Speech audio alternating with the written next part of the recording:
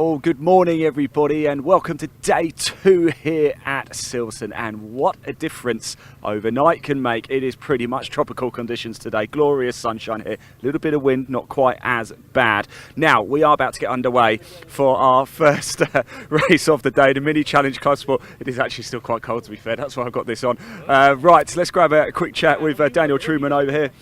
Dan, here we go, could be a big day for you, couldn't it? Well, yes. It should be a big day for you. Very big day.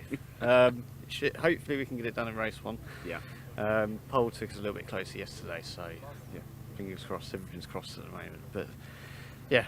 What do you make? I mean, you must be delighted by the way that the season's gone. What's been the big difference for you this season?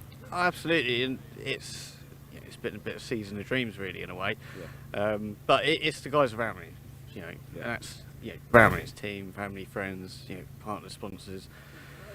They've all, there's about 60 odd people who have all made this all happen, and all a part of that story, sort of thing. So to, get to hear that's the difference, Yeah. Like people have come on board this year, and that this is the result.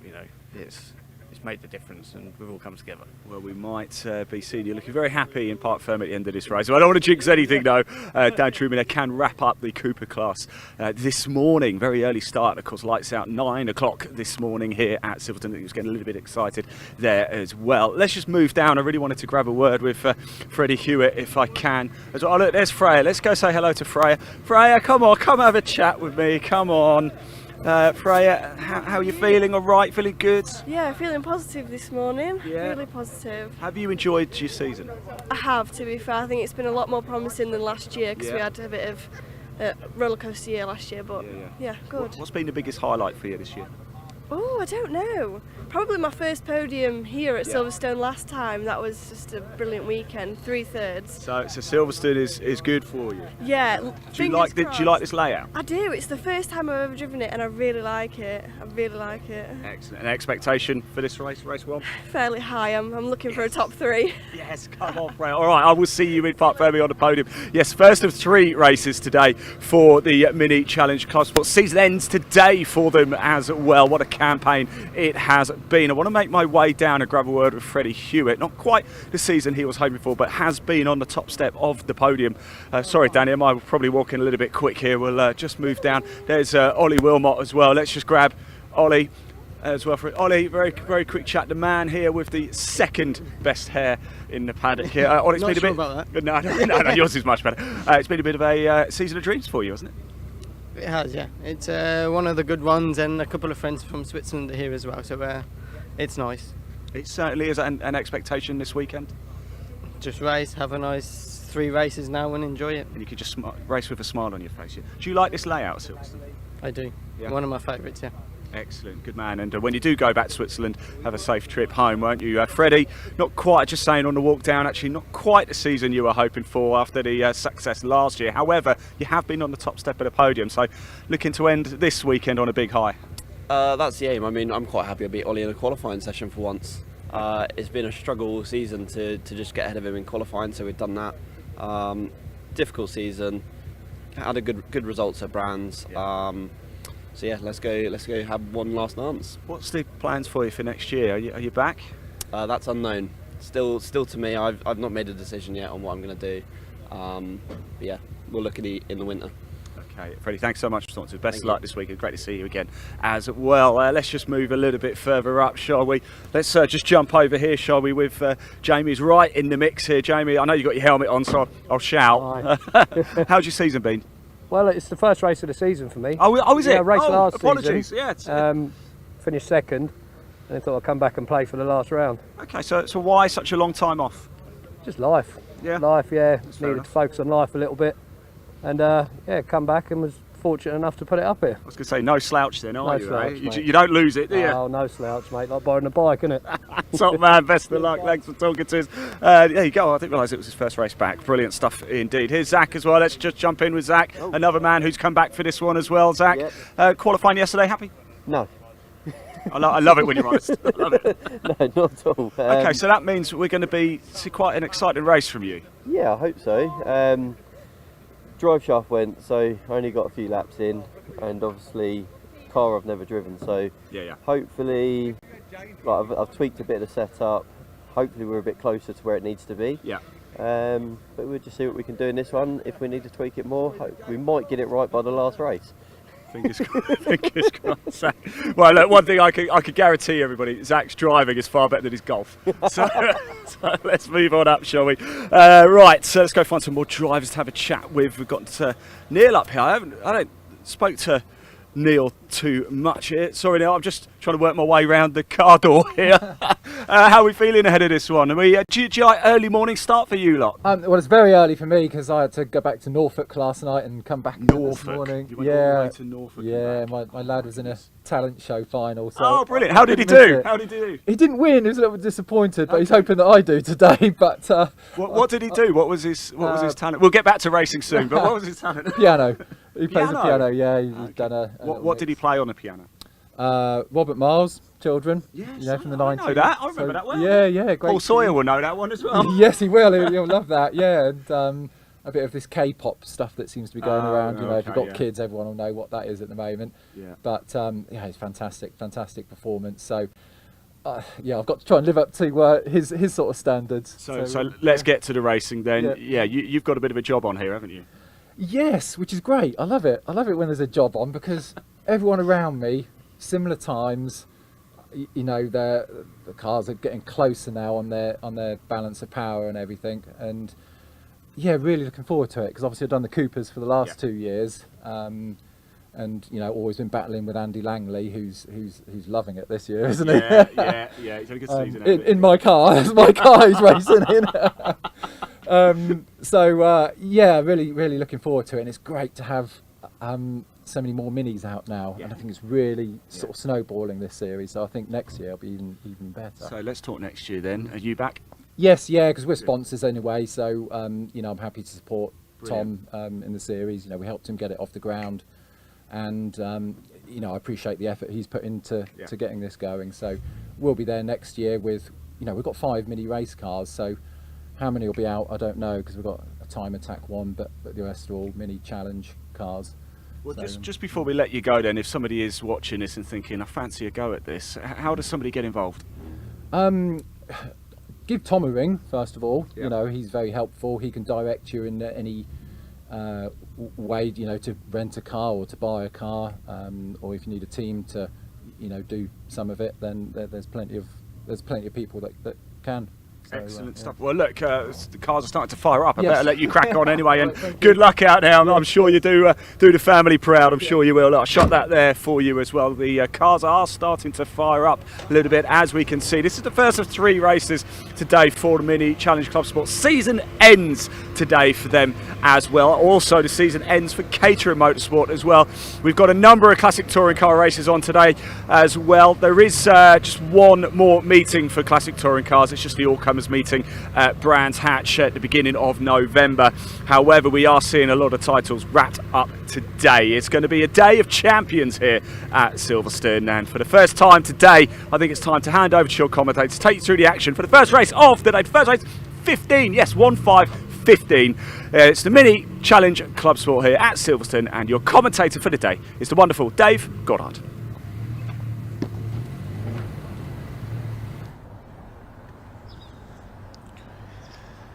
Well, thanks very much, Ian. Tropical, you say?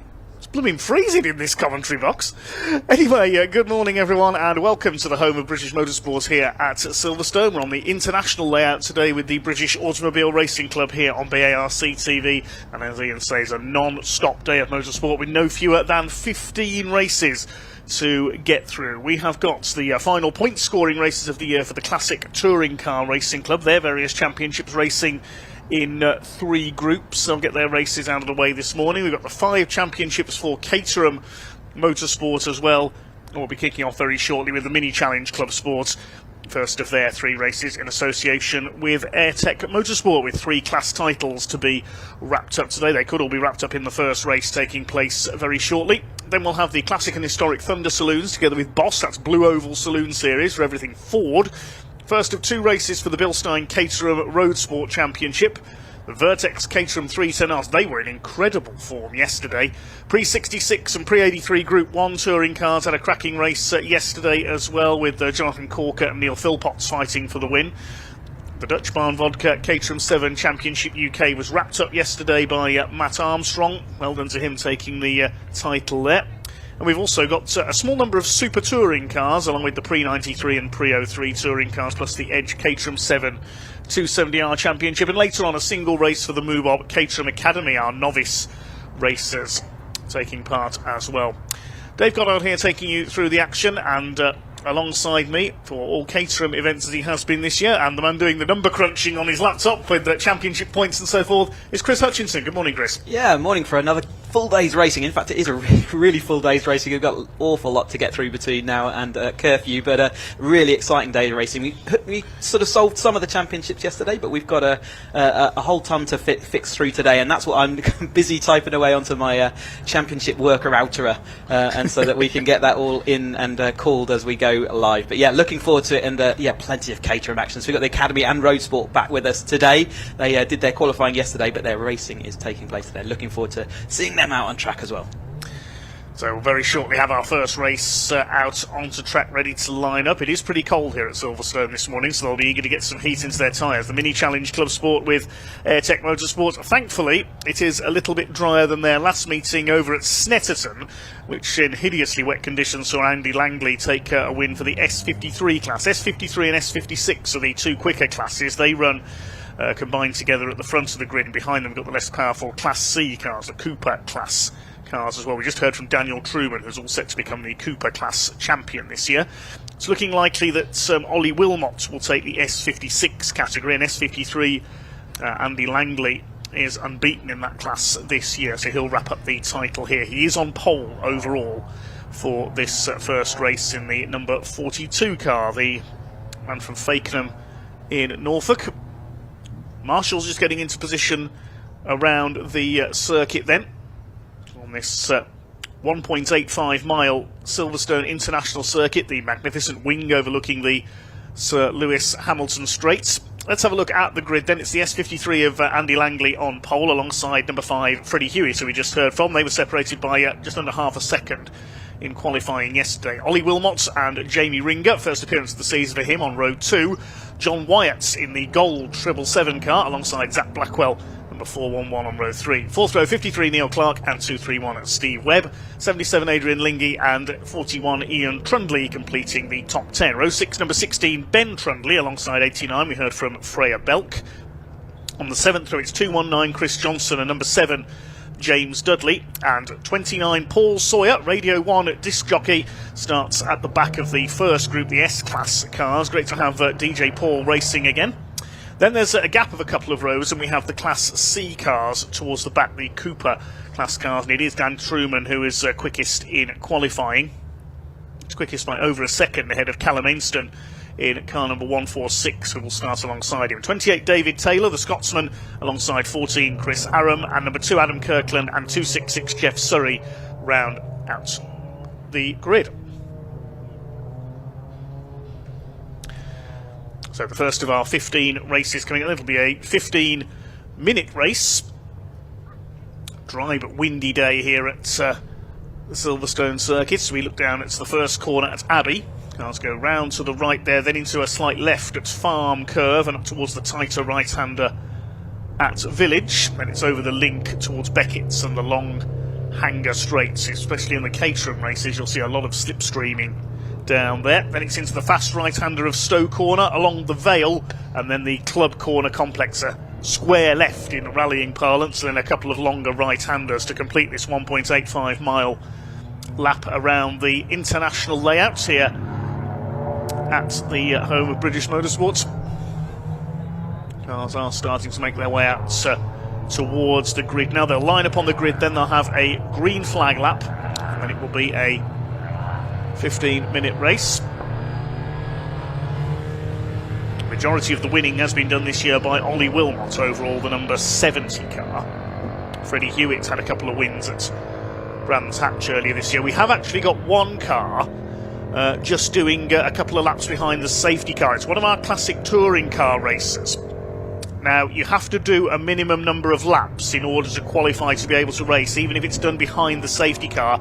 So we have got a classic touring car that wasn't able to run yesterday out there at the moment. It's Keith Wright who was meant to run his Lotus Cortina in the Everard's Pre-66 touring cars this weekend, but his Lotus Cortina failed to run yesterday. He wasn't able to start their first race. He lives down in Bedfordshire, so as we can see there going through Village, he's gone home and picked up his other car, his Morris Minor, and has brought that with him to race here today. He'll go off the back of the grid for their race later on. There were a few non-starters in the Pre-66 and Pre-83 touring car race yesterday. A few cars had problems in qualifying. Keith was one of them. He didn't get to run his Lotus Cortina, so he's gone and fetched his other car to race here today. Magnificent artwork above the podium on the end of the wing building, celebrating 75 years of Formula One this year. It was here at Silverstone the first ever Formula One Grand Prix was held back in 1950. Won by Giuseppe Farina in the Alfa Romeo. I think that's him at bottom left there. Of course, there were British Grand Prix held before that, but the 1950 at Silverstone was the first World Championship Grand Prix, the first ever Formula One World Championship race. It was right here on the Silverstone circuit. See Farina there at bottom left. And every great racer has appeared at Silverstone over the years. Some of our marshalling team, big thank you to them. We couldn't go racing without our volunteer marshals out there in all weathers, and a big thank you to all of them. Big thank you to our camera crews as well, braving the rather blustery conditions here this weekend. Had a bit of rain around lunchtime yesterday, which made it a bit slippery for the Classic Thunder cars in their first race of the weekend. I think Keith Wright has completed his mandatory laps now. The man from Shefford in Bedfordshire, a plumber and heating engineer by trade, been racing with the Classic Touring Car Racing Club for many years. So he's been around for his mandatory lap in his Morris Minor. We'll see him out a little bit later on. We don't see many Morris Minors in the Pre-66 category anymore. It was Tony Preston, who sadly no longer with us, was a multiple champion at the wheel of his Morris Minor in years gone by in the Pre-66 touring cars. So now the marshals head out onto the grid, ready to greet our grid of Mini Challenge Club Sport with Airtech Motorsport machines. Should be 21 cars out there for this first race of the day. It will be effectively two races in one, because the less powerful Cooper class cars should drop back a bit from the S class machines, supercharged machinery.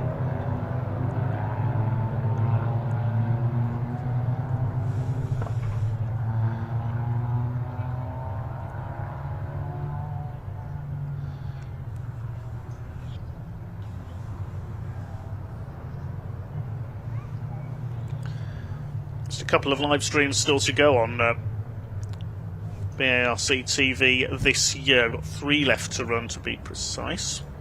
Next one is at Alton Park. That's next weekend.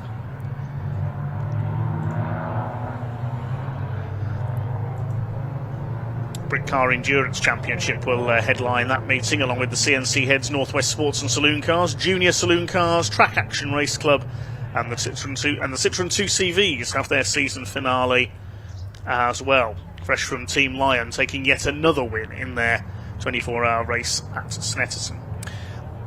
November the 1st and 2nd, it's the big one for the British Truck Racing Championship, their finale. We'll find out if Ryan Smith can make it 10 titles in a row, and who's going to win Division 2. I can tell you in Division 2, following the trip to Le Mans in France on the Bugatti circuit, Jake Evans and Callum Eason, both newcomers this season, are equal on points at the top of Division 2.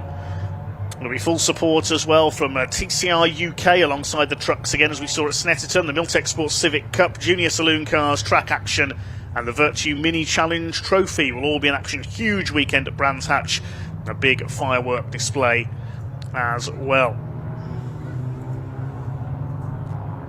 Minis are going to be on their way to the grid very shortly. There's the safety car in position, where if needed. The final meeting of the season, November the 8th. It's a one-day meeting again at Brands Hatch on the Indy circuit. It's the Brick Car Endurance Championship into the night race, along with the Hyundai Coupe Cup with Toyo Tyres and OT Publishing, and the Classic Touring Car Racing Club have their non-championship all-comers races as well.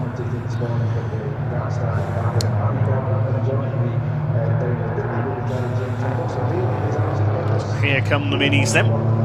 Circuit PA has fired up in the background. Rob Johnston, Alistair Douglas will hear in the background today. Alistair Douglas and a few members of his family have been the voices of Silverstone over the years. Rob Johnston all the way from Scotland, and Gary James, the voice of supercars for many years, is here as well this weekend. Hear them in the background.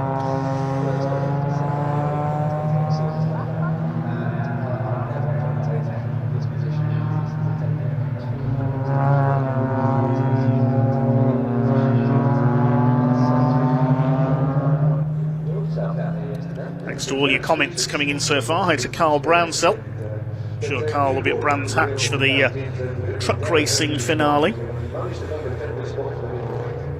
to L4L, who says this is a very packed motorsport weekend indeed. As well as BARC, there's F1, BTCC, NASCAR, British GT and lots more. Carl Johnson says, come on Dudley, time for a podium. I think that means number 7 James Dudley in the S56 class here. Thanks to all of you for your other comments coming in. We'll try and read out, so we didn't get a chance to read any out yesterday. We'll try our best to read a few out today. There's the Cooper class further back.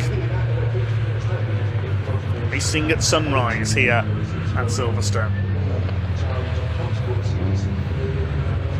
So Andy Langley will be on the pole then in the, I think that's one of the Norfolk Cars run machines. Yes, the Norfolk mini car, the blue and grey car with the pink roof. The grey car with the purple wheels is Freddie Hewitt alongside him. Ollie Wilmot in white and red. Getting ready for the skiing season. Works over in Switzerland at Wengen. And there is DJ Paul Sawyer in the number 29. The car run by Silver Lake. I'm synonymous with Citroen C1 racing, among others, in recent years. Less powerful Cooper cars will be starting in the group at the back from row 11. So I can take you down the bridges now as they get formed up. We'll go for a green flag. There's a couple of S-Class cars lining up then, the two classes combined. First of the Coopers start further back. There's Callum Ainston in the green and grey car on the left on the front row of the grid. Comes from Wantage in Oxfordshire, so relatively local to Silverstone. David Taylor in the 28s, down all the way from Dundee. Rare entertainer is David. So all 6 Cooper class cars are printed. I don't think we've got any gaps on the grid here. Just looking out of the commentary box window, no we haven't. Full complement of 21 cars then. They'll be sent off on their green flag lap to heat up their tyres, get everything dialed in, ready for the first of their 3 races today. They had their qualifying session yesterday afternoon. 42 Andy Langley on the pole. The 30-second board is held aloft, which means within the next 30 seconds the green flag will be waved.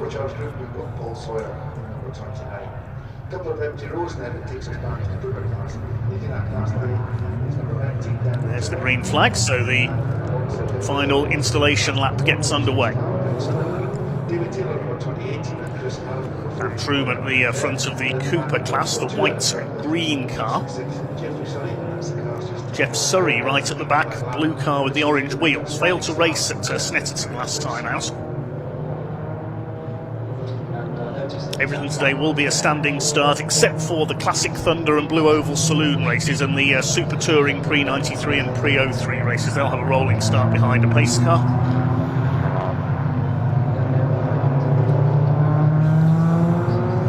Good to have Jamie Ringer out for the first time this year in the orange car. John Wyatt in the gold S56 class car, a jeweller by trade from down in Essex. Beats in a VW Golf in various other events as well. He's had this BMW Mini for a number of years now, one of the Sussex Road and Race prepared cars. They've got a couple of cars here this weekend.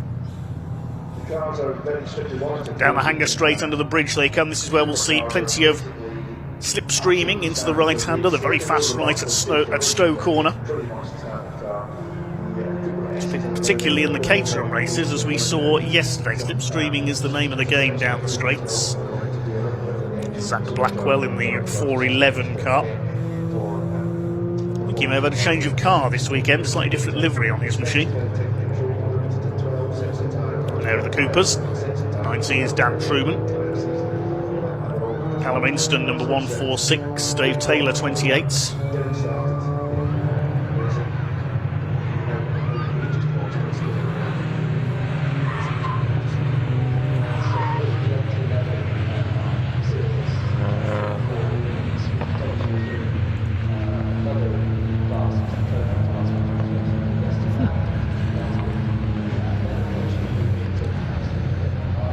How many formation laps are there? One of our commenters asks. Well, they do a lap to the grid, then they get the countdown on the boards, and then it's one green flag lap, whether it's a standing or rolling start. Right, coming up to the grid now, the Mini Challenge Club Sport with Vertex Motorsport. It'll be a standing start. Marshall in position at the back. When he is satisfied, when the clerk of the course is happy, he will wave the green flag to signal that everything's clear for a start.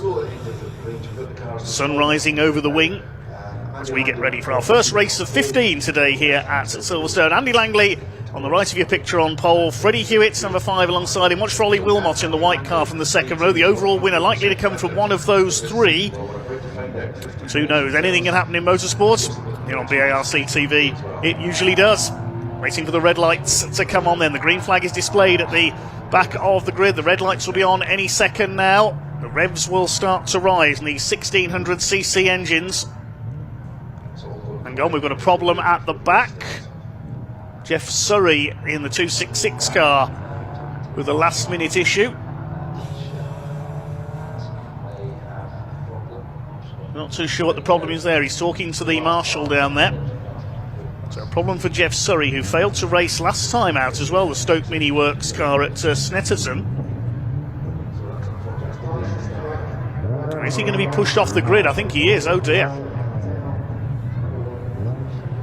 A couple of cars moving out of the way, I think, there, just to let the marshals possibly bump start Jeff Surrey. Yes, I think they've got him going. He'd stalled it there, and the marshals had to bump start him. Won't count as outside assistance because the race hadn't actually started. Okay, let's try again. Our first race of the day. The green flag is waved once again for the Mini Challenge Club Sport with Vertex Motorsport, about to get their first of 3 races today underway. Will we see the red lights come on this time?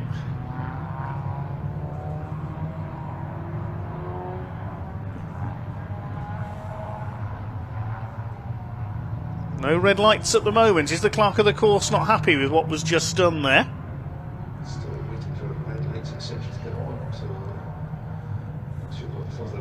Not too sure what the delay is here. I can't quite see out of the window if a start delayed board has been displayed. We're not too sure what's going on here at the moment. No, Jeff Surrey's got the door open again. He still can't keep it going. I'm wondering if his clutch has failed or something. So Jeff Surrey clearly with a technical issue. He's going to have to be pushed off the grid, I think. See, he's got the black cross on the yellow background there. It means he's a novice. He's been bump started again, but I think that car's going to have to be pushed off the grid. We can't keep bump starting him. Whether it's a clutch issue or something, I'm not sure.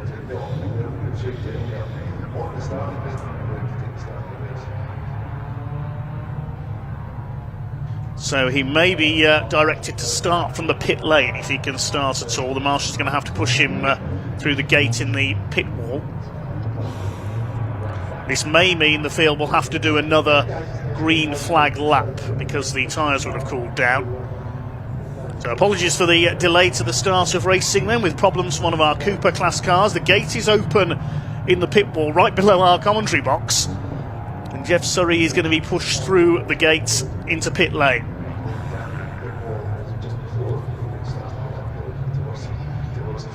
So the errant car with those issues is off the track. Now, what's going to happen? Are we going to get this race underway now, or are they going to do another green flag lap? Well, the green flag is waved at the back of the grid,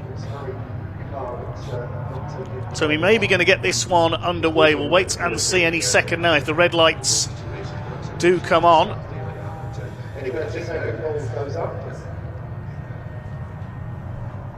30-second board has been displayed, so yes, I think we're going to have another formation lap. just to keep the heat in the tyres. Usually the procedure when the start is delayed. Yes, the green flag is waved, so we will have another green flag lap. So we're getting another green flag lap with them. Let's get all the delays out of the way. Hi to some of our commenters again. Hi to Pablo, hi to Ethan Dance, Erwin Graven, Jan Echterman, and to Jonesy. What are the race times for the classic touring cars, says Jonesy. Well, Blue Oval and Classic Thunder, they race at 9:30, 11:10 for Pre-66 in Group 1, and 12:45 just before the lunch break for Super Tourers Pre-93 and Pre-03.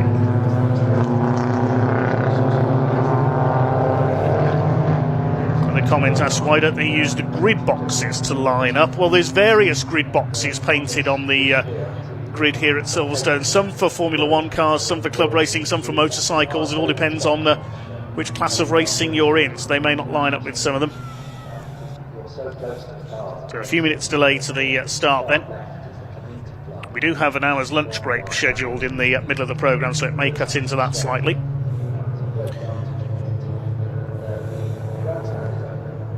Hi to Andy, hello to Nathan Shaw, hi to Eric Lausch, and to everybody else who's commented so far. Thanks for getting in touch. Are there any classic minis racing today, says They Live. There will be some in the Pre-66 touring cars, yes, you'll see some classic minis in there. About 3 or 4 of them here, I think.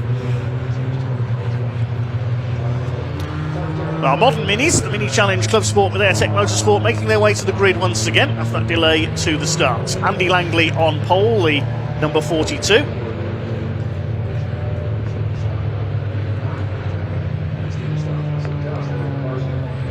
Freddie Hewitt alongside the grey car with the purple wheels. His sister Chloe Hewitt has raced in this series in the past as well. Second row, Ollie Wilmot, the white car. The orange car alongside him, number 959, is Jamie Ringer. John Wyatt in gold, number 777 on row 3, alongside 411, the navy blue car of Zach Blackwell. So, 20 cars on the grid then. Will we get the red lights this time?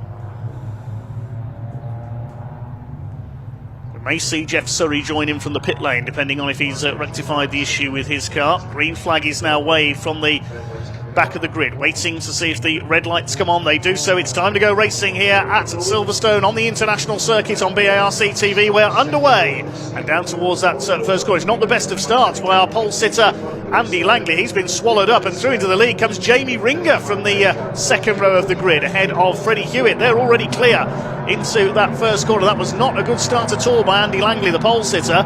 It's Ringer who leads the way from Freddie Hewitt in second, up towards Village Corner for the first time. Ollie Wilmot up the inside on Zach Blackwell, and Langley's back to 5th place as they sort of, that looks like Steve Webb next in the order in the 2-3-1 car.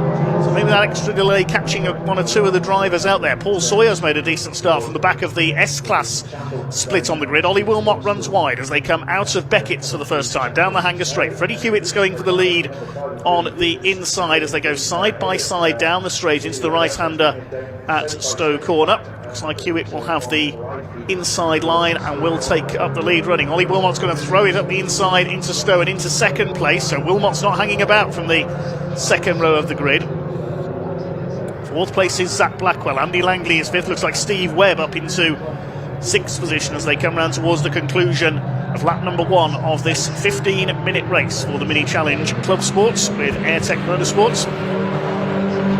Club corner for the first half. Fine sight they make in the rising sun. It's Freddie Hewitt who will lead the opening lap of the day here at Silverstone. Everybody else across the line. Hewitt leads. Class S53 is still led by Langley, although he's back to 4th overall. He's got back ahead of Zach Blackwell. The Cooper class is led by Dan Truman, their pole sitter, set to take the title in this race for his category. John Wyatt under fire there from the green machine of Neil Clark, number 53. I think it was him who used to race the Union flag liveried car in the Cooper class, the Austin Powers car as I used to call it. Through the link onto Beckett's and the hanger straight for the second time. battle is joined there for 5th position. Zach Blackwell's lost the place. Looks like Steve Webb has come through in the 2-3-1 car. John Wyatt behind them. Freddie Hewitt under fire from Ollie Wilmots for the lead. They've been pretty much dividing up the overall wins between them so far this year until the rain came at Snetterton, and well and truly it came.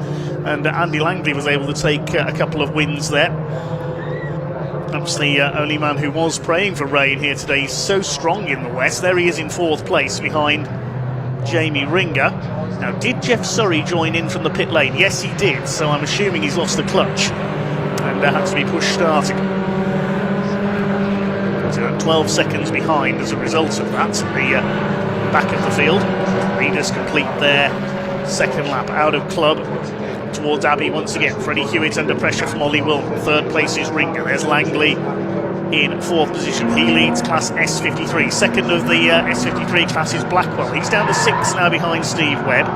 3rd of the S53s is Freya Belk, number 89. She's back in 10th overall. But Langley's recovering from that poor start. He's on the tail of the S56 of 959 Jamie Ringer. Out of Beckett's into the Hanger Straights. Ollie Wilmot runs wide. He always does there. Langley's wide as well, throwing the cars into the straight. Now they'll get into single file. Who's going to move across, try and break the toe and gain a position here? Well, John Wyatt's having a go at Zach Blackwell for 6th position. Neil Clark behind them.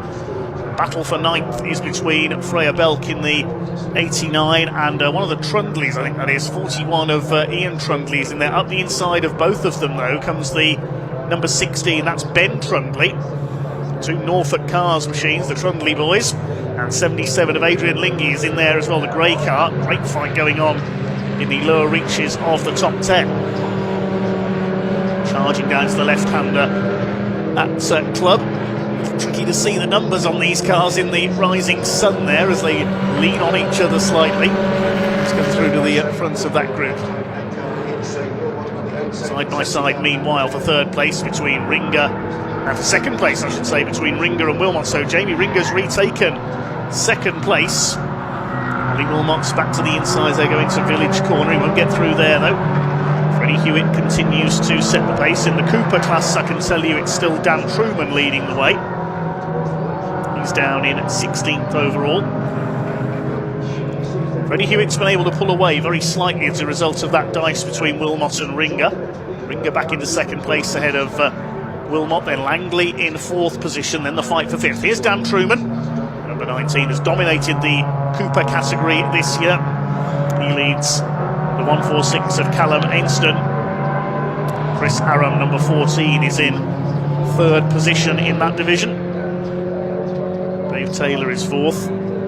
Adam Kirkland 5th, and Jeff Surrey, of course, running further back. He's not come through on this lap, has he? No, he is there. He's just quite a way behind Jeff Surrey after his problems at the start.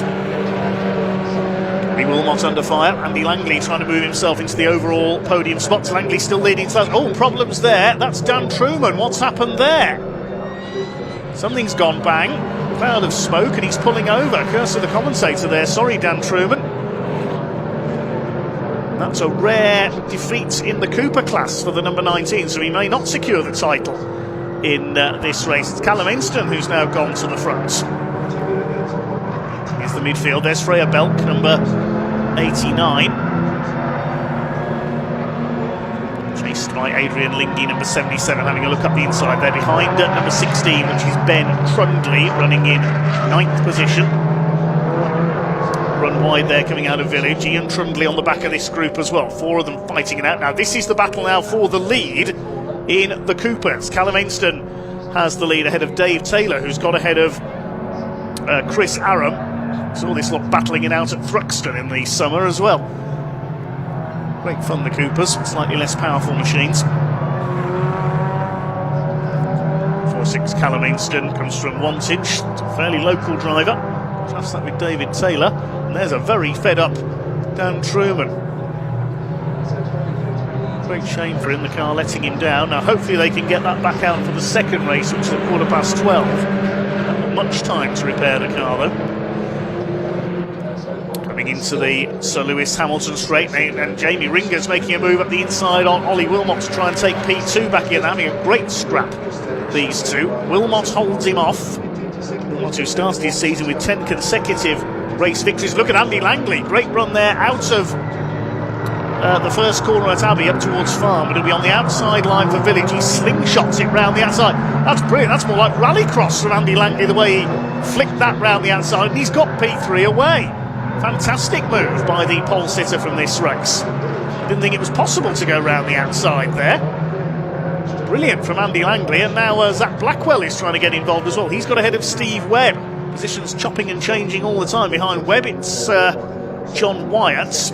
The 53 of Neil Clark making it an 8-car train near enough for the lead. Here comes Jamie Ringer on the inside. He's going to retake Andy Langley into Stowe. No, he's not. Andy Langley's so much later on the brakes. What about the Coopers? Here's the battle for the lead. Callum Ainston ahead of David Taylor, who's looking for his first class win of the season. Just to compete at his local circuit of Knockhill. They have a Scottish Mini Cooper Cup race there. Wilmot runs wide out of club. This is going to allow Jamie Ringer to attack again. Down the straight, he'll go for the inside. Wilmot's lost that bit of momentum, and Ringer's going to slipstream him, I think, into P2 at the inside. Wilmot doesn't seem to be handling too well. You saw the car twitch there as it went into Abbey. He's down to third. Still your leader is Freddie Hewitt. A dominant performance at Brands Hatch early in the season, looking to win once again. Andy Langley up the inside, not close enough to attack Ollie Wilmot for the lead.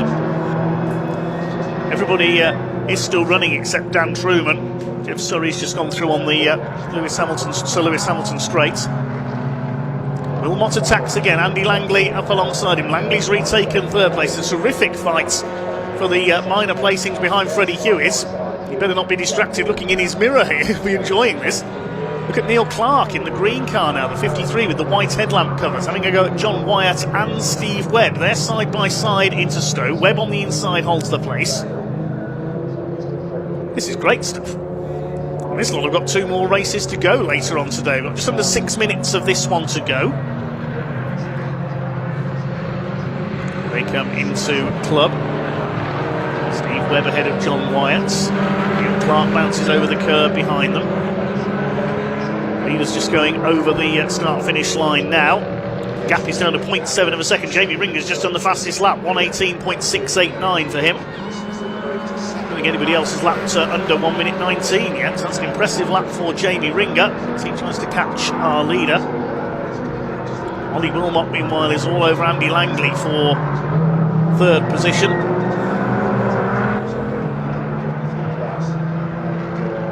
Here are the Coopers into Stowe. Change for second place there. Chris Aram, number 14, has taken second from David Taylor. Looks like there's a bit of damage to the back of Taylor's car, so there may have been some contact there. Looks like the rear bumper's damaged. Bit of trim hanging off. He's going for the inside, though. He retakes that second place. Yeah, you can see there. Is that a bit of bumper trim, or is part of the exhaust hanging off? Back up the inside, though, is Aram. There's a great fight going on between these two. I think it was these two who were swapping places like mad at Thruxton earlier this year as well. You can see the damage on the back of David Taylor's car. I think that's part of the rear bumper that's hanging off, not the exhaust. If that gets any worse, the 28 car might be given the black and orange flag and have to call into the pits to remove that bit of trailing bodywork. Ian Trundley there coming under fire from Chris Johnson, number 219. He's had a lot of mechanical bad luck this year, Chris, the man from Nottingham. Midfield battle swings its way through club. That's Freya Belk at the front of this group now. Sort of been slugging it out all race long. 16 of Ben Trundley on her tail.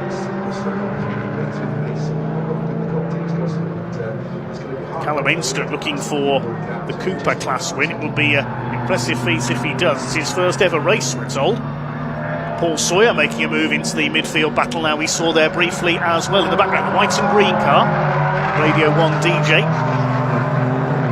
Plenty of links with Radio 1 DJs. And as I say that, Paul Sawyer goes off. Looks wide onto the tarmac runoff area. Plenty of links with Radio 1 and motorsport over the years.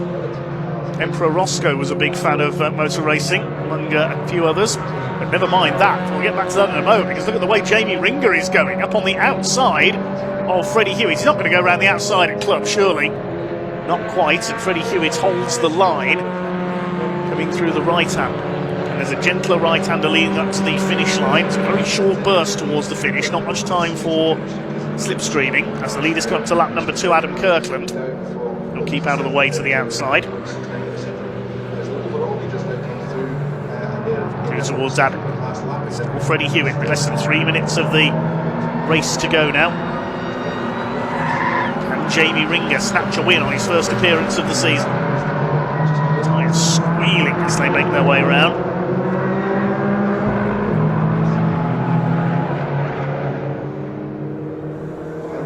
Towards the link they come, and there's the lead battle in the Coopers, I think that is. It's the Cooper leaders just lapping the struggling Jeff Surrey in the 2.66, so he's been lapped by his classmates there. Callum Ainston trying to hold on to win the class.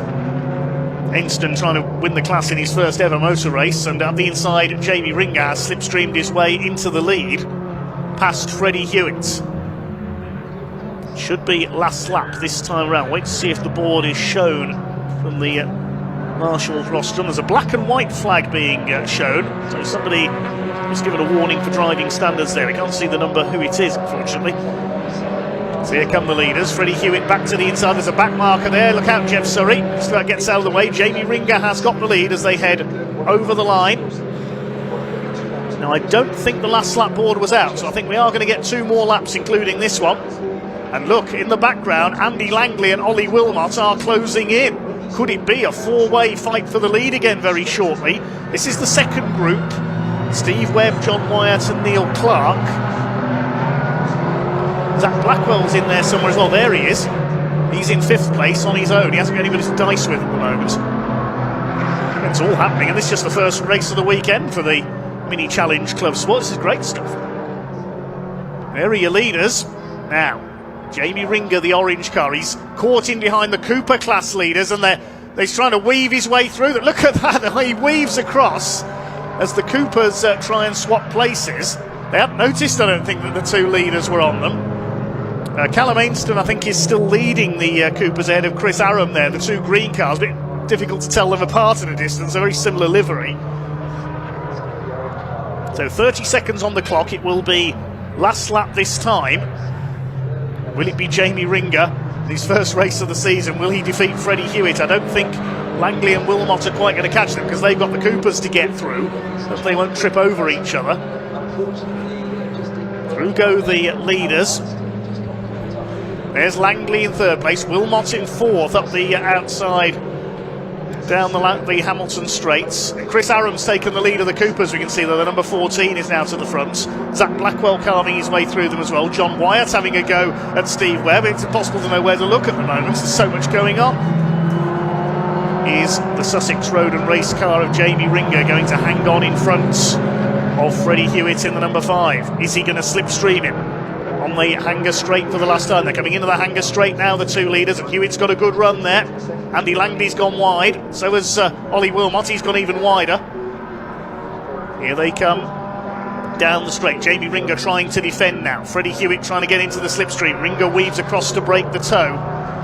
What a fantastic race, the first of 15 here today at the Silverstone International Circuit. Through Stowe Corner for the last time. Up towards Club. Freddie Hewitt's quite a long way back there. He's going to have to really put in a brave effort through the last couple of corners here. The checkered flag will be being prepared. Is Jamie Ringer going to hang on? Is Freddie Hewitt going to ambush him out of the final corner? Here they come up towards the flag, and it's a win for Jamie Ringer on his first race of the season. Hewitt 2nd, Langley is 3rd and wins his class. Ollie Wilmot down in 4th. Zach Blackwell comes over in 5th. The Coopers are lapped down. There's cars going everywhere. Neil Clark has to take to the gravel. There were so many cars through the last corner at once there. It was like the M1 on a bad day. Who won the Cooper class? It was a photo finish, I think, between Aram and Ainston. It was Chris Aram who got there. I think that's his first class win of the season. 0.299 of a second, the winning margin. They're still throwing it through the final corner there, through Club Corner. Well, pause for breath needed, and that's just our first race of the day. What a cracker that was. Well done to the Mini Challenge Club Sports with Airtech Motorsport. And it's a win for Jamie Ringer on his first appearance of the season. The man from Surrey defeats Freddie Hewitt by 0.388 of a second. Andy Langley in third place. He wins the S53 class. I think he's wrapped up the S53 title now. Ollie Wilmot's down in fourth. Normally we see him on the top of the podium. He has to settle for fourth, stay in third in class. Then Zach Blackwell, John Wyatt, Steve Webb and Neil Clark. Almost as quickly as that. Neil Clark having to take to the gravel due to a clutch of back markers ahead of him there on the final corner. Then came Adrian Lingy. A gap back to Freya Belk, Ben and Ian Trundley, Chris Johnson and James Dudley. Paul Sawyer was 15th. And then a lap down, we got the Coopers. Chris Aaron won the Coopers by 0.299 of a second over Callum Enston. David Taylor was third, Adam Kirkland fourth, and Jeff Surrey in fifth. Bad luck to Dan Truman, who failed to finish with mechanical failure.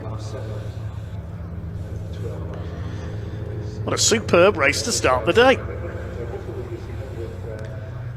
Better wake up than morning coffee, that was. Shortly we'll be able to head down into Parc Fermé, where Ian Waterhouse, our pit reporter, will be available to have a chat to some of the drivers. Next up, classic touring cars, the classic and historic Thunder Saloons and the Blue Oval Saloon Series.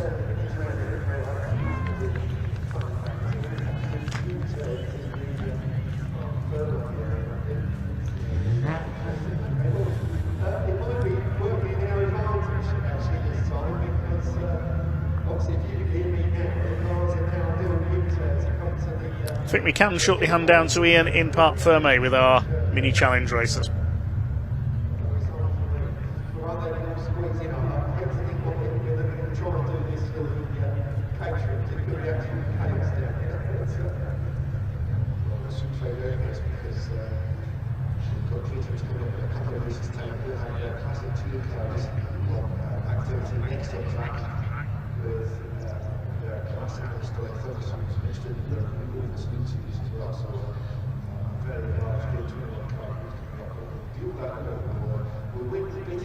Hello everybody, welcome down to a very happy Parc Fermé. In football, in youth football, when a player comes into a team who doesn't normally play, who's exceptionally talented, it's known as a ringer. Jamie, just like that, eh? Oh, good, wasn't it? 100% record for you this season, you know. Yeah, no, it was good. It's good fun. Yeah. Better than yesterday. You had a good battle with Freddie as well, mate. He's quick, though. We always do. Me and Freddie love a tear up. But yeah, no, mate, it's good to be back. Yeah, it certainly is. Look, can I just say as well, you just look into that camera. Yeah. We've got a producer called Elliot. I think you look a bit like him, actually. Elliot, you look quite similar. Better, just a bit sweatier. You got better hair, don't worry. Let's move on. We've got Freddie Hewitt over there. Let's grab Andy for a chat. Andy, can we have a quick chat if we can as well?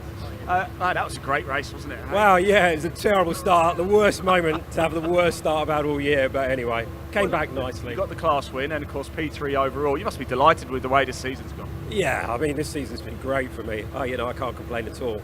But I'm really disappointed because the car was so fast. We had pole. But yeah, anyway, that's how it goes. You've got 2 more races, yeah? Yeah, looking forward to it. That was a bit spicy at times, so that was cool. Yeah. First race of the day, cold track, cold car. Yeah. More to come. Half asleep, so yeah. All good. Asleep. Yeah. Join the club. Yeah, top man, Andy Langley. Let's grab Freddie for a quick chat as well, shall we? Sorry, Ollie, can I just grab Freddie for a second? Freddie, just not to be, was it? But the speed is there, isn't it? Yeah, we lost that race on straight line speed. Jamie just had so much more top end than us. But other than that, it was a great race. Look, come on, you've got to come back next year. You know, racing like this, you're going to miss this. You know it. I know, it's all sponsor dependent currently.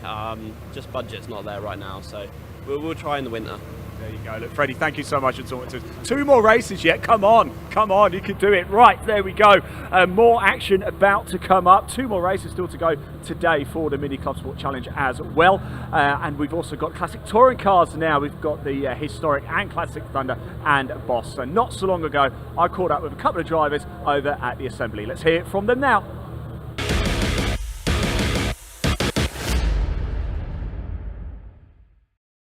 Right, here we go. Time for the next race of the day. The classic touring cars are back, and we've got the classic and historic Thunder and the Boss series as well. And we are with our 2025 champion for the Blue Oval Saloons. Tim, congratulations. What a year. What a year it's been. Huh? It's been brilliant. It's just, car's been absolutely faultless. It's just, we had 1 DNF at the start of the year. bad mechanical thing with the heated screen, and then literally finish after finish after finish. It's been, yeah, it's just been great. So let's go from the lows to the highs then, because 2024, of course, you champ. So you come into the year as defending champion anyway. A DNF at the first round, you're like, oh no. It was a bit like that, especially for something so silly, because it should never have happened. You know, it's just one of those things. But you know, you pick yourself up and you just crack on, and that's where we've been. So yeah. And then since then, it's just got better and better and better. Absolutely, yeah, absolutely. So what's next for you? Are you you've got to come back in next year and defend it, haven't you? Again? Well, I don't know. This is the three-time champion would sound nice. Well, no one's ever done it. That's the thing, and it's but you know, commitments. Molly's karting, and it's just time, money, all of the above. If I can get out and do a few, I'll try. But I think you say that now. Winter's a long time. It's a long time not doing a lot. Yeah. There's only a lottery win between me. Well, there you go. You've got about 6 months to win the lottery. Yeah, excellent. It's all good. Yeah. So well done. Congratulations. What a season. Really happy for you as well. Good stuff indeed. Just before we cut into the race action, let's just move over here because Paul Eaton's car came in and it's conked out, unfortunately. Let's just run across and just see if everything's okay. Paul, can we just grab a very quick word? What seems to be the problem here? One of the Jubilee clips just sort of slacked off slightly. Right. So we should be okay. Should be okay. Yes. This motor race is supposed to be easy, isn't it? Nobody ever said that, Paul. No one ever said that. Good luck. Yeah, fingers crossed Paul Eaton will be able to start this race. Here we go. Second race of the weekend. Final race, actually, of the weekend for the Classic and Historic Thunder Saloons and Blue Oval Saloon Series as well. Time to go racing. Dave Goddard, over to you.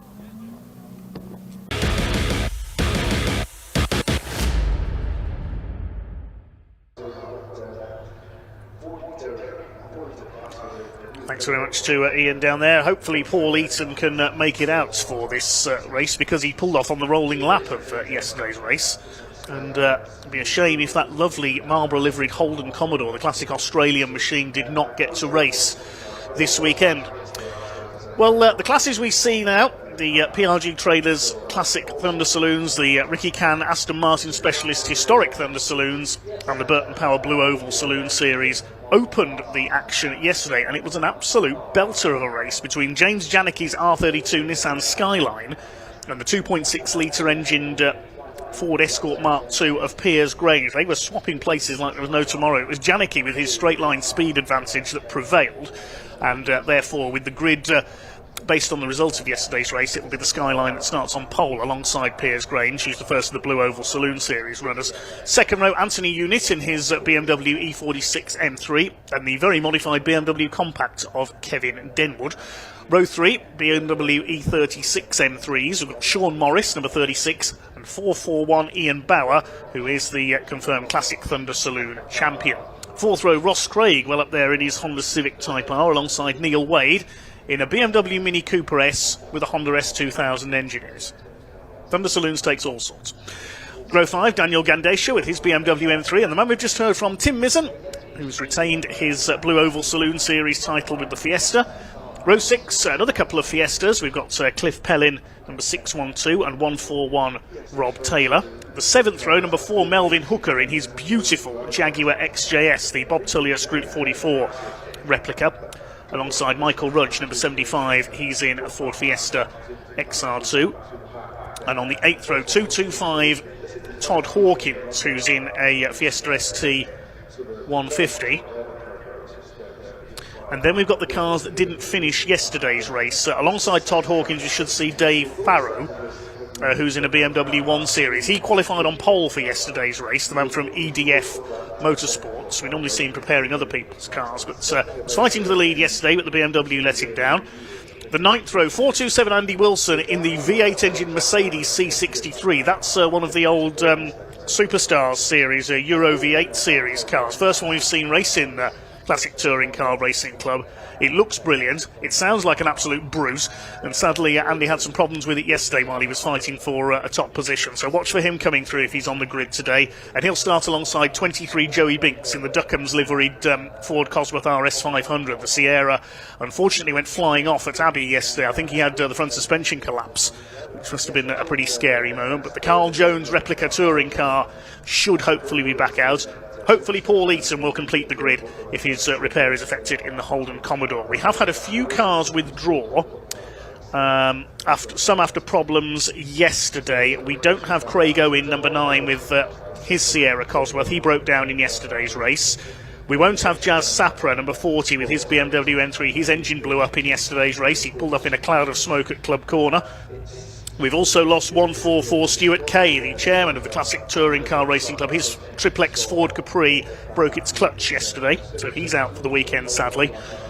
And we also don't have number 20 Ricky Can, probably because he's busy celebrating, because he won the Historic Thunder title yesterday. The Ricky Can Aston Martin Specialist Historic Thunder Championship was won by its sponsor, Ricky Can, in the big Aston Martin V8 Vantage. So the Golf liveried car will not be competing today. His main rival has failed to race. I think his car is here this weekend, Colin Voice, with the turbocharged Mark 1 Escort, but he was not able to race this weekend. Sadly, we also don't have the more modern Holden Commodore of Alex Sidwell. I was looking forward to seeing the Aussie V8 supercar out there, but Alex had to withdraw, unfortunately. So, the pace car leads them out then. Let's just take a look at this spectacular field of machinery. Pole position it is James Janicki in the beautiful R32 Skyline. Used to race it in the Nippon Challenge for Japanese cars. Piers Grange in one of the 2 cars from his classic Ford collection he's got here this weekend. He's got his Mustang in the Pre-66 Championship as well. He won both yesterday. There's Tim Mizzen's Fiesta, the green and yellow machine. And from Sussex, already retained his Blue Oval title. There's the Jaguar XJS of Melvin Hooker. There's David Farrow. We don't have Andy Wilson, sadly, and we don't have Joey Binks. They've not been able to repair their problems from yesterday, but Paul Eaton is there, and that's good to see. The reason for the slight delay, a bit of oil being cleared up from Daniel Truman's car. I hope that hasn't finished his car for the day, because his Cooper Class title could be at risk in the Mini Challenge Club Sport.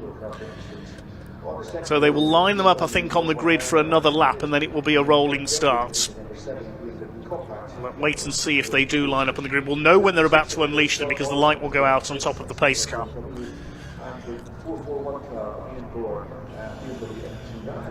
Do keep your comments coming in, and we'll read them out as and when we can. Hi to Sensible Streamer. Hi to Tommy Sticker, supporting his nephew Callum Ainstone today.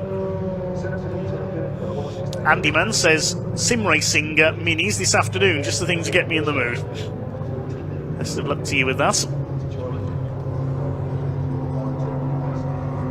Right, Andy Friars Junction. Let's go Dan Truman from your sponsor Sawyer Models.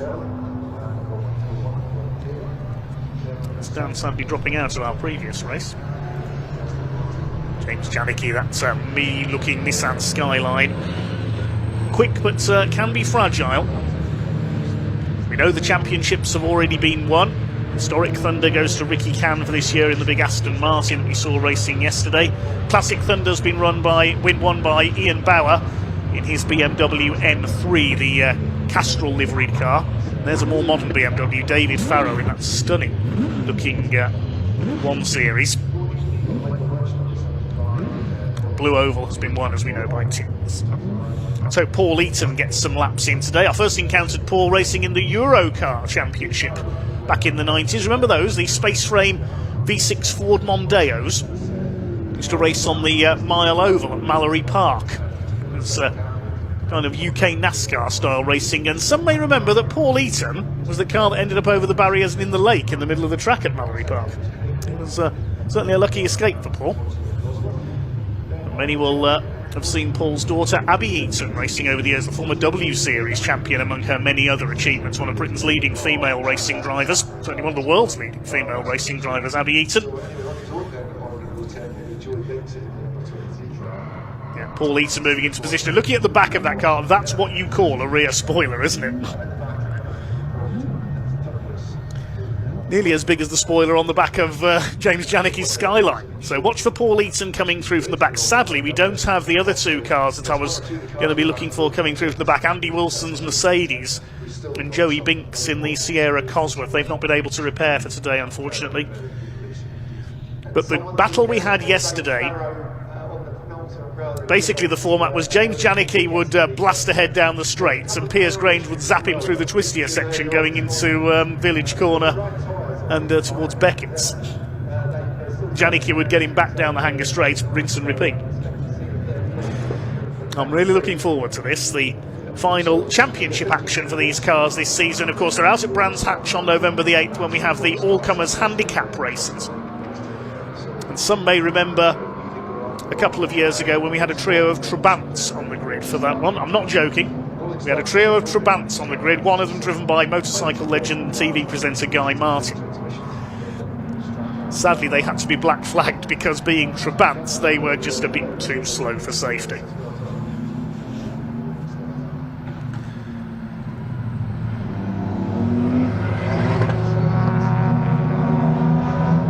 It's the Colbert family who were involved there, if I remember correctly. Ultra David Farrow from the back of the field. He did qualify on pole for yesterday's race, but the BMW let him down. He was fishtailing around everywhere, so I think something had broken in the rear end of the car. David's family runs EDF Motorsport, based up in Lincolnshire. They prepare all manner of cars in historic racing, endurance racing as well. Great sight of Paul Eaton's Holden Commodore. Look at it, menacing at the back of the field, ready to blast through, challenge the leaders.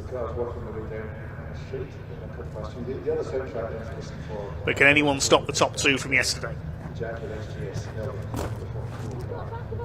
Gran Turismo legend, the R32 Skyline, and the escort of Piers Grange, boss of PRG Trailers. His products will have transported many of the cars here this weekend. Although there are one or two drivers in the Classic Touring Car Racing Club who drive their cars on the road to the event. James Ibbotson with his Hillman Imp is one. See him out a bit later on in the pre-66s, where he's all set to confirm himself as champion for the second time in his career. But we concentrate for now on the PRG Trailers Classic Thunder Saloons, the Ricky Can Aston Martin Historic Thunder Saloons, and the Burton Power Blue Oval Saloon Series. Coming up towards the rolling starts. It'll be a 15-minute race once again. Fords, BMWs, Hondas, Jaguars. There's the Holden. And so Paul Eaton gets some laps in this time. He gets to race this weekend.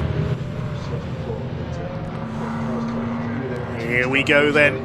Janicki and Grange will lead them away. Watch for the red light going out on the left of your screen.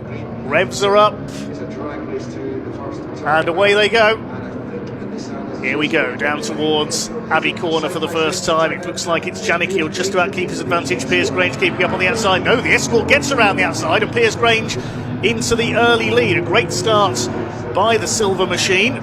Janicki in second place. Ian Bauer trying to get up the inside of Anthony Unit's grey E46. I'm wondering if the Skyline might have a slight problem there. He doesn't seem to have got away as well as it did yesterday. He's lost a couple of spots there, James Janicki. So I'm wondering if the Skyline is not firing on full boost, possibly, as Piers Grange leads. Kevin Denwood in the BMW Compact is up into second place. Ian Bauer, the Classic Thunder champion, is third as they go over the powder put down on that oil slick from Dan Truman's car. Now the Skyline gets warmed up. He's back ahead of Anthony Unit there. And look at the way David Farrow's come through already. He's already well into the top 10 in the BMW 1 Series. He's going to be challenging the leaders before long. So they're all round the first lap okay so far in this multi-category Classic Touring Car Racing Club event. So James Janicki, watch for that Skyline. He's down to fourth, and Anthony Unit's having a go at him. Now, I don't think it's running at full boost, and he's got a bit of a bash up the back there. The Skyline's going to spin it. All right in the middle of the home straight. He was clipped there by Anthony Units. and everybody else goes wide to avoid him. Goodness me, that was a scary moment there for James Janicki. That's what you call a Code Brown moment. He's rejoined at the back of the field with Todd Hawkins in the Fiesta.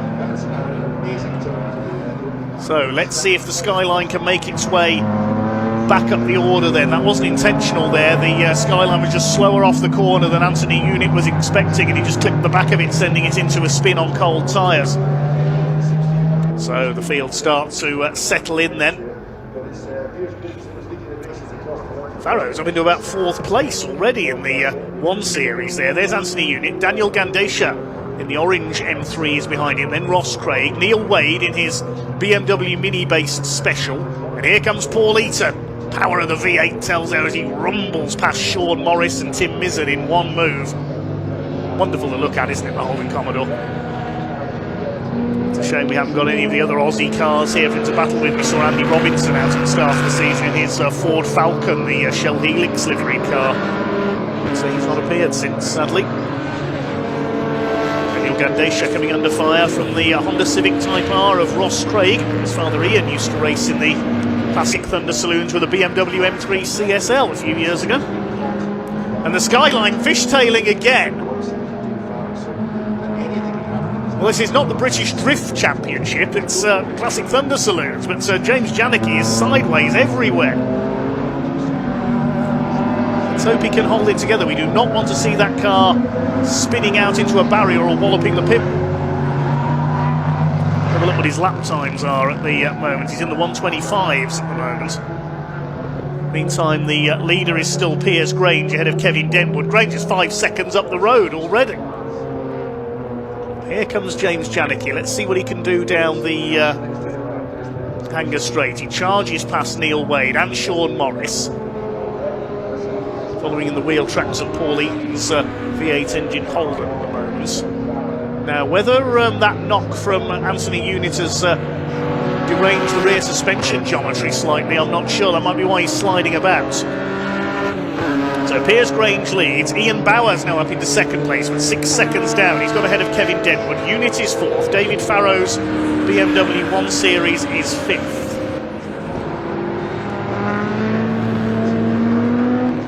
That Farrow, oh, he's pulled up. I noticed he was dropping down the timing screen, so he was up into 5th place, but David Farrow's car has let him down again, and again he's looking under the back end of the car. There's something amiss with the possibly the rear axle, because we saw him sliding about in yesterday's race before he retired. So David Farrow sadly is out of the race again, but he has got the fastest lap at the moment, 112.131. Here's our leader, Piers Grange, wondering where everybody else has got to. This is the moment for James Janicki.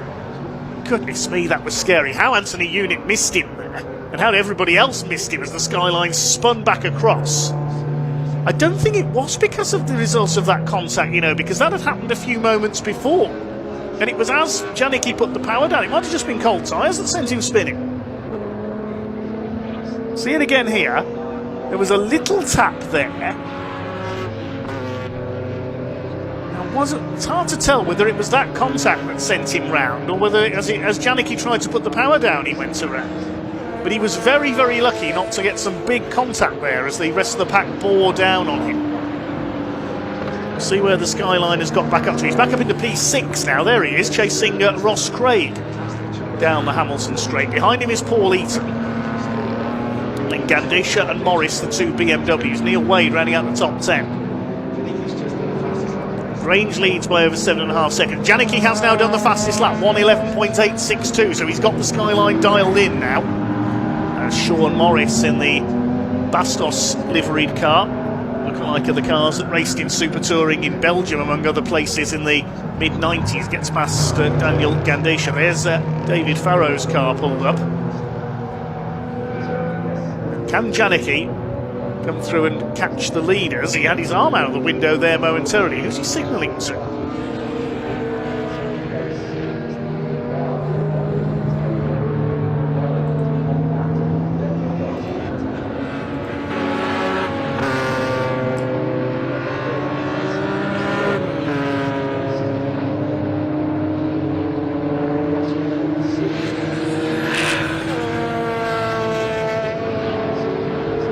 Just over 8.5 minutes of this race to go then. Classic and Historic Thunder and the Blue Oval Salute. Grange leads overall, he's a Blue Ovaler. Classic Thunder's led by Ian Bauer, there he is in second place coming through Village. Kevin Denwood third overall. Anthony Units, who's running in the guest class at Classic Thunder, so not eligible for points, is in fourth place. There are your leaders. Who's leading Historic Thunder? Paul Eaton in seventh place. There's only a couple of Historic Thunder cars out there because, of course, Ricky Can didn't take the start and Colin Voice withdrew from the weekend. So the only other Historic Thunder car there is Melvin Hooker in that big XJS. There's Paulie, he's got ahead of Sean Morris now. Daniel Gandesha and Neil Wade are next in the order. And behind him there is Melvin Hooker in the big XJS. It's a replica of the car raced by Bob Tullius, the famous American sports car racer who ran the Group 44 team. He always used British cars. He had a Jaguar E-Type to begin with. He had MGs, moved on to the XJS in the Trans Am series in America.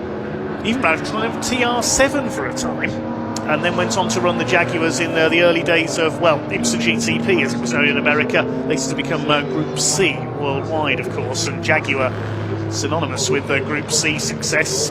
Started off in the green and white livery in America that we see here, and of course went on to run the Silver Cup Jaguars, which those who know me will know they are my favourite race cars of all time.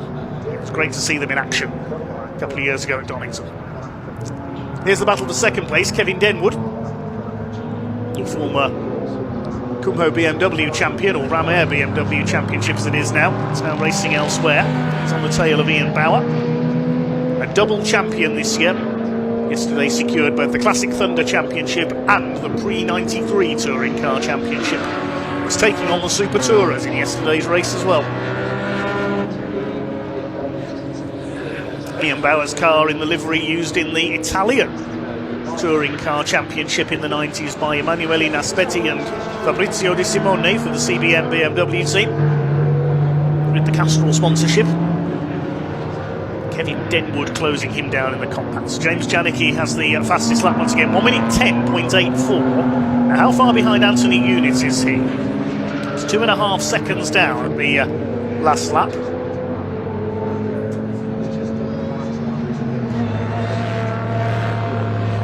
There's the Jaguar of Melvin Hooker. I saw a bit of smoke there from the back of the big XJS. He's got Tim Mizzen's Fiesta behind him. Yes, I think that's a little bit of blue smoke. I hope he's not leaking oil there, Melvin Hooker.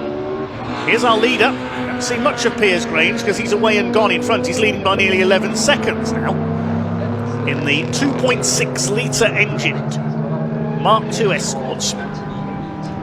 Challenge for the Blue Oval Saloon title this year, but has had a few mechanical problems. I think he had throttle problems earlier this season at Donington Park, which hindered him. Kevin Denwood has now taken second place. It's under 5 minutes to go. Janicki is now up to fourth. He's got ahead of Anthony Unit, the man he tangled with earlier on. Now, Skyline is lapping in the 1 minute 10. 1 minute 10.2 was his last lap, a new fastest lap of the race. The BMWs ahead are lapping in the high 112s, low 113s at last counts. Grange just did a personal best of 1 minute 11.7, so can James Janicki get the Skyline onto the podium? Well, he's caught the BMWs already near enough. Remember me, he says. I nearly spun into you earlier on. Here comes the Skyline. He's going to blast past those BMWs. Look at that. Past the BMWs as if they're standing still. Is James Janicki, despite having spun once and nearly spun twice, is he going to be able to catch Piers Grange? Grange goes through past my commentary box over the line. His last lap was a 1 minute 13. Janicki is lapping in the 1 minute 10s. I reckon he's going to catch him. It's under 4 minutes to go, so we'll get about 3 more laps. Across the line they go.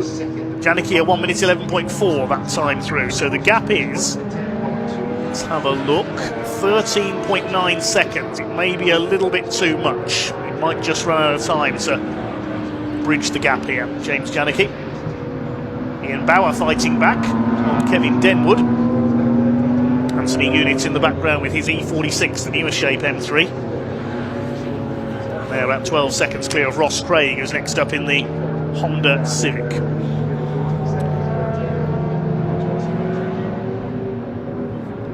Got a couple of retirements further back. We've lost David Farrow, we saw that. We've also lost Michael Rudge and Rob Taylor in their Fiestas. They've dropped out. Taylor's pulled into the pits. Tim Mizzen, I noticed, has dropped back as well down the timing screen. I think we've lost him as well, unfortunately. The Blue Oval Saloon champion has dropped out. So not a good race for Ford Fiestas, unfortunately. There's only one left running. That's Cliff Pellin. No, two left running, I apologise. Cliff Pellin and Todd Hawkins, 12th and 13th.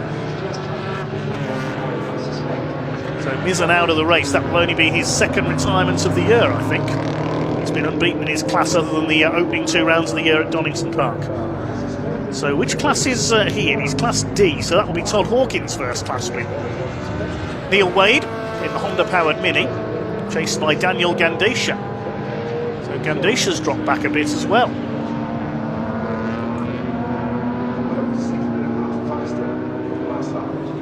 It's over 2 minutes to go.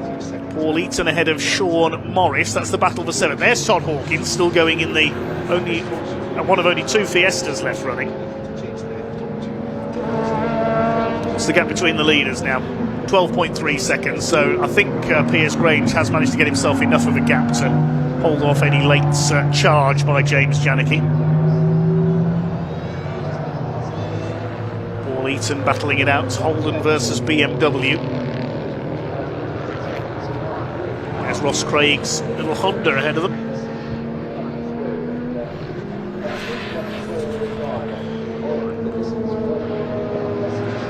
Piers Grange has just gone through over the line. Grange's last lap was a 1 minute 18. Janicki did a 1 minute 10. The gap's down to 4.8 seconds. What, has something gone wrong with Piers Grange's escorts? He was very slow round his last lap. So something may be amiss with Grange. Or has he backed off and not realised that James Janicki is charging up behind him? This could be interesting, as he took 8 seconds out of him on the last lap. I said I thought he'd built up enough of a gap, but no, look at this. Here comes the Skyline, he's going to pass him.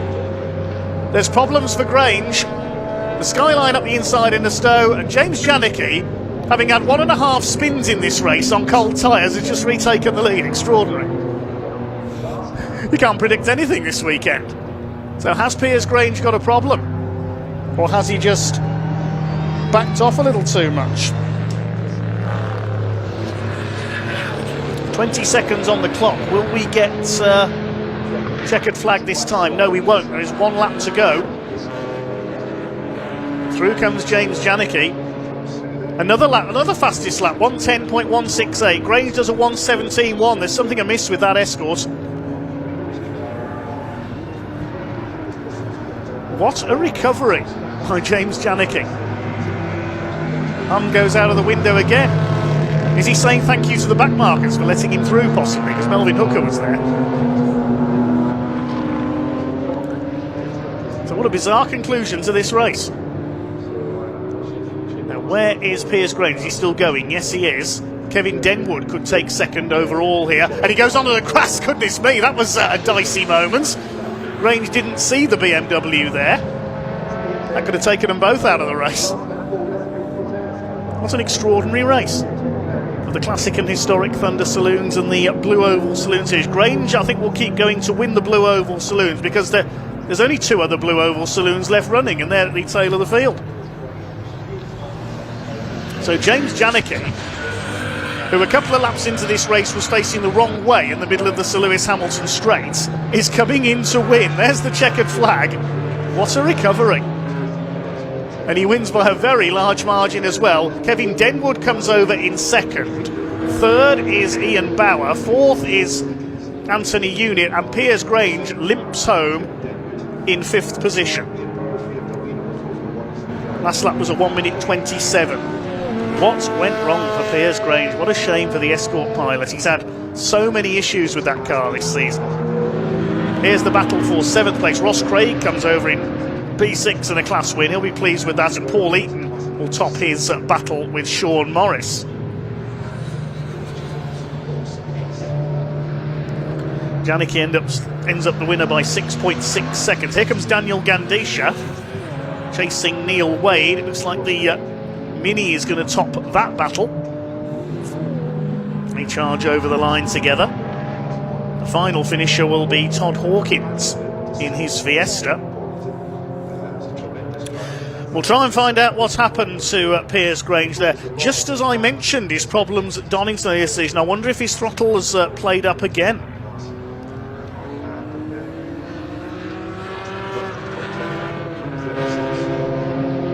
So James Janicki it is who takes his second victory of the weekend, but in very different circumstances to yesterday. I can't believe how well he fought back after that gyration coming out of Club Corner.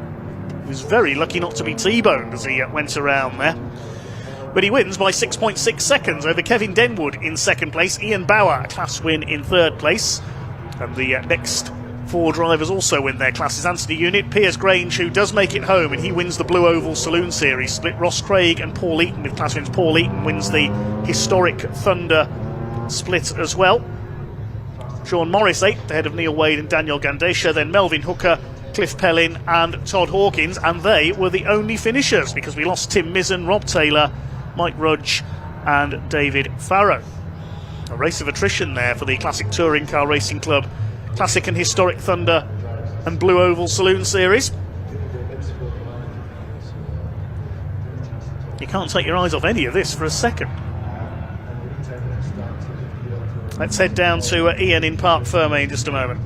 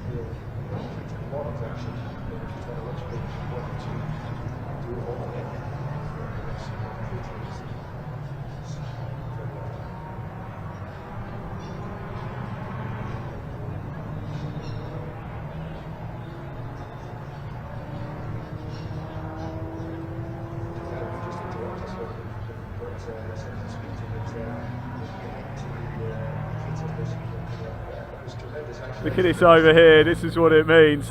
Jim, can we grab you over here? The good lady gets a kiss. Come on, where's... No. Wow, that was something special. Talk us through that.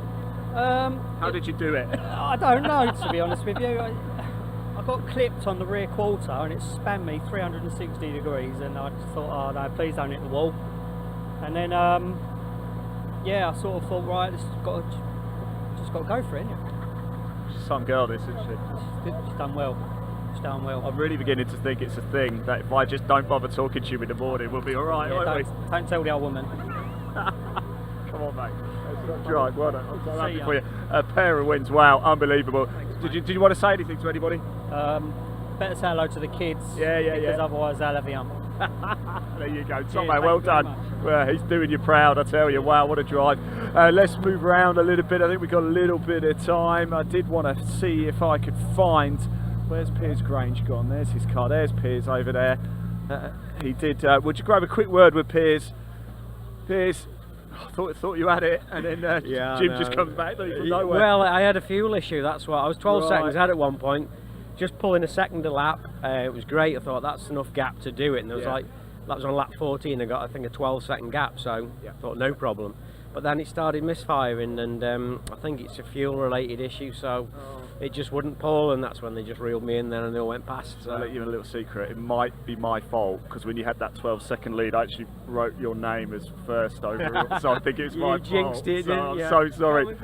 Jinx. Still got class win, So we'll take that. Well done, Piers. Thank you so much. Right, yeah, I'm hearing Caterham's on track already, so time for the next race to Bilstein Caterham Roadsport. I caught up with a couple of drivers over in Assembly earlier. Let's hear from them now.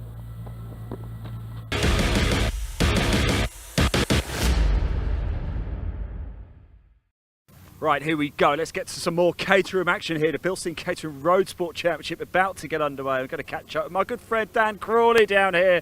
Dan. How are we, Ian? I'm very well. Yeah, how are you?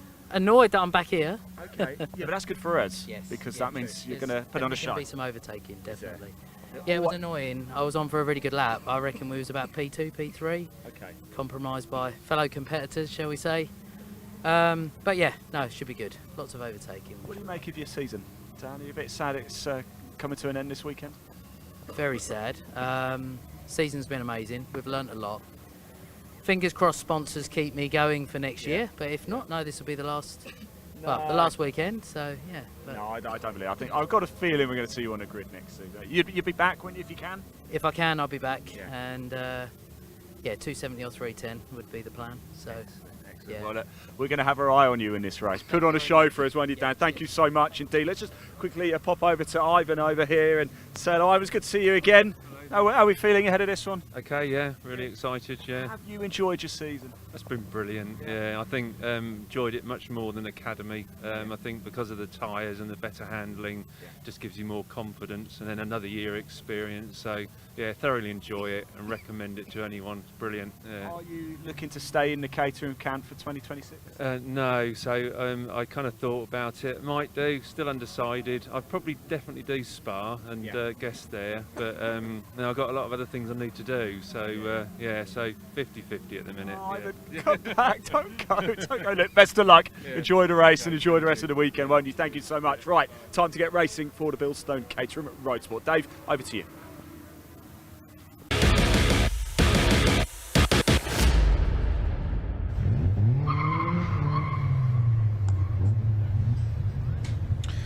Thanks very much, Ian. Yes, the Bilstein Caterham Roadsport Championship already gridding up ready for the green flag lap, and the grid set by qualifying yesterday in slightly slippery conditions reads like this. 42 Scott Helm, currently third in the points, is on pole alongside 33 Brian Thornton, the Irishman. Second row, points leader William Harris in number 14 alongside 44 Andrew Davison. Row 3, 12 Alistair Morton starts alongside the number 10 of Aaron Oliver. And row 4, Mitchell Fasania, who made such an impressive debut at Croft earlier this season, fighting for the lead until involved in the tangle, starts alongside Craig Evans, a winner earlier this season at Anglesey in the 86 car. Chris Buck, 36, and 71 Richard Haig completes the top 10. Then behind them, 99 Ben Snape starts alongside number 6 Eduardo Pontes, the Brazilian, in the yellow, blue and white, the Williams lookalike, I think his car is. There's a gap on the grid actually down there. There's one car missing, I think. Row 7, we'll have Sam Parker, number 7, our pit reporter for Caterham, alongside 88 Luciano Caruso. Then on row 8, number 17 Dan Crawley, we just heard from, and 20 Steve Lorriman. Row 9, Jimmy Way. Number 38 is there, and 32 Ivan Searle, completing the top 20, 13 Liam Baslington and 24 Oliver White. Row 11, 16 Benoit Carnet, the Frenchman, and 74 Charles Chapman. Row 12, number 5 Steve Harris, father of our points leader Will, and 58 James Platt. Penultimate row, number 19 Chris Morling, and 60 Mark Stancer. 4 Alistair Kinnear at the back, along with 47 of Heinrich Watson Miller. So 28 cars we should have out there. I think they've lined up for the green flag lap in slightly the wrong order, but they'll be in the correct grid order hopefully when they get back round for the start of this 20-minute race for the Bilstein Caterham Roadsport Championship. First of 2 races today, Chris Hutchinson alongside me with Will Harris, looking favourite to win the title. He certainly is, yes. He just needs 1 6th place finish from the 2 races that they have today to secure that and put it out of reach of everybody else. So the battle really is between Scott Helm and Brian Thornton for who's going to come second or third. And yeah, Brian needs to score 4 points over his rival Scott to do that, and then the rest will sort itself out as the weekend goes on. Yeah, there was a little bit of confusion, wasn't there, on the starting grid? I think the drivers kind of knew something was a bit strange because they're all reticent to move forward to where the marshals were putting them. But you go where the marshal puts you, and then yeah, we'll start the race from those positions. But like I said, there was a gap there, so maybe we are missing someone out there. But they've had a fantastic season's racing. All the Academy graduates from last year, so this is their first full season in the road sports, and 2 races per race weekend, and they've got both of those happening today, 20 minutes per race weekend. And yeah, some few stories out, and hopefully a lot of them will continue up into the 270R. So they have to move out of road sport, they can't stay here, they have to move up, and by the time they get to the 270R they'll remove those headlights, they'll put some wider track front suspension on, and off they go into the 270R spec with a little bit more power as well to go with all those uprated components. And yeah, so as we know in the Caterham ladder, you know, each year you get that opportunity to upgrade, and you can see Sam Parker in the lime green car with the pink number plate there out there just ahead of Steve Lorriman, and he's asked me to give a shout out to Barbara Lorriman's mum, who watches all the events and tunes in. So welcome along, Barbara, and hopefully Steve will move and have a good result today. But yeah, it's great to see the road sports out. You can see how colourful this grid is, all the wraps that they've got out there. The drivers really choosing to pick wraps that really show up, and you can then pick your favourite driver and follow them along. Yeah, I'm loving the googly eyes on some of the headlights of these cars as well. That always makes them look better. There's Brian Thornton, the blue and red car, on the second position on the grid, the Irishman. He'll be one of the favourites here. Scott Helm on pole position. He's had 3 wins this year. The black and orange machine. A bit of enthusiastic weaving there from Will Harris. It really was. He's only had a couple of wins this year, but has been very consistent. Only one placing outside the top 4 this year when he failed to score in race 2 at Croft. Craig Evans had a win at Anglesey, Brian Thornton's had 4 wins, and Charles Harris has had 2 wins as well, but he's not here this weekend. I believe he's got an injury. Yeah, I think he hurt his hand in a crash last time out at Alton Park, so I wish him well and see him next year. I think Will will say that was meant to do that skid, but I think that was a bit over enthusiastic. He just luckily ended up facing still in the right direction. But here we go then. They're going to line themselves back up, try and find their grid spots. As we said yesterday, it's really tricky to find your grid spots here at Silverstone. There are so many grid markings for the MotoGP, for the Formula 1, for all the other type of racing that we do here. So yeah, they will try and find their grid spots, and I can see them just about managing that. Yes, I think it was Eduardo Pontes had lined up in the wrong place the time before. The yellow, blue and white, the old Williams Grand Prix livery look-alike, but he's got his right grid slot now. Yeah. So Scott Helm in black and orange on the pole position on the right of the screen. In red and blue it's Brian Thornton. The green and black is Will Harris, and Andrew Davison alongside him in the sort of silver and blue liveried car. They're your leading runners to look out for here. Row 3 with Alistair Morton, number 12. That's the grey car with an orange stripe. And alongside him, Aaron Oliver. That's the yellow car, number 10. Row 4, Mitchell Vasanya. He's in a grey liveried car. Watch for him. Very lively early this season at Anglesey. The red lights are on. They go out now, and the Bilstein Caterham Roadsport Championship is underway. Great start by Brian Thornton. Goes into the lead down towards the first corner as Abbey. Everybody else tries to slot into the slipstream already. Behind him, Scott Helm in second place. William Harris is in third place. The champion-elect going into this race just needs to finish in the top 6, remember, to confirm himself as the champion. Andrew Davison slotting in behind. It's 4 and 5 abreast almost behind there as they squeal their way through the right-hander at Village, then up towards the Link and out towards the right-hander at Beckett's, and then the slipstreaming will begin down the Hanger Straights. They're already weaving to try and break the toe. Absolutely, we'll see that all today. Roadsport more than any, actually. They've 125 horsepower in this, same horsepower as the Academy car, and so they have to push that air out the way, and they've still got the windscreen, so it will do that. Brian Thornton going alongside Scott Helm. Will Scott Helm be able to take over? Will Harris still in that third place as well, so doing what he needs to do. Remember, he just needs 1/6 place from either of these 2 races to secure it as they head on round 3 wide into Vale. That's not usual, but they're going to try it for this time. Look at Will Harris up the outside there. I think Brian Thornton, though, is late on the brakes and will just hold the lead. It's the left-hander into the club complex. Harris up into second ahead of Scott Helm. It's Davison, I think, in 4th position. Aaron Oliver, the yellow car there on the inside. It's a bit tricky to pick out some of them in the rising sun here through the club comments. There's Eduardo Pontes, the yellow and blue car we mentioned earlier on, the Brazilian in car number 6, as Brian Thornton just about holds his lead as they complete lap number 1. Will Harris and Scott Helm. Aaron Oliver at the outside of the 36 car. That's Chris Buck with the yellow wheel rims. Fairly easy to pick out there.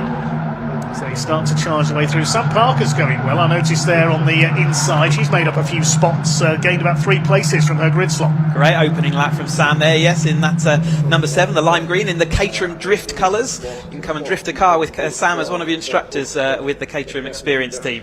As they come down towards us then with Brian Thornton heading Will Harris, and then it's Scott Helm in that 3rd place, losing a couple of places. And as the rest of them weave down this straight, they're going to go side by side. You can see the speedy dry and the oil. That's not going to upset them too much into Stowe, but Will Harris trying for around the outside. He's got the blacked out number plates on his stealth number plates on his car. They are all road legal cars, but they don't have to actually run legal number plates. So some of them choose to do that, and some of them still drive around. As we go 3 wide once more, is that Will Harris down the inside, then maybe taking the lead of this race. So if Thornton holding on around the inside, that's going to go awfully tight as they do. You can see that even though he has to get 6th place, he really still wants that. Sam Parker still making great progress through in this mid-pack of absolute loads and loads of road sport cars all going side by side. So it's Thornton who leads from Will Harris at the line, with Scott Helm in 3rd, then Davison, Alistair Morton, and the 36 of Chris Buck, who set the fastest lap through that time, 1:20.164. There's Steve Lorriman, the Union flag liveried car, a little bit further back in the pack, number 20. You mentioned him at the start of the race.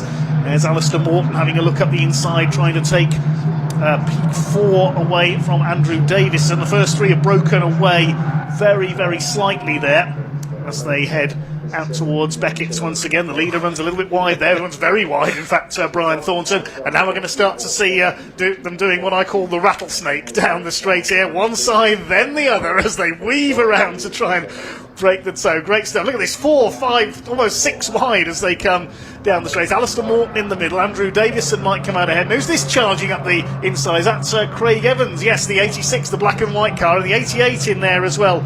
Luciano Caruso in the Rothmans lookalike car. Yeah, Caruso's had a great season as well. Sort of sometimes right up the front of the field as well. So has pace in that car. We'll be wanting to see what he can do. Will Harris around the outside. That pack of cars coming through. Sam Parker there alongside their number 12 of Morton as well. He's dropping back just a little bit, but Sam Parker's on the outside. Dan Crawley just behind her as well as she goes on. She'll be jumping out the car to do some interviews with maybe some of these drivers after this finish. But we've got side by side. Will Harris is currently in the lead as he went over that line. Thornton looking around the outside of Abbey. Can that work? Is that going to be a viable overtaking opportunity? Well, he's going to stick to the inside as we go around the left of Abbey, but he's going to have to be the outside of Village when they get there. So not necessarily a war that he's going to win, but in fact he did. So he carried that. He's very late on the brakes, isn't he? This is superb. Yes, Brian Thornton seems to be able to brake later than everybody else at the moment. There's a battle a little further back. Lynn Baslington, number 13. 38 is Jimmy Way in the light blue car. Now the rattlesnake will start up again, going down the straight. They go to the right. Then it's over to the left for Brian Thornton. And back to the right again. They weave their way down the straight. Look at Scott Helm, the pole sitter up the outside. They're going to be almost 3 wide into Stowe Corner. But again, I reckon Brian Thornton's going to be late on the brakes. No, Helm has done it around the outside. Brilliant from Scott Helm. And the number 42, the man from Clitheroe in Lancashire, takes the lead of the race. Absolutely, and it was Steve Lorriman who set the fastest lap deep in the field there. It shows how competitive this midfield is as Scott Helm now takes to the lead after having that pole position with Will Harris in second, Brian Thornton then on into 3rd place. So all swap at the front and all swap in that midfield as well. Looks like is that Chris Buck into 4th? Is he gone? Yes, he has gone all the way up into 4th. So we're breaking a place over Davison that last time through. Evans, Caruso, Morton, Parker, Crawley, your top 10. This is brilliant stuff. The closest race I think we've had so far this weekend. There's Luciano Caruso, the Rothmans lookalike car, made famous by the Group C Porsches, among many other things, that livery over the years. Just about holding his lead there is Scott Helm over Brian Thornton now in 2nd place. Will Harris, 3rd place will be enough for the championship, and he wants to secure it with a win, as Matt Armstrong did in the Dutch Barn Vodka Caterham 7 UK Championship yesterday. They've got a race coming up in a couple of races' time, as the snake starts to weave down the hanger straight again. Will Harris, though, sticking to the outside line there. The leader will move back across there. Scott Helm to hold it. Brian Thornton and Will Harris almost side by side. Then Davison and Buck side by side with everybody else going 4 and 5 wide. I think Sam Parker was nearly heading for the grass there on the inside in the number 7. We concentrate a little further down the order because there's battles everywhere. You look, Steve Lorriman fighting back up the outside. It's impossible to keep up with this. It's like the early stages of the Grand National, isn't it? It really is. The tactics here with the wind's not quite as strong. It's a full crosswind across most of the circuit today. So actually they're not going to be getting that sort of super boost. And you can see that there's only one overtaking opportunity available down Hanger Straight, but it's still there. And they will weave to try and prevent that. They can only weave so long as there's no one alongside them. As soon as you get someone alongside you, then you can't do that weaving anymore. So they then have to get down the control. Sam Parker down the inside, Chris Buck down that was going to be tight into Abby that time through, but great move if that's going to come off as she exits. There she is. She's going to be on the inside as they go into Village, so she's going to make up another couple of places. Great move. We mentioned about Sam doing our interviews in Park for May afterwards. If she gets up any higher, she's going to have to interview herself as a podium finisher. This is brilliant. Run down. This is fantastic. This is the best we've seen Sam run since her move up into road sports this year. But out in front, Brian Thornton's retaken the lead from Scott Helm. Will Harris in 3rd place. Then it's Davison. Parker's up into 5th position. Chris Buck is side by side with that's Craig Evans, the 86, the Blood Records sponsored car. As now Scott Helm back around the outside. He's strong around that outside line. Takes up the lead. She's having a go now. Andrew Davison up into P4. This is by far the best that our pit reporter Sam Parker has run in the Road Sport Championship this year. On for her highest ever finish. We'll try not to say too much. We don't want to put the curse of the commentator on things as they bounce over the curbs there on the inside. But she's past Andrew Davison and now challenging for a podium place. Let's do it. Let's see that happen. So as the top 3 then come over, it is this time through is Scott Helm over the top of Thornton, then Harris, then Sam Parker, Davison, Evans, Buck, Caruso, Crawley, Oliver are your top 10. Here they come then with still over half of this race left to go. Scott Helm and Brian Thornton duelling for the lead. Will Harris, the champion-elect, is up on the back of Brian Thornton now. Parker chasing them down from 4th position. It's Davison rounding out the first 5. Who's got the fastest lap now? It's Oliver White, number 24. He's down in 12th position at the moment. So you can see all this lead battling. They're taking time off each other. It's those making progress further down the pack who are able to set the marginally quicker lap time. Scott Helm very wide there. He was heading for the Porsche experience on the other side of the straight there if he kept going on that trajectory. Now, is he going to break the toe here? Is he going to start the weave? Not quite so much. He doesn't seem to want to weave around as much as the others do. Brian Thornton's the weaver, and Will Harris as well. But Thornton up the inside there in the Stowe retakes the lead on the inside. I don't want to be the bringer of bad news here, but the sky has gone very grey over Silverstone here. I hope we're not going to have a rain shower. They had plenty of wet practice though in their testing on Friday, so they'll have all had a bit of wet weather. So Brian Thornton down the inside, a little bit of a lock-up, seen that before. But at this stage of the race, it's that tactics. It's weaving down the straight. It's only really if you're trying to throw people off, but it's not going to happen. Still got 10 minutes of this race to go, but he is going to take very much to the inside of the track to try and protect that lead. He's not giving any toe. Scott Helm doing what he's doing, which is I am absolutely just resolutely staying on my line for now. That will all change as the race goes on. And Will Harris in that 3rd place, still doing what he needs to do to take the championship in this first race of 2 for them this weekend. Sam Parker looking to see whether she can take anything around the outside, and just following on them is Davidson as well. In fact, Sam looking around the outside there. She's got extra speed over Will Harris at the moment, so she's going to see whether she can get up onto those podium paying positions just in front. Lost a couple of cars, I think, on that lap. Steve Lorriman and Liam Baslington haven't come through. In fact, Lorriman just goes past the commentary box window now, so I think he's had a tangle somewhere with Liam Baslington, possibly, out of our view, as the leaders weave their way down the straight. We've got a second breakaway group for P6 behind them as well. It's impossible to know where to look at the moment. Who's in P6 as they come towards? It's Caruso, the number 88.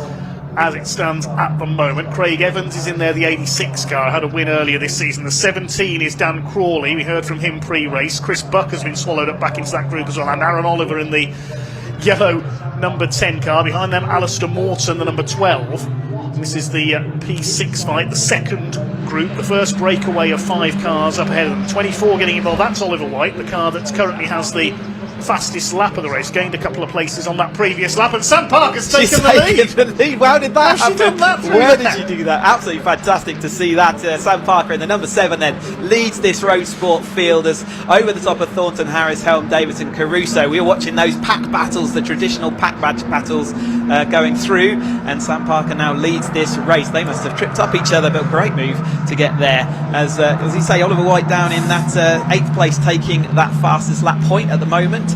Brian Thornton having to watch the back end of the Sam Parker machine at the moment. Now we've got a real race on our hands at the front of the field as Parker leaves a little bit of a twitch there coming out of Beckett's. This is going to allow Brian Thornton to close back up again. The second group is closing up as well. Soon it's going to be about 15 cars fighting for the lead, I reckon. It's Thornton to the inside. They're going to go 4 wide down towards Stoke Corner. Look at Will Harris through the middle in the number 14. He doesn't want to make contact there. That could damage his championship hopes. Parker's been slipstreamed back down into 4th position.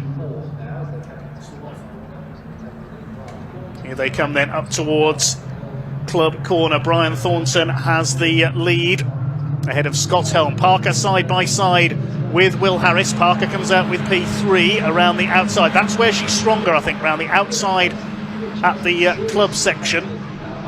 As they come onto the start-finish straight, Craig Evans is just on the fastest lap. He's back in P7 at the moment in that second group. Well, it's not really a second group now because they've bridged the gap, and Will Harris has been shuffled back here, and he doesn't want to be shuffled back outside of the top 6. He went wide through the club section here. If he's out of the top 6, he will have to wait until race 2 to try and secure the championship title in the Bilstein Caterham Roadsports Championship this year. Here they come onto the hanger straight once again. Brian Thornton from Scott Helm. They go down the straight.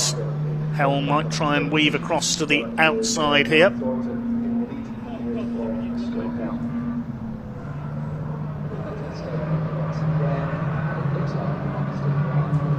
Round the outside, Scott Helm into Stoke Corner has retaken the lead with just under 7 minutes of this race to go. Parker now challenging Thornton for second place.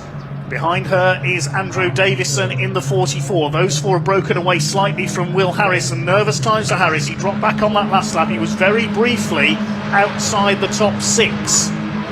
It's going to be certainly very interesting over this last 6.5 minutes. Obviously, if he doesn't do it in this race, he's still got a whole other one, and it's going to be almost certain in the second one, so he's got all that to go. But yeah, it'd be nice to get it done, wouldn't it, in this race, and you'd have to worry about it anymore.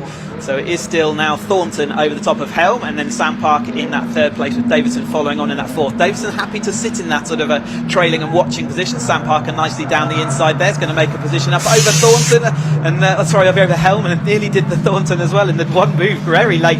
She's absolutely devastatingly late on the brakes on into those corners, back into the lead. Then as she heads into Hanger Straight, that probably will mean that she's going to drift a little bit wide, which she does. Wide. There you go. But hopefully she's still got the speed as this pack is getting bigger all the time, isn't it? Goodness me, my heart was in my mouth as they came into village there. I thought Parker and Thornton were on a collision course there. Parker's been slipstreamed by Scott Helm there to take the lead. Thornton up the inside. Look at Will Harris down the outside. Who's this coming round the outside? That's Caruso. Where's he come from in the 88? This is incredible stuff through Stoke Corner. The racing just getting better and better as the weekend goes on here at Silverstone. Who's going to lead into club this time? There's about 5 of them that could come out of this with the lead. Brian Thornton makes it through with the lead. Ollie White's up into 4th place. He was down at about 12th when he set the fastest lap 2 laps ago, and now he's up into 4th place. This is amazing. They really need to keep the concentration levels high here. It's not easy to run in these packs with cars all around you. You've got to have super high awareness, and the drivers all need to make sure they keep that as this comes to a conclusion into the last 5 minutes then of the opening Roadsport race. We didn't get to see them racing yesterday, and they're absolutely making up for it today, aren't they, in this the conditions. Slightly chilly here at Silverstone, but perfect racing conditions. Again, Sam Parker diving down the inside, trying to protect from a little bit of attack from the 24 of White just behind. So White, yeah, as you say, got speed in that car, making their way up through the field. And Thornton then took us over the line in the lead that time. Who's going to take us in the line this time? He's got a little bit of a comfort gap this time as he goes on to Hanger Straight. He may be able to keep hold of that, but Scott Helm's got a good head of speed as they go on. They are now all rocking and rolling to try and keep that toe. Remember, it gives them about an extra 7 miles an hour as they get into the bottom end of this Hanger Straight. So it really is so important in the Caterhams to try and keep keep in that tow, keep yourself in the battle as Thornton maintains that lead. It was just about enough to keep that gap over of Helm, who absolutely used every millimetre of the curb available to them that time through Stowe. Well, this is incredible stuff, more like a motorcycle race as they head down into Club Corner. A bit of a lock-up there for Brian Thornton, but he's just about able to hold his lead. He and Sam Parker seem to be able to break much later than the others. Ollie White as well, who's somewhere in behind Will Harris there. He's now back up into P4, which would be enough for the championship. There's Ollie White, the green car, in the middle there, with Luciano Caruso on his outside. They're going to go 4 wide. Craig Evans there on the inside, Andrew Davison as well, Alistair Morton just behind them. The leader's a little bit more strung out. Brian Thornton has been able to break a slight gap, and 2 wins at Croft and 2 at Alton Park earlier this season, the Irishman. Second place is Scott Helm, 2 wins for him at Thruxton and 1 at Anglesey earlier this season. Sam Parker looking for her maiden podium since graduating from the Caterham Academy this season into Roadsport, as nearly all of these drivers did. Thornton again runs out wide, so does Helm. They're really throwing these cars around, trying to get the run into the Hanger Straight. Will Harris in 4th position. Started his season with a win at Snetterton. He's had 1 other win at Zandvoort in the Netherlands. His brother Charles has had a couple of wins as well, but as you say, he's out with an injury sadly this weekend. He'll be loving watching this as Scott Helm up on the outside, Brian Thornton on the curb on the inside at Stowe, Will Harris up the inside. He will want to secure the championship with a win if he can. He's going to try and go around the outside. He won't get round there with 2 of them side by side into Club Corner. Scott Helm and Brian Thornton still side by side. Thornton so much stronger through this section of the circuit though, and that could be crucial when we come down to the last lap. 2.5 minutes to go, so a couple more laps left in this incredible race for the Bilstein Caterham Roadsport Championship. 2x2 racing there as they came out then side by side. It was going to get tight into there, but it's absolutely they're neck and neck in the championship, and they're neck and neck out in there for the 2nd and 3rd in the championship. Will Harris just following along there in 4th is looking good for taking that championship, but Scott Helm and Brian Thornton really do need to take these points off, and it's Brian Thornton doing what he needs to do with those couple of extra points. Sam Parker still in that 3rd place. Will Harris now having to look at his mirrors again because White's back up with them and looking nuisance. They've got the speed in this front 4, but they have to keep battling each other. There's no option, so they can't do it. Well, Thornton sideways as he came onto Hanger Straight that time. He was so desperate to get out of the tow, he's actually cost himself more speed. They're all going to dive left and right of him. He's not going to carry the extra miles an hour. Sam Parker also looking to the outside as they head into Stowe this time through. Will Harris seeing if he can get the super tow from them all as they go round. Sam Parker going round the outside. Can she get over the top of Helm as well? Looks like she's going to go 2nd. Thornton still down in the middle as well though. This is getting awfully complicated to keep and manage, but they're all still heading in the right direction at the moment. And this is allowing the 2nd group to close up on that top 4 who had broken away slightly as well. Here comes Ollie White up the outside. Here comes Caruso down the inside. Goodness me, there was just enough room there into Club Corner. This is absolutely unbelievable stuff. How are they not making contact? One of the best Caterham races I've ever seen. Into the last lap we go. There's still maybe 1.5 seconds covers the top 10. There's still 10 drivers that can win this. This is amazing. Unbelievable Roadsport race here though, but it's Scott Helm in the lead at the moment. Sam Parker had to take all the way to the curb, and Caruso's going to go around the outside of her, take the inside as they go into Villiers this time, and Will Harris is now slipping down out of that top 6, so he needs to be careful. He's still got a bit of work to do. He won't be able to do it in this race if he stays where he is. Sam Parker is late on the brakes once more, but Ollie White's going to look to see whether he can do anything about going up the inside. They're going side by side through Link. That's going to compromise them onto the Hanger Straight and leave them slow, so that's not the best and ideal move at this moment, but Sam Parker still holds that 3rd place. Front 2 have broken away just slightly. Here they come then down the Hanger Straight. Scott Helm leads from Brian Thornton. They weave across the straight for the last time. Ollie White could be the one to benefit here in the 24. Keep an eye on that dark green car with the eyes on the headlamps. Brian Thornton bangs wheels with Scott Helm. He's up the inside, the Irishman. Parker is 3rd as they go into Stowe Corner for the last time in this epic race. Ollie White's just tucked in behind Parker. What's going to happen in the Club Corner for the final time? 10 and 12 of them together, side by side between Thornton and Helm. Will Harris is moving up there as well. He's going to get moved out wide though by White. Is it going to be Scott Helm? Is it going to be Brian Thornton? I think the win is going to be between those two. Here they come towards Club Corner for the final time. It's going to be Scott Helm who takes the win. Yes! 2nd for Brian Thornton. Sam Parker gets her 1st ever podium, and Will Harris wins the championship. What an epic race! Look at the cars going over the line for the finish of that Roadsport race. We've got another race for them later on today, and I cannot wait. What a superb start to the Caterham racing for today. 13 16 cars covered by 3 seconds. It doesn't get any better than that. Unbelievable. What an advert for Caterham Racing that is. And remember, this is only their second season of racing. And look at the drivers we create out of that. That's fantastic stuff. Well done, everybody. And super well done to Sam Parker. I'm out of breath after that one. I don't know what to say. I don't know what to say. I've been covering Caterhams for several years now, and that's the best race I have ever seen from them. Will Harris, in the middle of all that, did take 4th place, so well done and congratulations to him on his Road Sport Championship for this season. But yeah, Scott Helm doing as well, moving himself further into that 2nd place in the championship. Brian Thornton's got a bit of work to do to see whether he can take 2nd. So, what a race to open the Caterham action today, and we've got so many more races to go. Whether we're going to have our voices left, who knows? But so super happy for Sam to get that 3rd place and take that podium. I'm not sure how you interview yourself. Yeah, she's going to have to interview herself now. I'm not sure how that works, but superb stuff. Great action from there. Silverstone really suiting the road sports today. Right, get my breath back. Scott Helm, the winner, takes win number 4 of his season by 0.2 of a second over Brian Thornton in 2nd place. Sam Parker, her first ever podium in 3rd. Congratulations to her, and biggest congratulations to Will Harris, 4th place enough to secure him the Bilstein Roadsports Championship for this year. Ollie White coming through from around 12th place early on to take 5th ahead of Luciano Caruso. Some daring dives from him in that race. Then Aaron Oliver, Alistair Morton, Craig Evans, Andrew Davison, Chris Buck, Dan Crawley and Jimmy White. 3.1 seconds covers the top 13. Bravo, bravo. That was absolutely unreal. 26 of the 28 cars went the distance. We lost Liam Baslington, and Richard Haig, number 71, pulled into the pits.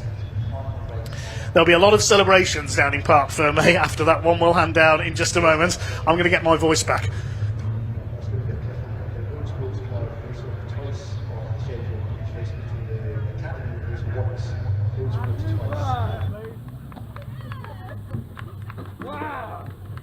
Oh my word.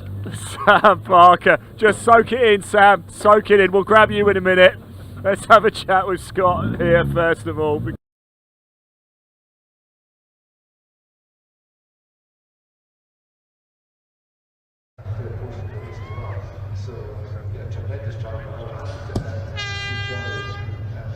Oh, sorry for one or two technical issues with our roving camera at the moment down there. I think everybody getting caught up in the moment down in Parc Ferme. We saw a very emotional Sam Parker down there. Hopefully we'll be able to hear from her in just a moment.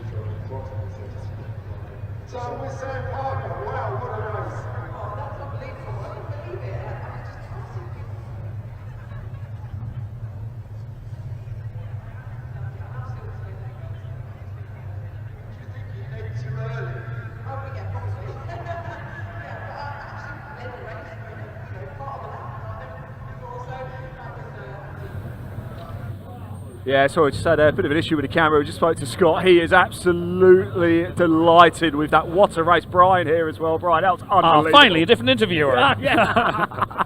What a race. Yeah, that was mega. I was on, I don't know, halfway through, and next minute I see this pink license plate, and I was like, is that Sam Parker? So we had great fun. Sam owes me a light. We had a good battle, a great battle. I mean, Sam, well done, amazing. That girl deserves all the mic time now. I had a great race with Scott and everybody. It was just chaos. Right, well done. Yeah. Well, you just said But she there, deserves the lovely mic. lady at the moment, Sam, all to Sam. you've got to interview yourself now. Well, can I say, right, we were down at the Caterham Hospitality there. It was full. Everybody was cheering. I've never known an atmosphere like it. All for you. That is one of the most sensational races I've ever seen. Congratulations. How do you feel? I'm struggling to keep the tears at bay, to be honest. Yeah, I can't believe it. It's just, it means so much to me. Sam, it was brilliant. Look, come on, come here. Well done. Congratulations. Go on, go celebrate. We'll cover this for you. Brilliant stuff. Indeed, you can just see the emotion there of what it means. In fact, let's just pop the camera through. We'll turn the camera around. Let's just pop it on Sam. Look, just getting some of the chatting to some of the people there as well. Look at that. How amazing is that? Got to be honest, we were all getting a little bit emotional down here in Parc Ferme as well. That is just brilliant for Sam. Congratulations, all the drivers coming over. What a result, and of course, one more race still to come for Roadsport, so we're going to have to dust ourselves off and get going again. And that's not it for Caterham Action, still more to come up. In fact, the next race is for the 310Rs. I did catch up with a couple of drivers. I'm sure we'll hear from them very soon.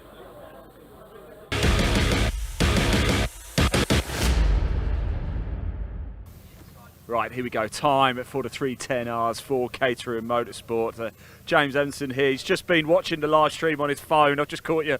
No, he's got TSL on. He hasn't actually got a stream on. Got TSL on. You got TSL on. James, 2025. What have you made of your season with Caterham? Absolutely loved it. It's been a fantastic year. No real pressure on me. First year in it. Great bunch of people. Great driving. Amazing standards. There was an incident at Alton, but that was a racing incident.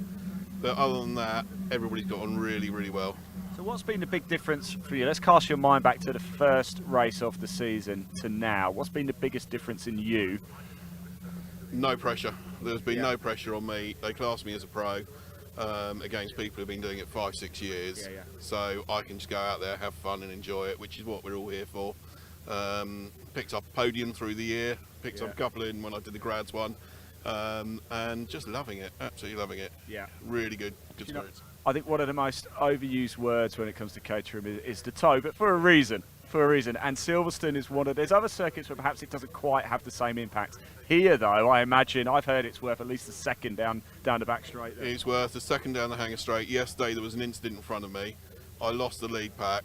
Spent 12 minutes basically on a test session driving round and round on my own and caught them on the last 3 corners. So too late, but it was, you can watch the delta on the screen going down, you lose a second down the back straight without it. Wow.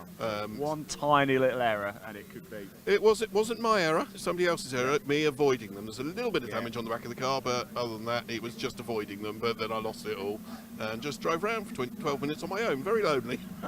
Well, that's about to change now in this one. 2026. Are you back? Yeah, back for 310. Yes. Love it. Excellent, James. Thanks for talking to us. Great to see you again, mate. Thanks for talking to us. There we go. Yes, you can see the cars line up. Peter Mott alongside us. Car drivers expecting an absolute cracker. Racing, as we always have. Caterham 310Rs coming up. Dave Goddard, over to you.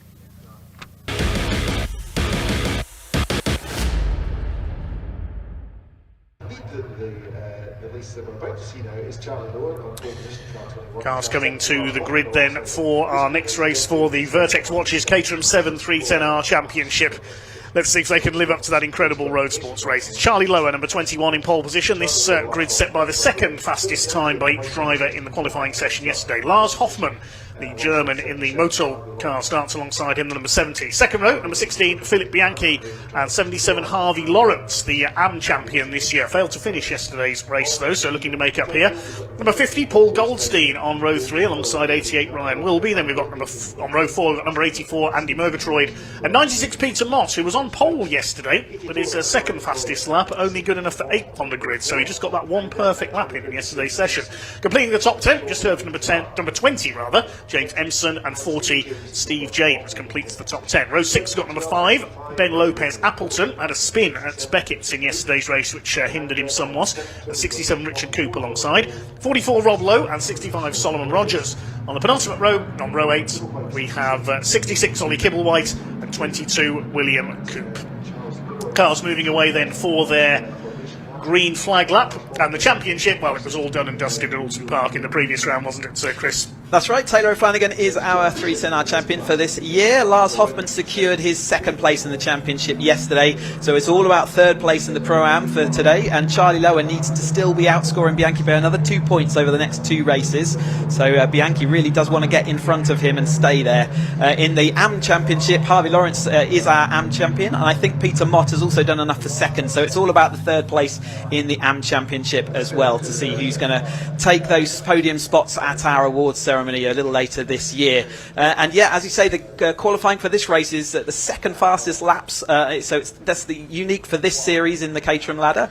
We do a slightly different qualifying format, so Charlie Lower finds himself up there just ahead of Lars Hoffmann, our second place champion, and he is ahead of Bianchi, who therefore is trailing Charlie Lower, his championship rival, by a couple of places, and he'll want to see if he can swap that around as we watch the rest of this 310R field, the fourth step of the Caterham Motorsport ladder, the ultimate ultimate incarnation of the Academy car that a lot of these drivers, or some of these drivers, have started about four years ago. So at the end of each year you upgrade, and the 310R over the top of the 270 is got a little bit more horsepower under there, so a few extra horses on your right foot. It's also got a limited slip rear differential, which gives you the extra excitement of power sliding out of the corners, and we'll surely see some of that going on.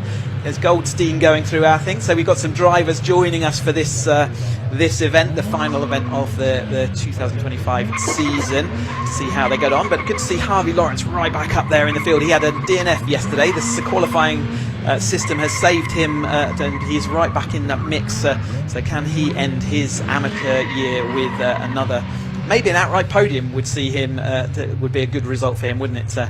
As they all line up then, this colourful grid of 310. Superb racing yesterday, slightly different wind conditions, crosswind rather than a headwind, so they'll have to deal with that. And who's going to come on top? And remember, in the championship, it's Bianchi and Lower who are the drivers we're looking at specifically. So Charlie Lower on pole, 2 times a winner this season, including yesterday, in the Dayglow yellow and blue car on pole. The red and white motor liveried car of Lars Hoffmann starts alongside him. He's had 4 wins this year, the majority of the wins going to the champion Taylor O'Flanagan, but he's sitting this one out. Philip Bianchi, the white car with the red roll cage on row 2, alongside the pale yellow and blue car of Harvey Lawrence. The red lights are on, they go out now, and off we go down towards the first corner at Abbey. Lars Hoffmann gets away well, so does Charlie Lower. Moving across there, Ryan Wilby with the bright orange roll cage, trying to get round the outside, but Charlie Lower's got the break and is already a few lengths clear as they head through farm and up towards village for the first time. Good start by Philip Bianchi. Looks like he's going to slot in second place ahead of Lars Hoffmann. Ryan Wilby is 4th. Paul Goldstein in the gold car up the inside there on Harvey Lawrence in the number 77. Andy Murgatroyd, I think that is, behind them, the green car number 84, as they head out of Beckett's towards the Hanger Straight for the first time. And Charlie Lower, very decent break there from the start. He's got Bianchi just where he needs him to be behind him at the moment. Bianchi making a great start, making a move over Hoffmann, but Hoffmann's going to go to the outside as they head down Hanger Straight. Remember, Hoffmann's in his final Caterham event or year, and he's been with us for 125 events already, so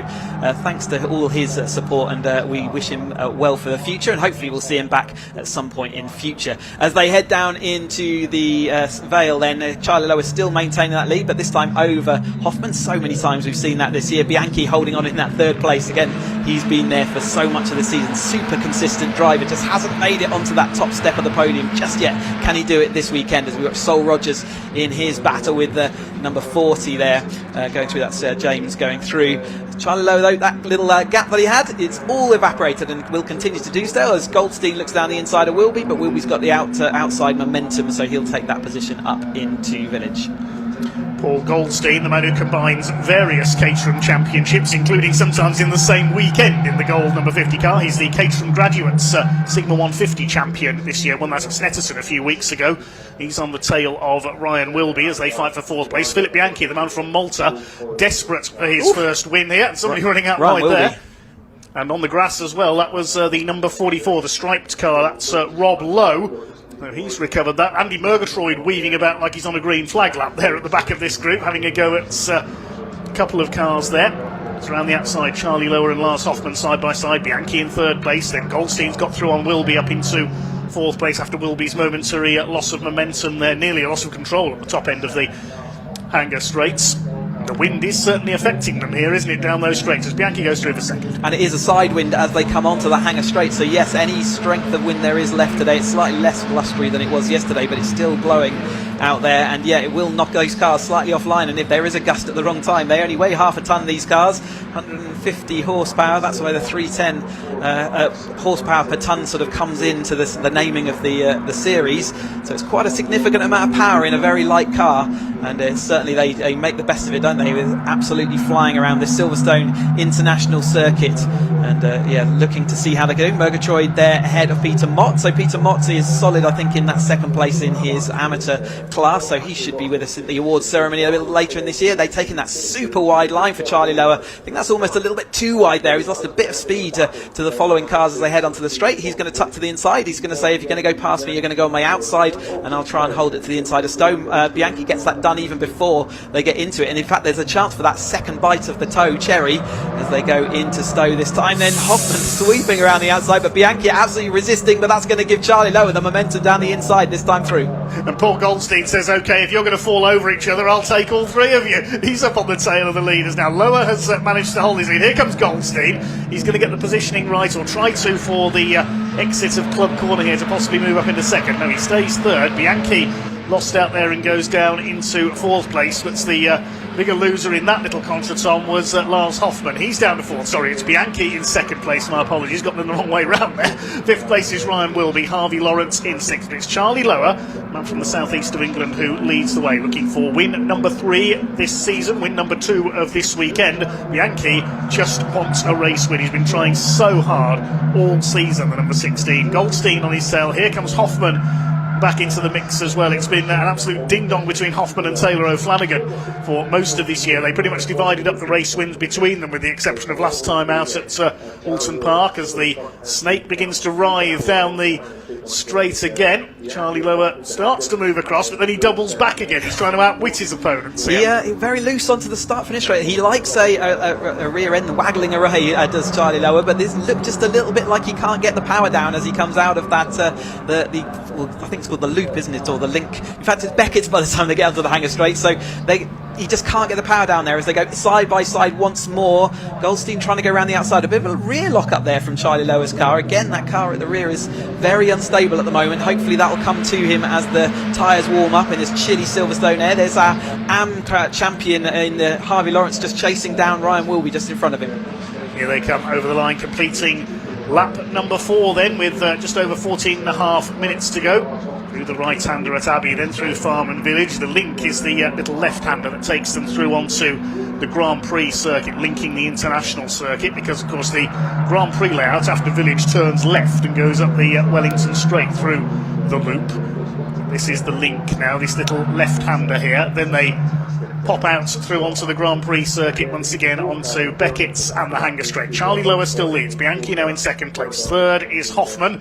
Then Goldstein in fourth position as the weave starts up again. Here we go. The rattlesnake is in action again. They're absolutely flying down the hanger straight. Then again, you can only do that weaving so long as there's no one up your inside. Harvey Lawrence gets squeezed by Ryan Wilby to the inside, just releases a little bit of pressure as they go in. Emson round the outside as they sweep it around 3 wide as they go through Stowe Corner. Then this Silverstone circuit is super wide, and it does allow these Caterhams to really manoeuvre themselves and put themselves. There's still one final. Bianchi's having to take to the wide. He's going to go across everyone. Does just about get away with it. Hopefully he can rejoin safely on the inside of Cloud. Oh, that was scary. He absolutely outbraked himself, realised he wasn't going to make it, took a avoiding action. That's going to give everyone a run of speed and a change of underwear as they head up them. But Lawrence is having to take to the grass on the edge of the track there as Bianchi tries to get back up to speed. Lawrence had to get out of it, so he's going to lose out there. And Ryan will be in fact contact between Harvey Lawrence and Emson there as they went up, and Murgatroyd makes best of that, so hopefully Emson hasn't blown his radiator. Yes, that was pretty scary there through Club. I thought Philip Bianchi was going to collect somebody as he came back across the circuit, but luckily they all avoided him. Lower leads from Hoffman and Goldstein. That's created a slight gap at the front of the field. Bianchi is still there in fourth place. He's able to recover, but that's backed everybody else up slightly as he lost that momentum and has had to get it back again. It takes about half a lap to get the momentum fully back once an incident like that has occurred. We'll have a look at that again. Up the inside, Bianchi was challenging Charlie Lower. I think he just missed his braking point there, trying to go down the inside. Had to take to the grass. There's no grip there. Straight across. Lars Hoffman hit the brakes. Great awareness. Luckily, they were able to avoid it. That was scary stuff. So often you see that ending in tears. He had to take to the grass, like you said. I think he just missed his braking point, realised it early, and did as much as he could to avoid contact, and everyone else reacted around him. Again, that's the experience of this 310R grid. They are multiple champions on this grid, and you can see that they've certainly been all used to driving Caterhams as they avoided what could have been a disaster at that point. Now Harvey Lawrence and Ryan will be maintain their battle as they head up into the turn at Abbey Corner. Both of them have also been part of the sim racing experience, so they're used to racing each other out there as well. Good to see them on the real world racing doing the same thing as Hoffman takes to the lead then in his 126th race with us. Can he convert that into a win for him? Charlie Lower doing what he needs to do, with Bianchi now recovering back though. So Bianchi, remember, he's got to try and score more points than Charlie Lower. Mentioning the Caterham Sim Racing Championship, was it Paul Donkin who took the title this year? He certainly did, yes. Paul Donkin not racing with us here, but he will be back next year in the 420Rs and looking to join us on the Tocker packages as well, the touring cars. As we come down into Hanger Straight then, Goldstein and Ryan Wilby and Harvey Lawrence continue their battle. In fact, it's Murgatroyd now got that head of steam around the outside of Lawrence, but he's fully stuck into this race. Emerson does look like he's still up and running, so that contact with the rear of Harvey Lawrence's car doesn't seem to have affected him or Lawrence. As we go down the inside for Bianchi, this time a lot more comfortable through the glove corner this time. He'll certainly be grateful for that. Charlie Lowe has broken away just very slightly. He's threatened that a couple of times, and if this trio now start battling with each other, there is maybe just enough of a gap to let that go clear. Here comes Bianchi up the inside on Lars Hoffmann down the Hamilton straight. Charlie Lowe has broken away very slightly there. Third place is still Bianchi. Paul Goldstein hanging on behind. This quartet definitely breaking away very slightly. Just under a second clear of Ryan Wilby in fifth, who's trying to close that gap back up again. James Empson is now up into P6 in the Kermit the Frog liveried number 20 car. They head out towards the Hanger Straight once again. Still 10.5 minutes of this race still to go, so we're not even at half distance yet. There's plenty more of this great action to come. Empson's got Harvey Lawrence on his tail further back now. Bianchi moves to the inside on Lars Hoffmann. Side by side down the Hanger Straights. Maltese driver ahead of the German on the inside now. Back up into P2. Now looking to get into the slipstream of Charlie Lowe, who has got away slightly at the front of the field. There's Goldstein in fourth position. You can see Lower getting away. This is exactly what he needs. Yep, this battling, you can see exactly how that breakaway works. If you've got a little bit of a gap and the toe is quite as strong as it is, you trip each other up as they're battling behind, and that's what happens. So the only way they're going to catch him back up, and they will catch him up easily, but only if they stop battling. But they're just not going to do that at this stage of the race. Hoffmann definitely wants to get back to the head of this field, and he's going to do that, or this chase pack I should say, not the head of the field, because Charlie Lower has still got that comfort gap. So it's just about whether they can ease the attacks on each other just for one or two corners, but they're Caterham racers, they're not going to do that. You try telling that to a Caterham racer in the heat of battle. As Ryan Wilby makes a move on Paul Goldstein, who's instantly back again alongside him coming out of Village. That's the fight for fourth position. Lower's still got that slight breakaway, a 0.8 of a second at the line. He led Bianchi and Hoffmann. Hoffmann now back up into second place. Wilby is there in P4 ahead of Goldstein, and then the next group is headed up by James Empson, Harvey Lawrence in behind. Then we've got Andrew Murgatroyd and Peter Mott, a 9-car breakaway in front of the field. Richard Coop is in 10th place in the 67 car. Lonely race. Lonely race ahead of his chasing pack. Steve James and Sol Rogers on his debut in 310 are next in the order in 11th and 12th. Then Kibble White, William Coop and Rob Lowe round out the 15 cars. 8.5 minutes of this race still to go. Charlie Lowe will lead across the line, but a new fastest lap for Lars Hoffmann. The gap is coming down again. They're going to try and reel in the number 21 for the lead. Only 15 cars out there. I was trying to work out which one was missing. It's Ben Lopez Appleton didn't take the start. Maybe damage from yesterday. Yeah, we saw him have that contact yesterday, didn't we? Spinning and sideways on. So maybe, like you say, just couldn't get it back here for race number 1 today.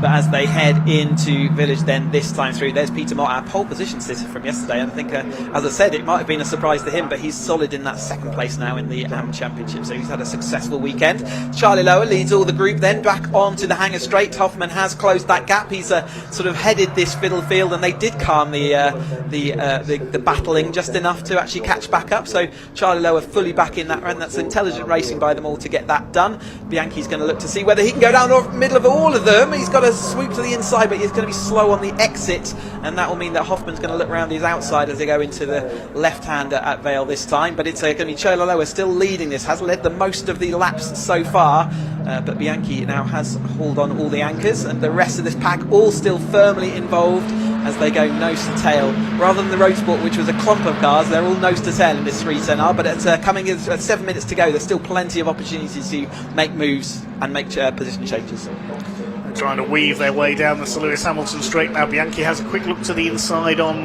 Charlie Lowe, but he's not close enough to attack this time through. Towards Farm and Village they go. Lars Hoffmann is in P3. consistent this year, but was not able to overhaul Taylor O'Flanagan for the majority of the race wins. Here's the battle behind them. Mott on the tail of Andrew Murgatroyd, closing up in turn on Harvey Lawrence, with James Empson ahead of them. This might split into two, this battle here, because we've got the 5 trying to break away. Ryan Wilby, the orange and grey car there in P5, trying to get away from James Empson as they weave their way down the straights once again. Charlie Lower holds the inside, so Bianchi's going to try and go for the outside here into Stoke. He's going to be very late on the brakes this one. He's taken the lead.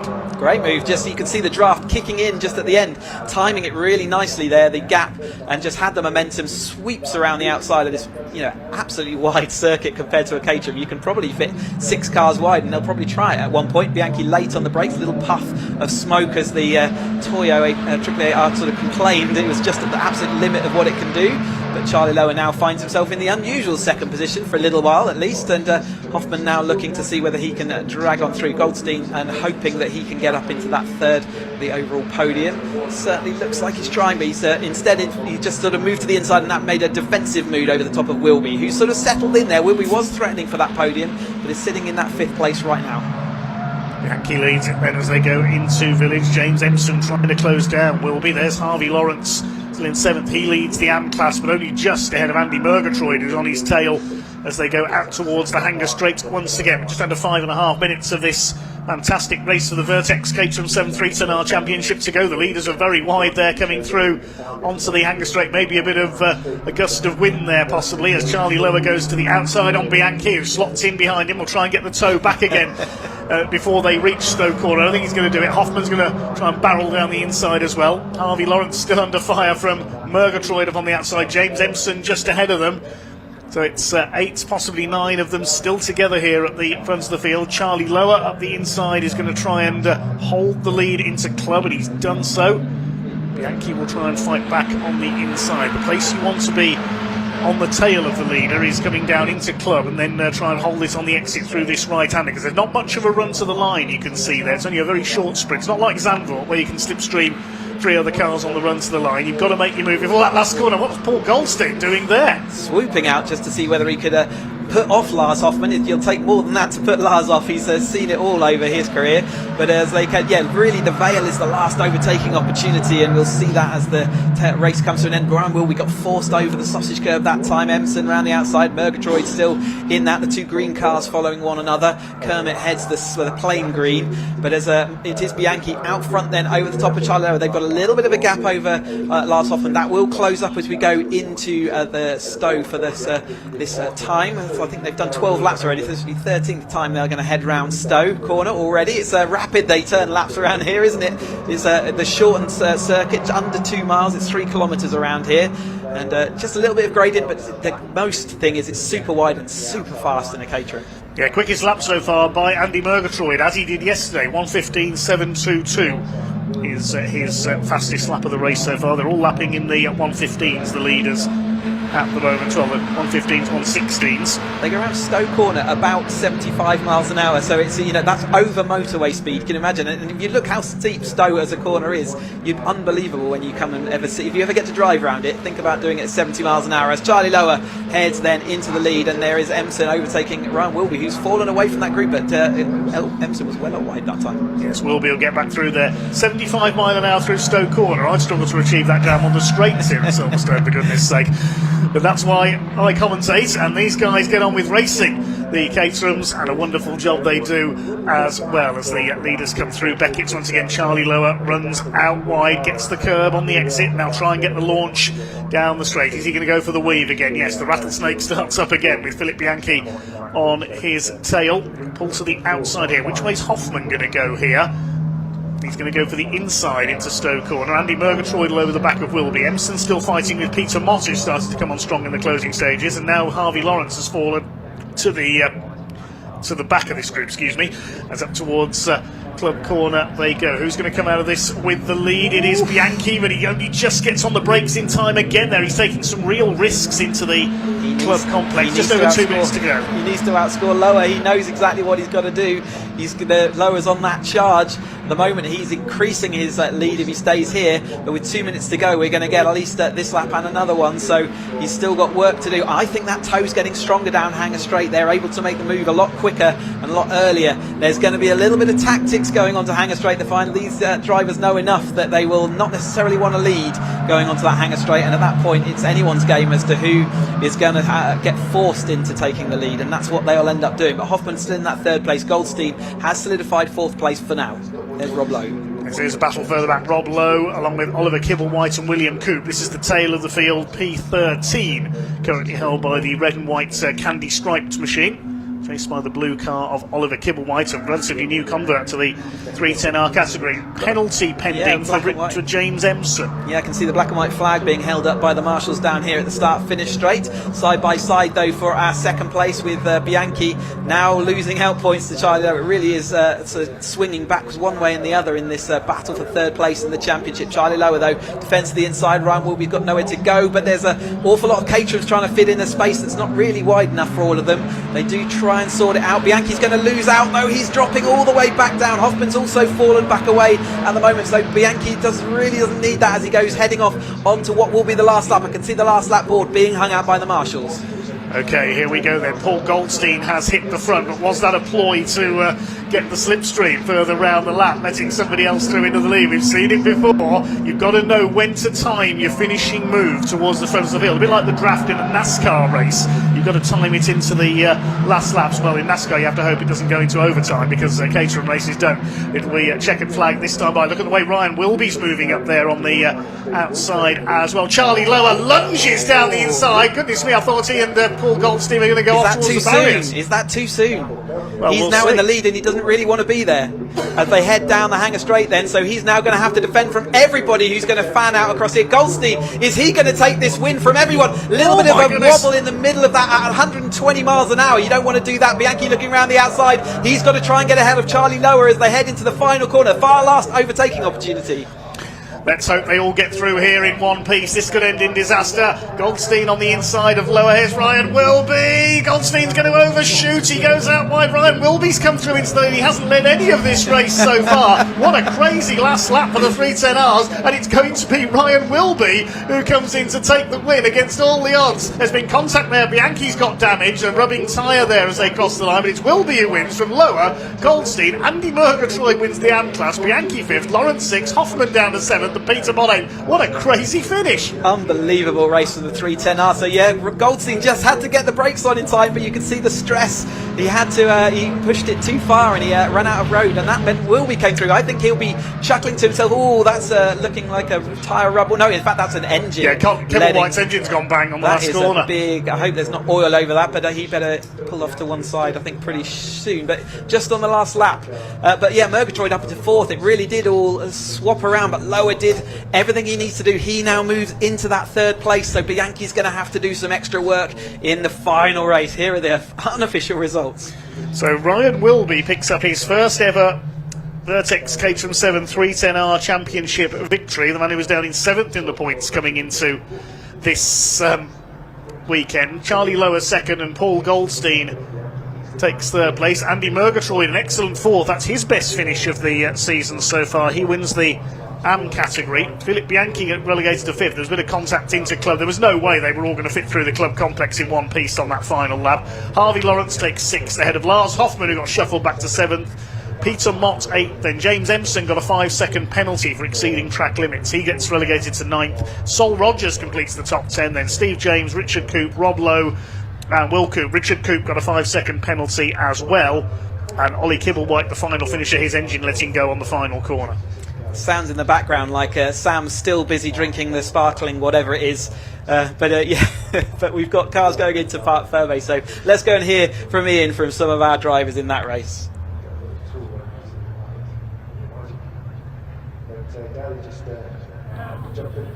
More brilliant racing for Caterham's the 310Rs. Ryan Wilby is the man in top spot. In 2nd place, Charlie Lower and Paul Goldstein in 3rd place. We'll grab a word with Ryan and the boys very, very shortly. Look at that, he's just posted for the photo.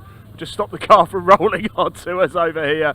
Let's let him get Ryan. Let you get your helmet off if you like, buddy, because it's glorious sunshine now here at Silverstone as well. A brilliant racing action as we see from everybody so far this weekend.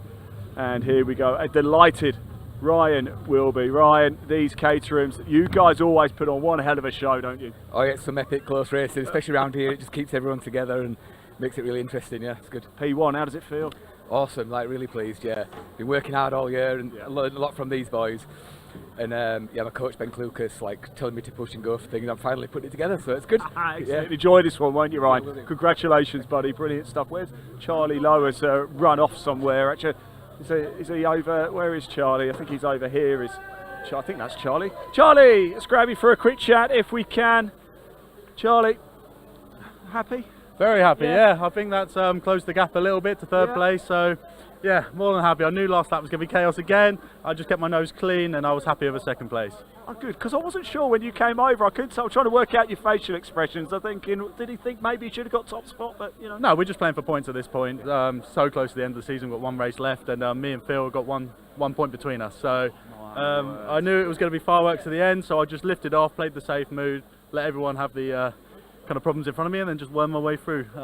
But yeah, I was very happy. Good luck, mate. Thank you. Good luck. We'll be watching very closely indeed. Where is Paul Goldstein? I definitely want to have a chat with him. I can see his family over here. Where did Paul go? Oh, Paul. Oh, sorry, I was actually going away from you. I was like, hello. Yeah, on the I know, podium, podium, boom, I know, amazing, unbelievable. It's been a pretty good weekend for you, isn't it? It's been a mega weekend. I was probably about that far away from winning this race until I outbroke myself into the chicane. Did the hard bit of getting ahead and then went too late. We have to come down. I normally watch the race up until the last couple of minutes because then I have to come in here to get ready for you guys to come in. Then I swap over to TSL, so I can't get quite the full picture of the last few bits, but I saw Goldstein P1 at one point. Yeah, I got overtook Charlie on the straight, led through the first corner, and then going into the chicane, I defended the chicane like he did to me yesterday, so I learned what he did to me, but I just broke too late, and then I couldn't stop the car. Two of them slid through, and I still came third, so I mean, totally happy with that. One last dance. Yeah, a bit of a reverse grid thing going on, so I don't really know where I'm going to start, but yeah, no. Doesn't really matter in Caterhams, does it? Not really, no. Top 6 is all right. Paul, well done, mate. Thank you very much. So happy for you, Cheers, top man indeed. Right, more classic touring car action. Yes, wall-to-wall racing today. It is endless stuff. Again, if you're watching at YouTube, please do hit that like button, that subscribe button as well. I'm bringing you these pictures completely free for you to tune in. We've got more Bark TV still to go in 2025 as well. So hitting that subscribe button just means you won't miss any of the action. Right, classic touring car action, pre-66s and 83s about to head out on track. I caught out of a couple of drivers a little bit earlier. Let's hear from them now.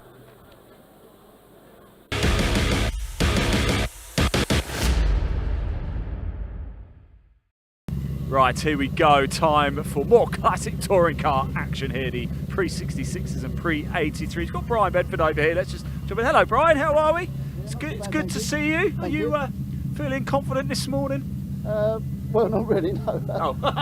Well, we're in the slowest group, and I was on my own because the car got smashed up at Brands, as you know. So this is a replacement car. But Keith Wright, who raced the Lotus Cortina yesterday, he packed up. Took the car home, come back in his Morris Minor, so he's in our class, so there's two of us. I like that. So that's really great. Keith never misses an opportunity to race, so he goes back to Bedford, picks it up and comes back, and yeah, great stuff, so looking forward to it. Talk me through these cars. Why are they so special to you?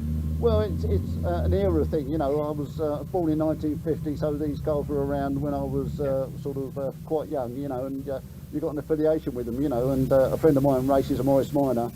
He's not here today, but yeah, it's cars that you know, and they're easy to work on, you know, especially if you have a big accident. But yeah, no, it's something that I really enjoy doing, and yeah, just keep plodding away at it, you know, so it's good fun. Silverstone in the sunshine, perfect way. Yeah, much better than yesterday, yeah. So. Right, thanks so much for talking to us. Best of luck, really appreciate your time. Look at the array of cars we've got over here as well. Let's just move down here, shall we, because we've got some absolute monsters around here. This is a particular favourite here as well. Let's just jump. Oh, hello. Oh, hello. You're in the zone there, getting ready. I am, yeah. It was a bit of a bad one yesterday. I Yeah. got spun out on the first corner, and yeah, and that was, everybody missed me, which was a good thing. But This car, though, I imagine it's quite suited to Silverstone, is it? it is. I know everybody moans about stuff, but I have had a misfire all weekend, Yeah. and I think I won't know till the green flag lap if I've actually solved it or not. But hopefully, yeah, Still going well, but not as well as it should do. Yeah, but hopefully this time. I have my fingers and toes crossed for you. Best of luck. We'll be watching with a close eye. Yes, here we go for the final time this weekend. The pre-66s, 383s. This is what is in store. Look at that. Right in the end of the race from Jonathan Corker, second place in his 85. Thanks, Ian. Yes, a little bit of oil being cleared up at the moment, I think, down on Club Corner from Oliver Kibblewhite's Caterham before we get the cars out on the track. But it is a big grid we're going to see for the Everard's Pre-66 touring cars and the Shell Oils Pre-83 Group 1 touring cars on the grid for this one. So let's guide you through them. It's based on the results of yesterday's race. And it was a first win for Neil Philpotts in his very rare Mitsubishi Colt Lancer Turbo. He starts on pole alongside Jonathan Corker, already confirmed as the Group 1 Touring Car Champion in the Datsun 510. They had a great battle yesterday. Second row, Nick Grindrod in his Ford Escort Mark 1 and Jake Margulies. Again, apologies to the Margulies family. They swapped cars for yesterday, Jake and David. But David's in the Escort XR3i further back, and we weren't sure who was in which car at first. It is Jake in the Alfa Romeo, and he starts on the second row here. Row 3, Carl Shreve had a good battle with Jake Margulies yesterday in his Dolly Sprint, alongside Nick Williamson, we just heard from in the big Rover SD1. Row 4, the Pre-66 winner from yesterday, Piers Grange, hoping for some better fortunes with his Ford Mustang than his Escort earlier on, and Jared Knight's Escort starts alongside him. Completing the top 10, Oliver Law in his Lotus Cortina. Now, his father Justin was going to take over that car originally for this race. Oliver raced it yesterday, but Justin's allowed Oliver a second go, and he completes the top 10 on the grid alongside Simon Gustafson, also in a Lotus Cortina. Row 6, we have Grant Williams in his one of his collection of Mark II Jaguars, alongside Barry Syme, hoping to win his class in the Mini Cooper S. His class rival Jake Swan behind him. They're just 2 points apart going into this race. Barry got the fastest lap just by a few hundredths of a second yesterday, so sits 2 points clear of Jake. If Jake had got the fastest lap, they'd have been level on points. Jake starts alongside another Ford Anglia, former champion Billy Keneally, and Billy's father Pat Keneally in his Lotus Cortinas on row 8 alongside Martin Armstrong's Mini. Row 9, we have James Ibbotson, the champion-elect in the Pre-66 category, all set to win the title here this weekend. Starts alongside his class rival, the Hillman Imp of Brendan Rooney. Row 10, Ed Gibbs Anglia, Adrian Oliver in his Imp. That completes the top 20 on this grid. On row 11, 94 Steve Platts in his Singer Chamois, a rebadged Hillman Imp effectively, alongside the similar machine of Jeremy Dias.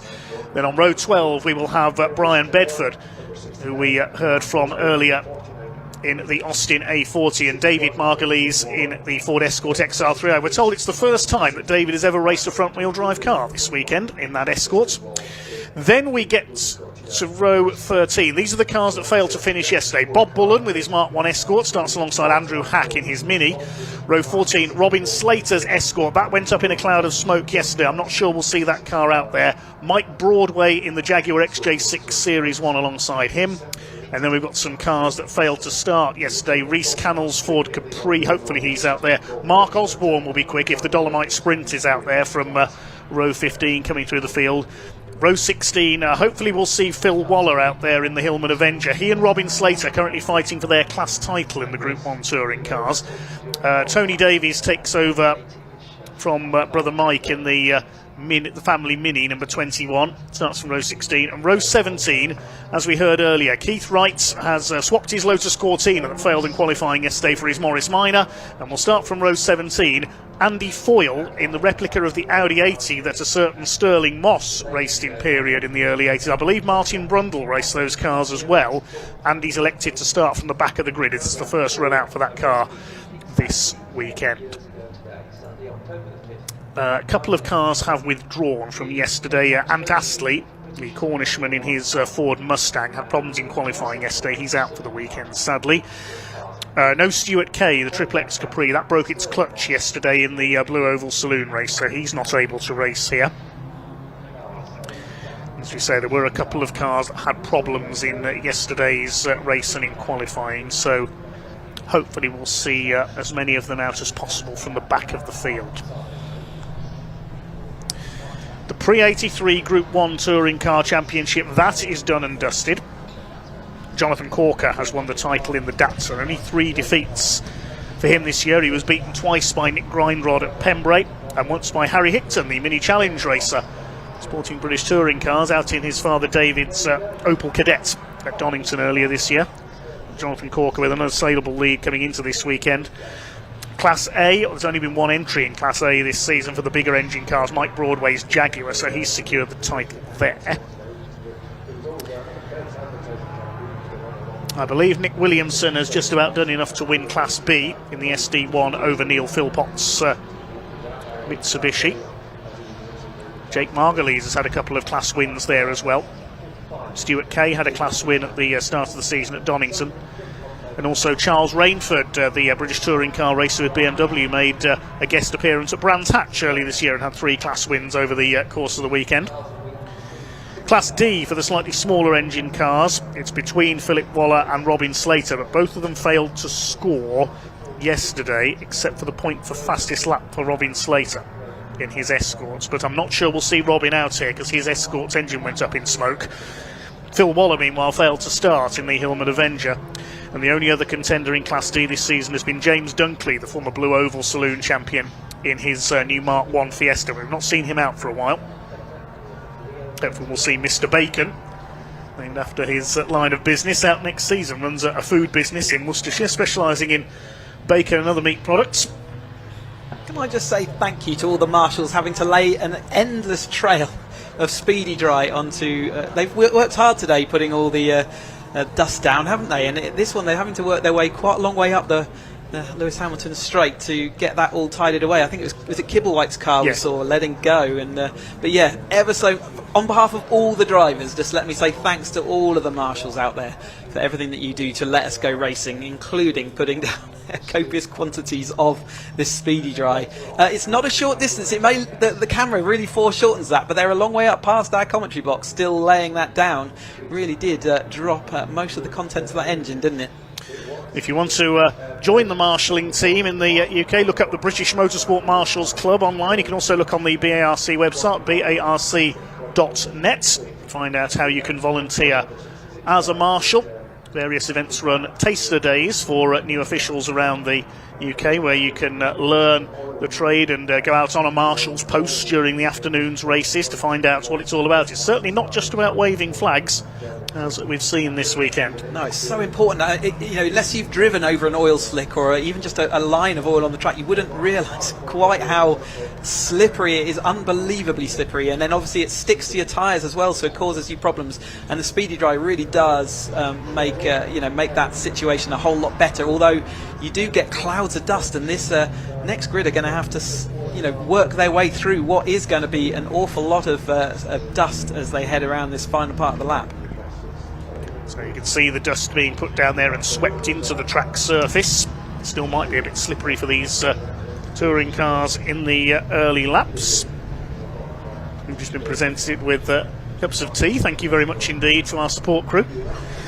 Let's take a look at the classes in the Pre-66, the Everard's Pre-66 Classic and Historic touring cars. And well, Class A's already been won in the championship by Piers Gray. He's got a safe margin over Grant Williams. Stuart Radford, the only entry in Class B this year, early this season in his Triumph Vitesse, so he'll take the class title there. The main focus is Class C, which is effectively the Minis and Anglias class, because they're all based on engine size, the classes, except one, which is the Lotus Cortina class, Class F. Class C, Jake Swan and Barry Syme. Barry took the class win yesterday and got fastest lap, so he's 2 points clear of Jake Swan in the class standings at the moment. Class D, for the Morris Miners and Austin A40s, Brian Bedford's already won that. Class E has been won by James Ibbotson, and he's all set to take the overall title as well. Just needs to complete this race in his Hillman Imp. He's only been beaten a couple of times this year by Adrian Oliver, the son of Eric Oliver, the sidecar racing legend. James, full credit to James Ibbotson. Not only does he race that Hillman Imp, he drives it on the road as well. He's driven it to the event from his home in Milton Keynes today, and he rebuilt that car after a pile-up at Brands Hatch earlier this season as well, when the Imp took a lot of damage. So full credit to James and his team for getting that car back out, and he's all set to take his second Pre-66 title here today. Class F for the Lotus Cortinas, that's already been won by Ian Thompson, the former overall champion. He's had 5 class wins this year. Not here this weekend because he's at the Singapore Grand Prix. Lucky Mr. Thompson.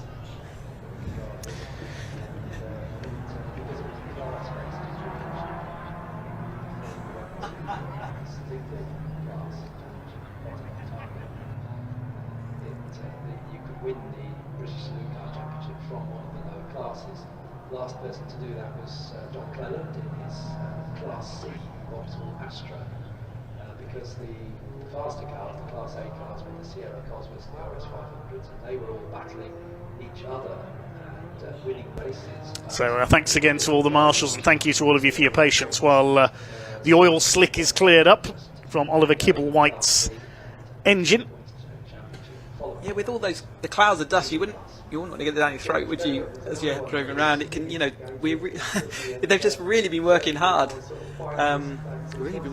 clear that all up, and they do look like they've just about done that. So hopefully, their noses will be clear. Yeah, that was also a favourite starting point for the Super Saloons, because they had the rear engine layer, which meant in the Super Saloon regulations where it was basically the bodywork and side on of the car must remain fairly close to the silhouette of the original, and the engine's got to stay in the right place in the car. Other than that, the wheels were wide open, so people were taking single-seater chassis and putting the bodies over the top and making fantastic special saloons. Thanks for all your comments coming in on the stream at the moment. Sponsored by John Hugh Liqueurs, and it was a famous car in Scotland. It's similar to competitive cars throughout the country. Some great cars back in those days. The poll that we had earlier on in our comments, by the way, what is your BARC breakfast of choice? I did notice this earlier on. Mini muesli, touring car tea cake, Caterham croissant, or a BARC bacon bagel. I love whoever's put that on there. The BARC bacon bagel was the winner. I quite like a Caterham croissant myself. So out they come then. Cars making their way to the grid for this combined race. The Everard's Pre-66 touring cars and the Sherlock Oils Group 1 touring cars for the Pre-83 cars. Fantastic field we have. There's Grant Williams, Goodwood legend in his Jaguar Mark II. Most famous being Buy1, B-U-Y-1, but he's in a different car today. And there is James Ibbotson, getting the imp sideways already. In fact, it's the only man who was praying for rain this weekend. We know how sideways he gets in the wet in that Hillman imp. Great entertainer is James. Plenty of Hillman imps out there. Pleasing one of our commenters. Let's see those Hillman imps, says Graham Crompton. A couple of the Singer badged ones as well. There was the Singer Chamois, which was a slightly upgraded version of the Hillman imp, and there was the Sunbeam Stiletto as well, which was the fastback version. A few of those appeared in special saloons, the Maguire built space frame versions as well. There's the Jaguar of Mike Broadway. Mark Osborne's out there in the Dolomite Sprint, so watch for him coming through the field. Keith Wright's Morris Minor, and there at the back is the Audi. That is Andy Foyle, his first race for many years in the Akai Hi-Fi liveried Audi 80. Replica of the car raced in the British Saloon Car Championship in around 1980 by the legendary Sterling Moss.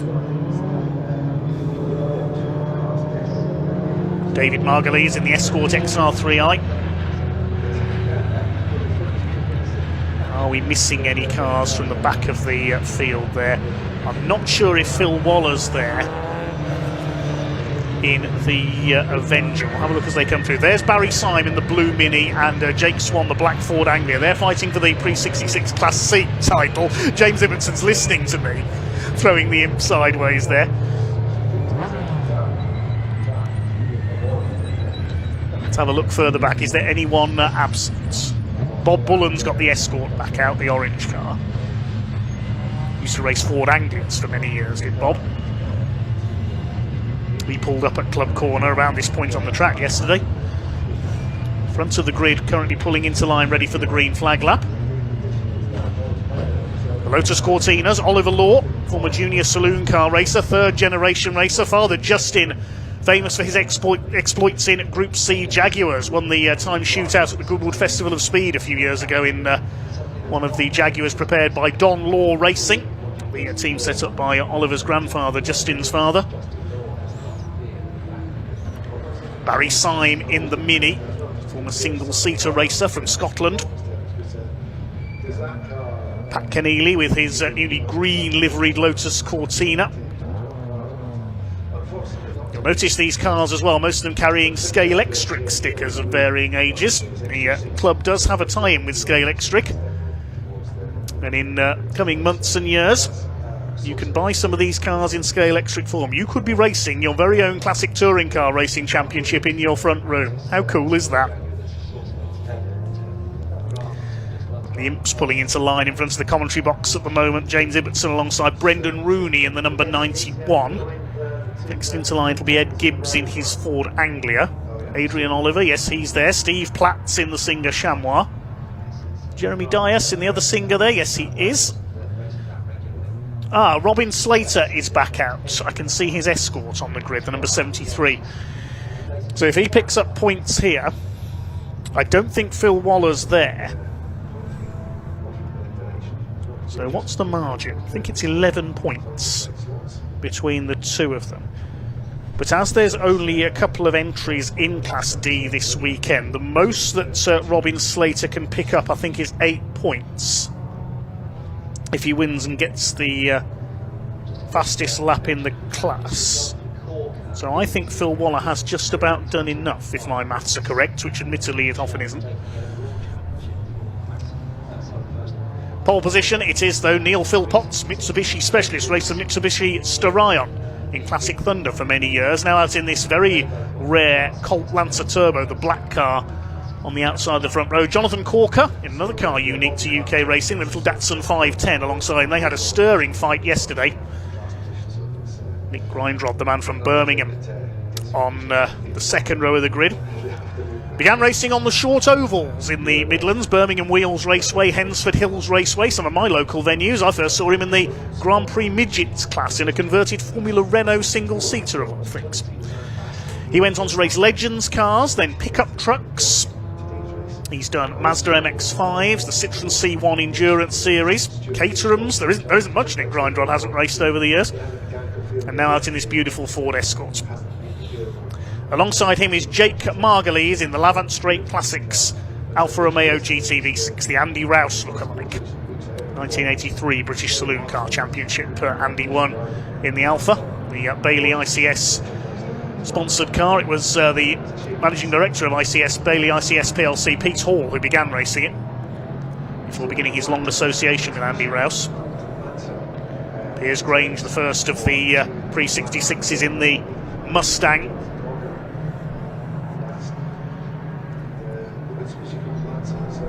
There's one of the minis further back, that's Andrew Hack. He failed to finish yesterday's race. Watch for Mark Osborne, that very quick dolly sprint.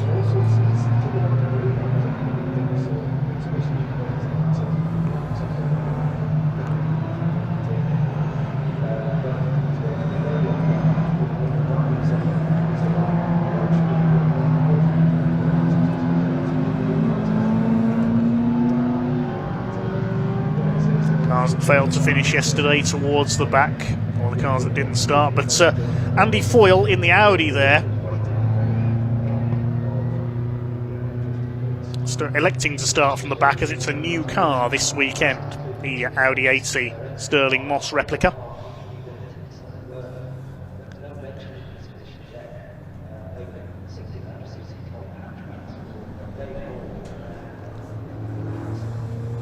But I know Andy's been working on that car for a very long time.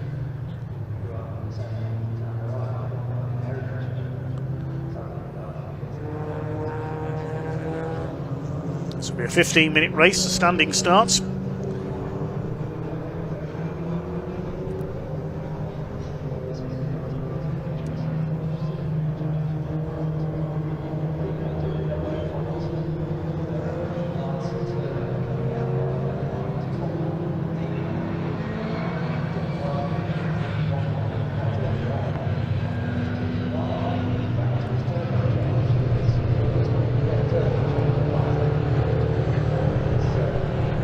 There is the Audi 80. It was the Richard Lloyd run VW Golf GTIs that had the Akai Hi-Fi sponsorship at first before he took over running the Audis. So the black Mitsubishi and the blue and white Datsun on the front row of this huge grid, over 30 cars. Nick Grindrod, the red, gold and green Escort on row 2 alongside Jake Margulies, the blue and white Alfa Romeo. Carl Shreve in the metallic blue Triumph Dolomite is on row 3 alongside Nick Williamson, the two-tone blue Rover SD1. Row 4, Piers Grange in the red Mustang alongside Jared Knight, the white Mark II Escort, the man from Devon. Completing the top 10, Oliver Law in the traditional white and British Racing green striped Lotus Cortina. Simon Gustafson in the all-white example, the former Volkswagen Golf racer. Grant Williams in the navy blue Jag alongside the lighter blue Mini of Barry Sy. This is going to be one heck of a race. The pre-66 and pre-83 Group 1 touring cars. I'm really looking forward to this one. The 5-second board has been displayed. The red lights come on. The revs are up. Ready for the start. And away they go. Good start by Jake Margulies in the Alfa Romeo. Gets a great launch down the inside. But it's the Mitsubishi, the turbo grunt of the Colt Lancer that takes Neil Philpott into the lead. Jonathan Corker has just about held second place. Margulies goes up into third position. A magnificent sight they make as they stream out towards Village Corner for the first time. Philpotts leads from Corker. Margulies is in third place. Nick Grindrod is fourth. Jared Knight's got away well in the Mark II Escort up into P5. There's the lead battle in the pre-66s. Billy Keneally's Anglia running out wide there. Piers Grange using the grunt of his Mustang to take the lead off the line. One Corker up the inside. There's a bit of a sort out coming out of Beckett's. I thought there'd been some contact there. Jonathan Corker takes the lead from Neil Philpotts. Margulies side by side with Grindrod for that third position. It's 3 wide behind. Carl Shreve, Nick Williamson and Jared Knight. Carl Shreve holds that P5 in the Dolomite. Jonathan Corker in the Datsun has the early lead. Then as they go into Stowe Corner for the first time, it's getting fully heat into their tyres. Up towards Club Corner they go. Now these two had an absolute ding-dong at the front of the field yesterday, the two Japanese machines. Carl Shreve runs wide, going into Club there, misses breaking point I think, and through goes the big Rover, the 3.5 litre V8 engine SD1 Vitesse of Nick Williamson. Clouds of dust being kicked up over that powder from the oil from Oliver Kibblewhite's Caterham, but out in front of the pre-66s it is Piers Grange, Oliver Law and Simon Gustafson battling over second in the Lotus Cortinas. Grant Williams behind them, and Jake Swan has got ahead of Barry Syme. Here comes Carl Shreve, big lock up down the inside, look out, nearly harpooned the back of the Rover. That was very close indeed between those two, a bit dicey there at the middle of the top 10. It's the battle of the P5 at the moment. There's one car into the pits. Ed Gibbs in the Ford Anglia has pulled up. It's down the straight they come then. Corker ahead of Philpotts, Grindrod, then Jake Margulies. Nick Williamson used the grunt of the Rover to try and pull back ahead of Carl Shreve. Speaking of grunt, there's Piers Grange in the Mustang. Only one Mustang in this race, Van Tastley having failed to race. His Mustang broke down in qualifying yesterday. Of course, normally we'd see the Ford Falcon of Alan Greenall up there as well, but he's only made one appearance this year due to other commitments. There is Jake Margulies. That's beautiful fastback Alfa Romeo. Trying to chase down our top 3. Nick Williamson is next, then Shreve, Knights, then the pre-66 battle. It's one of the Lotus Cortina. That's Oliver Law having a go at Piers Grange. No less a driver than Jim Clark was British Saloon Car Champion in period with the Lotus Cortina. Graham Hill raced them as well. Two of the all-time greats of, well, world motorsport, not just British, but it's Oliver Law emulating them here. And he's gone round the outside of the Mustang of Piers Grange at Village. Superb. Oliver Law is only in his teens. Very much a historic racing talent of the future. Piers Grange will play Roy Pierpoint in this race. He was the champion in the Mustang in period in the 60s. Frank Gardner, the Aussie, raced them as well. Bob Bullen's rising up the order, I note in the background there as well, with his Ford Escort towards the back of the grid.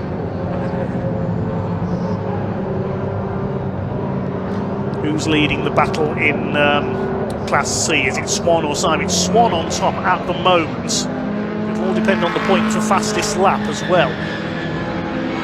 Who gets the class title there? They could finish jointly, of course.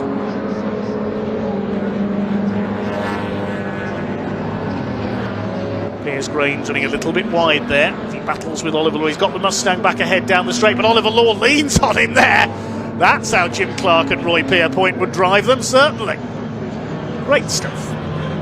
Of course, for the Jaguar Mark II, you're going back right to the dawn of the British Saloon Car Championship in the late 50s. 1958 was the first year. The likes of Tommy Sopwith and Roy Salvadori drove the Jags in period. For 10 minutes of this race still to go, so we're coming up towards 1/3 distance. Jonathan Corker still leads outright in the Datsun. And here's a battle between Billy Keneally's Anglia being caught by a couple of minis. Oh, the Audi dropping out. Andy Foyle into pit lane. That's a great shame. There's a couple of minis in there. And this is the battle in Class C. The black Anglia of Jake Swan, the blue mini of Barry Syme. They're fighting for their class title. Jake Swan has it at the moment. Mark Osborne towing Bob Bullen with him up the order there, I noticed, just ahead of this group, which is headed by Billy Keneally. Then we've got the minis of Andrew Hack and Martin Armstrong. Andrew Hack in the grey car there with the headlights on. He goes for the insides, competed in the Mini 7 Championship for many years, Andrew Hack. He hacked his way through on the inside there, past former champion Billy Keneally, who's had no end of mechanical issues with his Anglia. Talking of Anglias, there's Jake Swan, just about defending his lead from Barry Syme. He knows he's got to win the class and take fastest lap if he's going to defeat Barry for the title. Barry leads by 2 points in the class standings coming into this race, if our calculations are correct. A lap Keith Wright in the Morris Minor. So Corker leads by nearly 2 seconds now, looking to equalise on Neil Philpotts for the overall victory. Nick Grindrod in the Mark 1 Escort is third. It's a Mark 1 Escort that has dominated this championship for so many years in the hands of Stephen Primette, winning double figures of titles. He went off to race in another series this year.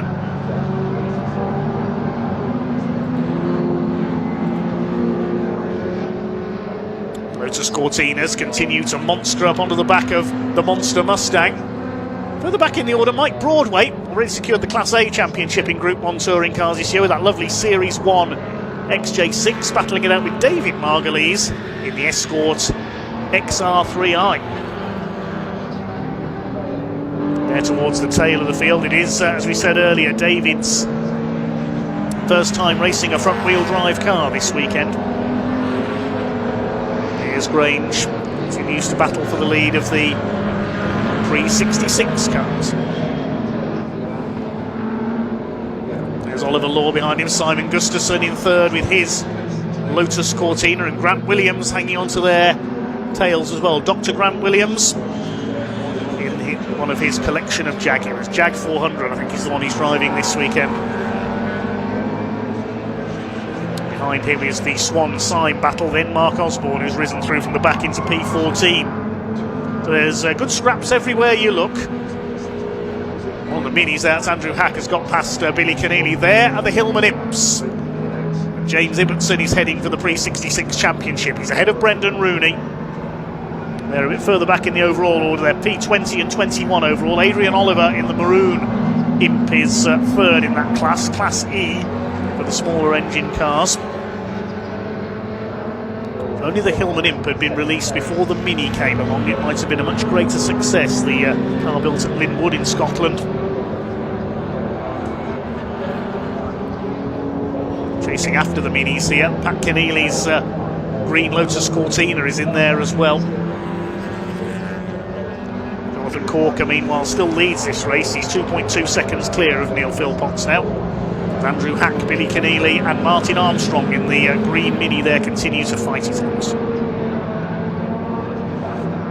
Champions in Minis in period in the 60s were the likes of Sir John Whitmore, John Rhodes as well, John Love as well, the Zimbabwe, well, Rhodesia as it was then, born racer. Then years later, Alec Poole, the Irishman at the end of the 60s, and when the Mini Clubman came along, Richard Longman, was later to gain fame in Mark 1 Fiestas, was successful in the BSCC, the British Saloon Car Championship. But it's Jonathan Corker out front. The Datsun 510, not really a car we saw race in the UK in period. Very successful in its home. Jonathan Corker, a boat builder by profession. Finally out of the shadow of his main rivals over the years, Mark Osborne and Stephen Primetz. There is the Mitsubishi. Which a rare car in the UK, the Mitsubishi Colt Lancer. So he's dropped back a fair bit there from Corker now. He lost over a second on that last lap. There's Nick Grindrod, multi-discipline star over the years in the red and gold Escort there in third place. Debuted that car with a pair of wins at Pembrey. There's the Margulies family, son has just lapped father.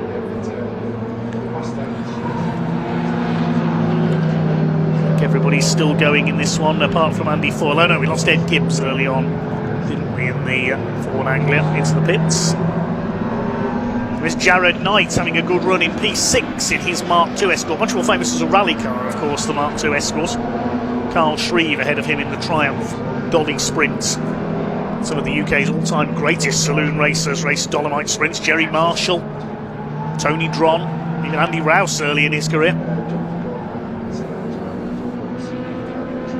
There's that Anglia mini battle. The main Anglia mini battle is the one between Jake Swan and Barry Syme. Now, who's got the quicker lap? Syme's got the fastest lap at the moment. I think that might give him the class title by 1 point.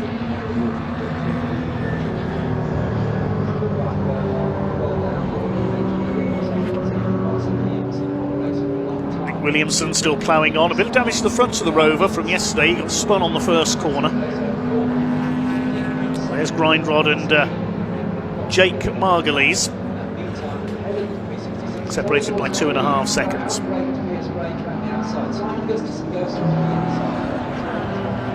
Just under 4 minutes of this race still to go. The Everard's Pre-66 touring cars and the Shell Oil's Group 1 Pre-83 touring cars. One event left in November at Brands Hatch for the Classic Touring Car Racing Club. It's their all-comers races, which are run as handicap events.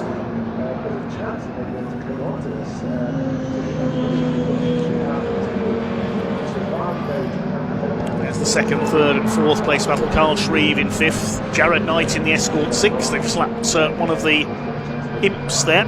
It's Jeremy Dias, I think, red and yellow Singer Chamois that's gone a lap down. Nick Williamson further back in the order with the SD1. I think Oliver Law has got the Lotus Cortina ahead of Piers Grange again in the battle for Pre-66 overall honours.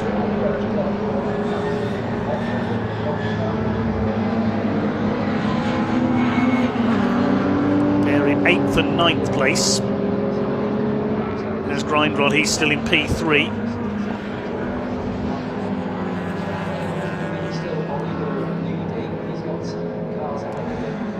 So in the closing stages now of the season for these categories. One more point scoring race to go this season for the Classic Touring Car Racing Club. It's the Super Tourers Pre-93 and Pre-03 as Martin Armstrong, Andrew Hack rather, sweeps around the outside of Billy Keneally. There's Martin Armstrong on their tails and Pat Keneally. We should have seen 3 of the Keneally family racing this weekend, but Michael Keneally's Fiesta in the Blue Oval Saloon Series failed to race, had problems in testing. Here's the battle in Pre-66, and yes, Oliver Law has got away from Piers Grange now. He is one driver to watch in historic racing in the future, isn't young Oliver? To take on a driver of the calibre of Piers Grange, the long-time classic Ford racer, at his tender age is very impressive. Meanwhile, here's the battle in Class C, and Barry Syme is now ahead of Jake Swan. He's got the Mini ahead of the Anglia. Now, if he wins the class, he wins the class title. It's very, very close between those two in the points. Barry Syme is now able to pull away. Began his career in single-seaters, was successful in Formula Ford and Formula Renault, where he once defeated a certain Lewis Hamilton. That's Barry's claim to fame. But then switched to historic racing, sharing his Mini with his father Jimmy. They've raced it all over the UK and Europe. Jake Swan on his tail. He and his father Kevin Swan have had a pair of Anglias in this championship for the last couple of years. Kev not racing this weekend though. Jake and Kevin, oh, big lock up there, nearly clips the back of the Mini. I was about to say Jake and Kevin are former Bangor racers, but we won't be seeing any contact here, hopefully.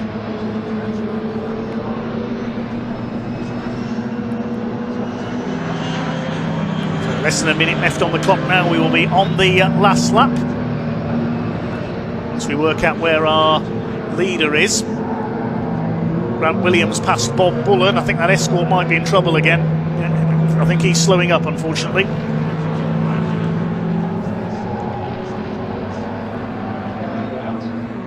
Leader has just gone through to begin his final lap. There he is. Jonathan Corker, already confirmed as the Group 1 Touring Car Champion. James Ibbotson is still leading his class. He's going to be confirmed as the Pre-66 champion for the second time in his career. What a season Jonathan Corker has had in the Datsun. Only 3 defeats in Class C of the Pre-83 Championship this year. 1 to Harry Hickton, 2 to Nick Grindrod. Correction, 4. 1 yesterday as well to Neil Philpott. I apologise. There's Neil in the background, still in second place.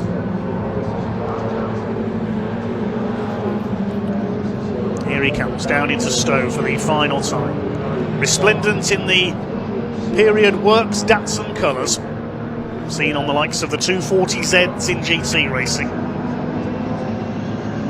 Jonathan Corker, who has had to play second fiddle to the likes of Mark Osborne and Stephen Primet over the last few years, at long last,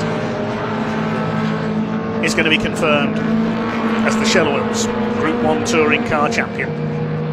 With a victory here at Silverstone, comes out to the final corner, takes the checkered flag, wins the race and the championship. Neil Philpott, yesterday's winner, will have to settle the second place. A fabulous weekend he's had with the Mitsubishi. Nick Grindrod will come over third, just ahead of Jake Margulies in the Alfa Romeo. And we will await James Ibbotson to come in. He only needs to finish here. He doesn't need to win the class. There's Robin Slater. Now he'll take the win and fastest lap, but I don't think he'll quite overhaul Phil Waller's total here because he didn't finish yesterday's race. We'll have to wait for confirmation on that. I think Phil will do enough to win their class. Power sliding home to win the Pre-66 is Oliver Law. What a great drive by him. Grange comes over in second in the Mustang. Simon Gustafson is third, but we're awaiting the Hillman Imps to cross the line. And we await James Ibbotson, who's about to be confirmed as the Pre-66 champion. There's Grant Williams over the line. Barry Syme comes in, he's beaten Jake Swan. So Barry Syme will take the Class C title. That was the closest of the classes. Barry Syme has taken the class win over Jake Swan by a scant margin of a quarter of a second. Great fight there between the Anglias, Minis and Lotus Cortina. And there is James Ibbotson. He comes in second in class behind Brendan Rooney. And the man who rebuilt his Hillman Imp after that smash at Brands Hatch just a few months ago takes his second Everard's Pre-66 touring car title. I was hoping he would celebrate with a power slide through Club Corner for the final time, but he was too busy fighting Brendan Rooney for the class win.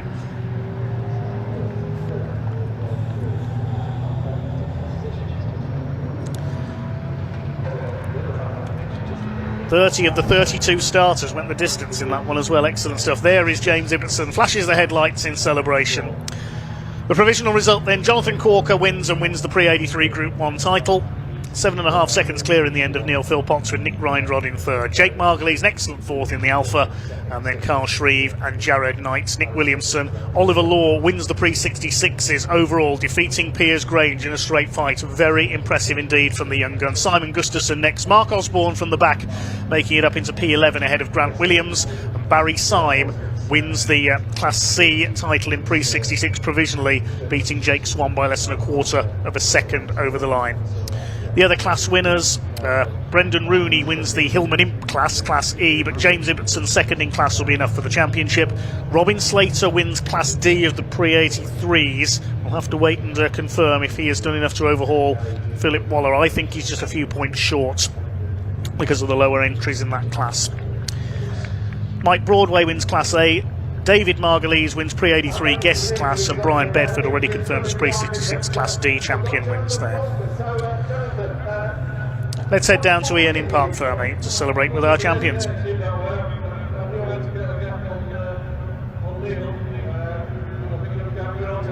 Well, welcome to the garages of Silverstone inside the Park Ferme area. We've got to Jonathan Corker here, just having a quick chat with Gary there. Let's grab Nick. We didn't manage to speak to Nick yesterday on the podium and on it again. Nick, pretty good racing, hey? You must be happy. Oh, yeah, I'm definitely happy. Finishing on the podium is always good.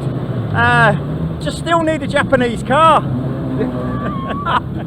But no, it was good. It was really good. Enjoyed it. Nice weekend. Sun shining, so... Can I just ask, what is it like being part of this entire grid? Because the Pre-66s, the 83s, you guys get a lot of attention. It must be quite nice, huh? It is nice, yeah. It's nice to have people looking at cars, maybe reminiscing of olden times, but yeah, and the old cars keep going round and round and round. Nice one, Nick. Congratulations, mate. Good weekend indeed. Let's grab Jonathan over here. He's got the bonnet up. Jonathan, bonnet's up. Everything all right? No, not really. Oh my goodness. Okay, yeah. Oil's gone everywhere, it looks like here, but well, you managed to get it home in time. Yeah, just about. I'm supposed to be doing Pre-93 race as well, but we'll have to scrap that, I think. Yeah, actually, I don't know if you can see underneath as well, the oil spilling down. And actually good work by the team here to pull Jonathan off to the side so we don't get oil all into Park Ferme. Let's move in a little bit further, shall we, because we've covered a couple of the Pre-83s there. It was Oliver Law, the winner in the Pre-66s. I wonder if he is around. So there he is, look. I think he might be about to have a chat. Barry, well done. Have a safe journey home, won't you? Yeah, take care. Good stuff. We'll...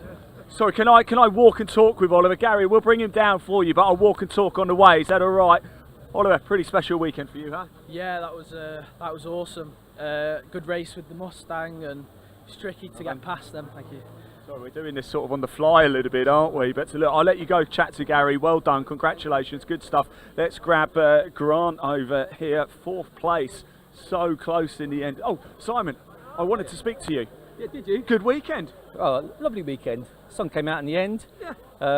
Yeah, fantastic. What was it? 2/3? 2 P3s. Yeah. That's what I didn't catch up with you yesterday, no, so you I wanted to you make didn't. sure we did today. You'd gone too soon, or I'd gone too soon, one or the other. I lost you. I couldn't find you. You know, but what? Look, special weekend. What's it been like for you being part of this? Oh, it's a great little championship. Everybody's so friendly. Yeah, the camaraderie in the pits is fantastic, and it's a lovely championship. 2 short sprint races, just what everybody wants. 2 starts, 2 finishes, and I think everybody's finished, haven't they? I think pretty much. Well, for you guys, yeah, there is still the Super Tourer race to go for Classic Tourer. Yeah, but in this race, everybody finished. Yeah, so all good. Excellent, Simon. Congratulations. Thank you so much for talking to us. Really appreciate it. Barry, when does the long drive home start? Now. As soon as we get packed up, yeah. Really? Hopefully it's shorter on the down journey south. Yeah. And last meeting of the year, but we've got a sprint at Goodwood later on, the Swift Tune sprint with lots of minis. So my dad and I are double entering that. I'm giving them a shot for a change after all this hard work. So. You're not coming to Brands then? Not coming to Brands. I can't do 2 trips south. I don't think my wife Alison would like me. My son Adam might start to forget what it looked like. But a big shout out to everybody that helps us out, and my dad, Jimmy Symes, his car, and he's relinquished the driving a little bit this year to let me go for glory. So I think we got 3rd overall in the championship. Yeah. Got the class 2, close run with Jake there. Brilliant. I think the JJ, Ken, everybody helps us. And there's lots of people watching from all over the world, so I must say hello to my aunt in America, Aunt Carol, and my cousin Angie. Whereabouts? Louisiana. So they'll be watching and listen to the Scottish accent. And yeah, big thanks to everyone that makes it happen. I've already mentioned Miller's, obviously. Yeah.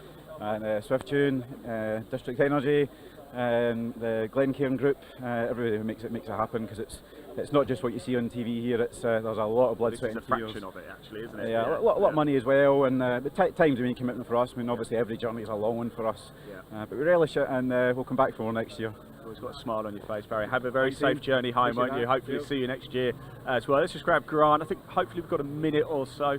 Grant, can I just grab you for a very quick chat? Well, I thought you had P3 for a moment there, but not quite, but still a pretty special weekend. Yeah, look, amazing weekend. The car is on the money. I was chasing him down. I felt like I could get a third or a second here, and I was just really going for it. And then the clutch pedal, I just lost the clutch pedal. So I was trying to find gear. So then it was just damage limitations, just trying to stay in front, finish where I can finish without them catching me because any longer. I was kept going on the next lap. Pray, check the flag, check out, please. But no. Amazing weekend. We had a bit of oil leak on the back of the axle yesterday. That's why he was dropping back so much. But once we solved that, the car is flying, absolutely flying. You're bringing a Jag out next year? Yes, definitely, 100%. Yes, I'll be. Right answer, Grant. Well done. Thank you so much. Right, I think I might even be able to hear Caterham's out on track. It's the Caterham Sevens, the pinnacle of Caterham Motorsport. I caught up with a couple of drivers a little bit earlier. Let's hear from them now.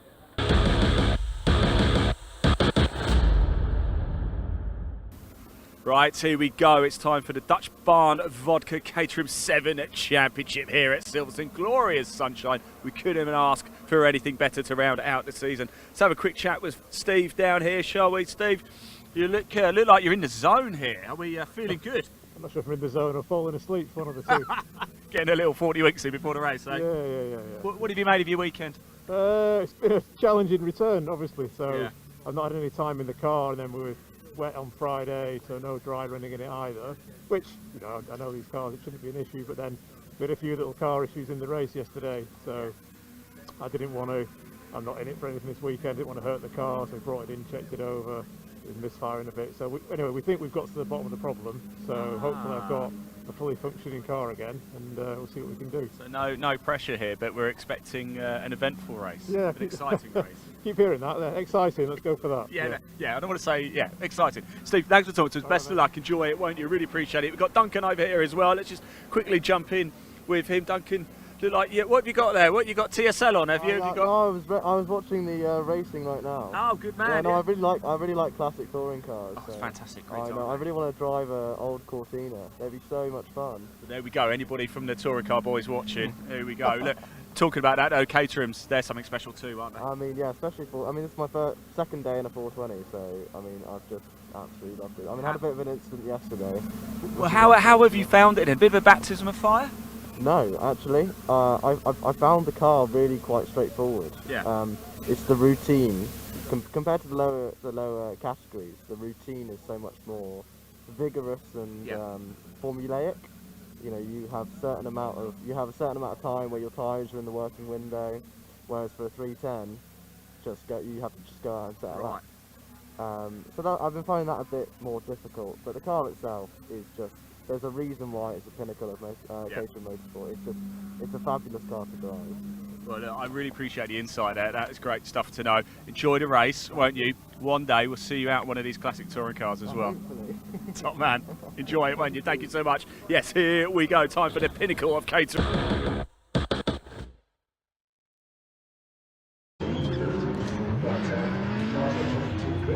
Thanks to Ian, we just had to crash out there because the cars are already coming up to the grid then for the Dutch Barn Vodka Caterham 7 Championship UK. Now, Matt Armstrong won yesterday to secure the title, but he is not racing today. He's decided to withdraw to celebrate.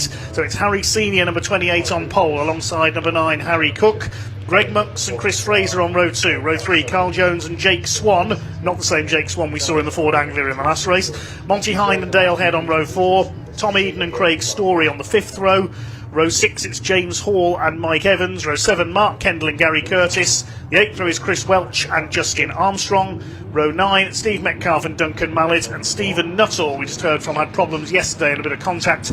He starts from the back of the grid. The red light is on then, and away we go with the second race of the weekend for the Dutch Barn Vodka Caterham 7 Championship UK. Craig Story making a quick start there from further back. Had a few problems in qualifying, which restricted his start yesterday. And a great start, yes, by Carl Jones there up into second place behind Harry Senior, who's made the break at the start. Yeah, great move. Cecilia's actually moved clear. Oh, bit of a lock up there. Justin Armstrong absolutely got those tyres up to speed at the moment. He locked up in the. He's fighting with Craig Story there, I think, and then Mike Evans just in front. So that's not what he just needs to outscore his opponents by at least a point today to secure his AM Championship win. So that's what they're up to. We've already solved the Pro-Am class, but as the rest of the field then come down Hanger Straight, Harry Senior leads. Carl Jones is having to fight off Harry Cook in second place, and then comes Greg Monks, Chris Fraser, and Jake Swan. So into Stowe for the first time. It is Harry Senior, the light blue car, who leads the way. Cutting back to the inside there is Greg Monks in the number 5. The turquoise car is Chris Fraser, based up in North Yorkshire. The man behind our championship sponsor, Dutch Barn Vodka. Faced by Jake Swan, the number 66, as we said. Not to be confused with the Jake Swan we saw in the previous race in his Ford Anglia. This is a different one, chased by Tom Eden in the number 64. And Justin Armstrong, bit of wheel banging there with James Hall, sends him wide briefly onto the gravel. I know Justin was fired up going into this race. He was a bit upset after yesterday's race, got in a tangle with Duncan Mallet, which restricted his scoring. Got a penalty for track limits as well. There's somebody going off to the outside. That's Tom Eden, the 64, able to rejoin without clipping anybody there. It's a bit of a frantic start to this one, to say the least. They haven't got the heat into those tyres yet. They get one new set of slick tyres per race weekend, and they do get slightly more tired as the weekend goes on, and at the moment they've just not fired them on, and some of them are struggling. But Justin Armstrong is making progress through. Like you say, he was fired up coming into this race. Carl Jones having a go at Chris Fraser. The two leaders are away with very little margin being given by any of the drivers. Greg Monks back down the inside then of Carl Jones into Stowe this last time. Chris Fraser, then Jake Swan, and then comes I think that's Craig Story, isn't it? And it's Story who's Justin Armstrong trying to get back up to outscore him to solidify his AM Championship. But the two Pro-Ams are out clear and done. Chris Fraser, great move round the outside of Jake Swan, then into club that time through. Yes, Craig Story had a shunt in qualifying yesterday. He tangled with Chris Fraser, which restricted his grid position, so he's had to fight his way through the field. This grid being based on the results of race 1 yesterday, which was won by Matt Armstrong, son of Justin, who fires right at the inside there of the 76 of Monty Hine on his 7 Championship UK debut this weekend. But Matt Armstrong electing not to race today, having started the celebrations of winning the championship by winning yesterday's race. And we mentioned Monty Hine there, his first weekend in this, the top flight of Caterham Racing, after his 270R got written off at Croft earlier this season in a shunt. So Harry Senior it is who leads the way as they come down the straight. Harry Cook looking for his first 7 Championship UK win, tucked in second. They've gone clear of Greg Monks and Carl Jones, fighting it out for third. Here comes Chris Fraser on the inside in the Dutch Barn Vodka car, and Jake Swan in there as well. 4 of them absolutely together. It's the highlight at the moment, that third place battle. Yeah, definitely, and Chris Fraser just moving into that third place. We do have a situation where if you do finish on the actual outright podium, you do have a chance of being promoted into the Pro-Am class, which a lot of these AM drivers won't want at this late stage of the season. Justin Armstrong now chasing down over the top of Monty Hind, and now right behind Craig Story, who he needs to beat for that 1 point to gain him that championship. Carl Jones defending to the inside there, saying, Chris Fraser, you're not coming through here. And Greg Monks then does a little bit of a clear air as they head into Village this time through, and Jake Swan just having to watch on right now. 16 minutes of this race to go, then the 2 leaders have escaped. Greg Monks holding that third place, and this being the last weekend of the season, perhaps a chance for 1 or 2 of the lesser lights to shine towards the front of the field. Now, where is Justin Armstrong? He's up to P9. He was really fired up. He was angry. You could see right from the off in this race after a couple of problems in yesterday's race. He got a 5-second penalty for exceeding track limits as well. There he is in behind the number 6 of Dale Head. His brother Aaron is a former champion in this series. He's dodging about this. Something flew off. I think a bit of bodywork went flying. Didn't see who from. Craig Story is now behind though, so Justin Armstrong's got past the man he was aiming for. Yeah, he's got in front, and there was a wheel arch actually in the middle of the road, which is why they all had to sort of move to left and right there as to avoid it. A little bit of a lock up again. So the more that you lock up these slick tyres, if you get a flat spot, they will one lock up leads to another, as the flat spot just attracts the stopping of that tyre. Mike Evans there still ahead of Tom Eden at the moment. James Hall doing well to keep up, and they're all nose to tail in this chase group. The leaders have got away, and it looks like Monks is also clear into that third place at the moment. So not so much of a worry about these AMs getting onto the podium at the moment. Carl Jones losing a bit of speed around the outside. In fact, we've got tyre rub there on one of the cars, or is that an engine? Another. We've already seen one engine today. That's Monty Hind's car. I'm imagining it's a tyre rub at the moment. There's a bit of a lock up there, possibly. We'll have a look as he. Still see it smoking now. Yes, there, the right rear. Could be a radius arm broken or a de Dion failure that's starting to mean the tyres moving around. But the leaders are side by side as we go down. That's the two Harrys. Harry squared with Senior currently just taking over the lead from Harry Cook, but they're comfortable clear of the rest of this field. They're harrying each other, certainly for the lead at the moment. Harry Senior, the 28, comes from Ascot's.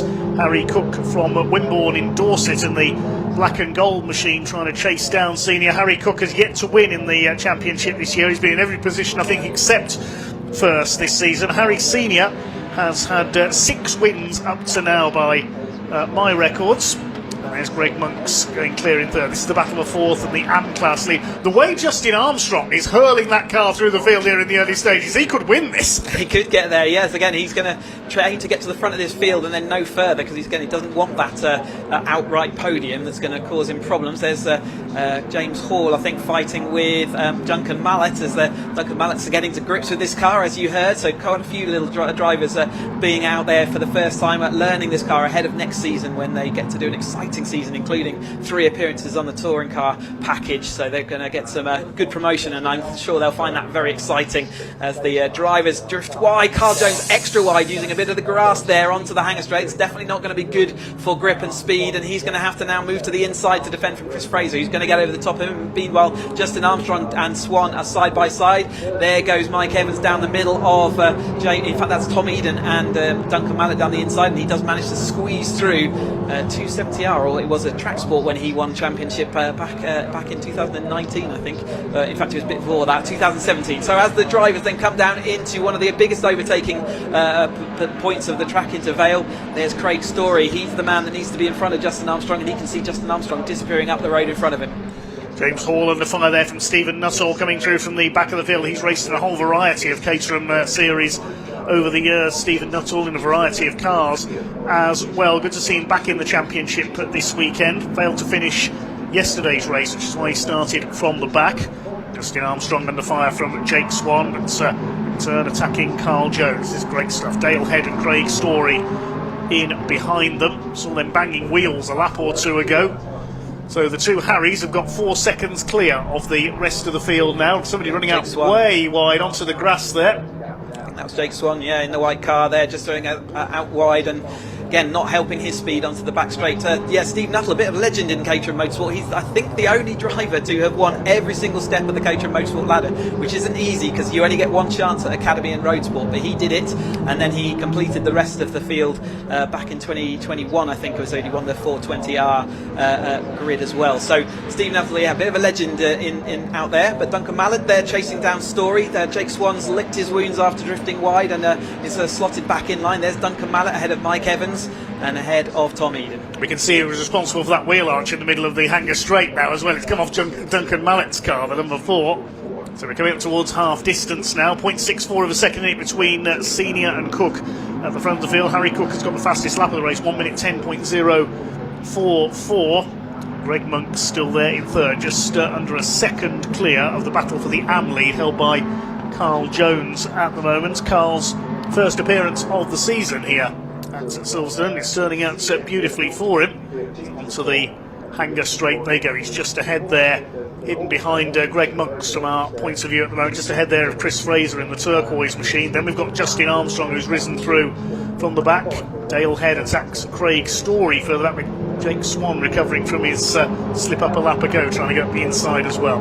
It's like crosswind. The tow in the 7 Championship UK in this 420R machinery, not quite as strong. You don't get a super boost like we saw in Roadsport a little bit earlier on in the days. Craig Story going around the outside of Dale Head, managing to make that stick. He's going to be on compromised line. It's going to make him struggle as he goes through club, but he's going to do that, compresses everyone behind. You have to bet on their brakes and avoid a bit of contact. That oil that was down from earlier on Kibblewhite's engine looks like it's just about out the way now. They'll still feel that a bit slippy underneath their wheels, under these slick tyres, but Dale Head overall wins that war because Craig Story did lose momentum as he went round the outside of Vale that time through. This is about paddle back though, really diving down the inside, everyone else having to just watch it happen. Craig Story does make that position up. Remember, he's trying to get back to Armstrong just in front. Jake Swan diving up the inside there. He could gain a couple of spots here with a bit of luck. He's got one. He's got ahead of Dalehead. Craig Story gets a wheel onto the his turn. Grass there. It's halted together. Duncan Mallet now going for the inside. Swan tries to move across, and something's got to give here. Surely they're not using their mirrors, I don't think. Duncan Mallet had to back off there down the straights. Dalehead comes out in front. Craig Story back around the outside. And here comes Mike Evans as well in the 93, the West Midlander. Incidentally, Monty Hind has pulled into the pits for that damage we saw earlier on. Shame for Monty then on his debut weekend in that 420, doing so well. They're really finding his speed. Oh, speed contact from Dalehead there. So that was Jake Swan at Dalehead. Quick recovery back round. What a spin turn to get back. Done. Very nicely done. But he will be frustrated with that because he was leading that pack and he just had that mildest of contact. But because the car's leaning so heavily on those tyres, it was just enough to send him round. As we watch the leaders again, this is still Senior heading Cook, but at the moment they're just going to be trailing themselves, working out what they do, what's the tactic for the final lap of the race. That's all they'll be thinking about right now. Dalehead's been to the Caterham drifting school, hasn't he? I know that evidence. 5.9 for artistic interpretation there with that little 360 donut in the middle of Club Corner. He barely lost any time. So Harry Cook into the slipstream. He's going to try and take the lead with just over 8.5 minutes to go. Takes the lead from Harry Senior. They're well clear of the rest. They're about nearly 6 seconds up on Greg Monks now, who's back in third place. Just between these two for the race win, unless any misfortune befalls them. Monks in third, then it's Carl Jones still heading the battle for fourth position. Well, Dalehead may not have lost much time, but it's so evenly matched in the midfield. He lost 6 places with that spin. It's devastating, isn't it? Like he did everything to minimise it, but here is that clock actually down the inside there. It's just the bars of contact. You see the bumpers, his front right here, left, and spun himself back around, and out he went as everyone making their way through. And as you say, such is the close field in the middle that he lost 6 places. Here comes Duncan Mallet down the inside of Jake Swan into Abbey this time. Mike Evans is slowly moving up through that pack as well. Duncan Mallet, his first weekend out, loving the car as well. So looking forward to seeing him next year as this pilot. Mike Evans fully locked up both of his front tyres there, somehow manages to get the speed off. It's not going to help those front tyres though. He's now down the inside of Craig Story, who's finding himself moving backwards through this group at the moment. Yeah, he rose forwards at the start with that quick getaway, and now he's lost it all again, sadly. Craig Story, a frustrating weekend for the man who's taken a couple of Super Poles this year. Of course, the top 5 going to the Super Pole shootout after qualifying, and Craig Story, despite being an AM-class driver, has taken a couple of Super Poles this year. Mike Evans back through the middle. He's recovered after that lock-up. He gets past the DPR Motorsport car of Duncan Mallet, and also past, I think it was Jake Swan as well, in the blue and white 66 car. There's a replay of a little earlier round the lap. Craig Story coming under fire there from, that's the 46 of Stephen Nuttall, so he's made a little more progress through the field. Yep, he's looking after that car. He's going to put in a full charge next year, doesn't want to damage it. Had a little bit of an issue yesterday which they just wanted to check out, so it's almost a large, glorified and very racy test session for him, but he's going to be getting himself back up to speed in that car, and you can expect to see him right at the front of the field as we turn into next year. 2026 is where his vision is on. Little bit of a break there for Senior. Harry Cook's going to have to work hard to make sure this isn't going to be part of his game plan if he wants to take his first win in one of these last 2 races of this season. Be really good for him to get that. I think he's deserved that over the course of the season. There's such as the pace of the front 3, and he's just never been there right at the flag. He had not always good off the line either, so another thing for him to think about as he goes into this 2026 season, how he can get that solved. Here is that pack then, battle pack for third, and it's Jones down the inside, but Monk's going around the outside. Monk's is being caught again. He was clear of this little group, and he's in the Pro-Am class. Carl Jones and Chris Fraser behind are in the Am class, so they're not fighting the same championship, but they will be fighting for those points out there. It's still important that Jones gets as many. But you can see Justin Armstrong has broken clear of all that group behind and is in that middle ground, and he'll be seeing whether he can catch up with this little pack in front of him just to maximise his points and see what he can do. We'll keep an eye on those points going into the final round, because I still think it's just about open for who's going to take that Am win. So Justin Armstrong still there in P6 behind this lot at the moment. Jake Swan is a place behind him. He's gained a couple of spots on this previous lap. Mike Evans didn't come through on the last lap either, the green number 93. So we'll try. He was having transponder issues earlier. I wonder whether that's still an issue. Maybe that. We'll wait and see on that.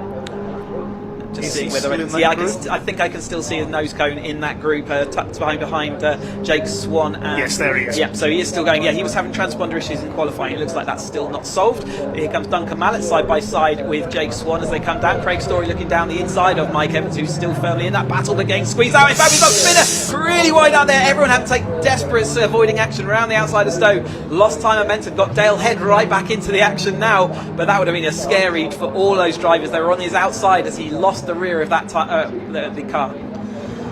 Well, we said Craig Story was slipping back down the order, and now he's all the way back down the order. What a shame for Craig after that recovery and bouncing off the curb there on the inside of club. We don't see that too often. That was Jake Swan, who's under fire from Duncan Mallett there as they come down towards Abbey. Mallett will go through on the inside. Jake Swan immediately takes the place back again, so it's getting lively in the midfield. Just over 4 minutes of the race to go. Harry Senior still leads Harry Cook by half a second. They're way ahead of Carl Jones, who I can tell you has now got through into third place. He had at the line anyway ahead of Greg Monks. Looking at the timing screen, yes, it's Carl Jones up into third place, and Chris Fraser's going for fourth position as well, so they're obviously not that fussed about finishing on the overall podium despite being AM status drivers. There's Justin Armstrong and the rest of them further back. Let's have a look again at that incident at Stowe. Yeah, look at that. So he's just squeezed in the middle, he just loses the rear. I don't know if he had to get back on the brakes. Mike Evans, Steve Nuttall, James Hall and Tom Eden having to take to the outside as they saw that gap reducing. Had nowhere to go but that outside. They committed already. A very scary accident that actually ended up well done to all the drivers for making an avoidance of that.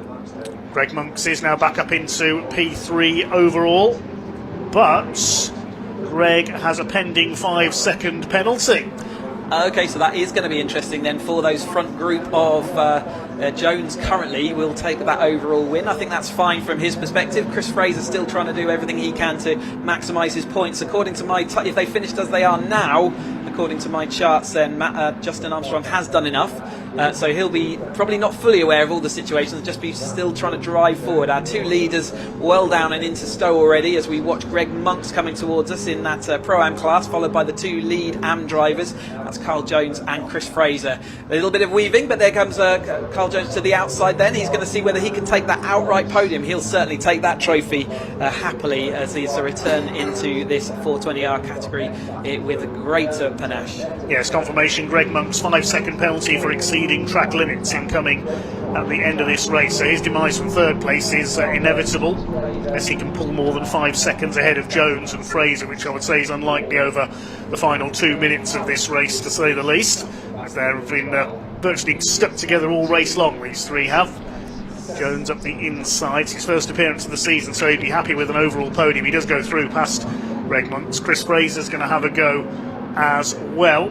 Greg Monks fighting back on the inside. The two Harrys are still clear, but they're only separated by 0.278 of a second now, so Harry Cook may be waiting to make a move as late on as he can. They're both waiting, you can see them, they're busy waiting, and if onto the last lap and the next time through, I think, if my calculations are right, and they'll be wanting to not go onto this hanger straight in the lead. I think there's still enough of a tow today to let that happen. Harry Senior just looks like he's got an extra few miles an hour speed in that car over the top of Cook, and he'll want to, well, maybe he will go onto that start finish or hanger straight with the lead quite happily. He's managed to hold on for the last couple of laps, but it would be great to be able to see Harry Cook take that win. He's got two more opportunities, but only one race and one lap to do it, so let's give it a go, see what he's can do on this final lap then. I didn't see the final lap board go out there, in fact, so it might be two more laps. I think they were a couple of seconds early. I can see them putting it back down again, maybe. I think they're confused as to whether it is. Yes, well, we'll just have to wait and see if the checkered flag comes out next time around. According to the timing, it will be the last lap. So let's see as they go round then. But maybe there will be two laps. Keep an eye out for it, like you say. But it is currently still Harry Senior then over the top of Harry Cook. So here they come then towards the Hanger Straights. Meanwhile, down the Hamilton Straights, Tom Eden under fire. That's James Hall trying to make a move. That's for 11th place. Behind them is Mark Kendall, the number 35. We've lost another car into the pits. Steve Metcalf, number 16, has pulled up. Yeah, He's they're out of the race. ready to hang out that last lap, so I think we are going to have this lap and the next one as well to enjoy in the 7th Championship UK. Greg Monks now has broken clear again, but he has got that penalty, so he will drop back behind these two who are going to racing for that AM lead, and Chris Fraser shoves it down the inside. Nice move into there. Is he going to have the momentum on the way out, or is Carl Jones going to have the overlapped? He will be on the outside though as they go into club, but this is for an outright podium as well as the AM win. Chris Fraser, has he made his move a lap too early? I wonder if he thinks it's the final lap this time through. The leaders are coming towards it. Yeah, I can see the board out Yes, there. the last lap board is now out. So this is last opportunity for Harry Cook. He's hung back He's there in the right place, isn't he? on that lap. He's judging this well. If you were doing it on odds, you'd say he's in the good seat at the moment, but there's still that overtaking opportunity. He's got to keep close as he goes through Village, through the link, and then out into Beckett's. It's going to be absolutely crucial, and there is a bit of a gap there. That's not enough. That's going to like reduce his toe very slightly. You can see how fast Senior is on. That's quite a big gap as they come onto the Hanger Straight. Harry Senior weaves to try and fully break that toe. Harry Cook desperate for that first win. He's had, as we said, every position bar first in the Caterham 7 Championship UK this year. Into Stowe they come for the final time. A tale of two Harrys out in front of this one. One last opportunity. Is Harry Senior going to hang on down into club? Here they come along the Vale. Harry Cook is going to try and send it, but he's going to be on the outside. He's going to try and position himself alongside. I don't think he's quite going to do it. He'll have one last effort up the inside through the right-hander, but it's going to be Harry Senior around the final corner towards the checkered flag, and it is Harry Senior who will take the win just by 0.22 of a second ahead of Harry Cook. The podium is going to be completed by Chris Fraser. That's his first podium in the championship. He wins the AM class, but that'll of course put him up to Pro-Am status, the championship sponsor. Only if he's got three. Well, they've done three outright podiums. that's Yes, my right. apologies. So at the moment he's got them in the bag, and I think he's okay. As we go side by side for the groups back here, battles everywhere coming down. Here's James Hall in his battle there with Swan and Nuttall. So Nuttall's gone through in that 10th place, so the good positions made up into the top 10 for him in this race, and he'll be looking to see what he can do in the final race today. Craig Story over the line as well, as they kind of will be looking for their final race. One more to go this afternoon. So Greg Monk's got a 5-second penalty. He's back to 5th. Tom Eden got a 5-second penalty for exceeding track limits as well. He drops to 13th. But it is a win for Harry Senior. That's his 7th victory of the season, just ahead of Harry Cook, who's still searching. Will it be a win in the finale for Harry Cook? Chris Fraser, a brilliant overall podium for him. He wins the AM class ahead of Carl Jones. Greg Monk's dropped to 5th by that penalty. Then Justin Armstrong fighting his way through in the early stages in combative styles, take that 6th position. Duncan Mallet takes 7th ahead of Mike Evans. Then Jake Swan and Stephen Nussell from the back of the grid round out the top 10 ahead of Kendall, Hall, Eden and the unlucky Craig Story after that spin. Gary Curtis was 15th. Dale Head dropping back into 16th place, and Chris Welch completing the finishers. We lost Metcalf and Hind into the pits. Yeah, fantastic race there for the 420s. We've still got one race for them later on this afternoon to conclude their racing. But yeah, another fantastic race from the Caterhams. And I think we've got drivers down, and Sam's waiting to speak to our drivers, and let's go and hear from them.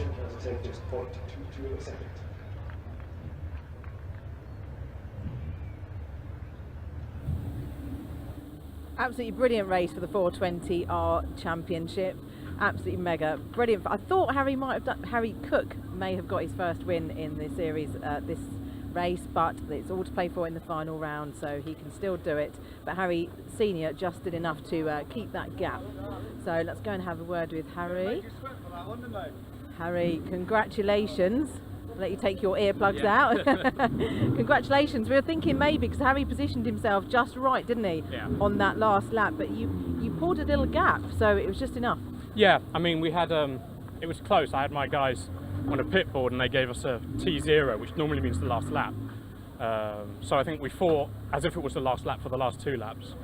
I don't know if Harry backed off towards the end of whatever and I was able to build a gap like that, or I don't know, but yeah, it was, I mean, we pulled away. I don't know what the gap was, but I couldn't see anyone else but Harry. Probably just missing a little bit of a top end in his car, unfortunately, but yeah, it was a good race. Yeah, really good. Well done. Right, we'll go out that way, so just back up a moment and we'll walk round to Harry Cook. In fact, we'll just go and speak. Yeah, I've just about recovered from the adrenaline from my race, so had a chance to have a shower and wash my hair. Well done, Harry. I thought maybe that you positioned yourself correctly on that last lap, didn't you, to be behind Harry Senior, but the gap was slightly too big, I think. Yeah, I was trying to manage it, and it was my timer broke, which was really annoying, because when it's just two of us, it was such a long race then, because I didn't know, I was kept looking for the last lap board, but I didn't know. Yeah, I thought I timed it right, I was behind him, but then he was weaving, and then I just couldn't seem to gain on that back straight, and then it would have just been a crazy move for the last corner without that. So, yeah, I thought it might be the first win, but it's all right. Still one more race to go. One more race to go, yeah. You never know. Well done, though. And where's Greg gone? Oh, as Greg is not... I was going to say, this is the man that actually got third on the road. Yeah. So congratulations. That's your first third in the championship, isn't it? First ever 420 podium, and been a while since my last podium of like a real overall. So I'm stoked. Yeah, that was so much fun. Yeah, managed to just get it right on the last lap. I didn't know Greg had a penalty, but I still wanted to beat Carl there, so had to put a move in. Yeah, and it worked. Thankfully. It was a good move. Yeah, it was good. Can't wait for the next one. Excellent, well done. Excellent. Yeah. Well done on your podium, Oh, by thank the way. you very That's awesome. much. Yeah. You might be borrowing Ben's little overalls and be back in Dutch barn colours. That's it, yeah. Where is Greg Monk? So I was just going to have a quick word with him. I can't see him. He might have wandered off. So let's have a quick look, because I don't want to hold anything up. But no, can't find him. So we will leave it there for the 420 podium, and but at least we spoke to Chris Fraser, which was great. So I'll hand over. I think Ian spoke to a few people earlier, so we've got some interviews to show you.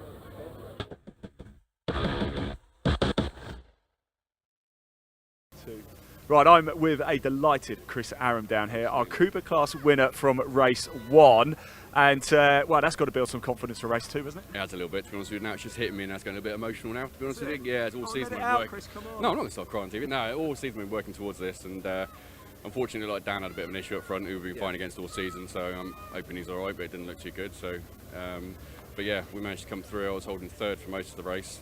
Got a good fight with Dave, and then found a couple of opportunities to get some time, build up on Callum, and then came past him on the last couple of corners. So what does this win mean to you and your team and family? Oh, it's fantastic, absolutely fantastic. It's what we've been working for all season, really pushing for it. We've put a lot of development into the car. I've come through from starting in circuit racing at the beginning of the season. I come from a rallying background originally, but now I'm into circuit. So I've had to change my driving styles and techniques and get used to how to perform on the track. So how long has it taken, like realistically, from going from the rallying side of things into the circuit racing? How was that adjustment, and how long do you think it's taken you to really get to grips with it? I'm still getting grips with it. It's a big change in driving style. I found that struggle quite big at the beginning of the season, smoothing things down, but you don't want it to be too smooth. That's what I'm finding now. So originally I came into the season able to keep nice smooth lines, whereas now I'm being told you want a little bit of a loose on the car, you want a little bit of lift, so that's where I'm now to pick back up and mixture of the two, to be honest with you, driving techniques, and let's see what we can do with the next race. Chris, I'm so happy for you. Come on, give it Cheers, up, mate. Well done. I'm over stuff. the moon. I can see it. Really can. Stay with us a sec as well, because Freya, come on, very quick chat. Said you wanted a podium. You got it. Come on. I'm so pleased. I'm so pleased. Silverstone and you just go together well, don't they? They do. I'm so glad. It was such a good race, though. Like, hats off to Ben and Ian. It was really close. Look, race 2, more of the same. Absolutely. Excellent. Right, let's go racing. Congratulations, Freya. Second race of the day coming up for the Mini Challenge Club Sport here at Silverstone. Dave, over to you.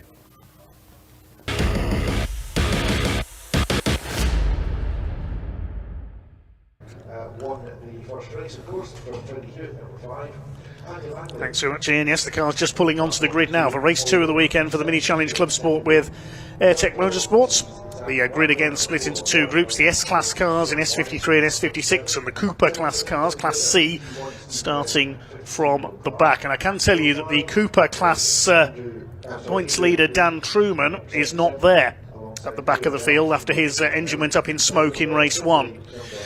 Front row of the grid, based on the results of our first race, will be Jamie Ringer, 959, alongside number 5, Freddie Hewitt. Second row, Andy Langley and Ollie Wilmots. Row 3, Zach Blackwell and John Wyatt. 4th row 2, 3, 1, Steve Webb alongside Neil Clark in the 53. Adrian Lingy and Freya Belk will complete the top 10. Row 6 is Ben and Ian Trundley, 16 and 41. 219 Chris Johnson alongside 7 of James Dudley and 29 Paul Sawyer at the back of the field. Then a gap to the Cooper class cars. Chris Aram, winner earlier on, number 14, alongside 146 Callum Ainston. Close battle between those two in race 1. Then 28 Dave Taylor and 2 Adam Kirkland and 266 Jeffrey Surrey. Of course, has to be pushed off the grid and start from the pit lane in race 1. Dan Truman, however, is not there. Now, is his lead going to be enough, I should say, to keep him at the top in the Cooper class? Thanks to all your comments coming in. Big hello to Les Hallett, Nigel Armstrong, Graham Crompton, cheering on the Hillman Imps earlier on. Dennis Wafers, Jack Latchford, Mark Retro, he was supporting Barry Syme in his Mini.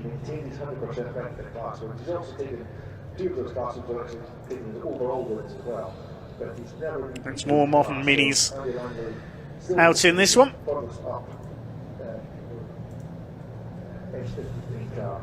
There'll be one more race to go after this one before we have a lunch break. It'll be the final Classic Touring Car Racing Club meeting of the race of the season for points. Big hello to Hannah Houston. She's cheering on Freya Belk in the number 89 car. It'll be a 15-minute race. It'll be a standing start.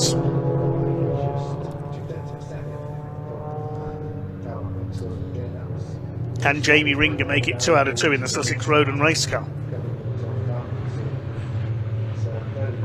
Only a late entry on the programme, his first races of the season. That's alongside the grey and purple car of Freddie Hewitt. Second row of the grid will be Andy Langley in the Norfolk Mini car, the grey and blue with the pink roof. Ollie Wilmot, the Ski Sets Wengen car, the red and white. Zach Blackwell in navy blue, John Wyatt in gold, quite fitting for a jeweller. The Norfolk Mini cars, got the Trundleys out there. Neil Clark is a Norfolk Mini car as well.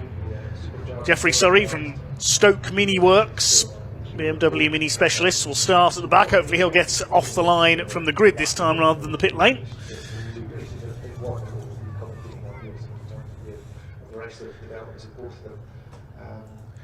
So we're in position then, the green flag is waved at the back. Time for race 2 for the Mini Challenge Club Sport with Airtech Motorsport. The red lights are on, revs are up, and away we go at the first time of asking, down towards Abbey for the first time. Good start by Jamie Ringer from the outside the front row. Trying to follow him is Andy Langley in the leading S53 car.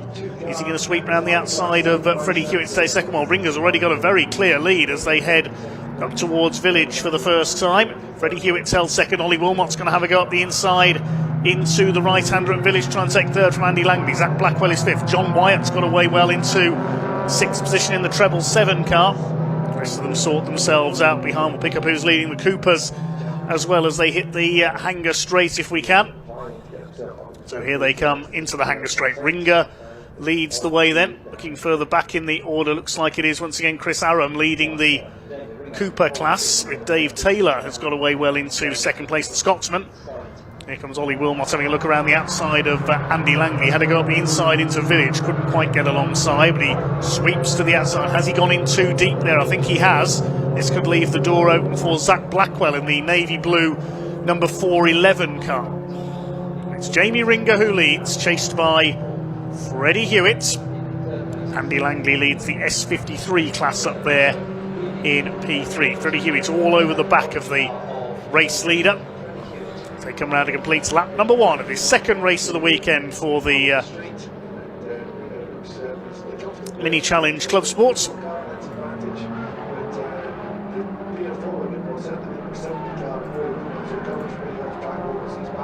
There's Steve Webb holding off one of the Trundleys. That's Ben and Ian Trundley. We've got further back. I think that was Ben just behind him. There's Ian, the number 41. I think Ben Trundley has got through there ahead of Freya Belk in the number 89. The Trundleys are queuing up behind Steve Webb at the moment. Good fight there for 7th and 8th positions, but it's P1 now for Freddie Hewitt, and Jamie Ringer has dropped back, I think, to 4th place briefly there, so he must have run wide coming through the link section. 3 wide for 2nd place. Ringer straight back through the middle. He's got so much straight line speed in that car. Fighting back, having dropped back. He must have made a mistake through that section of that, but Ollie Wilmot back up the inside, side by side, and Andy Langley's having a look as well. Andy Langley, the rainmaster of this season in the number 42 car for his performance at Snetterton. But all this is allowing Freddie Hewitt to escape in the lead. Wilmot back into 2nd place. Langley trying to get round the outside. Bouncing over the curves like Zebedee. There was 53, Neil Clark. He was all over the place. He runs wide again. And Ringer is back to 4th again. They've just gone past my commentary box window. He's down from 4th. He's gone from 1st to 4th to 2nd to 4th in the space of 1 lap. That's what I'm trying to say there. Ollie Wilmot has done the fastest lap of the race. 1:19.973. Goodness me. Frantic stuff from the BMW Minis. Here comes John Wyatt now attacking Zach Blackwell a little further back in the order. That's the fight for 5th position. Towards the Hanger Straight they come once again. Out wide go the leaders. Freddie Hewitt from Ollie Wilmot. We've seen these two fighting tooth and nail all season long. Andy Langley leads the S53. Zach Blackwell in S53 in 2nd in that category. And 3rd in that class, Ben Trundley a little bit further back in the number 16 car. There is Ben, the dark blue car with the pink headlight covers, attacking Ian Trundley. Behind them is the 77, which is Adrian Lingy in the grey car. It's the other Ski-Set Wengen car, the Swiss driver. Bouncing over the curbs once again as they come through the club complex.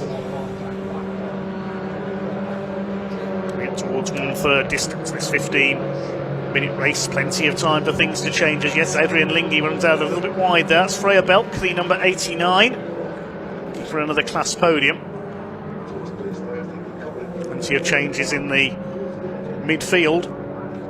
In the Cooper class, meanwhile, it is Chris Aram, number 14, who leads the way once again. He leads Dave Taylor by about 1.7 seconds at the moment. Taylor's dropping back into the clutches, though, of the 146 of Callum Ainston on his debut this weekend. Here comes Ainston up the inside. These two have dropped to about 3 seconds back on the class leader. And behind them it is Adam Kirkland, the number 2. Back of the field at the moment, Jeffrey Surrey. As Freddie Hewitt continues to lead the way, but Ollie Wilmot trying his hardest to close him down. Jamie Ringer back up the inside on Andy Langley into Stowe Corner and retakes P3.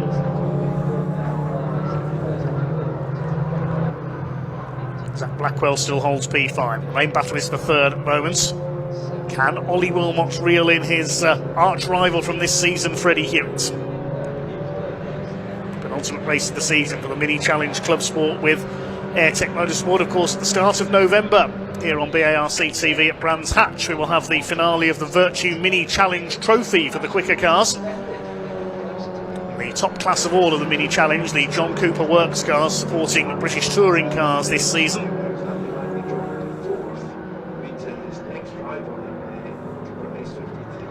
41 Ian Trundley, 16 Ben Trundley, coming under fire from Freya Belk in the 89.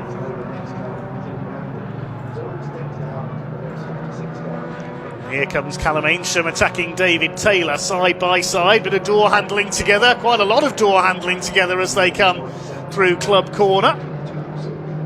Certainly push and shove for 2nd in the Cooper class. Adam Kirkland could get past both of them here with a bit of luck. Wing mirrors are still intact though. Still millimetres apart there, and David Taylor sweeps around the outside, retakes 2nd in the class. Racing here among the Coopers, and good racing between Zach Blackwell and John Wyatt as well. This is for 5th position overall. Blackwell is 2nd in class S53, Wyatt 4th in S56. Blackwell holds the place, but still your leader is Freddie Hewitt in the number 5. Just under a second clear of Ollie Wilmot in the number 70. He was last time around. We'll see what the gap is this time through. Just over a second this time by. Here are the Coopers. Chris Aram still leads there. Here comes Ainston up the inside again. Dave Taylor.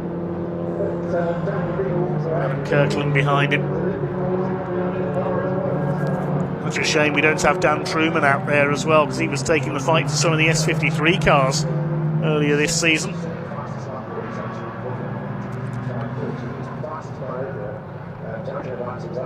We get towards halfway now in this second of 3 races today for the Mini Challenge Club Sports with Airtech Motorsport.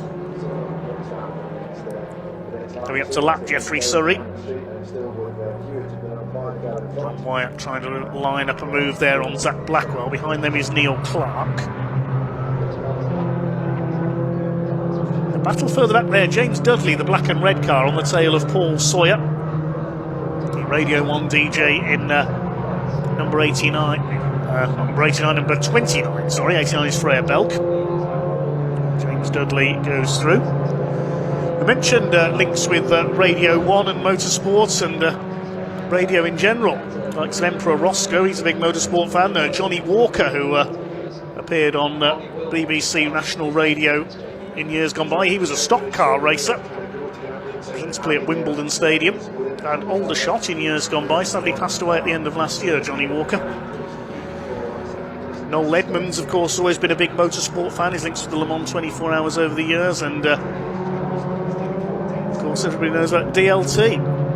Dave Lee Travis was a drag racer back in his day as well, and a very useful one as well. Freddie Hewitt continues to lead the way. Jamie Ringer chasing hard after Ollie Wilmot for that second place. He's going to have a look to the inside into Stowe Corner. Going to get P2 back again. Ollie Wilmot doesn't give way. He keeps his foot in around the outside. I think Jamie Ringer has just about done enough there to retake second place, and will now try and go after Freddie Hewitt. Yes, he's certainly established himself back in that second place. They come through Club Corner, just under 6 minutes of the race to go. Swing their way through Club. Down the Hamilton Straight, the lead gap is down to 0.64 of a second now. Ringer still with the fastest lap of the race, 1:19.354. All 20 starters are still running. One has been lapped, that's Jeff Surrey.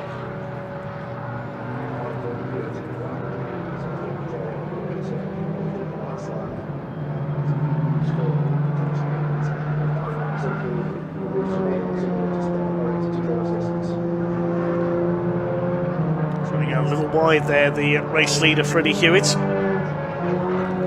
Can the others get the gap down? Andy Langley moving across there towards the inside. Maybe the wind's gusting again and he's trying to counter that there, because it's can affect all the cars, not just the Caterhams here this weekend. And yes, Jamie Ringer, that car so much quicker in a straight line it seems than those around him. Able to draw up to the back of Freddie Hewitt there. Can he retake the lead? He's getting closer and closer, you can see there, going into Club. Ollie Wilmot still third behind there. It's Andy Langley. Then a gap of about 3 seconds back to Zach Blackwell and John Wyatt, 5th and 6th.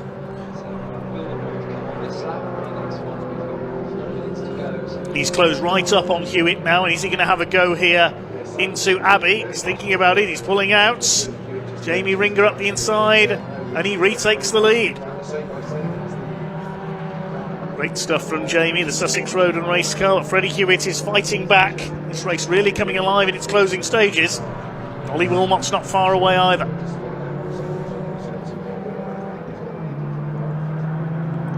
Freddie Hewitt back around the outside, retakes the lead on the link there. That's where Hewitt is stronger.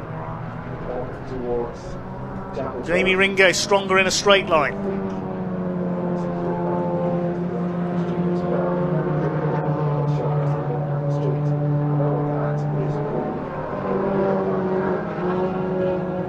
Jamie Ringer back down the inside there. Yeah, you can see again on the straights where that car is stronger than Freddie Hewitt. Hewitt is stronger through Village and the links. I think he's stronger on the brakes. Here's the battle in the club class. These two at it again. Ainstone and Dave Taylor. We've got a car into the pits. Chris Johnson, number 219, has been plagued by mechanical dramas this season. He's pulled into the pits. Here come the leaders over the line. Ringer, Hewitt and Wilmot almost line astern now. They're coming up to lap Adam Kirkland in the number 2 car. Through on the inside as Abbey goes, our leader. Be reminded in our comments, Carl Cox and Mike Smith too, something about DJs and motorsports.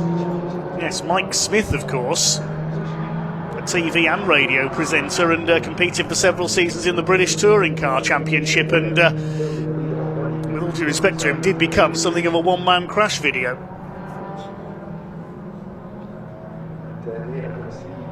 Here they come then down the Hanger Straight once again.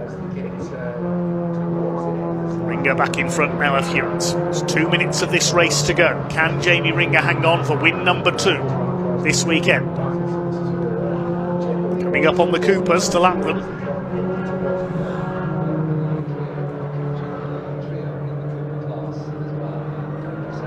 We're hoping the Cooper battle doesn't get in their way. Taylor and Ainstone still battling it out for second in the Cooper class. Jamie Ringer gets past Dave Taylor, sees him coming there, notices in his mirror and moves aside.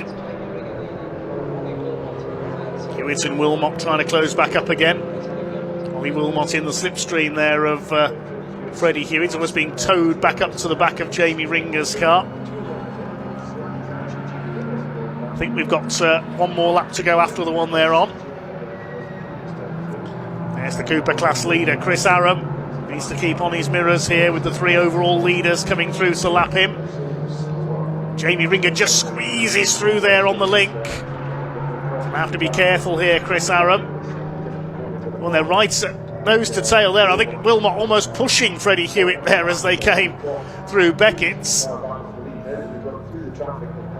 No bump drafting here. This is not NASCAR or Legends racing.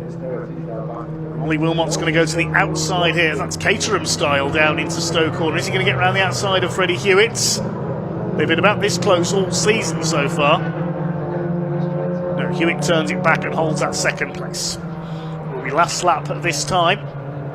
That's allowed Jamie Ringer to escape slightly at the front. Through Club Corner.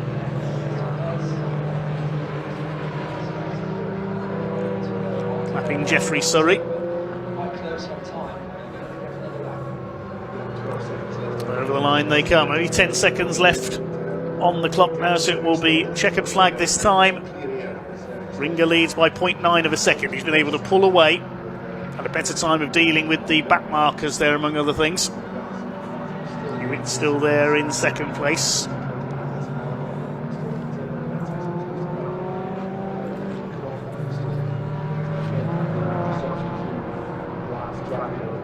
Anything Freddie Hewitt can do here. Has he got anything left in the tank for one last attack? He's going to have a go as they come down the Hanger Straight for the final time in this mini challenge club sport with Airtech Motorsport's second race of the day. Another race coming up later on towards the end of the programme.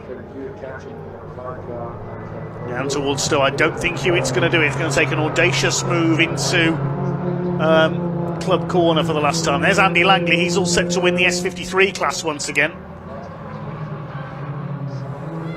It's going to be Jamie Ringer.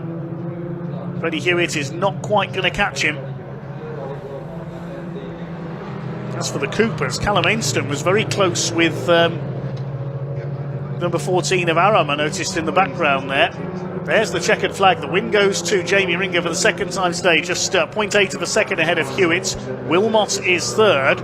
Now the Coopers are a lap down, but they're still in their own fights for their class honours. Here they come out of the final corner. Who is going to take the victory? It is Chris Aram who takes it by half a second.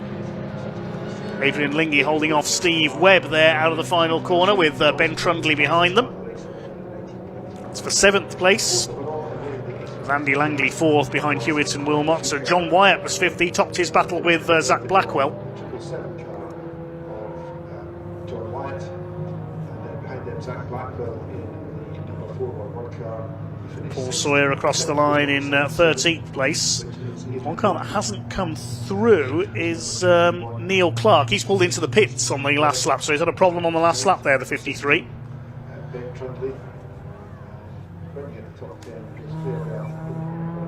Provisional result then of Mini Challenge Club Sport Race 2. Jamie Ringer makes it 2 out of 2, less than a second ahead of Freddie Hewitt.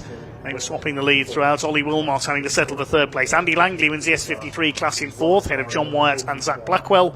Behind them, Adrian Lingy had a good scrap with Steve Webb and Ben Trundley. Blackwell 2nd in the S53s, Trundley 3rd, Freya Belk 4th. And it's Ian Trundley, James Dudley, Paul Sawyer. Neil Clark pulled into the pit lane on the final lap, so I don't think he'll be classified. Cooper class won by number 14, Chris Aram, for the 2nd time. Half a second ahead of Callum Ainston. With Dave Taylor 3rd ahead of Alan Kirkland and Jeff Surrey. We lost Chris Johnson into the pits. One more race to go before the lunch break. Should be around half an hour, which will be the Classic Touring Car Racing Club Super Touring Cars, the pre-93s and the pre-03s.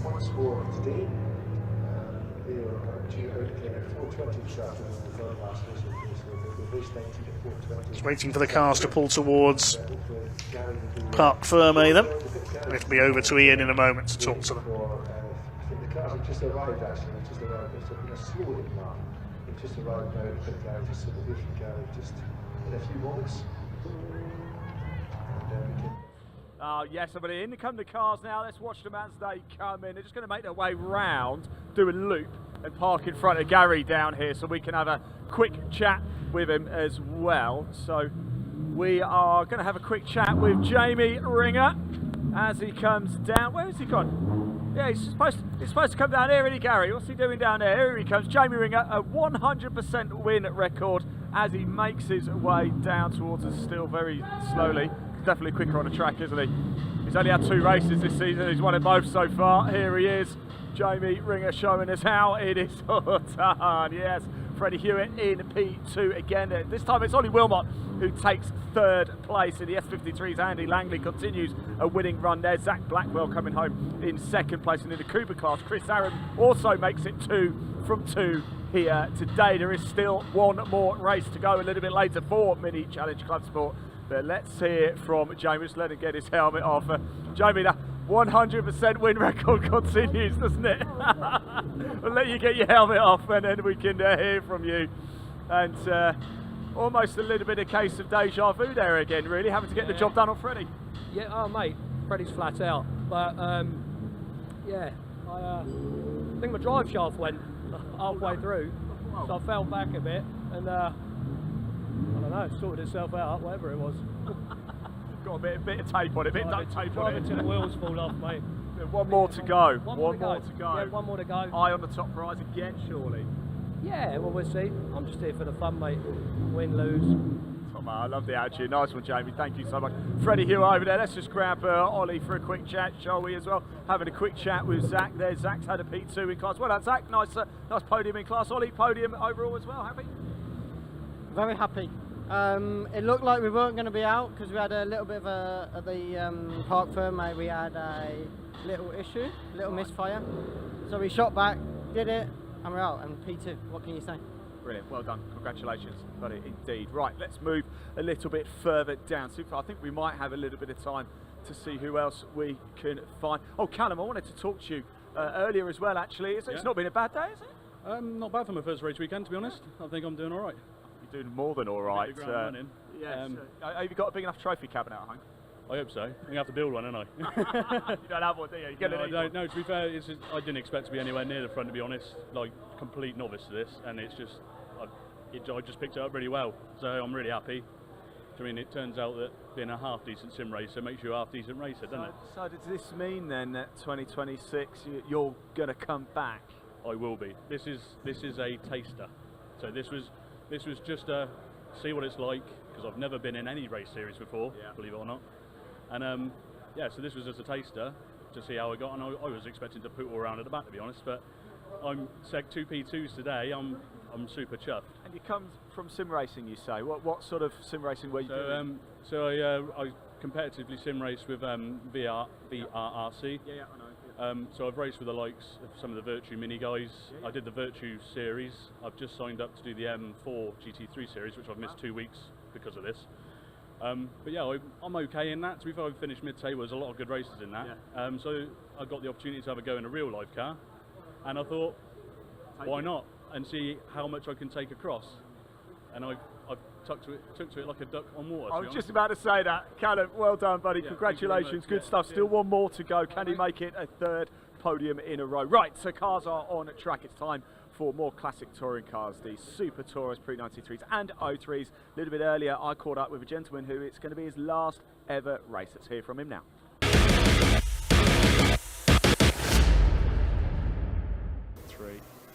Right, I'm here with Alan Scott. And Alan, could be quite an emotional race for you. Is it fair to say this might be your final ever race?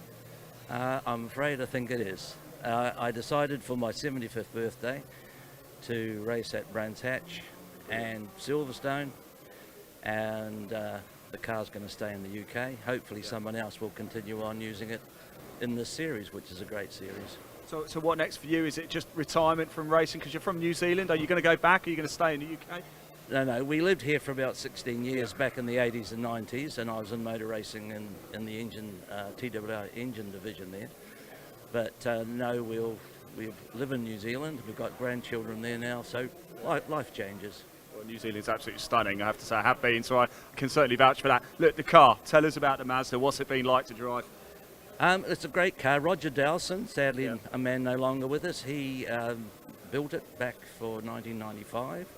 It was initially built for the ABBA drummer Slim Borgard, but something happened and it was never raced. I think there was a funds problem. So it's had a few owners in between times, and we bought it in 2017 and have raced it. Normally probably only one race a year. We've come over each year and had a race in it. So what has it meant to you then to have ticked off Brands Hatch? You had a race yesterday as well, so you've ticked off Silverstone now as well.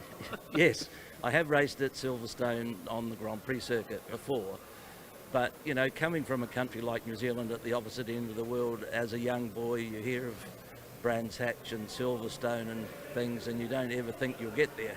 Wow. So you know, it's great. We just had, I think we had 5 or 6 cars from New Zealand over for Brands Hatch, most of the people I know.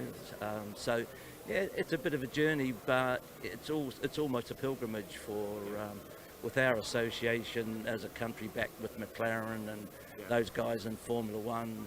You know, the whole country sees, probably might even see Silverstone ahead of Buckingham Palace. You know, it's yeah, I get that. Well, Alan, it's been an absolute pleasure having you.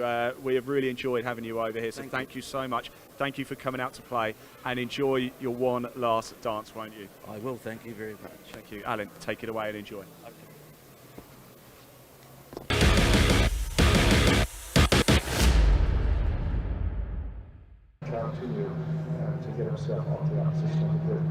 Fair play to Alan Scott, one of a number of New Zealanders who we heard came over for the Super Touring Power Festival earlier this season. The car will be staying in the UK and hopefully raced on. The grid for this one, and the Super Tourers start from the front for the rolling start. Jason Hughes, yesterday's winner in his Vauxhall Vectra, will be on pole position. We had hoped to have John Whelan, the Irishman, in his ex-South African Championship Opel Vectra out there as well, after second place yesterday. I don't think that car's on the grid though, unfortunately. We do have AJ Owen in the Valvoline Ford Mondeo alongside Roger Stanford in the Vauxhall Astra Sport, actually post-Super Touring era car. And Alan Scott is there with the Mazda as well. Then a gap and we get the pre-93 and pre-03 touring cars. The Track Hub pre-93 champion already crowned, that's Ian Bauer in his BMW. He's at the front of that second group alongside Sean Morris with his BMW M3. Ross Craig, the first of the Bertie Haulage pre-03 touring cars, alongside Daniel Gandesha with his M3. Moving on back, we've got the Pre-03 champion, already crowned this year, David Cave, with his BMW 328 alongside Cam Tunio's Honda Civic. Jonathan Corker has made it back out with the Datsun 510 after that oil leak at the end of the Pre-83 race. Starts alongside Luca Nardone. They had a good battle yesterday, Luca in the BMW E30. Dave Hutchins Honda Civic Type R starts alongside Jamie Sturge's lovely BMW E28 535. Behind them, Byron Aldous in the VW Corrado, Mel Higgins in her Citroen Saxo, and John Hillier's BMW Estate, which didn't get away in yesterday's race, starts at the back. So here we go then, the red light goes out, the 4 Super Tourers lead them off. It is Jason Hughes, yesterday's winner, leads them away, and here comes the cavalry charge behind. Watch for those BMW M3s catching up with the Super Tourers here. They are going to overlap in this 15-minute race, the last points-paying race of the season for the Classic Touring Car Racing Club. We've got a spinner already. Oh, it's the Mazda. Alan Scott has spun it on the first corner, and the Mazda is stranded. He spun out of yesterday's race as well, unfortunately, the New Zealander. There he is. He's trying to get the Roger Dowson-built Mazda 323 going again. It's only ever raced once in period, that car. I believe it was Matt Neal who was at the wheel in the Toka shootout. It never did the BTCC then. Jason Hughes Vectra that leads the race. That never raced in period either. It was the 888 Racing Spare Shell, that car originally. Has raced in continental Europe though. Roger Stanford, touring car veteran, had a spell out of racing after a big accident in a Lotus Cortina a few years ago at Alton Park. But now back out in the 2005 spec Astra Sport Hatch from the BTC touring era. And in between them is AJ Owen, the former Prio 3 touring car champion, and a Honda Civic then, now in this Valvoline Mondeo. Very much of the ilk of the cars raced by Paul Radicic and Kelvin Burt in period in 1995. Ian Bauer leads the Pre-93 touring cars, sponsored by Track Hub, ahead of Sean Morris. And then we've got the Bertie Haulage Prio 3 leader, the Honda Civic of Ross Craig. As the rest of them make their way through behind. There are a couple of non-starters in this one. No Jasmine Sapra, his BMW blew its engine yesterday. 17 cars out there in total now. Hopefully Alan Scott has been able to keep the Mazda going after that spin and will be able to finish his last ever race. Hopefully the car will find a buyer in the UK as well. The Mazda that's been raced in club competition by the likes of Rick Wood and Kingsley Ingram in more recent years before moving to New Zealand. Sean Morris's lovely Bastos Fina liveried BMW, a pastiche of the Team Bugatti cars of years gone by in the 90s.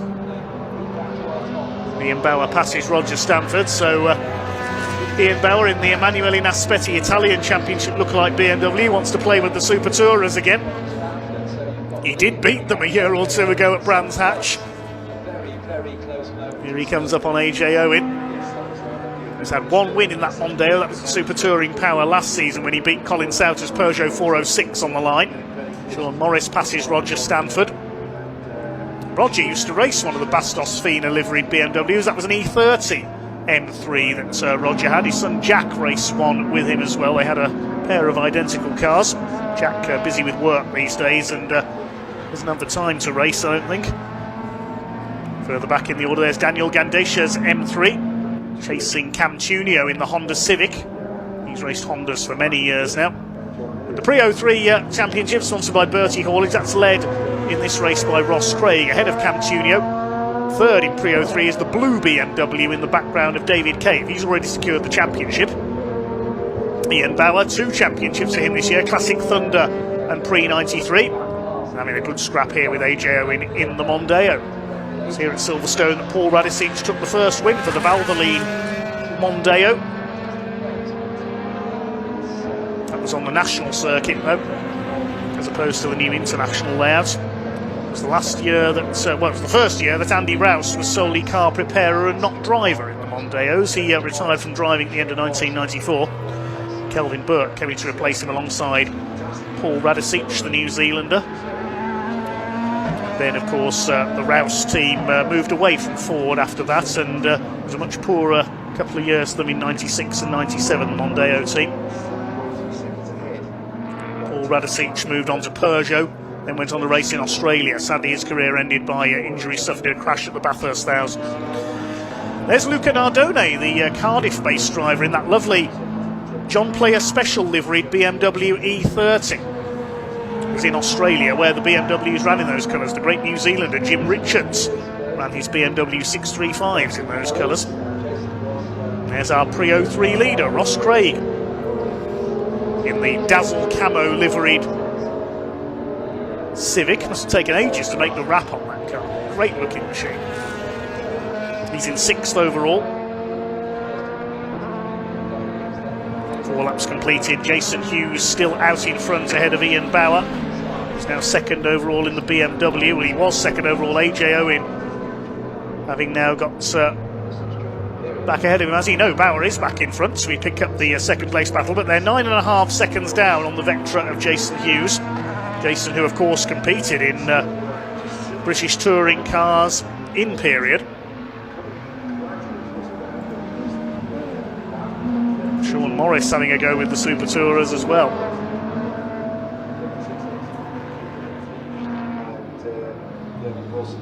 As Jason Hughes raced his MG ZS for 5 successful years as a privateer in the BTC touring era. Still got the ZS in its original worked colours. It's here at Silverstone this weekend, but concentrating on racing the Vectra. As the BMWs sandwich the Mondeo. Still 9 minutes of this race to go. AJ Owen, we saw his father Craig out in action in his Sierra Cosworth, which sadly broke down yesterday. Jason Hughes is currently lapping a couple of the slow runners. He has lapped Alan Scott in the Mazda after his earlier spin. There's David Cave's BMW, we caught a glimpse of there, the pre-03 champion. As AJ Owen goes back through into 2nd place. They're over 11 seconds down now. Jason Hughes pulling away at the rate of 2 seconds a lap in front at the moment. So barring any mechanical maladies with the Vauxhall, Jason Hughes, aka Jason Plato, in this race, if you look at the stickers on his car, has got this one sewn up.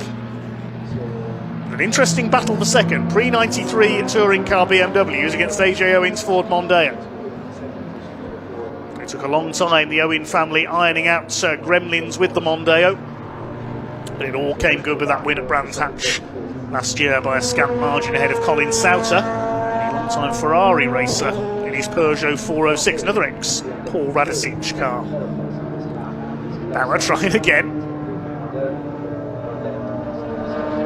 Then he goes back into 2nd, into Stone. Great fight going on here for the podium places. Behind them is Roger Stanford. He's in 5th position with the Astra Sport hatch.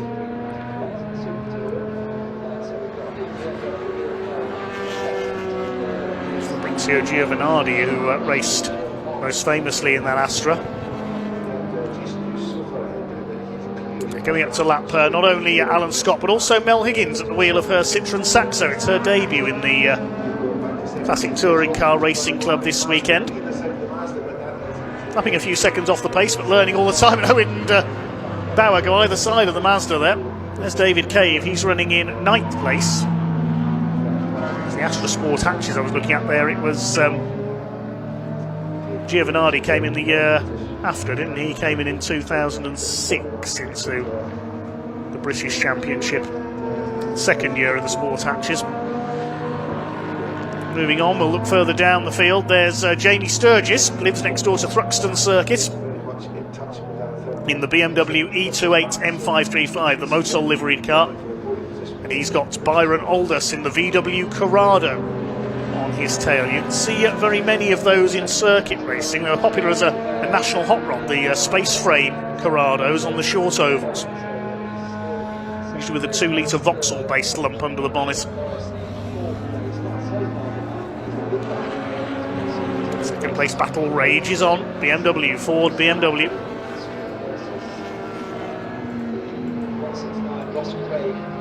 Oh, the Corrado in problems there. We lose Byron Aldous in the Speedline Corrado. Did he have a spin, or is that a technical problem? We'll wait and see. There'll be a yellow flag out coming into Village as a result of that.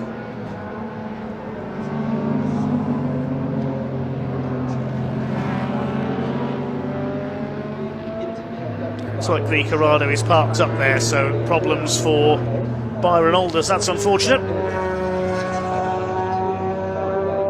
AJ Owen puts a wheel onto the grass, trying to chase down Ian Bauer for that 2nd place, and Roger Stanford coming under fire from that very potent Honda Civic of Ross Craig in the background. Here comes Sean Morris on the inside. He wants to move into a podium place. As a go at AJ Owen. Very forceful driver is AJ. We saw it in the pre-03 touring cars and in Classic Thunder with his Honda Civic in previous years.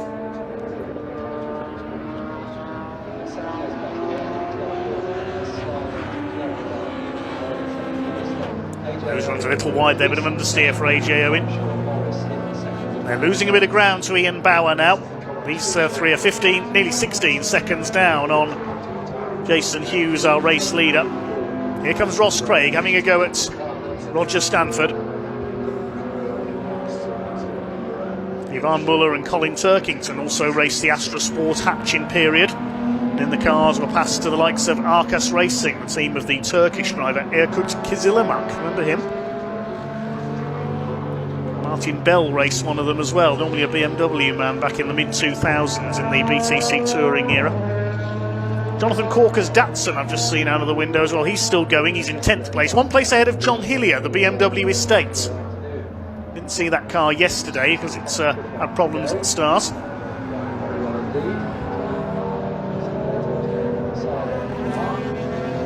Roger Stanford holding off the attacks of the Honda. It's Honda Integras that used to battle with the Astra Sport hatches in period in BTCC, the Halfords liveried ones, thanks of Matt Neal, Gareth Howell and Gordon Shedd. Still the fight goes on for 2nd, 3rd and 4th places. A little bit more spread apart now though.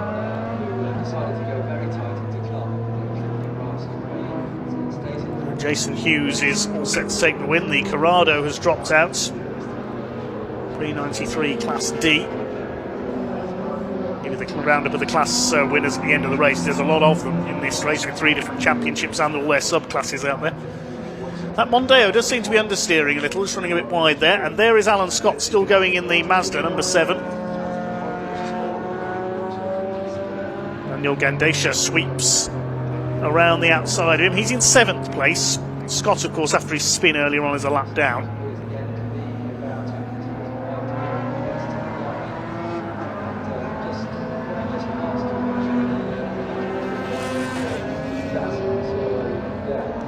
Ross Craig still leads pre-03. 2nd in the pre-03 championship, it is Cam Tunio. There he is, the lime green and black Honda Civic. Behind him is David Cave. So they're 2nd and 3rd in the pre-03 championship split. They're both leading their subclasses. John Hillier's 4th in that category as well, the BMW E36 Estate. Well, if Volvo and Honda can run estates in touring cars, why can't John Hillier?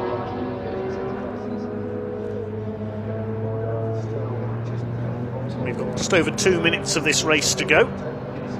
Final race of the season for the Classic Touring Car Racing Club, excluding the handicap all-comers races at Brands Hatch on the 8th of November in support of the Brit Car Into the Night race. The Hyundai Coupe Cup runs on that occasion as well, and Cam Tunio having a go at Alan Scott here. I think he's coming round to lap the Mazda, so I'm not sure he's doing racing each other. So let him through, he's done so.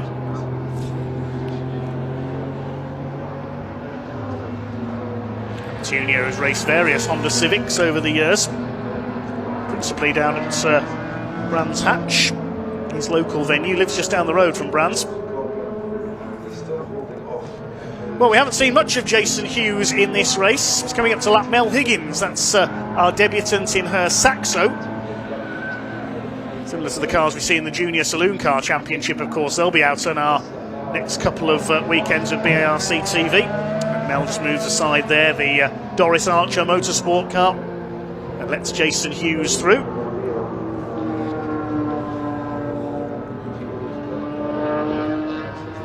Shades of Jason Plato, Ivan Muller, Vincent Rademacher. Right at the end of the Super Touring era, those Vectras were. Of course, John Cleland, the most famous Vauxhall pilot. At the end of his career, he raced the Vectra. A shame we haven't got the other Vectra out there today, John Whelan, the Irishman, who was here yesterday with the ex-Mike Briggs South African Championship Vectra, which went on to race in Australia with Cameron McLean as well. 2nd yesterday, so failed to race today, sadly. Here comes Jason Plato Hughes at the side window.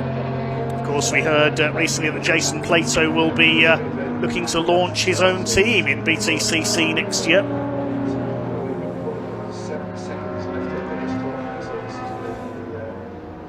We're on the last lap now. Jason Hughes is heading for victory. There is the Mondeo, second of the Super Tourers, fourth overall behind the two pre-93 cars. Jamie Sturgis' BMW in the background. He's raced all manner of machinery, including TCR cars in the past. Lives literally an exhaust roar away from the Thruxton circuit. Here comes Hughes lapping David Hutchins' Honda Civic. Luca Nardone's BMW.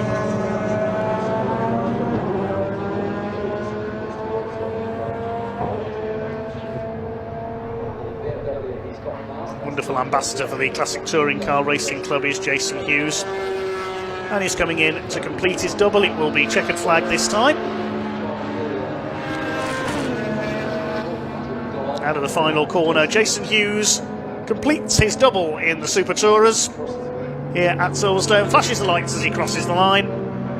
Ian Bauer is going to win the pre-93 splits, having already secured the championship yesterday, and he will take second overall. Sean Morris, his championship rival, just behind him. Two BMWs come over in second and third. AJ Owens' Mondeo behind them, second of the Super Tourers. Mel Higgins crosses the line. Successful debut weekend with the club for her in the Saxo. And Ross Craig comes in to win the pre-03 split for the second time this weekend, and he beats Roger Stanford as well. Great driving this weekend by Ross Craig. Last few cars to come in. Looks like just the one retirement, which was Byron Aldous' VW Corrado.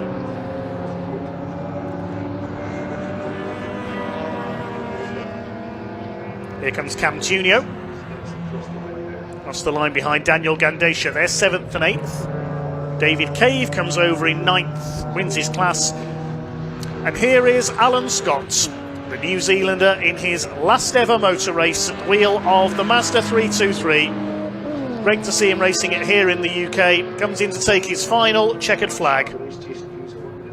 Thank you for your support, Alan, and a very happy retirement.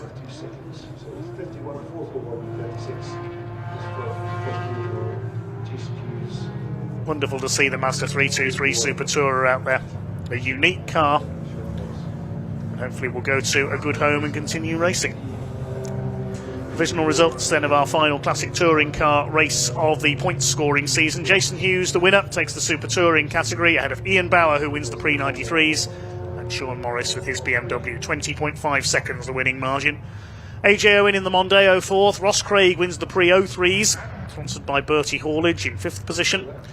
Then Roger Stanford, Daniel Gandesha, Cam Tunio, David Cave ahead of John Hillier. Jonathan Corker's Datsun a little further down ahead of Luca Nardone. Then Dave Hutchins, Jamie Sturgis, Alan Scott and Mel Higgins completing the finishers. We lost Byron Aldous, sadly, in the Corrado.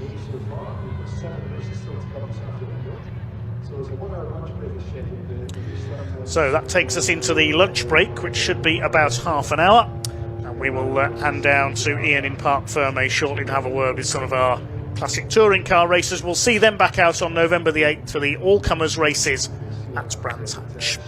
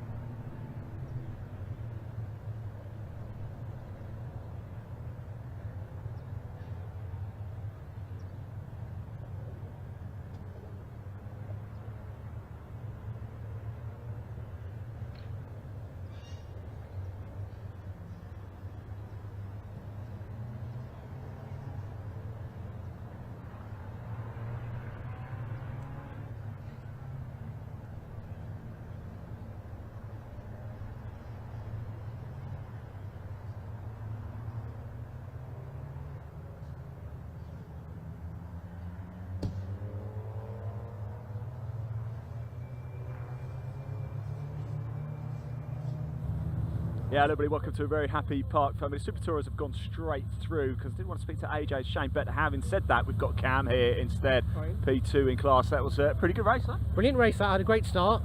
Managed to tie up the temperature and try and keep up with the big boys. Good fun. Certainly did that. Look, what's going to happen next year with you? Are we going to see you back? I'm planning to be back. Anyone who can help me, all my sponsors, going to say thanks to these guys, all helping me out. H&S Real Estate, Edenbridge, it's helped you get out. And the passion, and the family. My long-suffering wife just there. There they are. Hey, give a wave to the camera. Give a wave to the camera. There we go. Look, Cam, well done. It's been a pleasure having you. Thank you so much. Really appreciate it. Good stuff indeed. Let's move round a little bit. So as I said, Super Tourers have gone down. Jason Hughes getting a great win. Did want to speak to AJ Owen. Here, let's have another quick chat if we can. I know we've already touched on it, but what a way to end the year. Hey, come on. Yeah, that was a difficult race. My oil pressure kind of flashed on the first couple of laps, and I wasn't sure. It's set really safely. I was just trying to work out the first 3-4 laps if it's all right, and if I went one way, it went down. So I was just trying to nurse it in today, not go too hard and just get the win. Is this your best year in motorsport? 100%, yeah. I've won pre-93s twice, so this is the third time, but I've never won two championships in a year, so it's a big year for me. You've got to come back next year now. You have to. Yeah. I think I'd get the number one on the car and come back. Thank you. Always a pleasure. Really good stuff indeed. Hey, dude, how was it? Hey, well done. Congratulations. Thank you very much. My second ever trophy of my life Is this it? weekend. So No way. first this morning, second one this afternoon. So very happy. You've got a big smile on your face. Yeah, So it's been great. This place suits you then. You like it. What is it about Silverstone? It was my rookie season, so it's learning the whole time. But it's been just been a case of chipping away, not getting too overconfident, get the car level for the corners, because it will really punish you if you push too hard. Throughout the course of this weekend, we've actually seen quite a few, I don't want to say rookie drivers, but newer drivers, shall we say, going well here. Do you think it is the Silverstone International layout, or is it just now at the end of the season, you guys are just getting to grips with everything and getting quicker and quicker? Well, speaking for myself, yeah, I definitely learned an absolute shed load. I mean, I'd never done a race in my life before Donington, so and I'd probably only done a handful of track days before that, so it's the amount of experience from doing 2 championships, Sundays and pre-93. Was 30 races this season, is it, or something? But yeah, it's been great. You learn a hell of a lot, and we had some coaching from Stuart Waite as well. We won the championship. Yeah, I know Stu. Yeah, I know him very well. So he was coaching me on Friday. It was pissing rain, but pardon my language, but it was useful for learning balance of the car and all that stuff. The weather's got gradually better, isn't it? Horrible on Friday, as you said. Yesterday was blowing a gale, and today pretty tropical compared to everything. Exactly. But I would say for the fast corners, learning it in the rain and then trying to get the car calm for those first corners was really helpful. And I've heard a couple of other rookies saying that as well, so maybe that's it. Well, look, well done. Back next year? Yep, definitely. See you Come then. on, Cheers. yes. Hey, well done.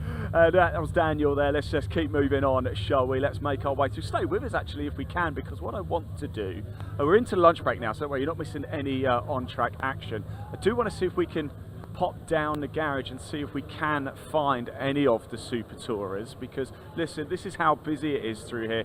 We're probably not going to be able to make our way through the... Actually, I'll tell you what, I reckon we can. Let's just pop through the garages, shall we? This is what it looks like behind the scenes. These are the Formula 1 pit garages here as well. All right, David, it's all right? Oh, jolly good. Yes, these are the oh, look, there we are. We're right there. We're on telly. You lot are about to be on telly. Look, give it a wave. Give it a wave, everybody. There you go, look. Good stuff indeed. They're watching the telly. They're all about to be on it as well. I want to keep going down because I think I might be able to see Jason Hughes. Potentially I can see his car down now. You okay there, Danny? Sorry, I don't want to walk too fast, but big thank you to the Mini guys for letting us just cut through their garages over here. Let's keep going. There is Jason Hughes' car. Wonder if he's around. I can see Gary's down there, so let's pop down. We heard, didn't we, as well from Alan Scott, he's just finished his last ever race. In fact, I think he might just be sat down there, so I wonder if we can grab a quick word with Alan and just sort of find out how it went. Let's just jump in. Sorry, Alan, I'm sorry to do this, but of course it is your final. How was it? And what happened at the start? Well, at the start, the car turned in very well, too well, and it's fun. So anyway, that's. Did you though have a brilliant time for your final outing? Well, look, it's been great with you know, all the family and you guys. It's been brilliant. Brilliant. Thank you again. Thank you so much. I really appreciate it, and best of luck with the retirement from racing. But you never know. We never know. You watch yourself, Danny. Be careful there. Let's just turn. Sorry, I don't know if Jason's about actually, but this is your race-winning car. Of course, we didn't get a chance to catch up. We did speak to him yesterday, but we didn't get a chance to speak with him after the races. He's in the truck getting changed, is he? Right. Thanks, Gary. Yeah. Oh, he's coming now. Here he is. Jason Hughes is coming. It's just a quick pit stop there, Jason, was it? Change. Look, we didn't get a chance to speak to you after yesterday's win, but now we've got a chance to have a quick chat. And I got to say, pretty dominant style. Yeah, it was just a bit shame wasn't more in it, really, wasn't it? It's just the way it is, end of the season. Obviously, a couple dropped out beforehand, and obviously we've had a couple drop out. And then the lad who I thought was going to have a good bit of a race with, he apparently he's got a bad back, so he can't move from yesterday. Okay. So that was it. But quiet race. What's the plan for next year? Are we going to see you back? Hopefully, yeah. I'm having a new ankle I'm having a new ankle fitted in 2 weeks, and I'm having a knee fitted on the other leg in February. So next year we were going to have a year out, but if I can bend my leg, my knee enough, we will be out for May, because there's a Bolton Park Super Tour revive. Big one, isn't Rewind, it? isn't it? Something. So yeah, we may as well. It's our home circuit, isn't it? So excellent. Pretty good. Right, Jason, again, thank you so much. Thanks for coming out to play this year. Really appreciate it. Fine machine. I think Gary might want you. Sorry, you're going to win races. You've got to do these media bits and bobs. Right, we're in the lunch break. Like I said, you're not missing any of the on-track action. We'll be back very soon for Caterham's, but I'm going to hand back to Dave Goddard right now.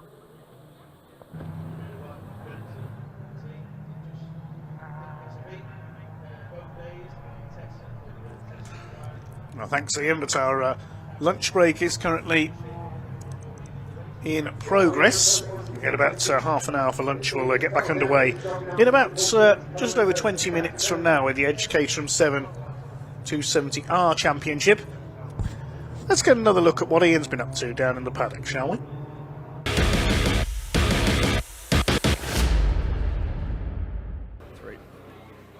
Right, Paul Sawyer. Here we are at Silverstone. And now, Paul, one thing we know about you, of course, big into your music. A DJ, an artist, you do a lot of work at BBC Radio as well, don't you? But one thing I don't know is actually how good your music taste is. So we've spoken about it a lot, Paul, but now we're going to play a little game. And it is called Battle of the Bands. So on my magical clipboard here, I've got loads of band names, artist names here. I've got 15 to get through in total, so 30 in total. You have to choose one that stays. One disappears, one stays. It's all on you. All right, to get it wrong, you're going to have a lot of people moaning at you here. So, out of these two, pick one. Rolling Stones or the Beatles? Rolling Stones. Okay, all right. You'll like this one. Taylor Swift or Sabrina Carpenter? Taylor Swift. Okay, jolly good. Right, now we're getting more into you. Pendulum or Prodigy? Oh, now that's a hard one. It's got to be the Prodigy, though, because of my era. Okay, this one might help. Is it Daft Punk or Calvin Harris? Definitely Daft Punk. I'm so glad you said that. I asked Danny, he'd said I never heard of them. Right, this is a good one. Pet Shop Boys or Depeche Mode? Ooh, Pet Shop Boys, I'd say, definitely. This one is a really hard one. David Bowie or Michael Jackson? It's got to be Michael Jackson. Yeah, I think you're probably right there. Right, Eminem or Dr. Dre? Ooh, Eminem, I reckon. That's the right answer. Right, this is up your street. Tiesto or Paul van Dyk? Oh my God, how do I choose between those two? That's you got it, you got it. Right, okay, I'm going to choose Paul van Dyk because he played my track last week. Okay, fair enough, fair enough. We're going to touch on that in a minute as well. Right, Blink-182 or Green Day? Green Day. Okay, fair enough. Right, these are your two favourite bands. I know this. I've been talking to everybody here and they've told me this. S Club 7 or Steps? Oh, Jesus, neither. Got to choose one. S Club 7 then. Fair enough, fair enough. Right, this is a good one. Dolly Parton or Johnny Cash? It's got to be Dolly Parton. Okay, fair enough. Right, I think this is the hardest one. Elvis Presley or Elton John? I'm going to go with Elton John because he's English. Fair enough, fair enough. Led Zeppelin or Pink Floyd? Pink Floyd. Yeah, okay. Madonna or Beyonce? Definitely Madonna, that's for sure. Okay. Final one is Oasis or Blur? I'm going to upset a lot of people here and say Blur. Okay, fair enough. Listen, Paul, thanks for doing that. So it's great to find out a little bit about your musical taste, but you've just had a track come out, haven't you? Tell us more. Yeah, so yesterday I had a remix come out on my label, Crafted Underground. It's called Azure. It's an organic house remix, basically. And the artists are Andy Weldman and Danny G. So yeah, it'd be interesting to see how it does actually. It's been supported by quite a few people recently, so yeah, it'd be good to see how it does. And you said as well the season's about to finish, of course, for the Mini Club Sport here, and you said over the winter you're going to be writing a lot of music. Yeah, that's what I normally do. I spend the whole of the winter making music basically just to set myself up for the year, because obviously racing takes up so much time. So obviously I try and keep the momentum going with my releases. So if I can try and make it all with the winter when I'm on the downtime from racing, then it's perfect. So, have you used your racing at all to inspire any tracks? well, funny enough, I have. Yeah. Have you? So I did a track a little while ago with a Madison Palmer from America, and it was all basically centered around racing. And the mix was actually called Hamilton Straight Mix. right. So, yeah. How do we listen to this? So you can go on Spotify, Amazon Music, anything like that basically. They're all available to listen to online. Now, let's talk about your racing. Of course, second season with Mini Club Sport. You keep coming back, Paul. You always got a big smile on your face. You got the bug? Oh my God, yeah, big time. It's unbelievable. It's absolutely taken over my life. Really? So look, let's go back to the start of last year, your first ever race, to where you are now. What's been the biggest improvement from yourself? I think really just making sure I've had as much track time as possible, because now I'm actually competitive. When I first started, although I've been racing on bikes before and things like that, there was nothing compared to racing in a car.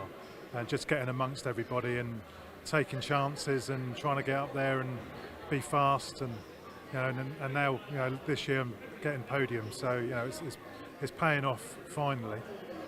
Look, it certainly is. You've been right in the mix this season as well, haven't you? What's on the horizon for 2026 then? Are we back? Yeah, so we'll be back in the Mini. The team's growing. There's going to be a nice announcement soon. There's going to be some more drivers. The team's growing. I'm going to be doing a bit of endurance racing next year as well. Fantastic. So yeah, so look out for that. We certainly will. Well, Paul, thank you so much for letting us into your musical knowledge there. The only thing I can say, there really is no party like an S-Club party. Paul Sawyer, thank you.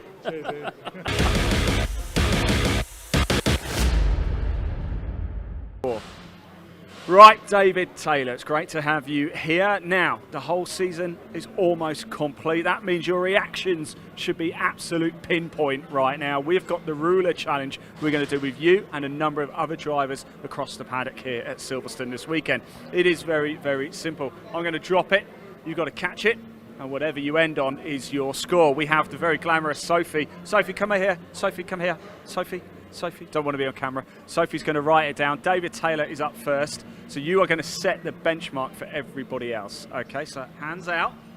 It's going to put it about an inch up, and then I'm going to drop it, and you've got to catch it. Here we go. Oh my word. That is 5.5. 5.5 centimetres, David. That's pretty impressive, eh? Brilliant. Yeah. Hope you like that. Not everything's 5.5 centimetres though, eh? On to the next. This one, 5, 4, 3. Right, here we go. Up to you now, James. This is the big one. Okay, here we go. Ready? Oh, look at that. 3.5. 3.5 centimetres. 3.5 centimetres. Well done. Woo, woo, woo. Right, so let everybody into a little secret. We're filming this on Saturday. So that means it's Zach Blackwell's birthday. So happy birthday, Zach. What is it, 21? No, just a couple of years past that. But yeah, so we're turning 30.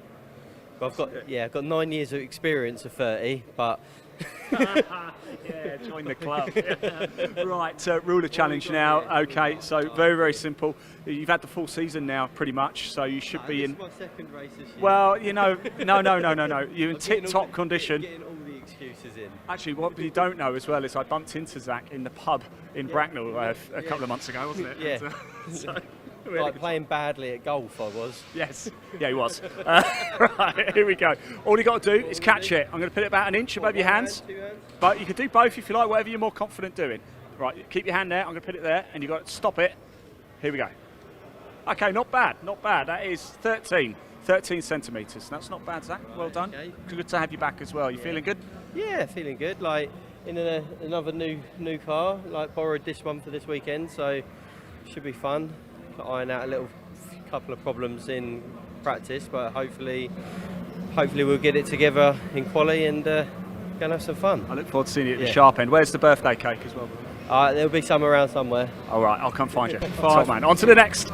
All right, here we are, Sam Daffin, Classic Touring Car Racing Club. Sam, you've been racing all season, of course, so you're in tip-top condition, right? Your reactions are like a fighter pilot, yeah? I wouldn't go that far, but yeah. Right, we're about to find out anyway. I've got this challenge for you. You've got to catch this ruler. Very, very simple. I'm going to drop it. You've got to catch it. So put your hands out. I'm going to hold it about an inch above your hands. Yeah.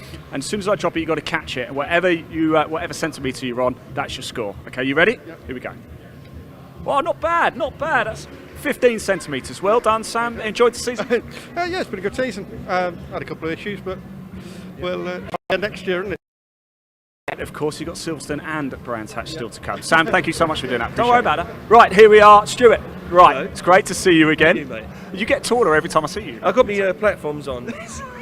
Show a bit of superiority, that's all it is. We're going to play a game. Just before we do that, though, Classic Touring Car Racing Club always seems to go from strength to strength. Building something big in 2026? Yeah, like 2026, Bark have really come through with a grid for next year. MSV have also put together a couple of the Touring Car Rewind meetings. Yeah.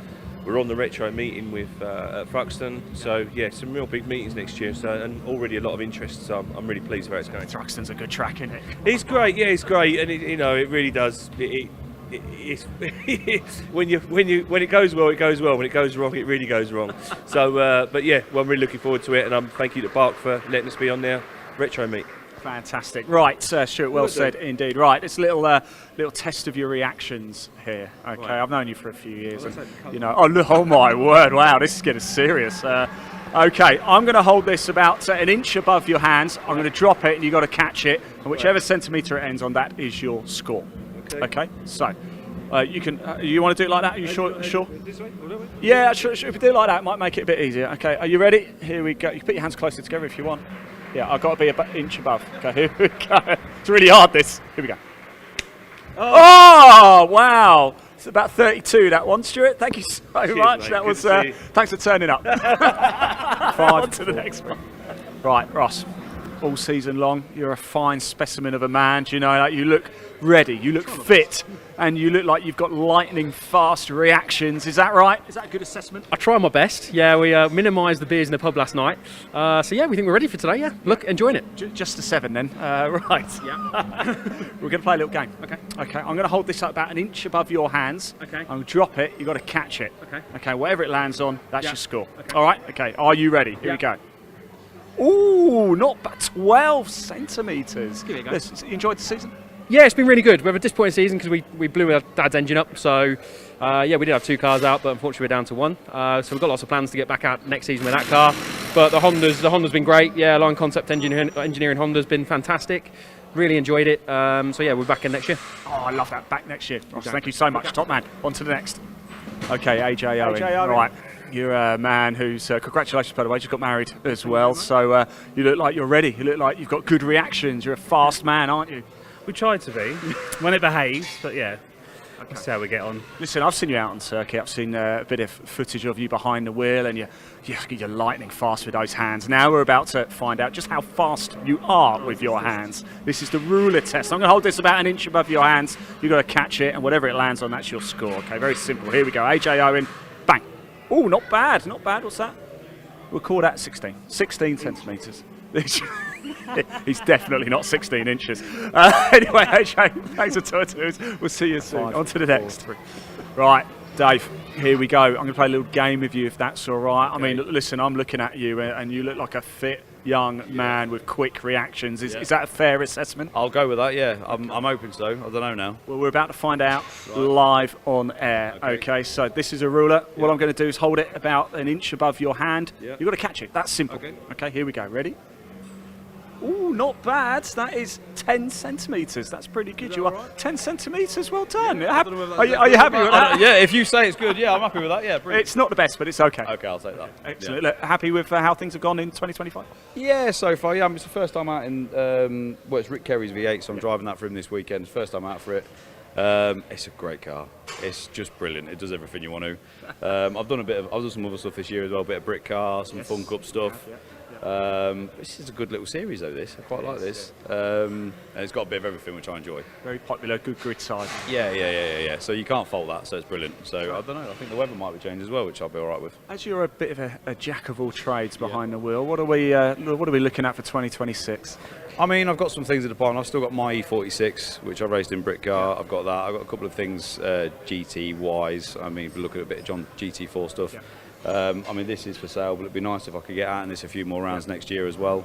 So, a bit of anything really, as always. Just jumping in. Are we going to see you at brick car at Brands? Yes, I'm at Brands, yeah. I was planning on doing the night race, so again, if this is still available, I might be out in the night race in this, which would be absolutely brilliant.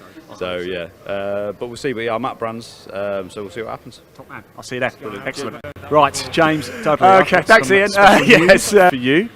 We have been doing the Ruler Challenge, as you know. You did so well. You are our winner. How do you feel? Oh my God, I've actually won something. You have definitely won something. This is better than winning a race. I've got a prize for you as well. Do you like trucks? Yes. I've got you your very own Ruler truck. Look at that. That's for you. How good is that? Fantastic. Congratulations. Thank you, Ian. It's been a real pleasure. You are 3.5 centimetres long. Before you go, James, just a word on the season? Well, the car's been difficult for us this season, but we think we've got a recipe now. Yeah. So hopefully we'll see what she does today. We're back next season anyway. So I was just about to ask you, then, why is it so good racing in Mini Club Sport? It's going to be even better, I think, next year because they're making it much more of a closer grid. So the cars are going to be a lot more stringent, so I'm looking forward to it. What we've got there, I think, is going to be possibly a contender, as long as the driver can do well next season. Yeah. But with the potential, we might be running 2 cars next year, so let's wait and see. All I can say is you have the fastest reactions out of anybody we've tested, so you should be pretty good out there. James, congratulations, our Ruler Reaction Challenge winner! Woo!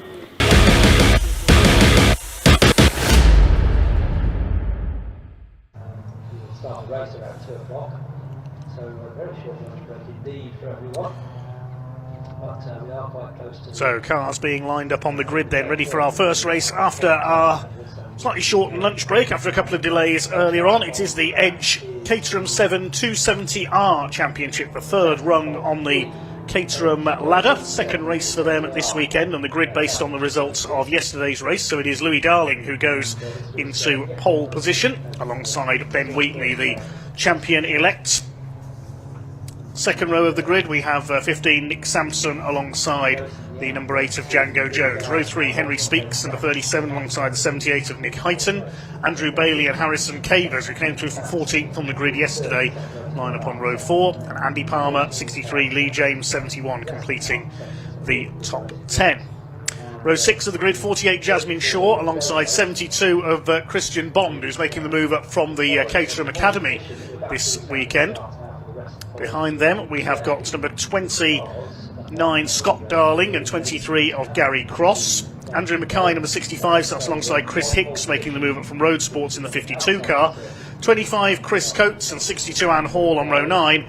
The 10th row Craig Jarvis, who ended up in the gravel at Club Corner yesterday. Tim Hardcastle at the back of the grid. He was disqualified yesterday for a yellow flag infringement, so starts today at the back. One withdrawal from yesterday. We don't have number 74 Arif Hanif. 20 cars out there for this one, and Chris Hutchinson alongside me. We are about pretty much to confirm Ben Wheatley as the champion this year. Yep, not quite champion-elect, but the only way that Louis Darling can now stop him if he wins and takes the fastest lap in both of these races and then even then he still Ben only needs to get a single extra point in his championship, but such as his performance been this year, that means he has to actually get a third place to get that additional point on his championship total. But it's still a long shot for Louis, but he's been doing everything he needs to do so far, and if he can take the win and fastest lap, well, it's then still down to Ben to get that. But they've got two chances today. It was an action-packed race yesterday with Louis Darling managed to skip away into the to the win, but Ben Wheatley, after fighting with a pack of four of them, didn't manage to make it over the line in second place. So all but taking that championship, and Louis Darling, even if he doesn't win it this year, is guaranteed his second place, and then really the championship battle that we're concentrating on for the third place on the step on the podium, and that's between Nick Hyton and Henry Speaks. Hyton currently holds the advantage, but if Henry Speaks managed to grab 4 more points back from him over the course of these next 2 races for the 270s, then he will leapfrog and move himself into that third place. So that's the championship standings as they go in, and let's say the race yesterday was pretty spectacular, and they've got a little bit less wind to contend with today, and the crosswind that is there means that the super tow down the start-finish straight isn't quite like it was yesterday, so they'll be finding out what those conditions are like. Also had quite a lot of oil down over the course of today, so they'll have a little bit of slippy corners every now and again, and certainly the grip levels will have changed since they were last out on track. There's Tim Hardcastle, the very brightly coloured number 6 car at the back of the grid. Watch for him coming through after that disqualification from yesterday's race. He's got to make it up from the rear of the grid. But it is Louis Darling looking for his 7th win in succession on the front of the grid in the black and gold car. He's had 8 wins this year in total, including yesterday. Ben Wheatley alongside him, the championship leader, the black and light blue car. He's had 8 wins this year. Second row of the grid, we've got Nick Sampson in red and whites, alongside him Django Jones in silver and navy blue, the number 8's car. Still waiting the red lights to come on. They do now. The revs are up, ready for the Edge Caterham 270R's second race of the weekend. It gets underway and down towards the first corner. Decent start by both of the front row men. Louis Darling trying to cut towards the inside. He's just about held his lead over Ben Wheatley, who slots in behind him. Looks like Django Jones possibly coming through the third, or was that Nick Hyton coming through in the 78 up in the third from the inside of the second row? Well, the third row, I should say. It is Nick Hyton up in the third, but here comes Nick Sampson on the inside. Everybody's round the first couple of corners okay. And look, Tim Hardcastle's already made up a lot of places from the back of the field. I think that's Christian Bond, our newcomer, running wide there, the graduate from the Academy, moving up a bit early ahead of next season, straight to 270R. A brave move. You normally see the drivers go from Academy to Roadsports, and the rattlesnake starts already down the hanger straight with Louis Darling at its head. All the drivers there running wide, another sort of indication that the side wind is causing them some issues as they head onto the hanger straight. They're getting blown to the side, and they all went over track limits on the exit there, and he's did manage to hold on though ahead of Ben Wheatley. Out front to is Louis Darling, but he will have to do that. I think the two of them would, well, I think Ben Wheatley would just like to be drawn clear of everybody else, but Sampson just getting back up the inside down across of Hyton and making that happen, and then there's Henry Speaks now ahead of Hyton as well, so making some progress. Yes, Nick Hyton relegated back to 6th position. Harrison Cavers and Andy Bailey trying to chase him down as well. Now we'll look at the timing screen, see where the number 6 of Hardcastle is up to from the back. He's gained 7 places from the back of the grid already. It's Wheatley taking over the lead then, just as they went side by side into Abbey. It won't be the first time or the last time we see that all through the course of this weekend. Ben Wheatley though back down the inside. Sampson diving last minute underneath. There's going to be 3 of them all fighting for the same bit of tarmac. That's not going to be good, but they sound like and look like they've got out of that okay. But yeah, Henry Speaks over the top of Hyton, which is what he needs to do. He needs to gain as many points as he can over Hyton to withdraw that challenge. But it is Ben Wheatley who comes out then in the lead as they come down hanger straight this time. Here comes Louis Darling to the inside then. He'll draw alongside, takes the lead, but now Ben Wheatley will try and slipstream him back and trying to jink round both of them. They're going to be 4 wide as they come into Stowe Corner.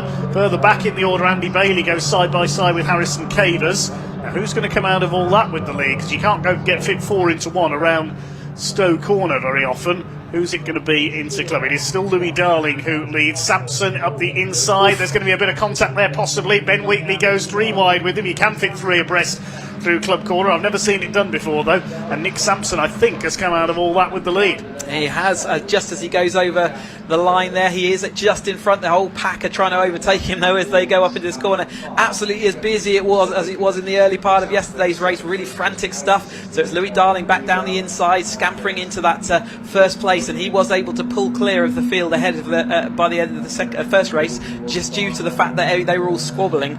So he's now going to fall back. Is he? No. Django Jones though is doing what he did yesterday, which is acting as interference and shoving his nose wherever it's not wanted. Ben Wheatley's not going to be able to do much with that. Certainly going to compromise him onto the hanger straight. So it's not ideal when you go side by side through this the Beckett's corner as it is on this international circuit. Having to sort of dodge a little bit. You've got to keep the momentum. And again, that weaving line of Caterhams, they must stop weaving as soon as they're alongside each other. You can see how behind it settles. As soon as one car comes alongside, all that weaving does stop.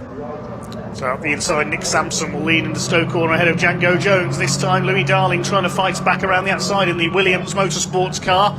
Those three, if anything, have got a very slight break over the rest of the field here as they head down towards the left-hander into the club complex. That's Nick Highton fourth. Ben Wheatley is in fifth position, chased by Andrew Bailey, who was in the fight at the start of this weekend for third place in the points through consistency rather than out-and-out speed this year. Andy Palmer draws past Henry Speaks. Henry Speaks has got a puncture. Look at the left front. That tyre was going down, I think, there. Let's keep an eye out for that then. Yeah, I missed that myself, and is he falling backwards through the field as well. But Louis Darling there is now back out in front of ahead of Sampson. Then it's Django Jones, a little bit of a gap then back to Wheatley, who's having to battle the cars around him. I think that's Highton now ahead of him, so Wheatley is falling backwards. Remember, he doesn't have to do too much unless Louis Darling wins and takes the fastest lap, but given how fast Louis Darling is, you wouldn't put it past him at this point. And the only way that Wheatley can actually gain another point in his championship with these drop shawls that we run is by finishing third place. So yeah, Louis Darling doing everything he needs to at this stage, but long way to go. So we're watching the cars in the background still moving along at pace, but yeah, Henry Speaks doesn't seem to be part of that group, so I think you caught that well. Yes, he's dropping out. The left front tyre on his car I think is flat, so he'll be heading for the pits this time around. There's Andy Palmer, number 63, just ahead of Tim Hardcastle, who's going through towards the top 10 now from the back of the grid. Nick Sampson side by side with Louis Darling at the front of the order. Here comes Nick Highton up the inside. In the middle of it all is Django Jones. They do fit three wide through club corner. My goodness, I didn't think that was possible until this race. And here comes Ben Wheatley back into the equation. He's back up into P4 as well. This is fantastic stuff. I think in my racing and in my commentary career so far, I've never seen that happen before, and they all came out of it facing the right way. So well done to everyone. Louis Darling back up the inside of Sampson. Sampson, I know, is so keen to go and take that win. He's been fully involved. He hasn't been able to do a full season this year, but whenever he's been racing, he's been competing, and it's great to see. But it's still Louis Darling has still got that pace in the car, hasn't he? And Wheatley now into that fourth place, not quite the point he needs. Highton, though, is looking solid in that third place in the championship. If Henry Speaks is out, that might mean that he just has to finish this race to solidify that and confirm it. As they hunt onto Hanger Straight, again drifting wide out there, really are getting pushed to the side of that circuit as they come out there. Sampson on the right hand side as we look at it, Darling on the left hand side, squeezing him to the edge of the track. Is anyone going to move down the inside? They're not going to quite have the headwind to be able to do that today, so Louis Darling is going to take the inside line. That's advantage him, and Sampson's tucking in behind him, trying to stop the approach of Django Jones, who's in that third place currently. So here they come down towards Club. Yes, Henry Speaks has pulled into the pits. He does have a puncture, so hopefully he can change the wheel and get back out there, but they have a lot of ground to make up as they come through Club Corner as one once again. There's Hardcastle through from the back of the grid. He's into the top 10 now. That's P9 past Palmer. Over the line this time it is Louis Darling who leads the way ahead of Django Jones. Nick Sampson in third place. In fact, Hardcastle has done the fastest lap of the race. We watch the leaders into Abbey, and Django Jones takes the lead up the inside. Sampson third. There's Nick Highton in fourth. How long is Django Jones' lead going to last? The answer is one corner, because Louis Darling is immediately back through. There's Ben Wheatley with the light blue nose cone in P5 on the back of this little group, and he's going to start to attack now, maybe make his way forward once again towards the hanger straight this time if he can get into the slipstream. Andrew Bailey in the red car with the blue roll cage is just behind them, and they're going to start the rattlesnake once again. Here we go, one way then the other, just as we saw in the road sports race earlier on. And here comes Django Jones down the outside, trying to take the lead. Nick Sampson's going to send a move up the inside to try to take both of them under braking. They're three wide into Stowe corner. Oh, goodness me, there was a bit of wheel banging there, I think. And who's going to come out? I think Louis Darling has somehow held his lead. It was millimetres if there wasn't any contact. It didn't look like there was contact, so millimetres between those cars as 3 wide into Stowe. Again, it's not very easy to achieve, and they've managed it. Heighton, though, does make it up into that 3rd place. Django Jones being shuffled backwards, and maybe Wheaton will be moving that. Wheatley, sorry, will be moving him further backwards. But Bailey's the big advantage. He's now fully involved in this battle. Already lost part of his rear wing there, hasn't he? So he's shedding bodywork in this early part of the race. But Darling has put his car back up into the lead. We did see Django Jones lead for at least a corner in the first race, and he's done that already in this lap. Can he do anything about him in this next 11 minutes of this 270R race? And then the battle behind. Hardcastle has now made his way through over the top of the number 51 of Cavers, who's not having the weekend of his dreams, is he? He's certainly not. He struggled in qualifying only to P14. He recovered into the top 10 in race 1, but he's dropped back slightly again here behind Hardcastle now as the leaders weave their way down the hanger straight. Nick Heighton's going to try and nail it down the outside, but he gets it, finds his way blocked by Nick Sampson. Cavers nearly banging wheels with Tim Hardcastle. Fighting up behind them, Gary Cross in the number 23. Swing their way into Stowe corner. Cross gets the tighter cut back there. He's ahead of Andy Palmer in the number 63 car.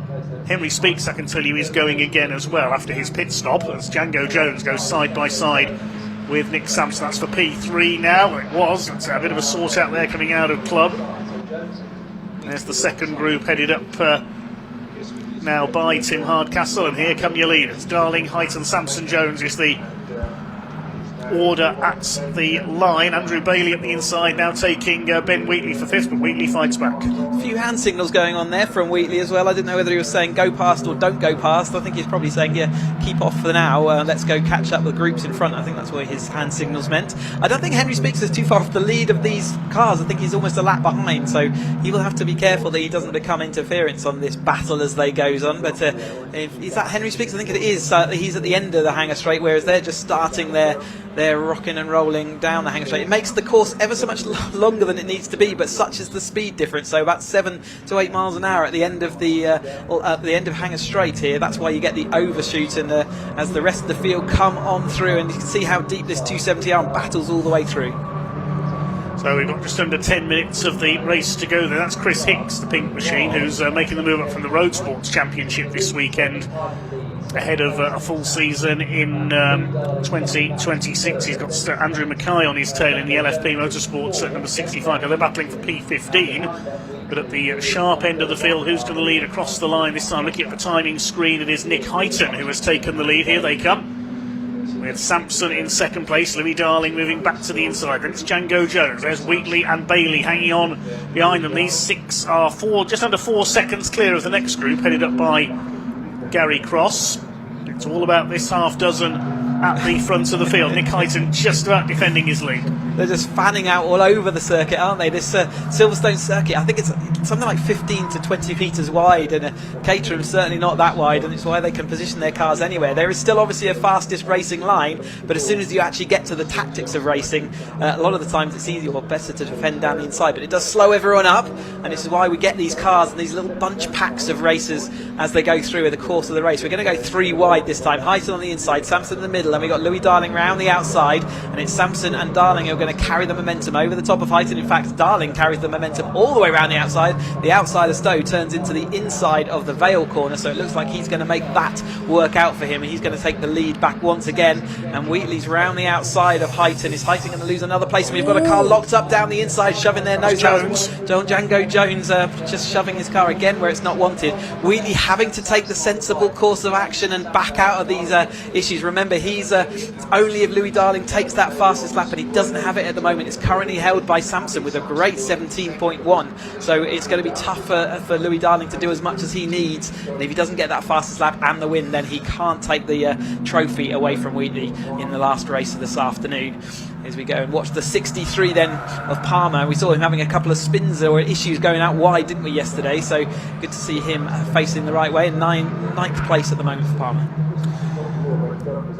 So we're past half distance in this Edge Caterham 7 270R Championship 20-minute race. 7.5 minutes of this race to go. Louis Darling, the Welshman, continues to lead the way. Nick Sampson trying to close him down. The man from Sussex tries to move to the outside. Ben Wheatley, Nick Hyton tucks in behind the car with the blue roll cage. He's going to try and go up the inside, but Sampson sweeps around the outside. Can he turn it back to hold the lead? There was nearly contact there between the 69 of Darling and the 78 of Hyton. There's Ben Wheatley, the car with the lighter blue roll cage, trying to make a move to the inside here. Sampson on the inside for the first elements of the club complex. Hyton still third ahead of Jones. Ben Wheatley hanging back in P5, but that will be enough for the championship as things stand at the moment, I think. Just about, again, as long as that fastest lap doesn't change hands with Darling, then that's say it doesn't matter what that he does in this race. But at Sampson, yeah, he's absolutely got the bit between his teeth. There were millimetres again between those cars, and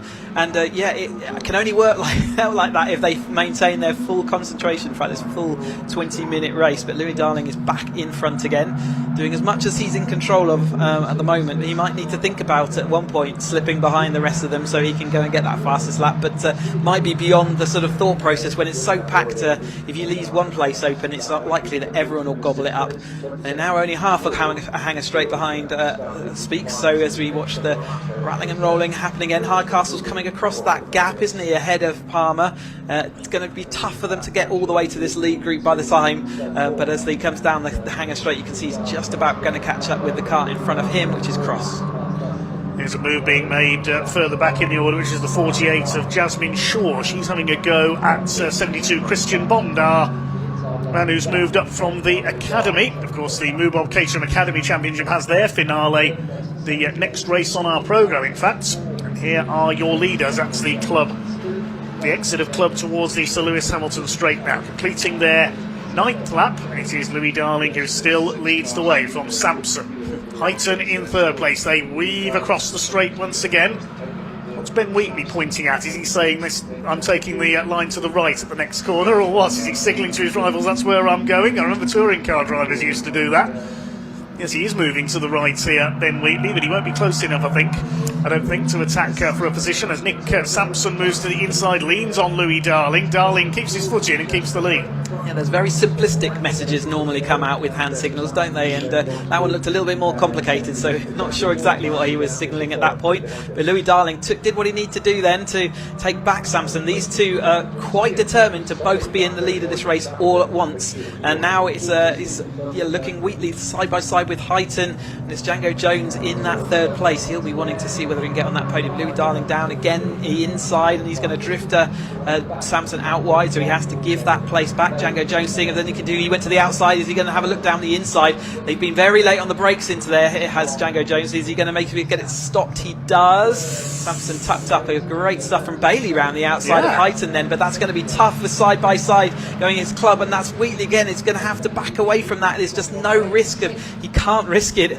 He needs to be around for the end of this race. There's 4 minutes still to go, and at the moment the fastest lap is still with Sampson, and it's not looking good for Darling right at this moment, but he's doing everything he can do.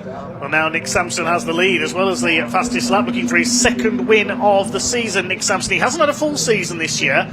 He missed a couple of rounds. He did have a win at Croft though, as Louis Darling lunges back into the lead through the right-hander at Village. Andrew Bailey going well up there in 4th place behind Django Jones, despite that bit of damage to the back of his car. Ben Wheatley hanging on in P5. As it stands at the moment, that will just be enough for the championship here if he stays ahead in P5 of Nick Hyton, who's dropped to 6th position. They weave their way down the straight once again. Tim Hardcastle up there in P7 from the back of the grid. He's had a great run through as Nick Sampson goes to the outside again. He's really late on the brakes every time into Stowe Corner. They must be touching wheels there, very close indeed.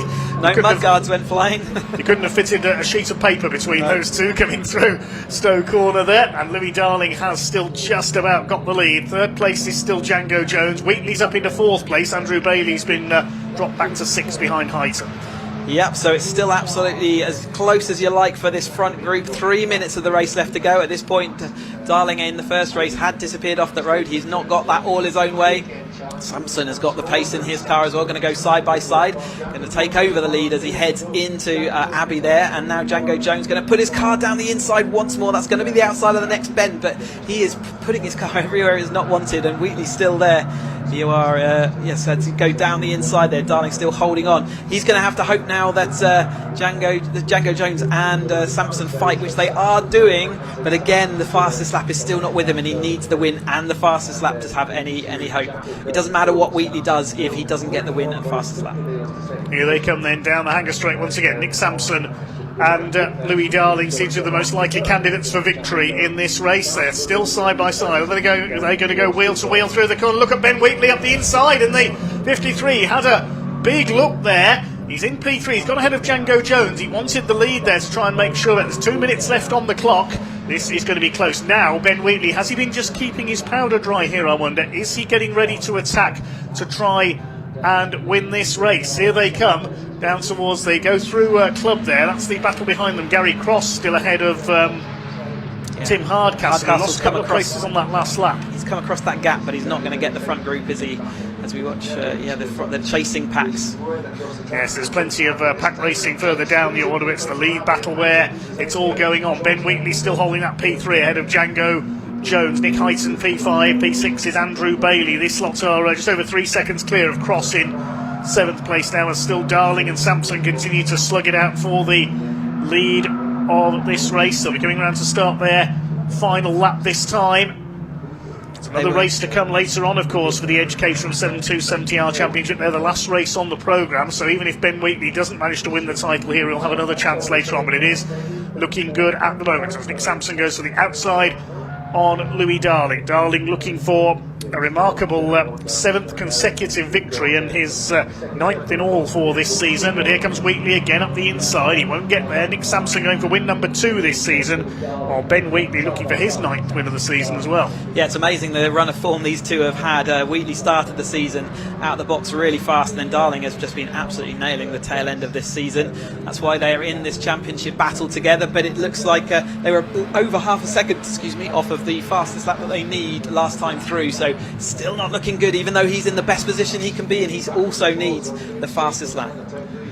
The weave takes place between 4 of them down the straight this time as they go into the final lap of this second race of the weekend for the Edge Caterham 7270R Championship. Is it going to be yet another win for Louis Darling? He had 2 wins at Zandvoort, a hat-trick at Alton Park. Is it going to be 2 out of 2 so far here at Silverstone? Nick Sampson up the inside, gets through on the inside. He's looking for his first win since Croft back in the summer. Doesn't want to be in the lead now, though, does he? No.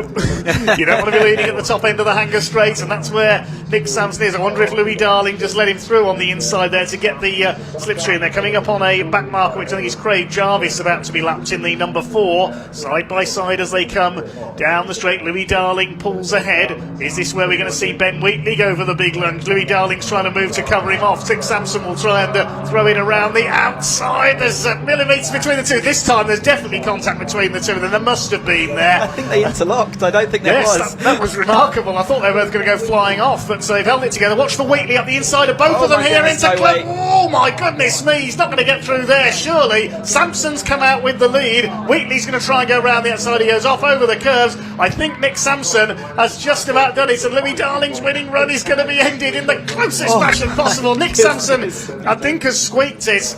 Goodness gracious me. Amazing stuff. That does, because if we watch the rest of the battles coming across the line, that was so close. There are like thousands between those front group. You can't get any closer than that, but Sampson taking that win.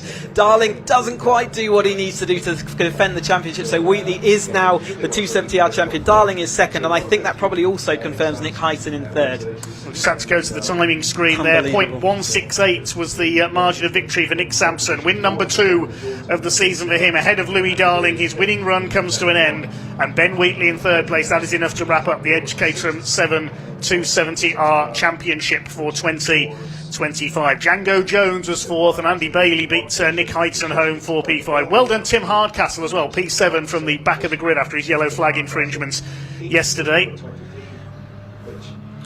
Sorry for the slight delay in confirming the result there. My timing screen had frozen up, but that's working again now.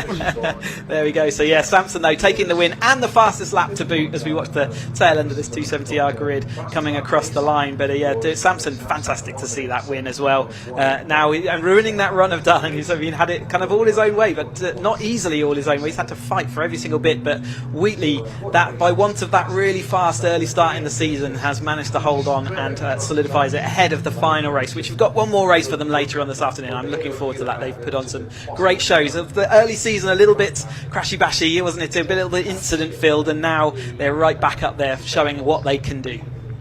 Henry Speaks ended up in P18 after his pit stop to change a tyre there. Nick Sampson taking the win, 0.168 of a second, the winning margin. Less than a second covered the first 6 home. Sampson ahead of Darling, whose winning run comes to an end at 6 in a row. Ben Wheatley completing the podium. Then Django Jones 4th, Andrew Bailey 5th, and Nick Highton in 6th place. Further back, Hardcastle beat Gary Cross home in the battle of the 7th. Christian Bond, an excellent 9th. He's only his second ever 270R race.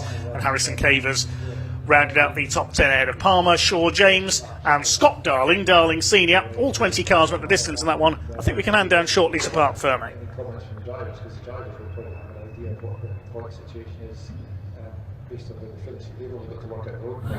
We've got a very happy Ben Wheatley down here at P3 on track, unconfirmed, but we believe that is the championship for him. Ben, can we just, I know you want to run over, yeah, go, we'll grab a word of you in a minute. He just wants to go over, shake hands with his title competitor, Louis Darling. Great stuff indeed, lovely sportsmanship between the two of them there. That's what we like to see. You can see the disappointment on Louis' face. Ben, I'll let you get your helmet off. Everybody wants to see you smile as well. He's making his way over now. He's a very, very happy man indeed. And let's just, of course, we just got to go through everything. We'll get everything into race control, etc. But Ben, you came in, the biggest smile on your face. Congratulations. How do you feel? Like a weight's been lifted off my shoulders. Crikey me, yeah. Going 3 wide. Get in! You can go in a minute. Just give me 30 seconds, and it's all. Right. I've got to thank CTS, Mark, John, Leanne. Thank my fiance for all the support. My parents. We've done more fastest laps than anybody else, more pole positions than anybody else. Not quite as many wins as Louis. He's done a phenomenal job. Yeah. And I had to go over to him because he's just done a phenomenal job. Yeah. He's won exactly when he needed to. But yeah, like CTS have built the quickest car, and it ultimately it's flattered me. And on a personal note, I wouldn't be here without them. They've done so much for me over the last 24 months that, yeah, I can't put it into words. I'm not going to keep you anymore. Go on, go celebrate. Congratulations. Sorry, Gary, he's got to go celebrate. I'll get him over in a minute. There he goes. Look at this. Look at it. Look at what it means. Brilliant stuff indeed for Ben Wheatley. Nick Sampson. Nick, can we grab you? Congratulations, by the way. We don't want to get lost here because you are the race winner. Fantastic race. Yeah, I had to work for that. Pretty hard, yeah. That was full on from start to finish, but really happy, yeah. Excellent, good stuff. Can you do so? Gary, do you want Nick?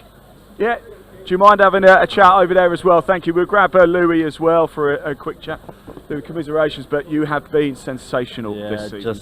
Just missed it. I didn't know it was the last lap, so I was like, oh God, one more to go, but yeah, it is what it is. So you have been lightning fast this season. Yeah. You've got a lot to be proud of. Yeah, there was 6 in a row till today, but yeah, just annoyed that we just missed out because the last race we were drawing on points and all Ben had to do was get third, and I had to win the whole weekend, so it wasn't looking promising, but yeah, it is what it is. You can have a look. Congratulations Yeah, anyway. I know it's not quite the result, but well done anyway. Thank you so much for talking to us. There you go, Ben Wheatley, your Caterham 270R champion. Let's put the camera back round there if we can onto him. Look at this grid stuff indeed. Another hug there between the 2 title rivals throughout 2025. Brilliant stuff indeed. Right, I don't think we can stick around too much longer because next race is about to get underway, and we head from one set of Caterhams to another set of Caterhams. It's time for the Academy, and I spoke to a couple of drivers a little bit earlier.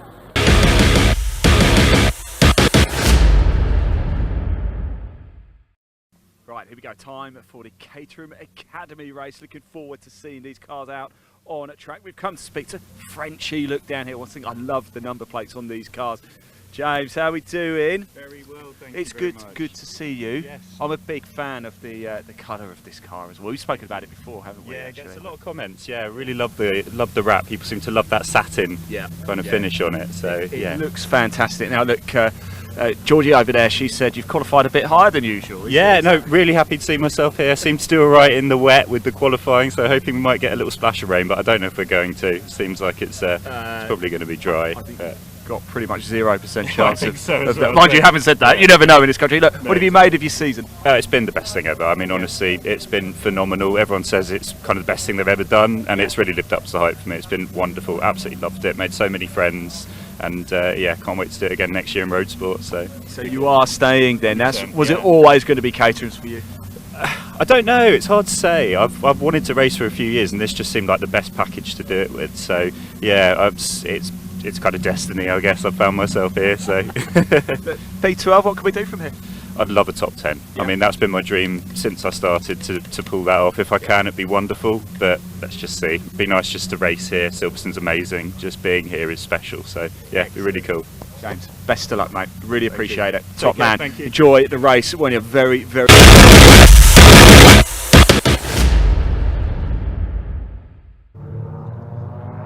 Yeah, I think as Alistair picked up, he dropped back to 6th place there in Roll, and it's just a case of following his time and working his way through. But certainly he knew that once he got that move done in the last lap, that championship was his. So the car's already out on track then on the grid for our next race, which will be the moobob Caterham Academy Championship season finale. Qualifying took place yesterday and was quite wet, so it's a bit of a mixed up grid for this one. Pole position goes to number 19, Kyle Townend. All these drivers, of course, are novices to racing this season. So Townend alongside Richard Davies, number 25 on the front row. Second row, best grid position of his career so far for number 13, Stephen Vischer, alongside 27, Rob Hicks. And on row 3 of the grid, 24, Seb Thole, and number 6, the man already crowned as the champion, Max Richardson. Row 4, number 80, Ben Oliver, and 12, John Bond, completing the top 10, 99, Matt Fox, and number 70, Joe Oliver. On row 6, number 4, Richard Northridge, alongside 10 of James French. Row 7, Sam Eminson, number 47, and Georgina Tuffin, number 62. The 8th row is 8, Jason Spencer, and 15, Shane Forster. 9th row, Andrew Johnston, number 14, in the moobob car, alongside 86, Richard Watson. Completing the top 20, Mark Hensel, number 88, and 77, Nick Tomadakis. Quite a long way down the grid by the Greek Cypriot racer's usual standards. Same for the man on row 11, 56, George Hawkins, who lines up alongside Ollie Smith, number 89. Row 12, 21, Luke Wilson, and 55, Ollie Walsh. Penultimate row, Ross Pamphilon, number 67, and 22, Michael Smith. 23, Chris Longley starts at the back of the lineup. So a 20-minute race then, the finale for the moobob Caterham Academy Championship, and Chris Hutchinson, Max Richardson, already confirmed as the champion. Indeed, yep, he's done it, but he is out there racing, so he's taken that decision to race. There is a little risk involved, because if you get penalty points, if you have won a championship, it is possible to lose it, so let's hope that doesn't happen. He's out there doing what he loves to do, which is racing around. Matt Fox just needs a 6th place finish to take the 2nd place and have that confirmed, and then 3rd place is between Richard Davies and Carl Townend. They're close coming in here, only a point separates them, so keep an eye out for that battle as the time goes on. We'll keep you up to date with that battle as much as we can throughout the course. They've had to wait patiently since yesterday though for their race to get underway, and yep, so they've got their 20-minute, their single outing in the Academy, which is the first step of our Caterham Motorsport ladder. You generally speaking only get one race per race weekend. There are occasions where they have a dual header, but yep, they have 8 races over the course, 8 events over the course of the season, 1 sprint, 7 track races, and they come to the right at the end. They all started as complete beginners at the beginning of the year. Now we've turned them into complete racing drivers, and as you'll see from the show they're about to put us on, they are the real deal, and it'd be great to see how they get on. So Matt Fox looking to solidify 2nd, and Richard Davies and Carl Townend in their deep battle for 3rd. Who's going to take that 3rd place in the championship? Well, the 2 men in that battle for 3rd are on the front row of the grid here. The number 19 of Carl Townend, the yellow car, on pole position, alongside number 25, the red machine of Richard Davies, the Welshman. 2nd row, 13, Steve Vischer, best ever qualifying effort from him in the blue and black number 13 car, starts alongside 27, Rob Hicks. He's the blue car with the yellow stripes. Max Richardson, the champion, in the green and gold car on the inside of row 3, 6th on the grid alongside Seb Thulle in the white and black car with the red flashes, the Frenchman. That's your leading colours on the grid. Watch for 1 or 2 more coming through. Matt Fox is back on row 5 of the grid. Watch out for the number 99 machine. As the green flag waves at the back of the grid. Nick Tomadakis, one to watch coming through from towards the back, and George Hawkins, who had a win at Thruxton as well. Red lights are on. The finale for the Caterham Academy 2025 is go. And down towards the first turn. A good start by the number 27 of Rob Hicks from the inside of the second row.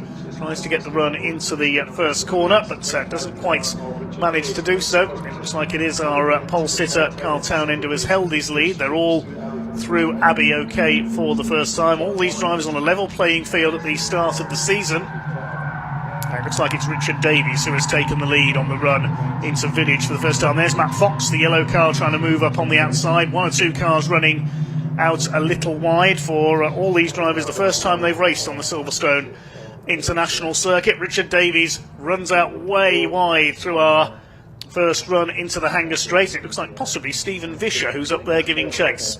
Yeah, but it is that right there. Yellow car with Davis trying to get down the inside again. Already had a couple of lead changes as they head into Stowe for the first time. It does look like everyone else is making progress. And I think the qualifying was a little bit topsy-turvy. I wonder whether they had greasy track when they were out there. They did, yes. There was quite a bit of rain. Contact down the other of Stowe. We've got cars one on top of the other, so they unfortunately made contact into Stowe that time.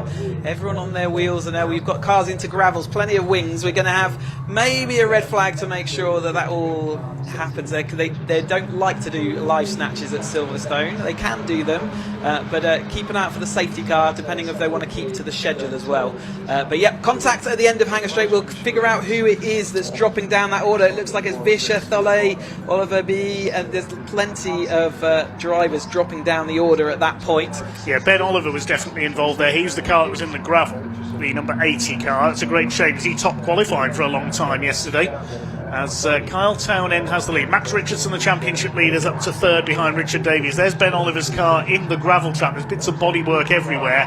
I wouldn't be surprised if we see the safety car scrambled here to clear up that incident. Yeah, keeping an eye on the time screen. Green for now, so they will continue racing until that point. So it does look like they've completed lap 1, which often means that they won't necessarily red flag it, and the safety car will be the call. The driver's still in the car, and that's often the safest place for drivers to remain. They normally wait there until they get told to extract by a marshal. Let's have a quick look to see whether we could see what's going on. So coming down into Stowe Corner for the first time. It's a little bit further back in the pack. We see the incident start to kick off. There's Ben Oliver. He's on the inside. He clips the side of the blue machine there. That sends him into Sebastian Thulle, who was on the outside in the 24. I can't quite see the number of that blue car that was in the middle there. We'll try and work out who that is. I think it might have been Stephen Vischer, the number 13, which is a great shame after his qualifying efforts yesterday. But I think everybody has continued, with the exception of Ben Oliver. So they're covering that on under yellow flags, and everyone else managed to bounce their way through the gravel, and yeah, I'm glad to see that. So there's one car stuck in that gravel. That'll be covered under double waved yellows while they figure out what they're going to do with that. 17 minutes of the race to go then. Townend, Davies, Richard, Fox, Northridge, Oliver, Hicks, Emerson, Tuffin and French were your top 10 that time across the line. So they start to sort themselves out there in the early stages of this finale for the Caterham Academy. There's Hicks in the 27, coming under a bit of pressure from Sam Eminson in the number 47 for 7th and 8th places, but it is Kyle Townend who leads the way. 4th place in the points coming into this round. Best he had is a finish of 2nd place at Brands Hatch in the early part of the season. They started off with a sprint at Kerborough Sprint Course in Lichfield in Staffordshire. That was won by Max Richardson. He went on to win the first race at Brands Hatch. George Hawkins in the bright citrus yellow car, who's a bit further back in the order there at the moment in 17th place. He won at Thruxton. Then Matt Fox had 2 wins in the doubleheader in Wales at Anglesey, and Max Richardson won at Crofton Snetterton to secure the title.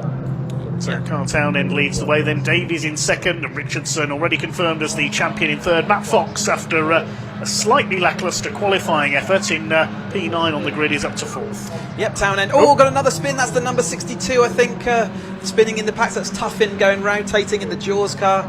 And they're facing now in the right direction, so off they go once more. of the cars coming through. But yeah, it's all it's happening in this final outing for the Academy drivers. Townend been doing blogging his season, so do search out that on YouTube if you're interested in the Caterham Academy and becoming a driver. There's still spaces next year's grid available, so do check out Caterham Cars and have a look around YouTube for those sort of online videos showing you what it's all about. There's a battle towards the lower reaches of the top 10. Sixth place Joe Oliver, chased by Hicks and Eminson, as here come your leaders. Max Richardson chasing down Townend and Davies at the front of the field. Davies the red car with the black nose cone, Matt Fox in the dark yellow car with the black stripe in fourth position, ahead of Richard Northridge, the number 4. He's going well up there in P5. Number 10 of James French heads a train of cars. Here comes George Hawkins trying to make progress from towards the back of the field. The bright yellow car there on the inside passes the 55 of Ollie Walsh. Chasing in behind them the remainder of the midfield pack as the leaders come through club corner. There's that fight for 6th and 7th we focused on earlier. The 47 of Edinson up the inside on 27, which is Rob Hicks. Side by side out of club corner. We've got the JCB telehandler in there to rescue Ben Oliver's car, the man from Norwich. And the yellow flags will still be out there, so no passing into stone. We've got another tangle, the 89, that's Ollie Smith facing the wrong way. That is at club. There's been some contact there, clearly more bodywork in the road. And he's past the pit entrance as well, because it's on the run into club where you go into the pits. He's got a flat tyre and he's got a whole lap to limp that round to the pits. Apparently 77 Tomadakis as well, so Tomadakis' weekend going from bad to worse, and a whole lap on a flat tyre is not ideal. He'll realise, he won't necessarily know what the issue is, he'll just feel that there's something completely wrong with the rear left of that car. But it's still Townend in the lead ahead of Davis, and he's got the fastest lap. Just in fact, no Fox took that away from him, so he's still doing what he needs to do by being in the lead ahead of Davis at the moment to move into that third place in the championship. But at the moment it's looking like there's going to go head to head between these two for that third place, as Richardson is in that third place and just watching on this battle with interest. I wonder whether by the end of the race he'll want to get involved. Matt Fox is up there doing what he needs to do in fourth place to solidify second in the championship. I hope that Ollie Smith doesn't end up having a Gilles Villeneuve moment with that rear puncture. Formula One fans of the 70s and 80s will know what I mean. 13 minutes to go then in an incident-packed race for the moobob Caterham Academy Championship. Carl Townend looking for his first race win. He's had a couple of podiums this year at Brands Hatch and Croft. Looking for his first win here. Richard Davies holding off Max Richardson, the champion, for second place, as Davies goes for the inside into Village. He's going through, takes the lead. Now Davies has yet to win this year. The best finish he's had is a second in the sprint at Kerborough and a second at Snetterton as well. So looking for his first win here. He goes very deep into Beckett's there, but he's still got the lead. Kyle Townend tries to slipstream him down the hanger straight. Max Richardson's keeping a watching brief behind them, and it's Matt Fox and Richard Northridge making it 5 cars line astern for the lead down to Stone. Yep, with that change of position then that puts Davis back into third place in the championship, taking that away from Townend. So again, each time they swap around, that is going to be the state of affairs. It's the change of championship. Max Richardson did sort of shove his nose down the inside, so he is interested in moving forward if he can, but uncertain at the moment. But Townend in that second place, Richardson in that third place, and then Fox and Northridge following along. Northridge doing very well to get up into that fifth place. He's had a great start from this race, and in fact the second half of the season in general doing very well, but that'll be the best finish for him throughout the course of this year. Sam Edmondson now into 6th place as Carl Townend up the inside into Abbey, retakes the lead from Richard Davies. The man from Cardiff will look to try and fight back. Kyle Townend from Selby in Yorkshire just about managing to hold the lead there. Max Richardson, the Londoner, has a look up the inside into Village Corner. It's out towards the link. Lots of tyre squeal in the background, so they're really pushing these cars as hard as they can. You can tell it's the last race of the season, can't you? You really can't. They are pushing on, and obviously they're right at the edge, and we've got the change of the championship positions once more as Townend goes ahead of Davies. So again, swaps that position with everyone else watching on. The little chase pack behind also looking like they're trying to get involved if these guys start fighting each other as they go down. Side by side, Davies and Townend in that championship battle. They're going around the outside, having to tuck in, so isn't able to do enough Townend on that, although he's drifted off wide. You can see they're on the dedicated Caterham Academy tyres, so they're pretty much low grip. They don't offer up the same grip as the Toyo tyres that we have further up the ladder, and so that'll be something else they change after they leave the Academy, move up into Roadsport next year. Georgina Tuffen, Jaws in the 62 there at the inside, having recovered from her tangle earlier on, getting past, I think that's number 12, John Bond.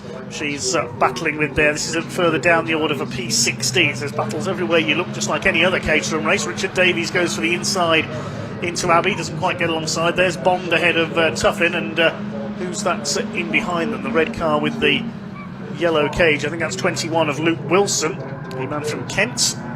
George Hawkins at the front of this grid. Now he's come through very nicely, through 17th on the grid, up into P9. There's number 14. That is Andrew Johnston, the man behind moobob Software, the championship sponsor. So a big thank you to Andrew and his team for their sponsorship of the Academy this year. He's holding off the 86 of Richard Watson at the moment, local man from Toaster, just up the road from Silverstone.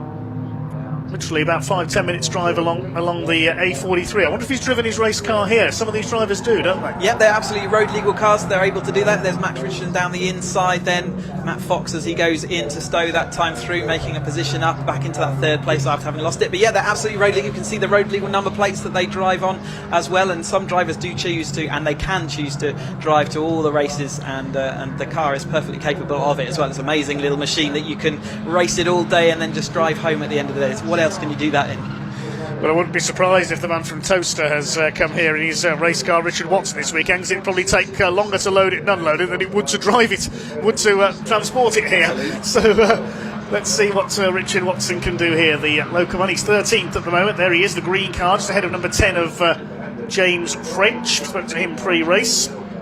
Just over 8.5 minutes of this 20-minute race for the moobob Caterham Academy to go. Still Carl Townend who leads the way by just over half a second from Richard Davies.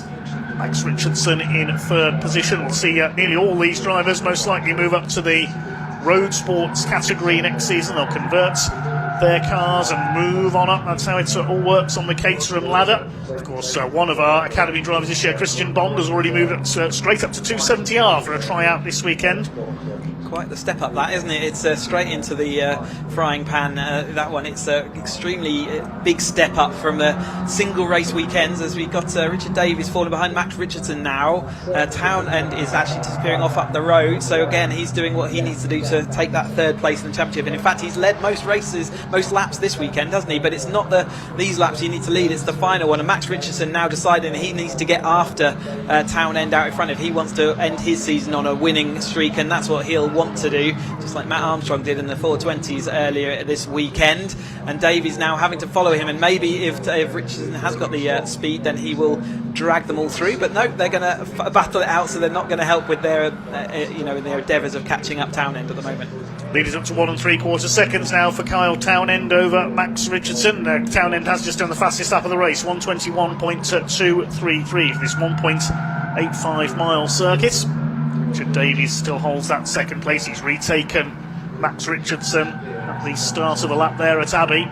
Richardson, the champion, trying to fight back. Here's a gaggle further back in the order. That's John Bond, Georgina Tuffen and Luke Wilson fighting it out for 16th position as they go through Abbey Farm and up towards Village.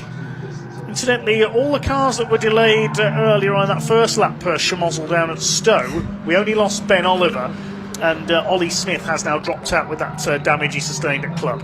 Yep, so again, just robustness of all the drivers and it's the that cars. word, isn't it? It always sets you off. We've got all the drivers to go around, and as they want to finish their season with a finish here at Silverstone. Oh, wide line there as we watch them going 23. Who's that flying out to Longley? So yeah, just didn't get the car turned in that time into the Abbey corner, and just a wide line led to wider. But here is that Davies battle now ahead of Matt Fox. So Richardson is ahead of those. He's made it past them on the hanger straight this time, but you can see Townend has now got a really comfortable gap. It's going to be really frustrating for Davies because all he wants to do is get after him. That's his main battle, and he can't do it because the drivers around him. I know exactly how this feels out there in the Academy car, because this is exactly what happened to me when I was racing back in 2013 in the Academy Championship. I saw my rival going down and he stole the championship by a single point. I say stole, he says won outright, and I think he's probably more accurate than I am. But we've got 5 minutes, or just over 5 minutes, of this Academy season.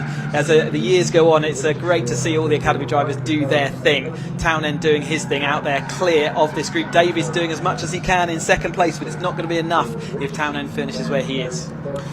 Carl Townend pulled away by a second and a half on the last lap there. He is starting to dominate this race. It's going to be 3 wide for second. They're learning how to slipstream down the Hanger straight here, these novice races. Of course, you can't have ever held a racing licence before when you enter the Caterham Academy. It's for complete novice racers. Richardson going back through into second there and trying to get around the outside now is Matt Fox in the number 99 machine. He'll have the inside line for the left here. Well, he was not waiting for a club corner. He goes through, but that was a mistake because Richard Davies able to dive straight back up the inside, throws the car down the inside and retakes P3. You can tell that car, and he's sort of feeling himself. He's got nothing to lose at this point. He's lost contact with his championship rival and everyone else battling around him. You watched that contact earlier on. So spin for the number 23. So we already lost some speed out into Club Vale, and then was a bit wide through Abbey as well. Yes, Chris Longley enduring a difficult race. The man from Sussex towards the back of the field is in 24th place out of the 27 who started this race. Just 2 non-runners, as we said earlier. We lost Ben Oliver and Ollie Smith early on with damage. Kyle Townend looking good here for a potential first ever motor race victory. Look at the way he's pulling away. He's reeling off the fastest laps. 121.148 his latest quickest lap. The only other driver lapping under 122 at the moment is the 27 of Rob Hicks back in P7 at the moment. The blue car with the yellow wheels we saw earlier. Here's a battle further back in the order. Number 14 is at the front of the house, Johnston, the championship sponsor. A variety of other names was queuing up behind him to have a go with an attack.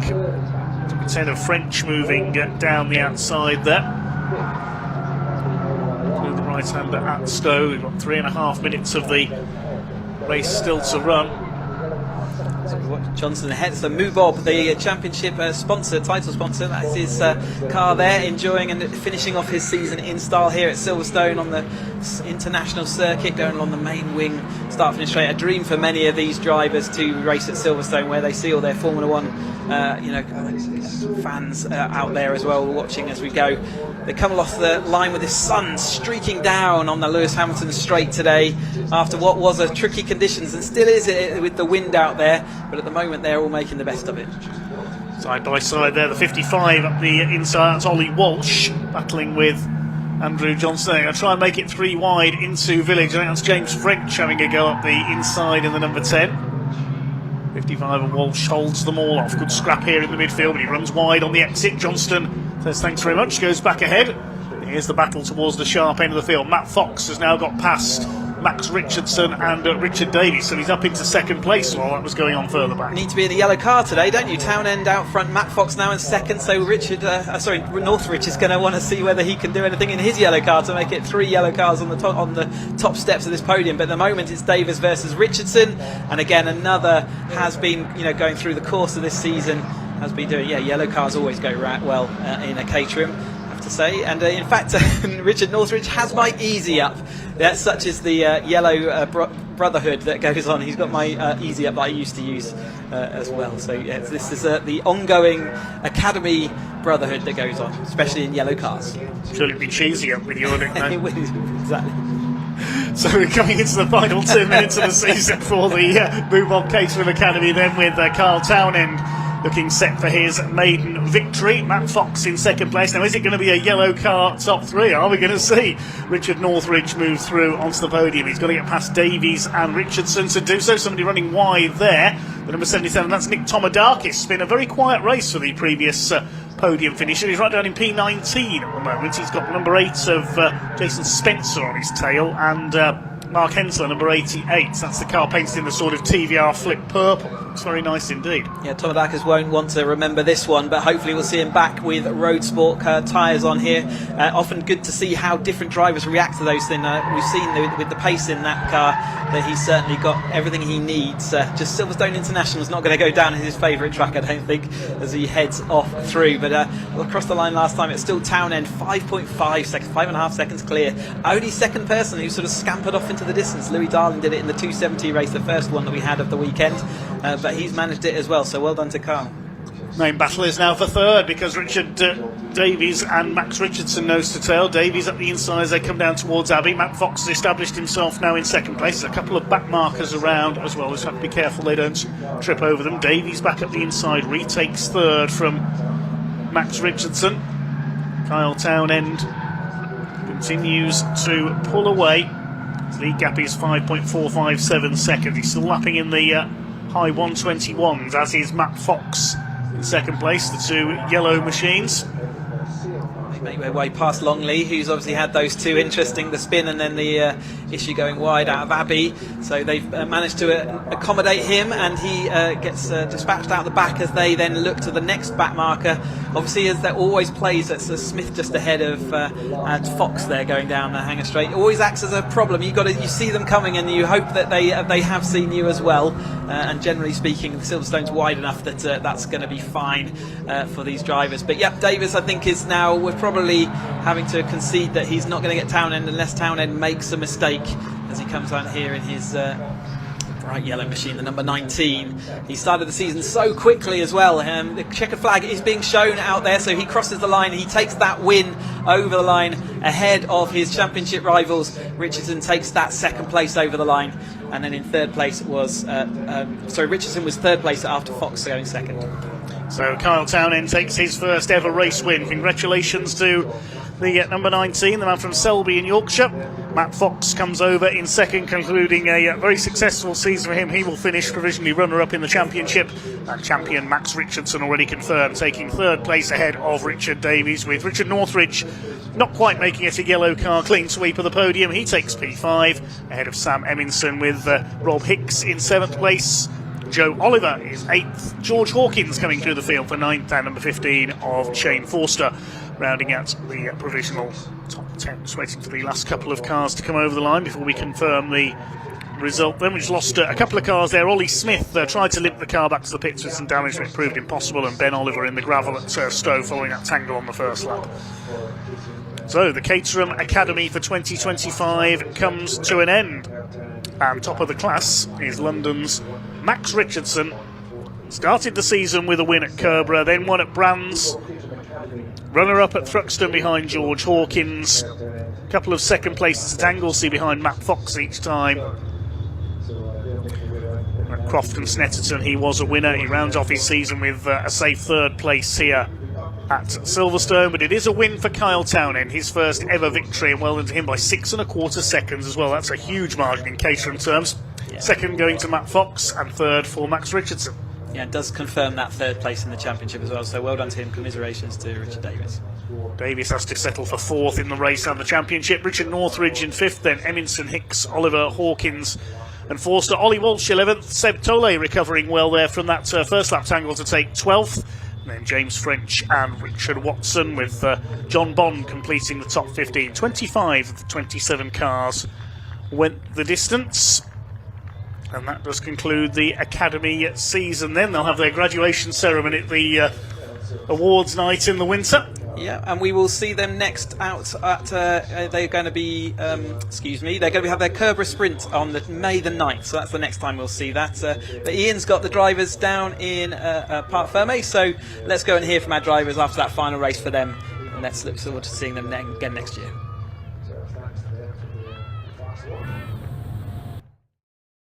Welcome down the Caterham Academy, Parc Fermé here. Kyle Townend, your race and winner. Matt Fox coming home in second place. Max Richardson in third. And look at what it means. We'll grab a word with Carl very shortly as soon as he gets out of the car. We had a big roar from the crowd around here. It's actually a fantastic Parc Fermé here. Big Parc Fermé here at Silverstone at the wing. And loads of people around, and look at what it means for Carl Townend. P1, brilliant stuff for him. What a way to end the season. That is it for Caterham Academies in 2025. Carl, we'll let you get your helmet off first, don't you, Wayne? Look at this behind you as well. Look at that. Lovely hug there from Max Richardson. Carl, that meant something, hey? Oh, that feels nice. Why didn't I do that sooner? Well, only you can answer that, but you know you've always had it in you, huh? Well, yeah, I'll take your word for it. Yeah, yeah. God, that feels nice. Yeah. It was an intense first few laps. Yeah. And then I managed to pull just ahead of the squabbling, and I just saw them dropping further and further back, and I was planning this speech out in my head, and then I suddenly would get loads of oversteer, and I was like, shit. No, sorry. Passions run high, don't they? So. They do, yeah, they do. Excellent. Ready for a winter off now. Well done, you've earned it. Good stuff. Yeah, apologies if you heard a bit of bad language there, but as you can imagine, it is an emotional place to be. Matt, congratulations. Good season in the end. Happy? It's pretty good, yeah. Second overall to Max. Definitely take that. Thank you. What have you? What's next for you then, Matt? Roadsport. It should be about 20 brilliant. of You're us staying in the Caterham. The racing is far too good not to do this. Absolutely. Honestly, it's the best. It's the best thing I've ever done.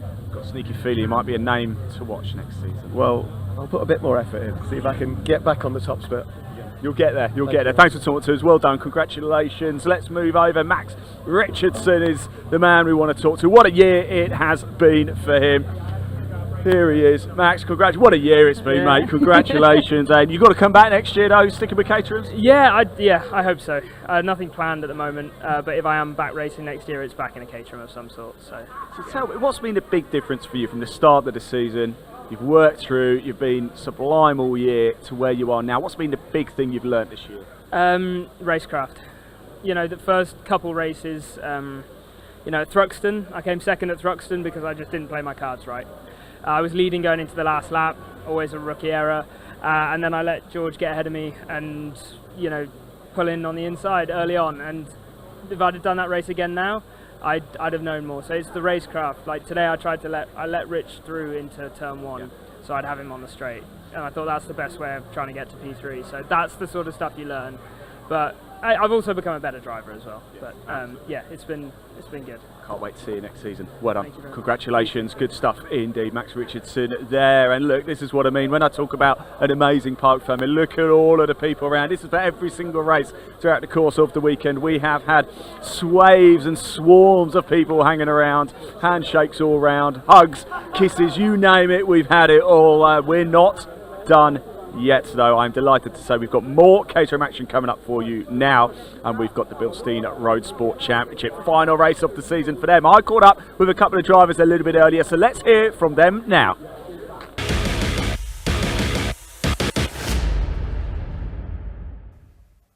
Right, it's time for the final Roadsport race of the season, and here she is, though, star of the day, Sam Parker. Look, we've had a bit of time since that amazing podium finish. How are you feeling? Have you come down from cloud 9 now? No, I keep thinking, who was that woman driving in that race? Was that actually me? It was unreal. Well, the older I can say is 14th to 3rd. You're now P3. I mean, surely this is the win, right? Well, that would be nice. I don't want to put any pressure on you.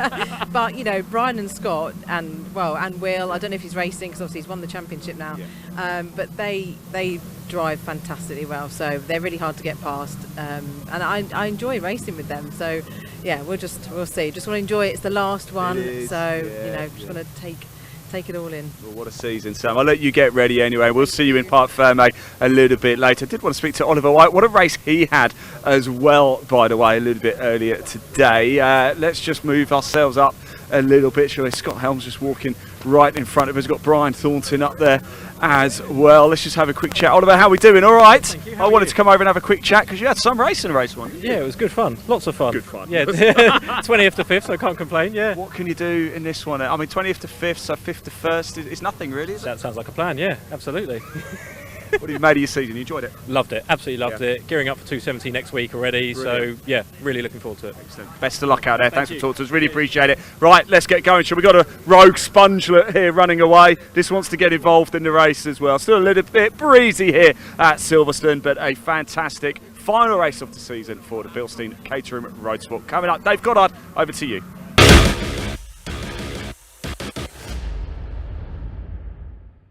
this weekend.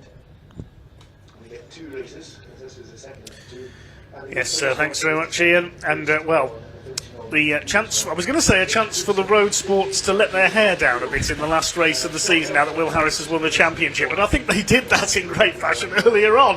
Let's have a look at the grid then for the Caterham Road Sports Championship, sponsored by Bilstein Suspension. It's based on the results of the race earlier. So Scott Helm, number 42, will start on pole. Just a bit of sweeping up going on at the moment out there on circuits.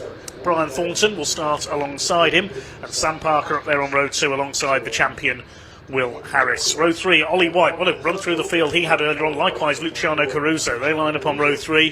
Fourth row is Aaron Oliver alongside Alistair Morton, completing the top 10 Craig Evans and Andrew Davison. Row 6 is 36 Chris Buck and number 17 Dan Crawley. Row 7, 38 Jimmy Way and 18 Mitchell Fasanya. The 8th row of the grid we have Ben Snape, number 99, and 16 Benoit Khan. Row 9 is Heinrich Watson Miller, who came through from the back of the grid in race 1, starts alongside James Platt in the number 58. The 10th row, Eduardo Pontes, number 6, 74 Charles Chapman. Row 11, Steve Harris, the champion's very proud, no doubt very proud father, in the number 5 alongside 19 of Chris Morling. On the 12th row, number 4 Alistair Kinnear and 32 Ivan Searle. Row 13, Steve Lorriman, who was delayed in race 1, the number 20, and 60 Mark Stancer. The 2 cars that didn't finish the race earlier on, that's Richard Haig in the number 71, and 13 Liam Baslington will start from the back of the grid. So we crowned our champion earlier. Will Harris takes that Road Sport Championship, and now it's just the battle for 2nd and 3rd, which Scott Helm heads by a good margin over Brian Thornton. So Scott only needs to trail in 5 points behind Brian, and in Caterham terms that's generally 5 positions out on track.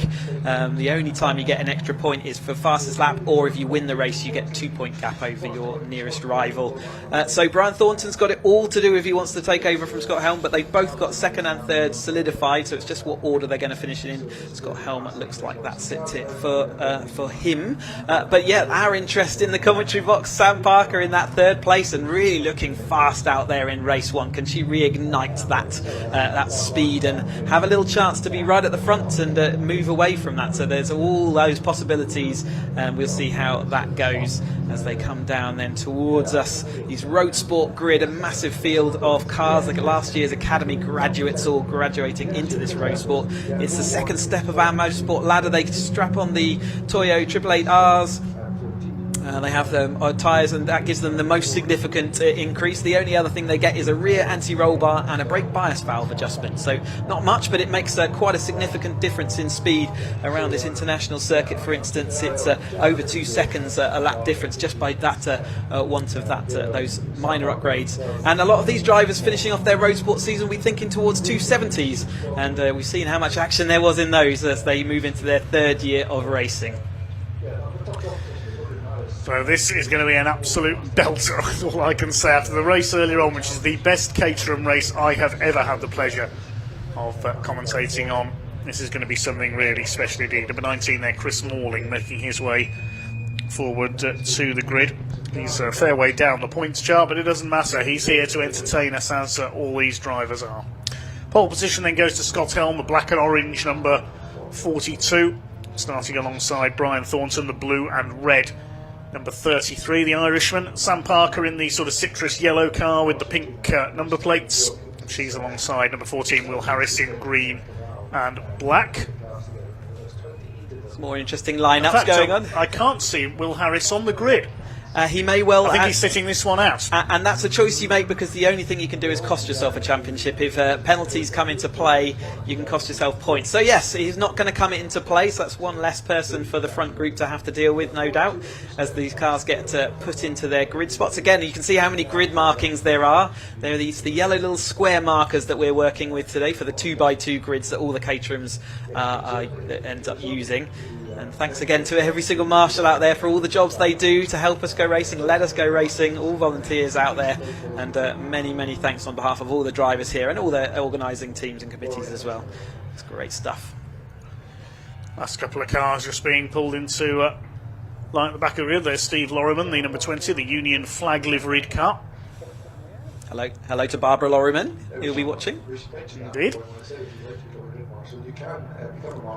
Looks like everybody's into line. I think we'll have the green flag lap as well. Liam Baslington failed to finish the first race, so he'll have to start at the back. They really need to keep that concentration level high for this race. They've come off the adrenaline spike of having their race earlier on today. It's rare for the road sports to do 2 races in one day, so it's another kind of experience for them. I know they do it at Alton Park as well, but today they've got that all to do, and I hope they keep that concentration level nice and high, because they're going to need it for the remainder of this 20 minutes, their final 20 minutes of racing action for this 2025 season.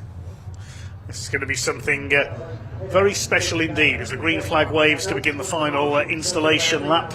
Can they outdo their performance from earlier on, these road sports races? It's going to take a lot of doing. We don't ask much, do we? We shall see. Yeah, we don't ask much. But yeah, good to see them, and say just the development of the drivers all through their second season into what we call the 270R season next year is the coming of age, where they really do turn into thoroughbred racing drivers with cars that are actually race focused. Finally, after the road sport, which is still a fully road legal car, they will remove those lights and the windscreens and number plates and get upgraded suspension all round, get more power under their right foot, so everything changes really much more focused. But the road sport is still extremely capable race car, and anyone who ever gets the opportunity to drive one of these on track, it's where they're absolutely at home, and it's a fantastic experience to drive one of these. So do get that opportunity in your life if you can. Well, I would love to have a go at the wheel of one of these. I've passengered in a couple of Caterhams in the past, but I've not driven one, so I will try one out someday. You turned down my passenger ride, sneakily finding an excuse not to let me scare you around the Donington Park circuit as well. I love that, changing subjects a second as we can see them there, I love the way that the googly eyes on some of these cars move as the car goes from side to side. That is brilliant. It's already a characterful car, but put some eyes on it, it's even more so, isn't it? Brilliant. It was the 2 CVs that pioneered that, because they've got round headlights as well. But yes, I did unfortunately have to turn down a passenger ride around Donington with you. I do apologise. The pressure of work prevented me from attending the track day. But I will join you someday for a few laps of Donington. I've been around a few circuits as a passenger in a number of different cars, and it's certainly better than any roller coaster, I have to say. It's an experience, and that's why the racing drivers love it so much. You get such an adrenaline rush just by driving around a track at full speed, let alone racing at over 100 miles an hour with drivers to your left, right, front, back and side, as we've seen all the way through this weekend. But the road sports probably demonstrated more than most, so it's great to see them out there showing what Caterham racing is all about, and say on such a big stage next year for a lot of the Caterhams, with going on the Vodka Touring Car package and a great season of action. And these guys are going to get to drive around Spa-Francorchamps. What an experience that is for a driver. Certainly bucket list stuff. Just going to Spa-Francorchamps would be an experience in my eyes. Belgian beer.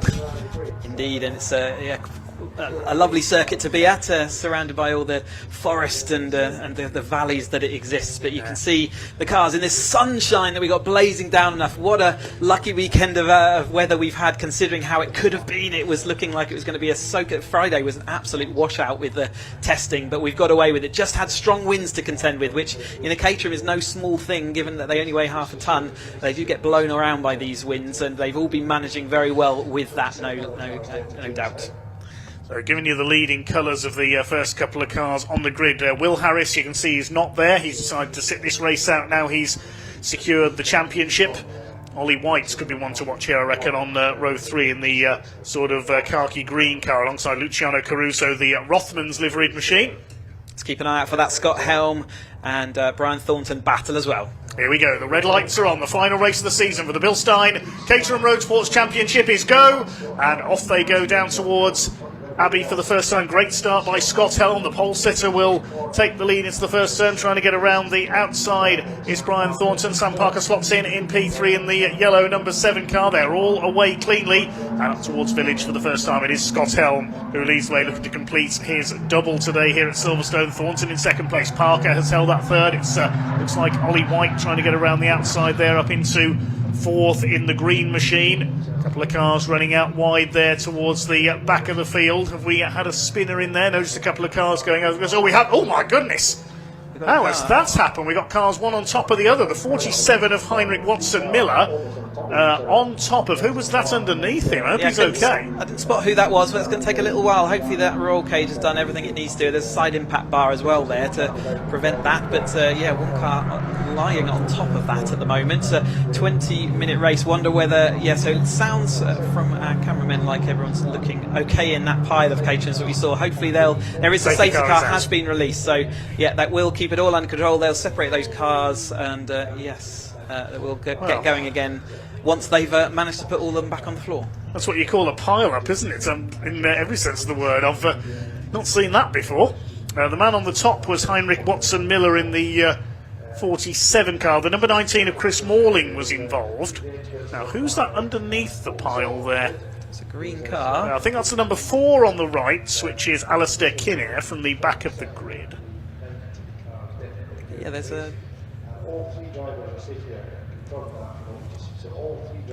Who else is going to fall down? I think it's Ben Snape, number 99, the green and black. I've got listed in the colours here. We'll keep an eye out for who's dropping down the order. Everyone else dropping in 1, but they're looking for the ones that are going to be at the bottom of this pile. Literally. Yes, Snape is one of the drivers who's falling down our timing screen. So yes, I think that is a confirm, and that's Ben Snape's car. In that pile, but they will have to now separate those cars, and obviously the time keeps ticking down while this happens, so the sooner we can separate out those cars. You can see the flat loaders all coming down. They've got to come from wherever they're stored around the track to come and pick them up and put them and move them. Once the cars are free, they might even be free to drive back, but there's a little bit of definitely front end damage on the number 19 there, isn't there? And certainly the car up in the air is in fact we're going to red flag, yeah, so they're going to take a little time, take care over that process. We're still just running about on time. They'll be slightly delayed, but they have got a little bit of flexibility in the calendar to make sure we get all the racing done by the time they get to curfew, which is the noise and light limit curfew that we have to have when we're going racing. But yeah, the marshal's calling in that they want to take a little bit more time and care to separate these cars rather than rushing, and I think it would have taken a significant portion of this road sport race, and we really want to get them racing. Yeah, it's such a fantastic race earlier on, but this one comes to an early red flag. We'll await news on a restart, so you may get a race start over the full 20-minute length. It might be a reduced length restart, depends on the decision of the clerks of the course here at Silverstone today. But the main thing is all drivers appear to be okay following a nasty looking incident there. The roll cages have all done their job. Indeed, yep. So, and again, these robust little cars, they are just little 2-seater sports cars, but they again have been racing for many years, and the lessons of all those racing years comes into the design and safety aspects. All drivers nowadays must wear their head and neck supports as well, so that adds additional support for the neck with a heavy helmet on. You know, even if you've got a carbon helmet, it's still a significant weight on there, so they will all wearing those. They also all wear their arm restraints as well, as the ambulance just comes along to check all the drivers out. But the arm restraints are attached to your main lap belts, and it means that your arms are prevented from flailing around in the event that they come detached from the steering wheel. And so that also, all these things that we do, they've got full onboard fire extinguisher plumbed in to that full plumbed in fire extinguisher. Again, all these safety things that we have. You can see a bit of fluid dripping from the bottom of a few of those cars, so I think some of those the radiators might be punctured in that, which is unsurprising. It's right at the front of a Caterham, hanging out in front of the front wheels of the car, so they're quite often the first things that gather the force of an impact. So we watch the marshals doing their thing then, getting ready to load those cars and pull them apart, get them ready to go back to the paddock, and then they'll have their upgrades applied, ready for the 270. So they'll have to lick their wounds away from Silverstone, not the way they wanted to end their weekend, but such is the racing. You see what happens in racing, and they know the risks as everyone else does. Okay, so we'll take a short pause here at Silverstone then. We're back underway with our Bilstein Caterham Roadsport Championship season finale just as soon as the incident is cleared away.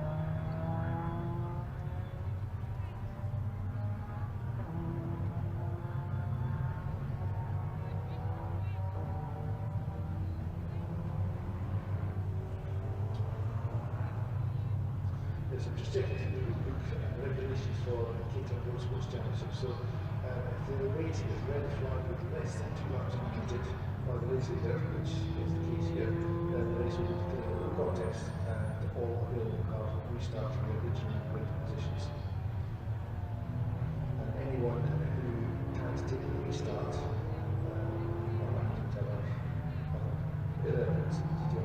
that's the key thing. It's the original grid. Damps on the grid where the affected cars didn't put them back and just left with damps on the grid.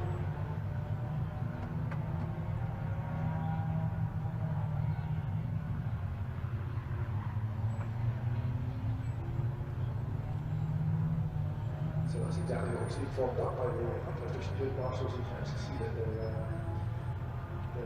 moving the cars into their grid slots with some gaps in the middle. So you can see the 42nd car of Watson Miller, that's been moving on those ramp trucks and it's actually, that's the one that was up in the air. I think there's actually not, as far as you can tell from the line, it's actually not, it's probably intermediate, but well, it's actually got at least 3 of the 4 mudguards still attached to it.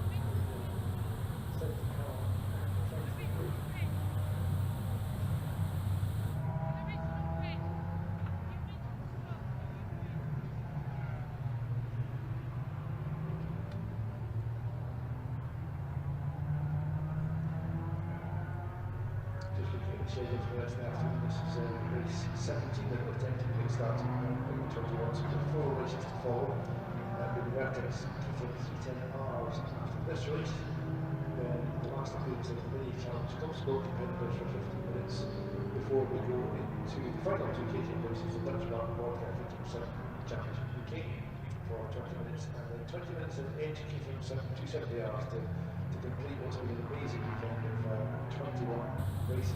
Caterham actually has been stunning. And I'm amazed actually how well behaved everyone was on track. I mean, it's the day obviously, but some of the action we've seen, particularly down at the chicane section of Club, where you are, Alistair, has been wheel to wheel, 2 or 3 wide in the braking area, and remarkably little contact.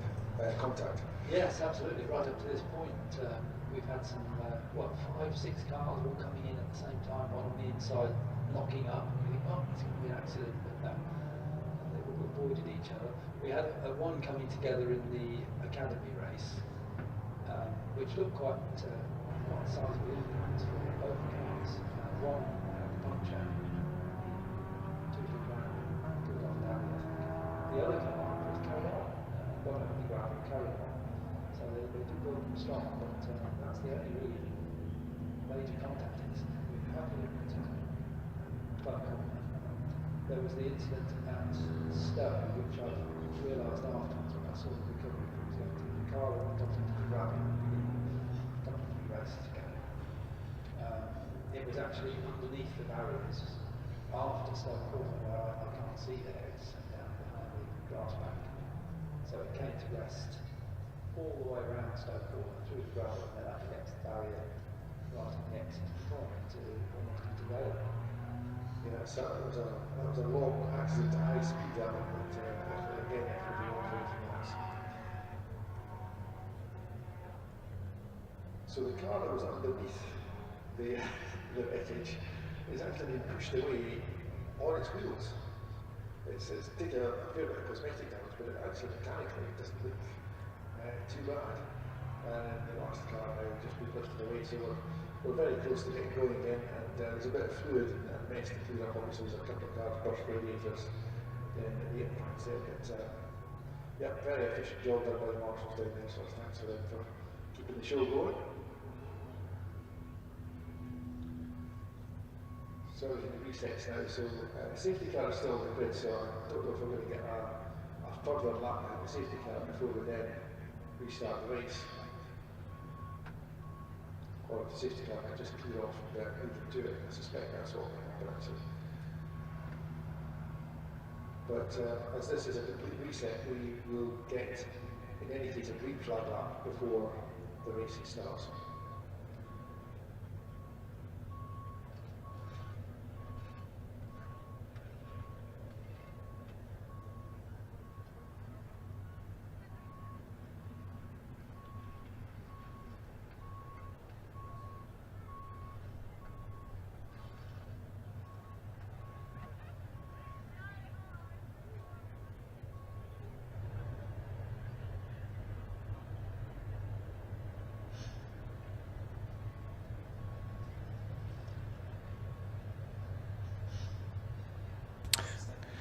Under the red flags here at Silverstone International Circuit here on BARC TV, following a pile-up at the start of the season finale for the Bilstein Caterham Roadsport Championship. 4 cars involved, but thankfully 4 drivers okay. Bit of damage being cleared away, a bit of fluid just being cleared up by the excellent volunteer marshalling team. Big thank you to them for their efforts.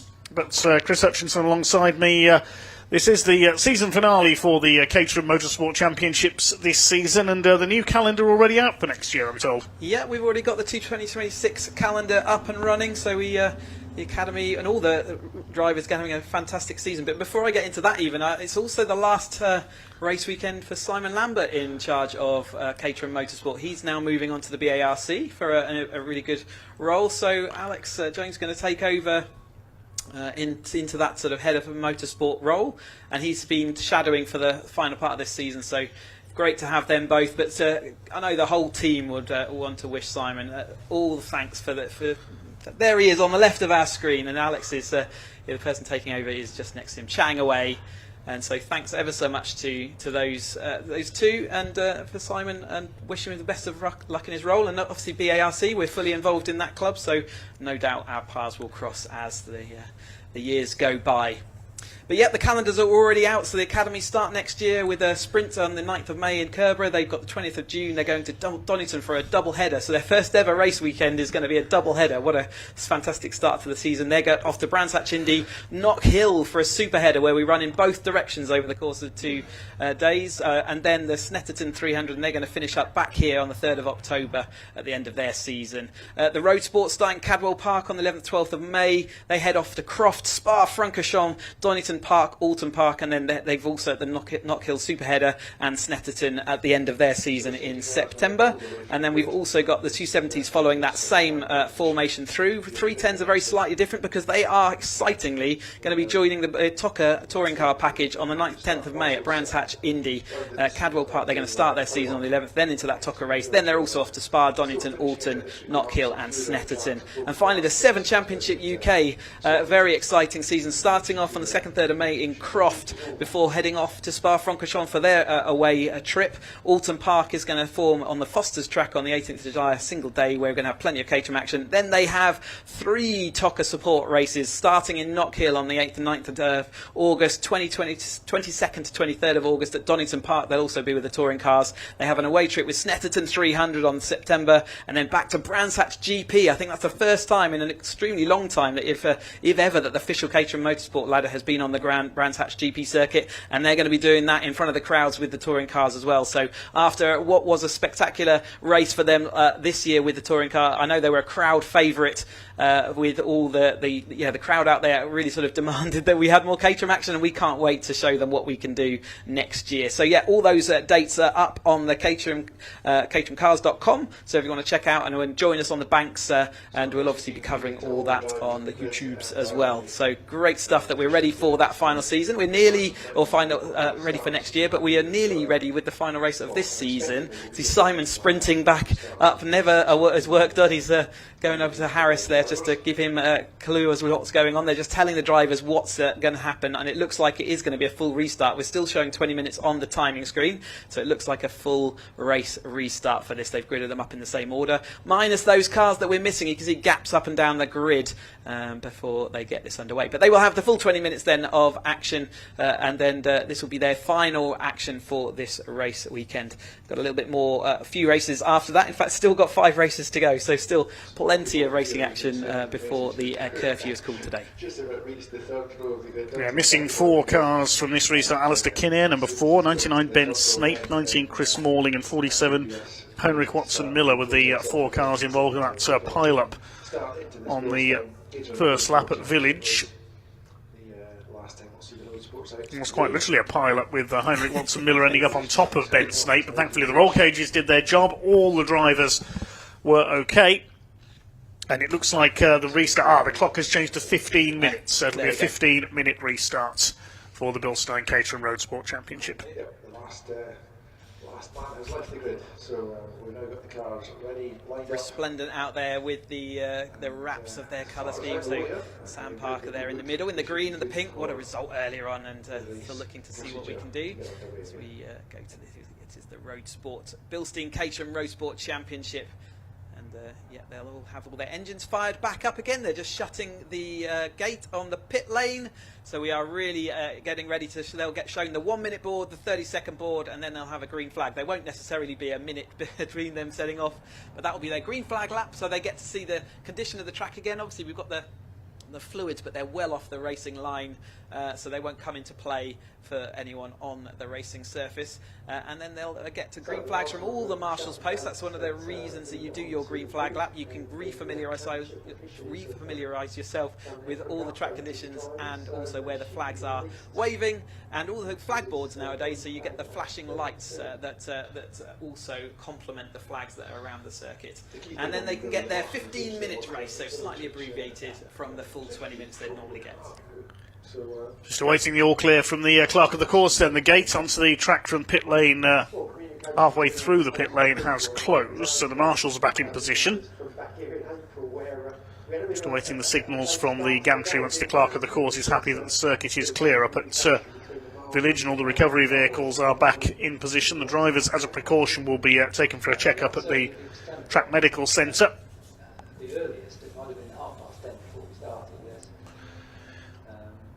So a reminder of the line-up here for this Bilstein Caterham Roadsport Championship finale. Scott Helm on the pole position on the right-hand side of the picture, the black and orange number 42, alongside 33 Brian Thornton in the red and blue. Sam Parker in the citrus yellow number 7 car, alongside a gap where 14 Will Harris should have been, but having secured the championship, he's electing to sit this final race out. Row 3, 24 Oliver White in the sort of khaki green car. Luciano Caruso, the blue and white Rothmans colours, number 88 on row 3. Row 4, Aaron Oliver, number 10, he's in yellow. And number 12, Alistair Morton, is in black and orange. Completing the top 10 on the grid, we have Craig Evans in black and white, number 86, and 44 Andrew Davison is in silver and blue. That 30 seconds took 5 seconds to complete.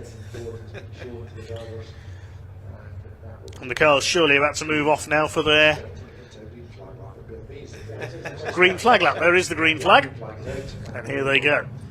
They're off then. And remember, the battle for second place in this, Scott Helm versus Brian Thornton. Scott Helm's done all that he really needs to do, but Brian Thornton needs to get 5 more points than him. So Scott Helm just needs to be within shouting distance of Brian at the end of this race in order to allow that for him to take that and confirm that second place. And it is the second and third between them. No one else can challenge them. So we head off then, and hopefully this time we're going to get through all of the racing.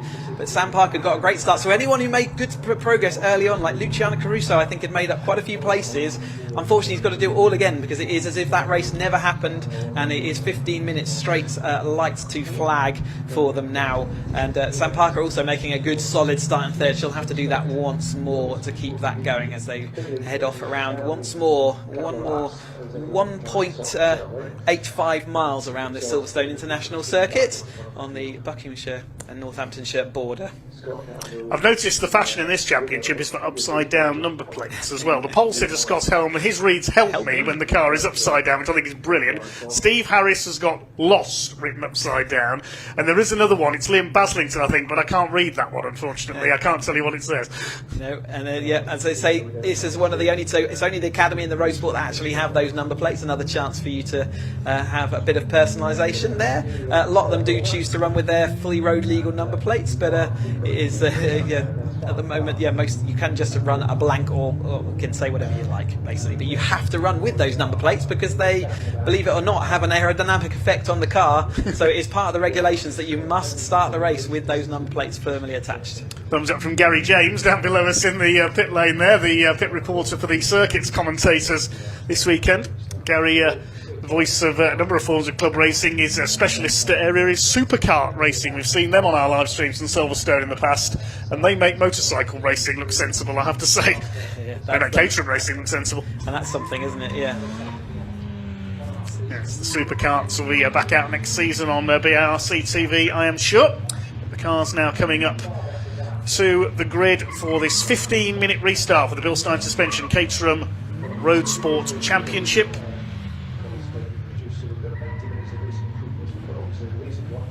Starting in the order that they completed first race there. There's Steve Harris, lost. There's Steve Lorriman as well. Hello, Barbara. He's got the googly eyes on. He's been listening to us. I love that. We love it. So as you try and re-find your grid spots, then again, wait for that adrenaline to settle. You've got to keep your leg from wobbling on the clutch pedal. That's never a good sign when you get getting a start off these with one of these Caterhams. Get the revs up to your predetermined rev limit. Then when those lights go out, absolutely dump the clutch and off you go. That's what they've all got to achieve now, and they're just about slotting into their grid spots ready for that. Then you can see the lights on the inlay, so you can see what the drivers can see as far as the lights going on. All 5 lights will come on, and as soon as they extinguish, that is the start of the race. Okay, so it looks like everybody is in position out there then. We'll get the green flag from the back of the grid. The red lights have come on, the revs are up. The Bilstein Caterham Roadsports Championship restart is underway. And off they go down towards that first corner. Decent start by Scott Helm from pole position. He'll lead into Abbey for the first start. Brian Thornton around the outside into second place. Sam Parker is third. That'll to come under a little bit of threat there for that third place from possibly it was Ollie White moving up there on the outside on the run towards Village. But Parker will have the inside line for the corner. Are they all going to make it through okay this time? No sign of any collisions this time through. Just the normal squeal of tyres. Yes, indeed. Everybody's made it through then towards Beckett's for the first time. Scott Helm runs out wide, but he's held the lead ahead of Thornton. Parker in third place. Ollie White is in fourth position as they start to sort themselves out. Looks like Luciano Caruso rounding out the top 5 at the moment as they make their way down this long straight for the first time. The hanger straight into Stowe Corner. Brian Thornton up the inside, slipstreams his way through into the lead ahead of Scott Helm. Luciano Caruso looks like he could be going for fourth place there on the run through Stowe Corner. Brian Thornton switches back into the lead. Good early battling between Helm and Thornton out in front. Parker holding third place. Ollie White has just about held fourth, and that's the number 10 of Aaron Oliver, the yellow car, trying to move to on the inside of Caruso for P5 as they complete lap number 1. As the line then to complete lap 1, Thornton over the top of Helm. Helm just needs to keep hold of him. Parker in third, White, Caruso, Oliver, Morton, Evans, Buck and Davison are your top 10. Buck just making up a position just at the tail end. Bit of tyre rub from one of the cars at the rear there, so that's one of the mudguards is just fouling the tyre. Number 58 running very wide there. That's going to be a grassy moment. Have to rejoin wide out of that, and that's as a Platt, wasn't it, out wide. He's going to get back with a little bit more contact, a little bit further back. And more Steve cars. Harris. Steve Harris not having a great start to this race either, as he goes a little bit wide onto the grass as the other cars are rejoining around him. Steve Harris in the old team Lotus colours there, the yellow and British Racing Green. Of course, the Caterham 7 based on Colin Chapman's design for the Lotus 7 from all those years ago. That's around the outside. Scott Helm will retake the lead from Brian Thornton. Sam Parker still tucked in on their tails in the number 7 in third place. It's Ollie White in fourth position. Caruso, I think that is still in fifth place. We'll check that in a moment. We can just see the back of the car. Side by side into club corner. Brian Thornton on the outside. Scott Helm on the inside. Ollie White will try and get the switch back here to take third place away. Caruso it is in P5. Looks like Alistair Morton is up into 6th position now, and Ollie White round the outside coming off Club corner. That's not a move you see too often, but it's one in P3. Sam Parker's got a bit of a sideways movement there, so she lost the rear end of the car just going left through Club just after a bit too much of those Toyo tyres. They gave up on her, and that's why she lost speed. Still tyre rub at the back. That'll hopefully fade as the race goes on, and hope we get a puncture as we go out. But it is still Helm and Thornton for the battle, the 2nd and 3rd in the championship. Parker does lose a couple of places to Caruso and White then as they exited Club. We're watching the rest of this field go through, including Chris Buck in there pulling the rest of the field along, all still relatively speaking nose to tail. Mark Stanser, number 60, is the car trailing that bit of smoke at the back of the field, tyre rubbing against the wheel arch. He's still going at the moment, so Scott Helm continues to lead the way, looking for win number 2 today and win number 5 of the season. Brian Thornton has a look down the inside into Stoke Corner. He's going to go through under braking. Caruso has come through into 3rd place in the number 88. Ollie White is 4th, Parker 5th, and a small gap back to Alistair Morton, who is in 6th position in the number 12 car. Around the inside, Thornton just about holding his lead as they go into the Club complex. Sam Parker attacking back again on the back of the number 24 car of Ollie White. Tries to go to the inside through the long right-hand section of Club, but behind them is Aaron Oliver. Morton has dropped a place back into 7th position, then Craig Evans, Chris Buck, and running at the top 10 is Davison. Then for Caruso looks like he's really on it, doesn't he? He's absolutely there and has had the speed in his car. So yeah, looking to see if he can do anything and move further up. But he's into the 2nd place now, so he's interfering with that battle. That's brought everyone else closing back in again. Immediately that happened, it slowed up that front pack, and the rear pack are then just absolutely back on them again. But Caruso's certainly got the speed in this early part of the race, looking like he's threatening for the lead. And in fact, he's in that 2nd place. Brian Thornton is off a little bit off the distance, but that's going to give him a super tow as they come down. Remember, this Roadsport with their windscreen have extra tow available to them because the aerodynamics are even less than before, and there's 3 wide as we're going to head into Stowe this time. Yeah, it's Ollie White having a look at the inside. Parker's in his slipstream as we look a bit further back in the pack. Steve Lorriman making his way through. We can see there in the background the 18 is Mitchell Fasania, just getting past 17 of Dan Crawley. It's a battle a little bit further down, just outside the top 10, but it is Brian Thornton who has the lead. Here comes Luciano Caruso on the inside. He's going to move up into 2nd place. No, he's not, because Scott Helm fights back on the inside line. White is 4th, Parker 5th. But Luciano Caruso, very impressive. The best I've seen him run, certainly this season. Could be on for his first podium as Ollie White cuts to the inside. He's going to go for P2 down the inside into the first turn at Abbey. He's run up there before. It's just the consistency, I think, has been overall the season. He's right at the front now, and he's looking solid, isn't he? He certainly is, very much so. Under fire now from Scott Helm, though, who goes through at Village back up into P2. White is 4th, under threat from Parker in the number 7 in P5. These 5 starting to try and break away from the rest of the field now. Can they do so? It doesn't look like it's at the moment. Alistair Morton and Aaron Oliver are up there in the next 2 positions in 6th and 7th. See how tight, competitive this whole field is as they're heading down Hanger Straight, still nose to tail. We've only got 8 minutes of this race to go, and it's so competitive that every time you lose a mile an hour difference, it really costs you as you head down into Hanger Straight. We've got side by side once more, and going side by side with a fellow competitor also costs you and leaks speed. So unfortunately that means another place lost for Sam Parker. She's got to get back into that train and start moving forward again. Brian Thornton's doing everything he can do, but Scott Helm is equally matching him and still sitting in that 2nd place in the championship. He just has to be within this lead group really to keep that happening. Sam Parker got someone else down the inside there again. Just as one car goes past, you lose speed and you get shuffled back. Chris Buck now also looking to see whether he can do anything about that. So I think that's Evans and Buck going past as well. So that lead group is now settled in. It'll be frustrating in Sam Parker's car. I can know that she'll be wanting to make that move back forward. But Thornton doing everything he needs to do and anything he can. Scott Helm though has got it under control.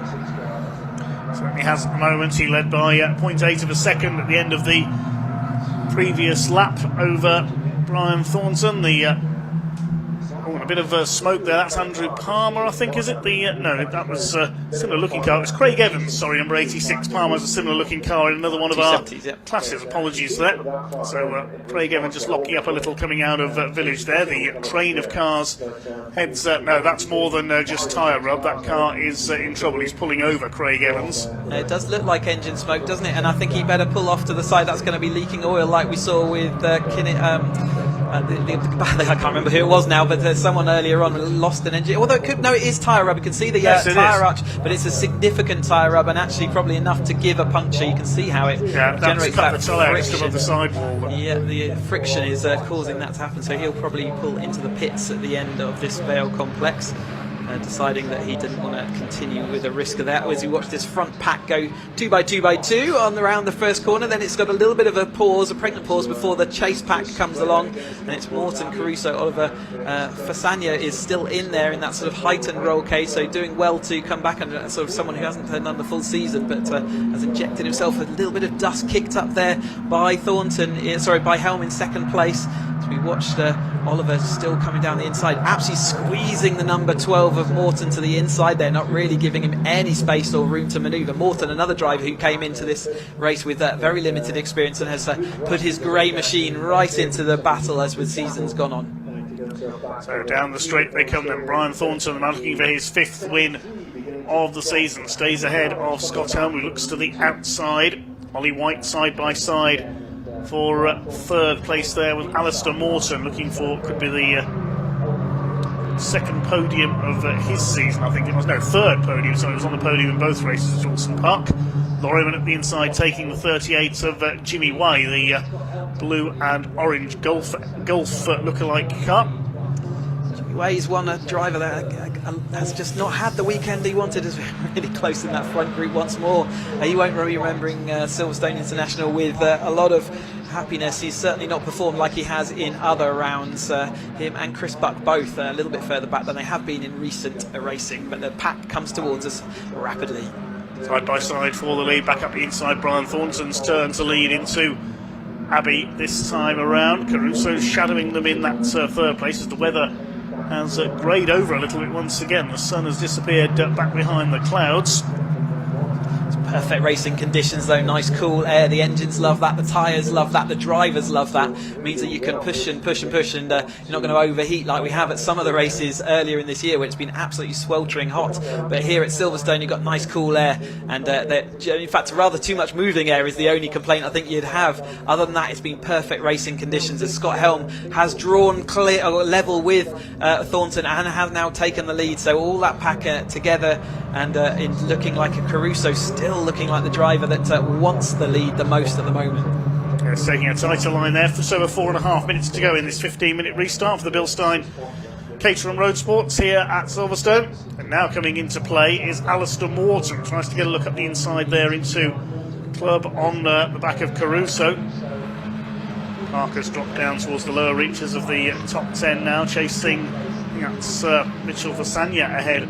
This time through. Dan Crawley just behind as well. They've had some special battles throughout the course of this season. Parker will want to move forward, but they're jinking, weaving and diving, and as we've seen throughout the course of this whole race weekend, Buck now leads over the top, and so more action in all the packs that we've got going down here, but it is currently back to being Helm in control of this race, at the helm as it were. Thornton in 2nd, Caruso in 3rd, Morton, White, Oliver the last time they crossed the line. I've been waiting for that one to appear all season. Well done, we finally got it.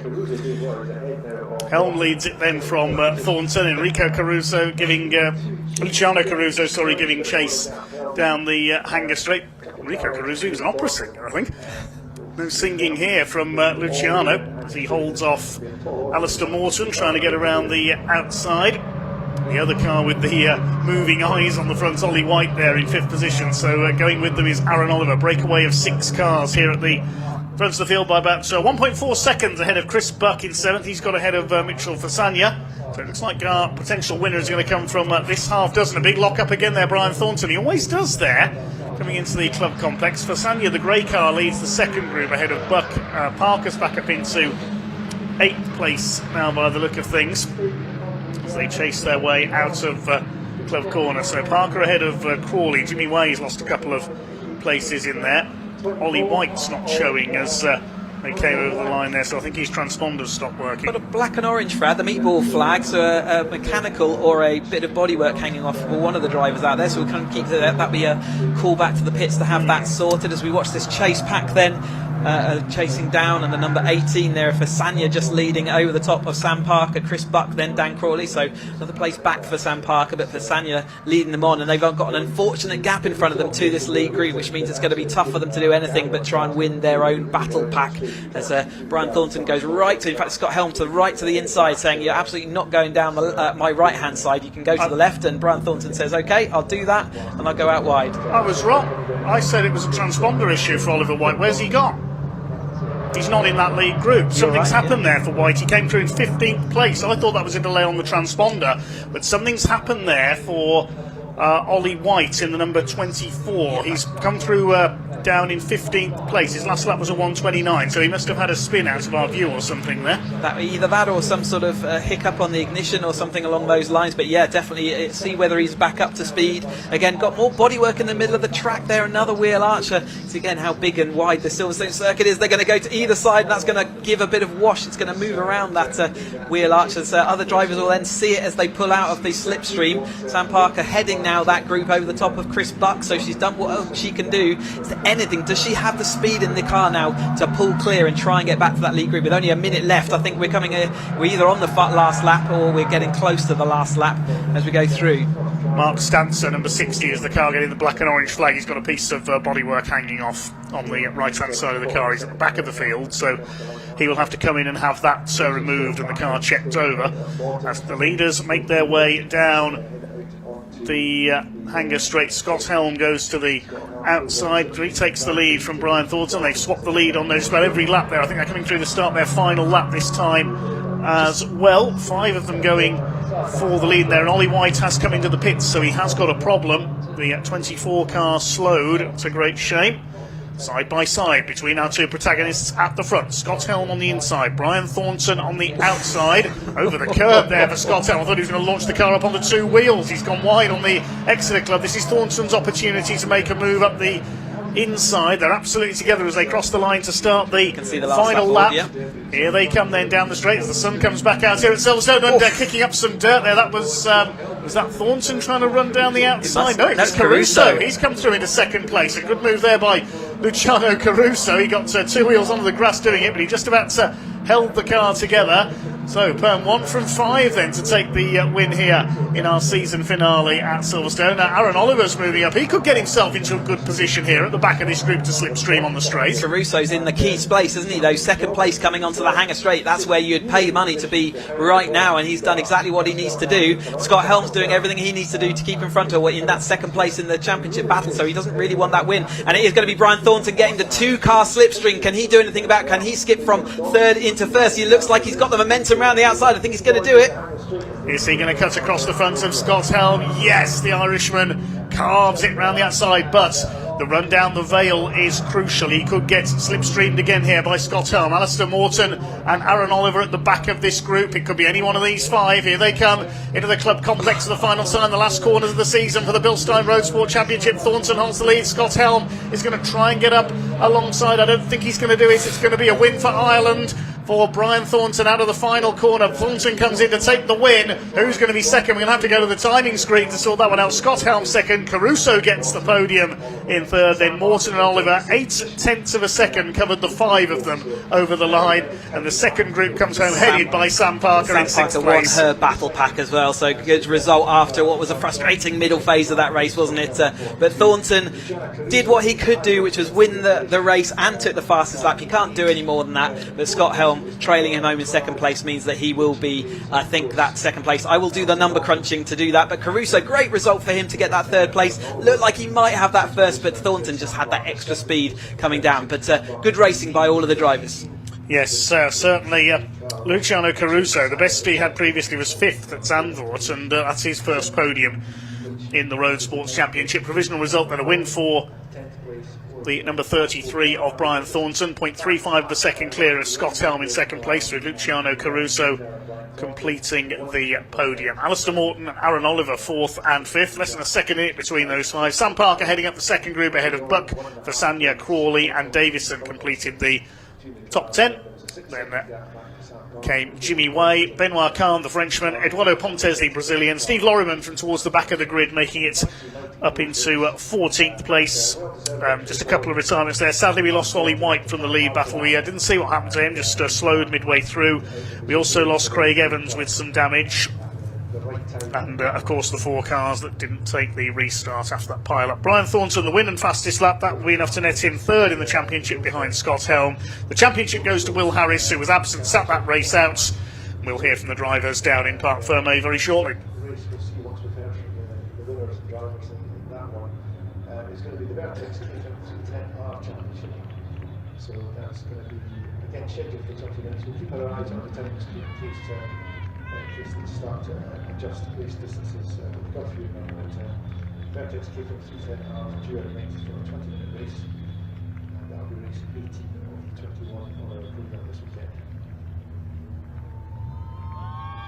So we'll give Gary very shortly, as soon as he's got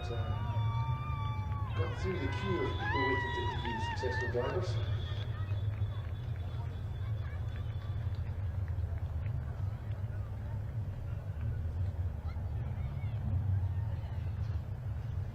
Yeah, welcome down everybody to Parc Fermé, and we've got a very happy Luciano Caruso here because it is his first ever podium. There's Sam. She might nip out and take the microphone and have a quick chat, but Brian Thornton, of course, onto the top step alongside Scott Helm in P2. It's nice for Brian there, but we'll grab a quick chat with Luciano first, shall we, because he has made it on to the podium. Sam's coming over now.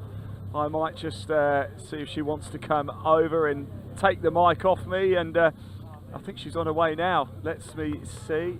I'll tell you what, let me grab Luciano while she's heading on over. Let's go have a quick chat with him. Sam's coming now, I think. Sam, are you taking? Yeah. We need to talk to Luciano. First podium. Luciano, congratulations. Oh, it's a day of first, isn't it, for us? It is. Well done. Well done from race 1. Oh, thank you. Yeah, no, that was a wicked race, wasn't it? Thank you. You were coming through. I could see that. You know, this was probably it's the last chance for this year, and maybe my last chance. So yeah, I really wanted that one, and thanks to everybody. Thanks to my wife Kelly, and my brothers here today. It means a lot. So It's been a long time coming, I feel, for you, that. I mean, we're all trying. You know, there's a lot of really talented people out there, and yeah, you know, you just do best. But that was tough. I'm happy. Much more composed than I was in your position. You know, it doesn't feel real. It doesn't feel real. Yeah. You try so hard. You come so close so many times, and then yeah, today was crazy. I qualified in 13th, so it was a lot of ground to make up, and yeah, it's great to be here. Great to be with you. First podiums and same weekend. Amazing. Yeah, baby! Yeah! There's a lot of people very happy for each other when they get their first podium. It's such a lovely atmosphere. Right, let's have a word with Scott. Second place, Scott. So what does this mean in the championship? Do we know? Second in the championship, yeah. Congratulations, So, well done. It up, but I would have loved a double win, but yeah, it was so chaos, as you'll know, being out there. You just get swamped. Lots of different cars up at the front end, so I wasn't even fighting with the same people. Yeah. And that toe down hanger Oh, is well, just this is it. I was behind you two, and then all of a sudden, there's like five five cars just coming behind around, me, yeah. and I thought, and it was oh, literally what? 2 on each side of us at one point, and I was like, well, just you go through then. There's nothing that you can do about that. So, yeah, carnage. Is everyone all right after the I incident? don't know. That's what concerned me, because to be honest, that was quite just not pleasant to Not see, good, was yeah. it? No, I know. hope they were all walking around, so I guess Got a thumbs up from Danny, so that's I good saw to a hear. lot of people walking around and no ambulances. That's always I always know. what we want. So yeah, no, as long as everyone's okay. Good race. Happy with P2 in the championship. Well done to Will. He drove too fast this season. So yeah, good one. There we go. Brilliant. Well, that's Thank it, you. Scott. This is a sad This moment is for us, yeah. isn't it? Yeah, but Unfortunately, 270 next year. Who knows? Don't know. Oh, I'll see you there. Right, where's Brian? Oh, he's talking to Circuit Radio, so I'll grab him in a second. Yeah. Thank you very much. Brian, Yeah, look at that. congratulations. Thank you very much. Well deserved. That was hard fought out there. wasn't it? That was tough. I was just saying, I'm glad that was 15 minutes because I couldn't have done 5 more minutes of that. That was tough. Yeah. That was tough, but it was amazing race, and then I got to see Luciano and Ollie in the rearview mirror, right up tight, and I was like, come on, lads, bring it home. And Luciano managed to get it in the bag, so pump for Luciano. Yeah. I'm His so first sad podium. for Ollie got spun out, I think. Oh, did he? Yeah. Oh, no, he was having a mega race. Oh, he was doing brilliant. But anyways, look, one of them got it, so couldn't be happy. But it's the new sticker, see, it makes everybody faster. I Did you see the know. new You have sticker? to see this Look new at the sticker. This is their new team for next year. That's the one that makes everybody faster. Brian, You got your Luciano, first Steve podium. and Ollie. Yeah. You got your first Oh, podium with that sticker. I've got that sticker he on got my his first car. podium with that Yeah. sticker. Luciano, it's the sticker. Yeah, it is. It's the sticker. I've got the sticker too. But last race of the year, what Thank a year, you. what a way to wrap it Yeah. up. Amazing. There we go. Well, fantastic. Roll Oh, on next year. Hi to Jane, Sean, Joshua and Lucy. Love you guys and I'll see you tonight. Brilliant. Thanks, Brian. Wow, it's been emotional actually. Yeah, no, it's really been absolutely brilliant. So, right, on to the next race anyway. So I'll hand over to Ian, 'cause I think he's got some interviews for you.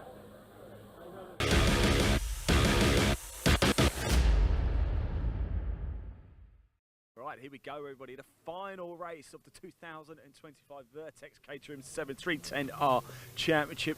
Let's grab Will. Can we grab you for a quick chat if we can? Come on, go on then. One last time. This is unless you're on the podium later, of course. This is 20. Absolutely not. What have you made of your season? Well, I started in Roadsport, obviously, and here I am in 310 all of a sudden. All of a sudden. Yeah. We can tell because the name has just been written on with marker pen, isn't it? Well, yeah, I started in Alton and didn't even have the right stickers on. So look, you've made the jump up. Yeah. How difficult has it been? It's tough. It's very, very tough. The competition, I mean, these are all like champions, winners. I was midfield at best in Roadsport, so and the car is so much different. So the wide track front, the turning is so much quicker, and you got a lot more grip going into corners. And I'm still really getting used to the diff. That's So the biggest thing. Has this sort of part of the season just been about maybe getting used to the car, getting ready for 310s in 2026? Yeah, we'll see. Yeah. Yeah. We'll see. You keep your cards close to your chest. Well, look, best of luck. What's the expectation for this race? Just have fun, enjoy Hopefully not be last again. Hopefully not be last. And beat my father over there. That'd be lovely. Yeah, all right. Well, I'm going to go talk to him now. Anyway, good luck, Will. Thank you so much. Let's grab a quick word with Richard over there and just see if he's feeling a little bit racy. As you can see, there's only one car between them. Richard, can I grab you for a quick second? Because the young boy over there wants to have a go at beating you in this race. We can't have that, can we? Absolutely not. No. It's a bit close now. I was just thinking, that's there's only one car between you now. I know. Yeah, it's too close. Yeah. He's done well stepping up. Really well, yeah. It's a learning curve. Yeah, massively so, because he's come up from Roadsport, so there's a lot to learn, isn't there? Yeah. Yeah, so it's a big jump up, yeah. But Well, look, have you had a good season? You enjoyed yourself? really enjoyed it, yeah. But it's been a great season actually. Yeah, I think I've come a long way as well because I started in this season. Yeah. So yeah, learnt a lot. And are we going to see you sticking with Caterham's 2026? Definitely. I'll be in the 310s next year. Excellent. Yeah. Right, we're going to keep a little eye on this battle. I think it's going to grow over next year as well. Richard, thank you for talking to us. Enjoy the final outing of the 2025 season for the 310Rs. Let's go racing. Dave Goddard, over to you.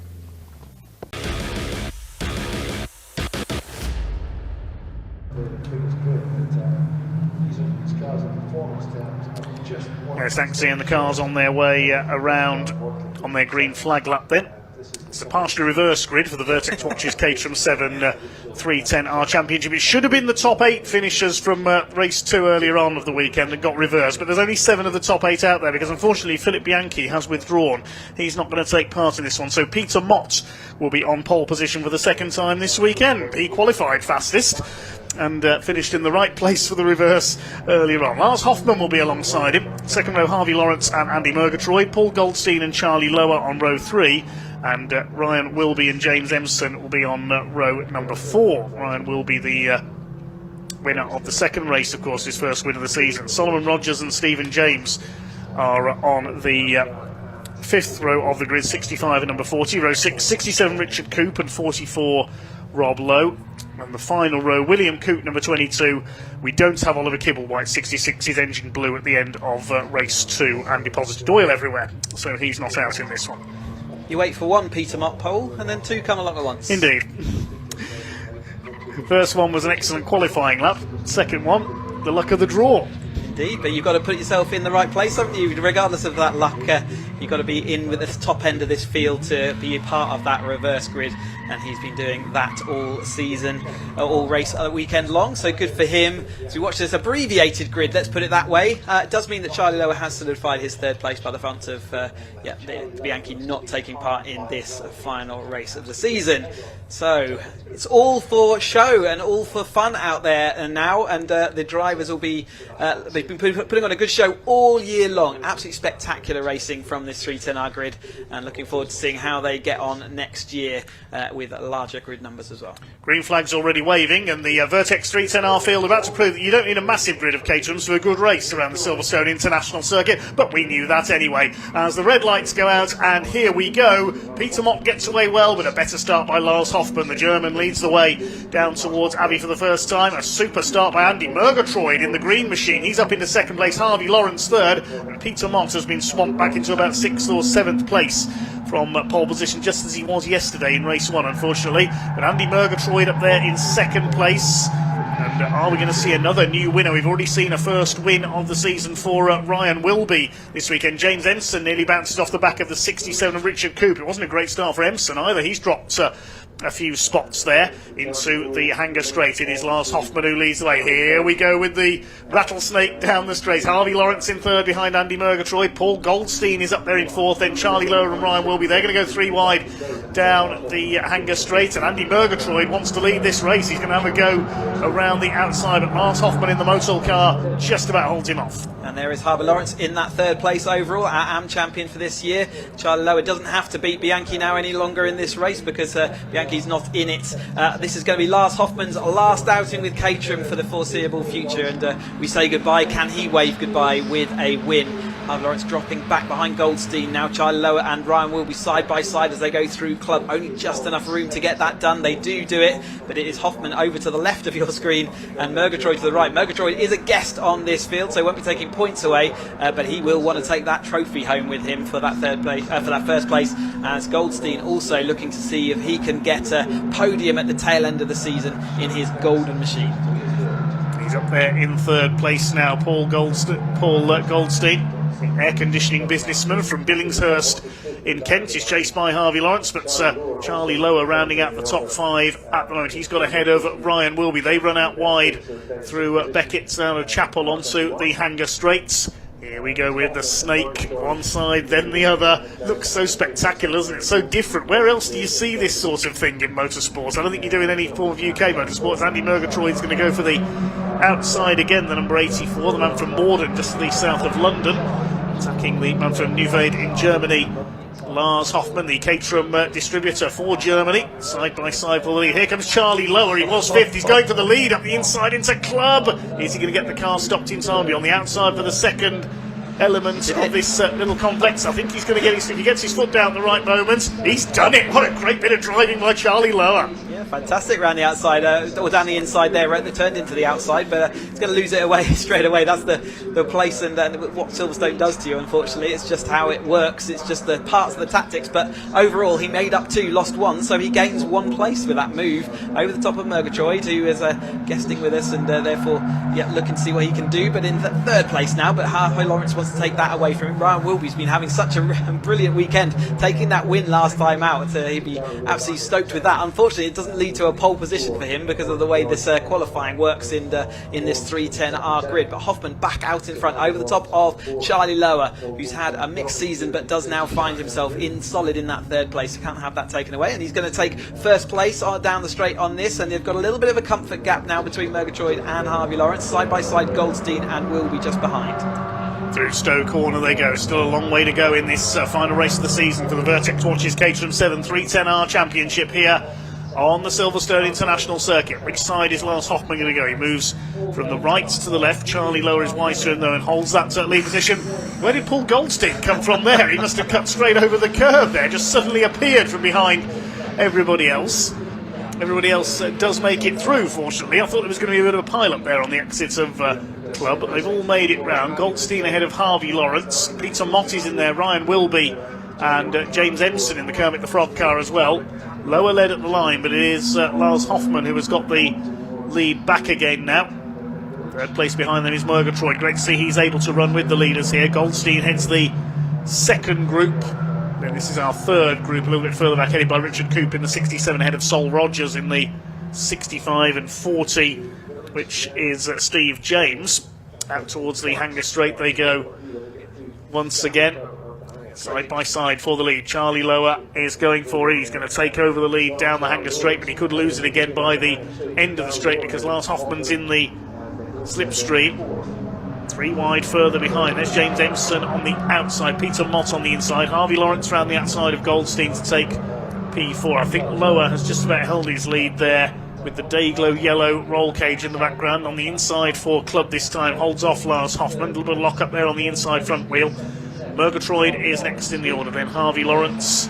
Less than file through behind. Goldstein, Wilby, Mott and Empson at the back of this lead group. So how quickly Charlie Lower unlocked that front left-hand wheel. Again, it shows the experience of these drivers. You can't see your wheels to know whether they're locked up. You can just feel it through the brake pedal and audibly when it starts squealing. So it's just that knowledge that these drivers have of how quickly they can correct for issues out there. But they're absolutely on the edge of adhesion in every single braking zone, in every single corner, asking an awful lot of their tyres and sometimes asking an awful lot more than they are willing to give without squealing away, as Goldstein is in that 5th place as well. But they've closed up with that front group, so as soon as they stop battling in that group behind, they do have the pace to keep with that. But Charlie Lower's looking like he wants to break free of that chase pack. Will he be able to do it? I'm not sure about that, and great to see that the trailing pack there is also not too far back. They're gonna have their own battle as it goes on, but let's see these cars fan out as they head into Stowe once more. Charlie Lower heads them, Hoffman down the inside, Murgatroyd trying to swoop around the outside, can see in his mirrors he's just got enough in there. What was it? A millimetre, and that's all he needed to know to swing to the inside. Hoffman just got out the throttle, maybe a touch just to let that happen. Obviously, if there was contact there, it could lead to all sorts of shenanigans. Harvey Lawrence again judging the front of his nose cone, millimetre perfect on the rear panel of Hoffman there as well. Am champion, just showing how much he's developed through the course of this race season as well. 13.5 minutes for this race to go. They come through to complete their 5th lap. One group of 8 at the front. The second group, there are 5 cars together, although William Cooper's dropped away a little bit at the back of that group. He's about just over a second down as they come through towards Village once again. Charlie Lower has the lead ahead of Andy Murgatroyd, the best that we've seen him run in a 310R so far. In second place, Hoffman third, Harvey Lawrence still holding that 4th place ahead of Goldstein. Then Wilby, Mott and Empson round out this first group. They're 5.5 seconds clear of the second group, headed up by James, Sol Rogers and Richard Coop. Down the straight they come. Just outside lap records pace as well, 15.666 for Harvey Lawrence last time through, and that's just outside the 15.533 that is on the lap record sheet. So maybe if they get a good run, they'll be able to break through that on these new tyres as well. Good to see Sol Rogers still out there battling away, and first time out for him in the 310R, so hopefully he'll be back with us next year using that new upgraded machine. With the bright yellow wheels, he's going out wide just as I talk about him. Sorry about that, Sol. But there goes Hoffman and Charlie Lower. So Hoffman back to the front over the top of Charlie Lower, who had a little bit of a gap 2 laps ago. Doesn't have that anymore. Murgatroyd's solidly is the word I was looking for in the 3rd place, and then Harvey Lawrence lap record or fastest lap holder in that 4th place. Here they come then towards Abbey for the 7th time. It is Lars Hoffman who leads the way from Lower. Murgatroyd still hanging on to the coattails of the 2 leaders here. Great run here by Andy Murgatroyd, chased by Harvey Lawrence. Ryan Wilby's going to have a look up the inside here. The winner of race 2 earlier on just burst through on that final lap from nowhere to take the lead. He's taken Harvey Lawrence. The next target for Lawrence is now a target for Paul Goldstein, I should say, a little bit further back. Are the first 2 going to be able to pull away and re-establish that gap from earlier on there? Absolutely nose to tail though for this front group still as they head down Hanger Straight again. This famous shot of motorsport as they come down towards us. And Charlie Lower does take back over the lead then. Murgatroyd in that 3rd place. And flowing through Stowe Corner again. It's a really fast pace around there. Does it minimum speed of about 75 miles an hour for these 7 Championship UK, 80 miles an hour as they head around that Stowe Corner. So significant pace. I can't imagine going on the motorway at 80 miles an hour and then turning sharp right, and that's what these drivers have to do, and they only do that with cars in front, behind, side by side, sometimes 3 wide going at those speeds. So it's just shows what kind of nerves and what kind of confidence you have to have in the drivers around you as well. Here comes Ryan Wilby up the inside again from 4th place, attacking Murgatroyd for 4th position. The lead continues to swap between Lars Hoffman and Charlie Lower. Lower looking for his third win of the season, his second here this weekend. There's one of our newcomers to 3-ton, our Rob Lowe, number 44, the Team Perry Motorsport car towards the back of the field. He's just lost out to Sol Rogers in the 65. Saw Isla Lowe in the championships a few years back. Rob taking over duties. Maybe we'll see Isla back next year as well. I hope so. As they come down towards us then, Charlie Lowe on the left of your screen, Hoffman on the right. Again, Hoffman looking to see off his Caterham career in winning form. Maybe we'll be racing in Germany. Who knows? Let's hope he doesn't hang up his racing helmet for good, because he's too good to do that. 50% podium rate, and that's not bad over your career, is it? And certainly not easy when you're racing a Caterham and the races are all this close and hardly full. Caterham racers never really retire anyway, they just get quicker. Hint, hint. Oh, I think that ship might have sailed.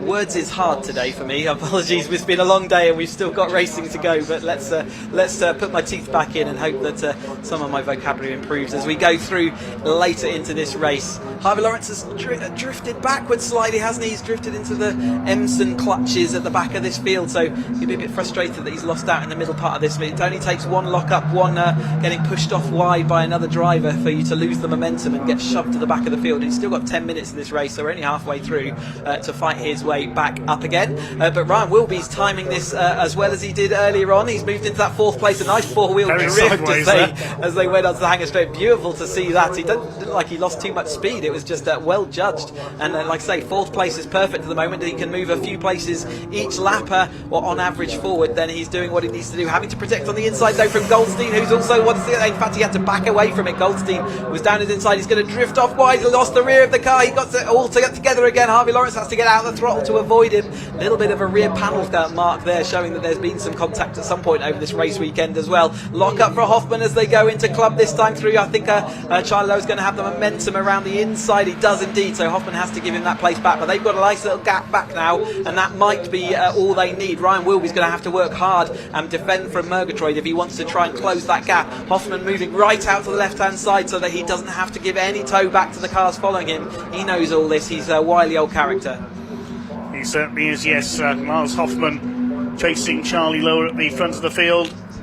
Hoffman looking to sign off his Caterham career with a victory. There's Murgatroyd in fourth. He's under fire from Peter Mott, who's having a better run here after that quiet start to his race. He's got past Paul Goldstein. There's then a small gap, just a couple of lengths back to Emson and Harvey Lawrence in 7th and 8th. They're about 8 seconds clear of the 9th place man, which is Steve James.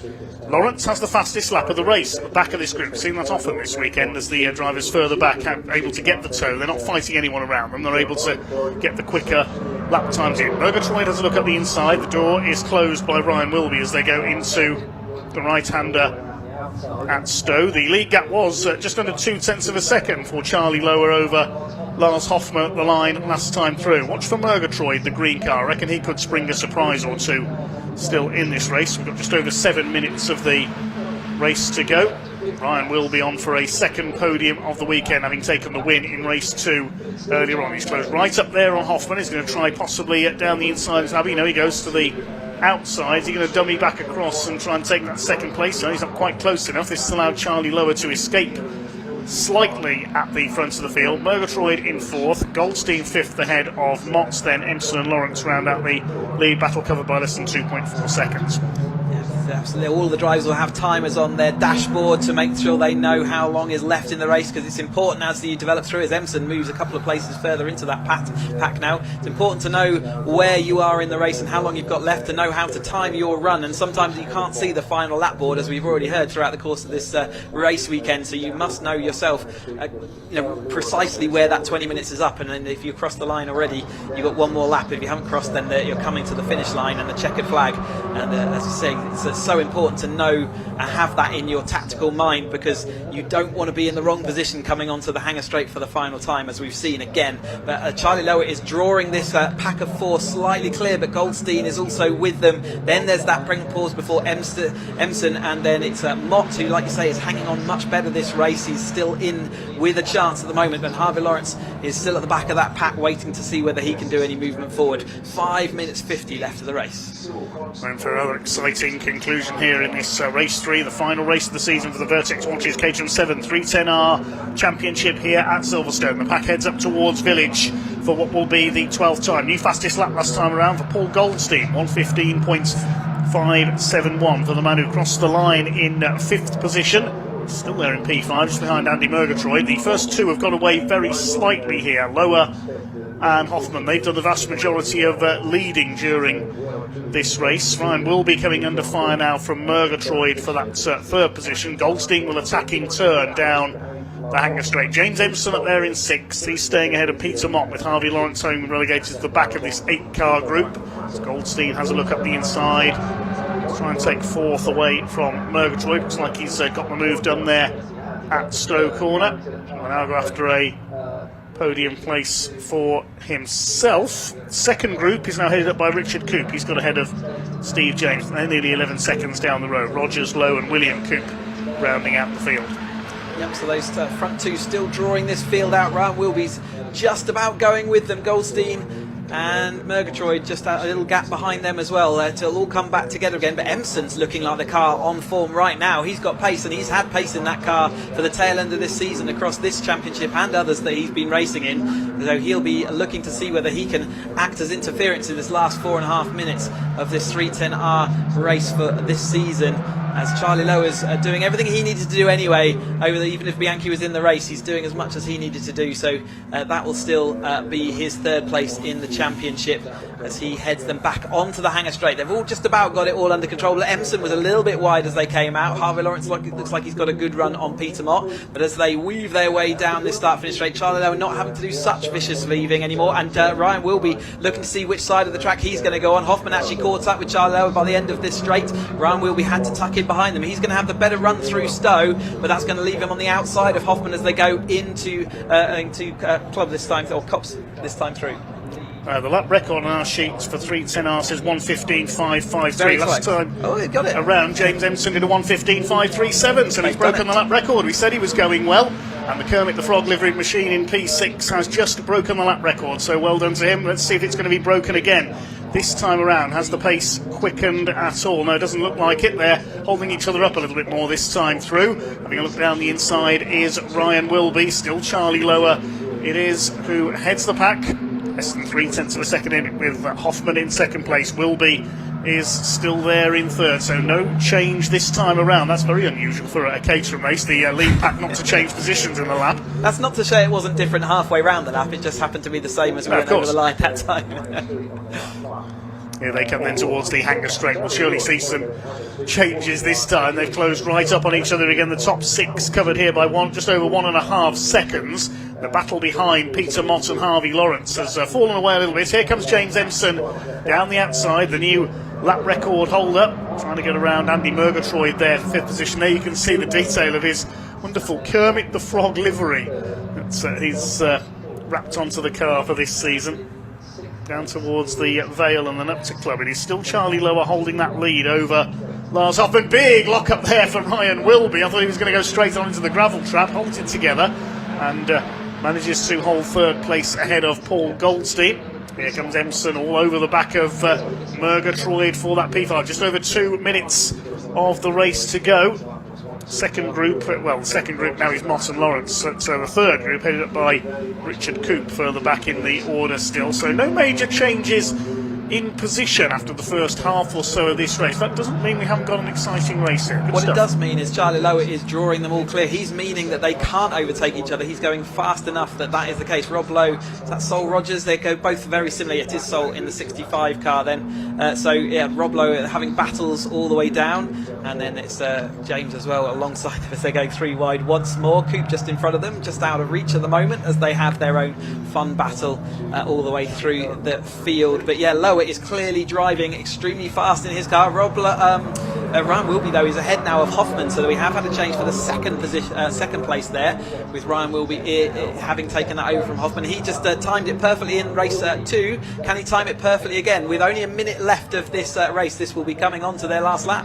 Yes, the last lap board is being held out ready for the leaders. Ryan Wilby up into P2 now. Lars Hoffman has got to get ready to launch his finishing move, if you like. He's got to know exactly where to make the move this time through. He'll see the board. He knows that's his signal for one last attack, but so does Ryan Wilby. He's going to be outside on Charlie Lower. No, you don't, says Charlie. You did this to us in race 2 earlier on. I wouldn't be surprised if Charlie was trying to let him through there and Ryan Wilby was the one saying no thank you, because this is second place, this is where you want to be. You've seen how the overtakes happen down Hanger Straight.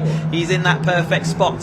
Wilby's just done another fastest lap record at 1:15.440. That's over a tenth of a second inside the old record here. What happened? He's got a gap. We were just looking down at the timing screen. Oh, Charlie Lowe goes onto the grass. That's not going to help his speed as he comes. This is the crucial time down Hanger Straight. And Ryan will be doing anything. Has Hoffman got anything left? He's going to go to the inside. Ryan Wilby's let him go to the inside. He's lost the toe. That means Hoffman's going to be drawn through into that second place. And Charlie Lowe gave the toe to Hoffman. Now Goldstein diving down the inside. Is he going to be able to get that car turned, or is he not going to be able to? Oh, he's absolutely running onto the curb. One corner to go. Ryan Wilby's lost his chance. He went out wide through Stowe Corner, up towards Club for the final time. It's Hoffman who shows. Here comes Lowe up the inside. Here comes Goldstein. He's going to send it round the outside. I think that might have lost him his chance. He went too wide into there. He's side by side with Wilby. I think Charlie Lower has done enough for a second win of the weekend and a third of the season. Up towards the line they come. It's Charlie Lower who takes the victory. Second place will go to Lars Hoffman. Wilby third. Goldstein fourth. Ensign fifth. And Andy Murgatroyd lost the draft there on the final lap. He comes over in sixth. Harvey Lawrence beats Peter Mott home for 7th position,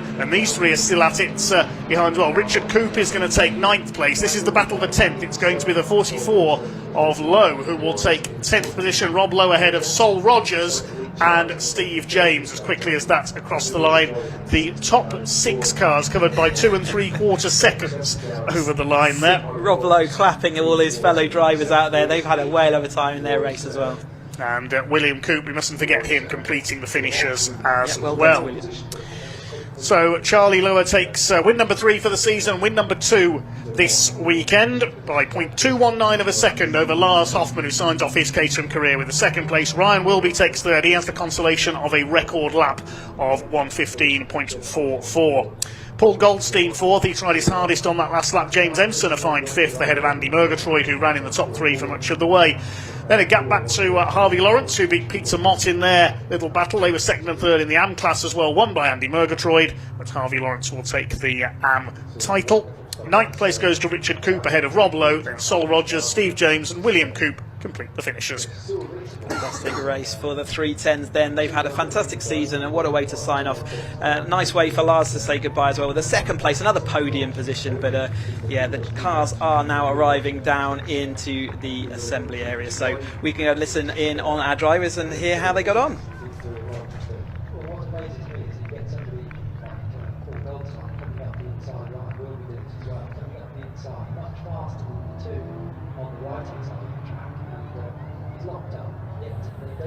Welcome down to Park Ferme. Brilliant racing once again, this time from the Caterham 7 310Rs. And here is Charlie Lower getting out of the car after taking the victory. Look at that. Come on, Charlie. Great racing from Lars Hoffman in P2. And Ryan Wilby, a race winner earlier today, he takes 3rd place. Charlie, we'll let you get your helmet off, buddy, and we'll have a quick chat. And I tell you something, I think I just felt a spit of rain or two in the air here. Could we have wet conditions for the final 3 races coming up? Charlie, that was impressive. Yeah, no, that was really good, and I just can't thank the team enough. Honestly, this year's been unbelievable, and managed to get 3rd place in the championship now, which is ultra special. So yeah, big thanks to Giles at TPM for hosting me this year. It's been absolutely amazing. The team have learned so much as a new team, and it supplies a race-winning car, so it shows. Charlie, what's next for you? What's next? Great question. I don't know, maybe a 420 outing, maybe a couple of 310s next year, I don't know, but we'll see. But and again, thanks to Quadlock for sponsoring me, and EBT, they're legends. Well done, mate. Congratulations, well said as well. Fingers crossed to see you next year too. Lars, over you come have a quick chat, mate. Well done. What a season it's been, eh? Absolutely, yeah. Fantastic season. Yeah, great fun with Taylor and also with Charlie. Yeah. Both very good drivers. What's next for you, Lars? Where are we seeing you back with Caterham next year? In another role, but more next year. Excellent. Look, come on, bring it in, Lars. Well done, mate. Great season by you. Congratulations. Good stuff indeed. Ryan Wilby has got out of the car and disappeared. There's Paul Goldstein over there as well. I'm just trying to find a few more drivers as well. Let's just jump in with Mr. Lawrence over here as well. Wow, what a season, eh? How's it been? How's this weekend been for you? Up and down. The dry shaft broke in the first race, so that's DNF for the first race. Yeah. Yeah, and just getting back up from there. Really, had a bit of a gearbox problem today, which I lost the pack in the end. So. Well, the season's over now, so we move into winter. We start planning for next year. Have you thought about what you might be doing? Not sure yet. Maybe a little bit of a break, but we'll see. See how it is over the winter, and then think about it in January. You've got 1 week to think about it. All right, Tom, thank you very much. Right, we'll just move around a little bit. I think we might have a little bit of time. A few more drivers here in Parc Ferme, and that is it actually now for the 310Rs. In fact, a few hugs going on. There's James over there as well, James Ensign up there. So that is it. 310Rs are finished for 2025. What a year it has been. Coming up next, though, we have the final race for the Mini Challenge Club Sport. I spoke to a couple of drivers a little bit earlier. Let's hear from them shortly.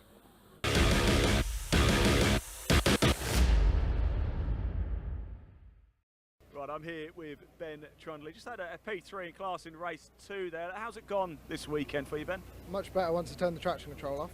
So that was a good start. Yeah, the car's performing well.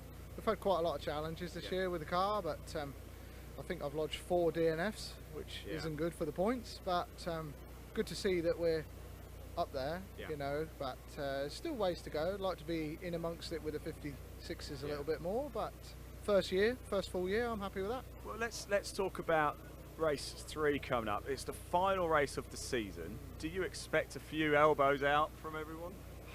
The thing I like about this series is everyone's pretty respectful, because at the end of the day, everyone's hard-working people and we have to pay for our damages. You know, we haven't got loads of sponsors behind us, which some other race series do. So I can't say it won't happen, but there could have been a door stoved in that last race if I hadn't have braked, but equally I don't like damage either. Yeah, respectful racing, I think, is what the Mini Challenge is all about. Well, we've seen it out there. It's been brilliant, hasn't it? Look, what's the biggest thing you've learned from the start of the season to now? Where to start? You can say everything. Oh, I don't think you got long enough on your tape, but setup is a big thing. And this is the first time I've raced at the international circuit here. We did the full Grand Prix at the Burkitt last year in different cars, so we've not had the chance to test the setups. We've been doing a lot of fettling this weekend, so yeah, the setups will help us a lot next year, and obviously experience as a driver as well. So you just said next year. That mean you're back? Yeah, I'm pretty sure we'll be back. I've got a 7-week-old, so we'll see what challenges arise with that one. But just need a bigger lorry. You probably need a bit of a sleep now, don't you? No, she's good as gold. Yeah, I'll talk that up. She'll probably be have a full week of restless nights. But no, credit to my wife and my baby. They come along and support the team, and you can see her name on the side there. Oh, fantastic. Well, congratulations, Ben, and good luck for race 3. And we're so happy that you're going to be back in 2026. Right. We'll see you then. See you then. Right, let's get racing. Race 3, the final race of the season for the Mini Challenge Club Sport underway. Dave Goddard, over to you.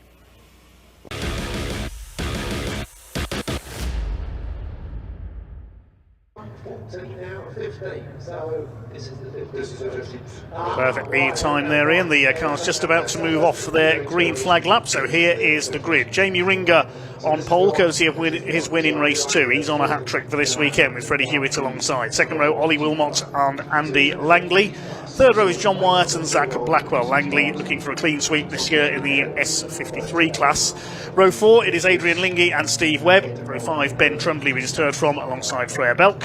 The 6th row, James Dudley and Ian Trundley.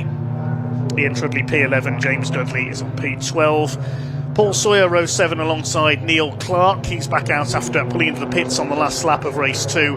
Chris Johnson, who also dropped out of race 2 with some problems, is back out completing the 15 S-Class cars. Then we've got the 6 cars for the Cooper class. I'm pleased to say they're all there. Dan Truman has made it back out. He missed race 2 repairing that problem from race 1. It's Chris Aram and Callum Ainstone on the front row, David Taylor and Adam Kirkland on row 2, Jeff Surrey and Dan Truman completing the grid. Here we have our full complement of 21 cars for the final race of the season for the Mini Challenge Club Sport with Airtech Motorsports. Big thanks to all their other partner sponsors as well. They put on some good entertainment for us this season. They were in great form at Thruxton earlier this year, and also at Snetterton despite the wet weather as well, where Andy Langley proved himself the rain master. Certainly took pole position in qualifying, which was a bit slippery yesterday as well, but hasn't been able to match the quicker S56 cars in the races. Jamie Ringer it is, the Suffolk Road and Race car, who is ready to go for the hat-trick. This will be a 15-minute race. Keep an eye on the Cooper class as well. If Dan Truman can win there, he'll take the Cooper category title. Andy Langley's already won the S53 title. S56 is almost certainly going to go to Ollie Wilmot.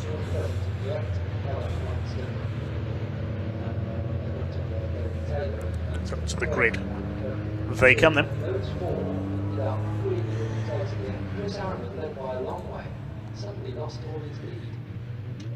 Panthers says, let's go Ringer on the YouTube chats. Can we see the orange car take 3 out of 3? Jamie Ringer alongside the grey car of Freddie Hewitt. The white and red is Ollie Wilmot. Put together a string of some 10 victories in a row at the start of the season until finally beaten by Freddie Hewitt at Brands Hatch. Chris Johnson's back out, the orange and purple car at the back of the S-Class grid, along with Neil Clark, the green and red, number 53. And then all 6 of the Coopers further back. The red light is on. The revs are up for the Mini Challenge Club Sport. We're underway. A lot of wheel spin from a couple of the Coopers there at the back of the field. Good start by Freddie Hewitt down towards that first corner at Abbey. Side by side on the way into it. Ollie Wilmot goes with them. Good start by Zach Blackwell. Looks like he's got up into P4 as well. Not such a good getaway for John Wyatt, the treble 7. But it's Freddie Hewitt who's got the lead, and Ollie Wilmot down the inside into Village in second place. Are they all going to make it through A-OK? Looks like it. Oh no, they're not. There's a collision there. Neil Clark gets a knock there. Great cloud of tyre smoke as he tries to rejoin. He has got it going again, but at the expense of his rear bumper. He's got it going again, but the bumper's hanging off, so he may have to call into the pits to remove that. Yes, Neil Clark slowing up in the background. The Coopers dodging around him there in the background.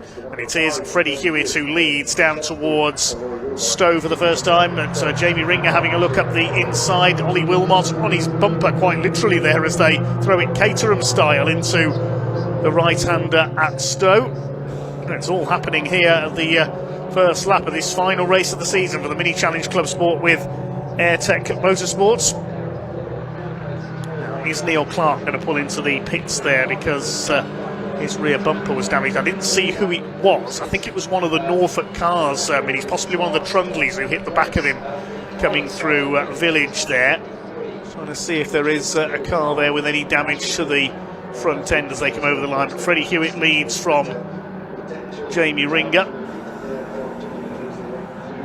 Dan Truman's already gained 4 places. He's up to second in the Cooper category behind Chris Aram, who's going for 3 wins out of 3. So they make their way round Village for the second time. So Freddie Hewitt leads by just under half a second from Jamie Ringer in second place. Now Ollie Wilmot's got through into second place now ahead of Ringer. So Ringer down to third place, side by side for fourth between Zach Blackwell and Andy Langley. Who's next in your? Looks like, yes, Steve Webb, number 231, is up to 6th ahead of Adrian Lingy and John Wyatt. Here comes Steve Webb up the inside. He's flying in that number 231, the man from Guildford in Surrey. Side by side there, Zach Blackwell muscling his way past the 42, which is Andy Langley. He wants to end Andy Langley's unbeaten run in the S53 class so far this year. Here comes Adrian Lingy up the inside. Oh, they're all over each other. Look at this into the club section. Steve Webb in there, Lingy, the gold car is John Wyatt. Next through is 41 Ian Trundley. I think it was him who hit the back of Neil Clark. There's a bit of damage to his front end, so it'll be him who made contact with the 53 car. Neil Clark is still going. Wilmot coming under fire from Jamie Ringer now for second place. Let's have a look again as they came into Village. There's Clark, the green machine. He slowed up because of a bit of slow traffic ahead of him, and there's the contact. So I think that'll be viewed as a racing incident. It was a bit of slower traffic ahead, and Neil Clark just lit up the tyres to get the car moved so he didn't get hit again. Thankfully everybody was able to continue. Freddie Hewitt continues to lead the way. Very busy further back in the order as the first 3 are able to pull away here. Hewitt from Wilmots. There's Ringer in third position. Zach Blackwell was in 4th place as they came over the line.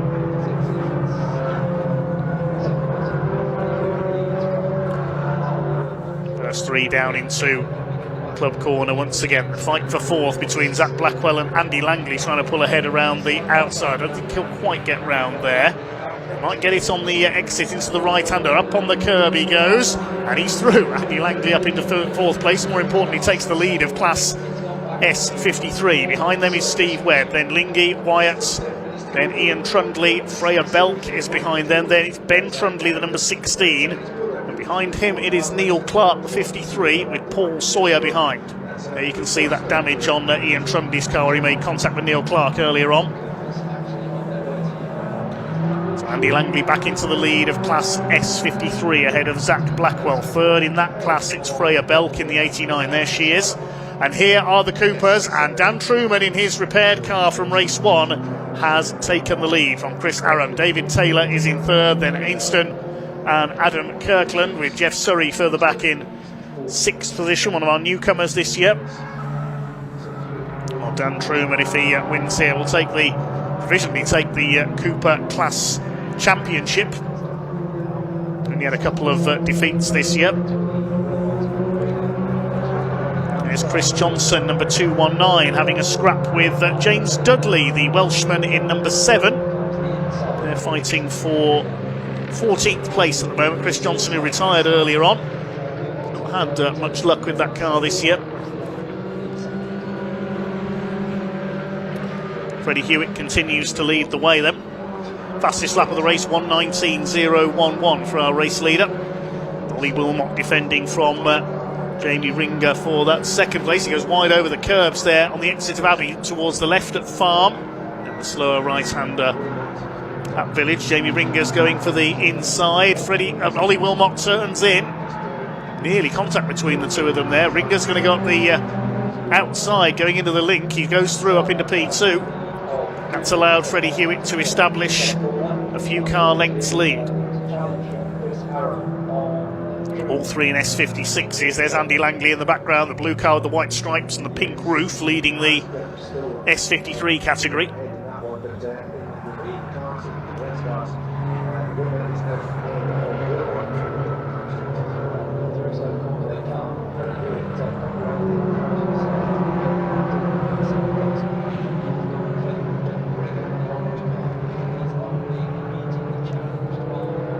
Sun beginning to set here at Silverstone.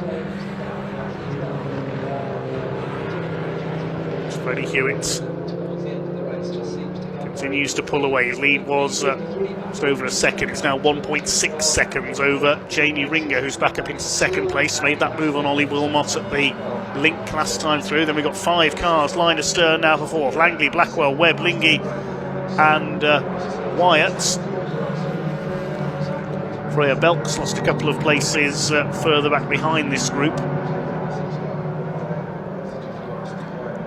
The Cooper category, it is still Dan Truman who leads the way from Chris Aram in the AT Motorsport car. Teammates of Callum Ainston and Adam Kirkland, the lime green cars. There is Chris Aram, second in the class.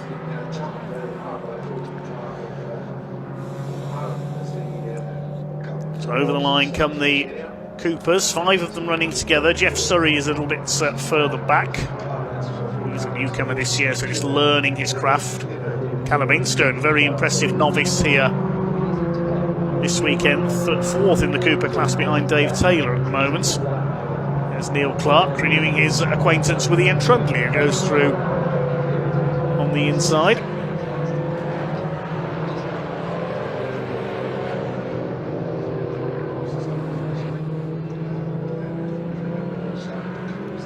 Leaders come over the line. Lead gap is down now to 1.4 seconds. Ringer in second place is just underneath fastest lap, 1:18.987. It's the first lap of the race under 1 minute 19 seconds. He's going after our race leader Freddie Hewitt. Zach Blackwell staying ahead of Steve Webb, but he's behind in class by just over a second to Andy Langley.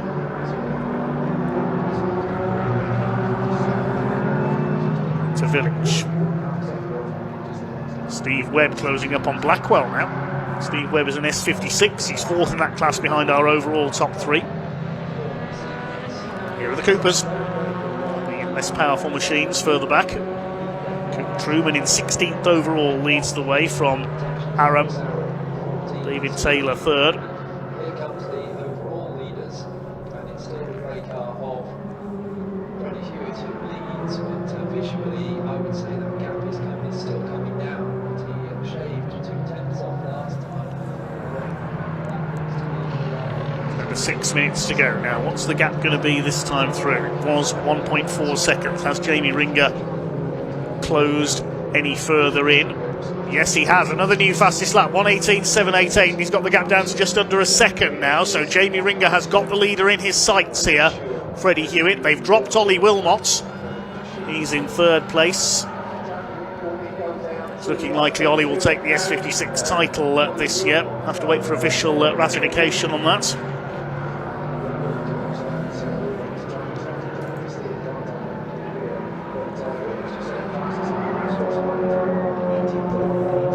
Our commenter says big shout out to the Dan Truman racing team for getting Dan's car back out for this race after it went up in smoke in the first race today early this morning. He had to miss race 2 while it was repaired, and he's back out rewarding the team. He leads the Cooper class. Meanwhile, could be a change for the overall lead because Jamie Ringer's going for the inside into Stowe corner. Freddie Hewitt doesn't give way, fights back around the outside. They're side by side out of the right-hander. Now, if Hewitt can hang on here alongside, he'll have the inside for the left at Club, but I think Jamie Ringer's got the overlap there. He'll have the move for the right-hander as well. He'll have the right line, and Jamie Ringer leads. Good bit of driving there by the man back for a one-off. So earlier on, he's living up to his name as a Ringer in this championship, isn't he? And he's on for a hat-trick. Ollie Wilmot's not finished yet either. He's closing back up. He's less than 2.5 seconds behind Freddie Hewitt. His last lap time was a 1:21, so he's lost a couple of seconds there.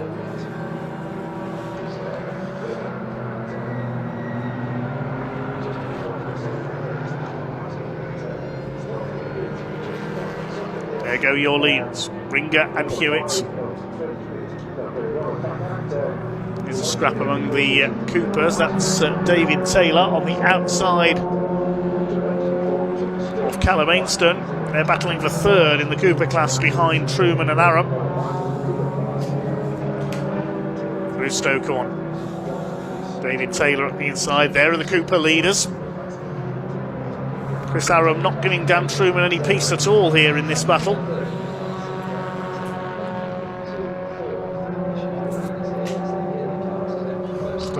Just over 3 minutes of this race still to go.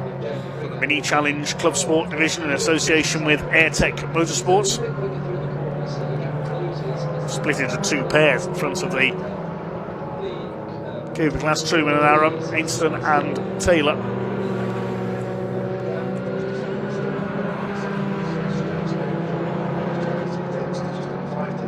Further forward, Steve Webb, putting Adrian Lingy under pressure for 6th position. They're closing on Zach Blackwell as well. John Wyatt on their tails.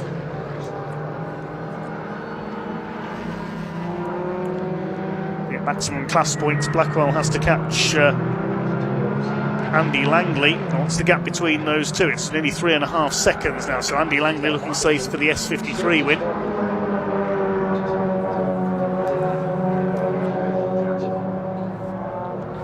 There's Ainston coming under fire from David Taylor. They're going to be lapped by our race leader. Taylor makes a move to the inside into Stowe corner. Ainston doesn't give way, but now has to cede to Taylor. And now the leaders are coming up to lap them. Ringer gets through, Freddie Hewitt gets through on the Vale, no problem.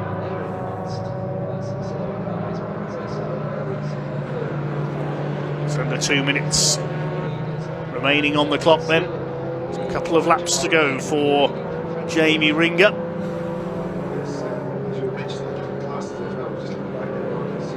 What can Freddie Hewitt do? Can he fight back?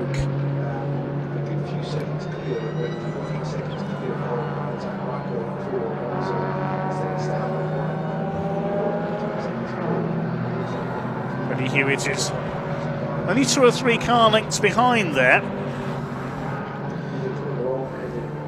We'll await the last lap signal this time through from the marshals.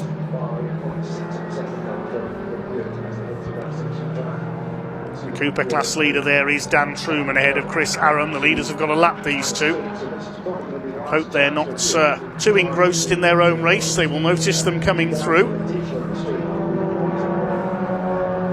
You normally put your headlights on in a situation like this to warn the back markers you're coming, but as you can see, nearly all of these cars don't have headlights. There's Andy Langley heading for the S53 title.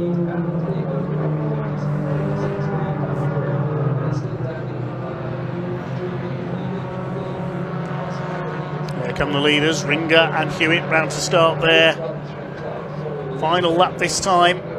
Leader cuts past Chris Aram, but Hewitt is now right with him as they go across the stripe. Just a few seconds left on the clock. The last lap of the season for the Mini Challenge Club Sports, with Vertex Motorsport and Jamie Ringer holding his lead as they lap Dan Truman. Another car moves to the inside. It's Jeff Surrey, who's now 2 laps down. Here comes Freddie Hewitt. He got a good exit there from Farm Corner up towards the right-hander at Village. Only a car's length in it now.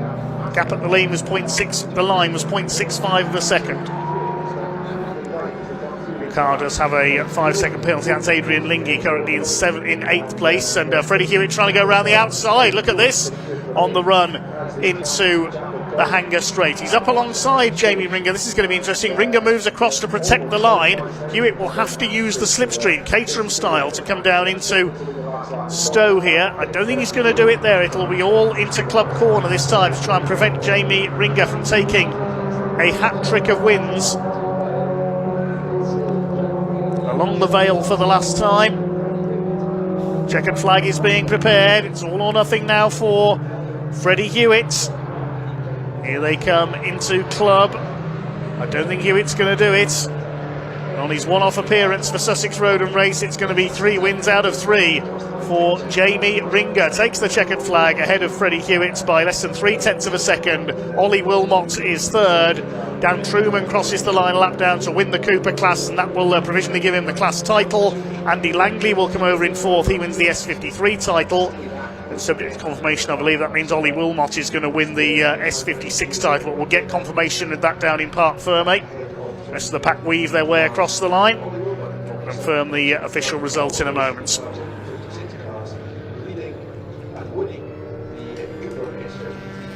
12 laps completed by our race winner. Well, Jamie Ringer, 3 out of 3, but only just ahead of Freddie Hewitt.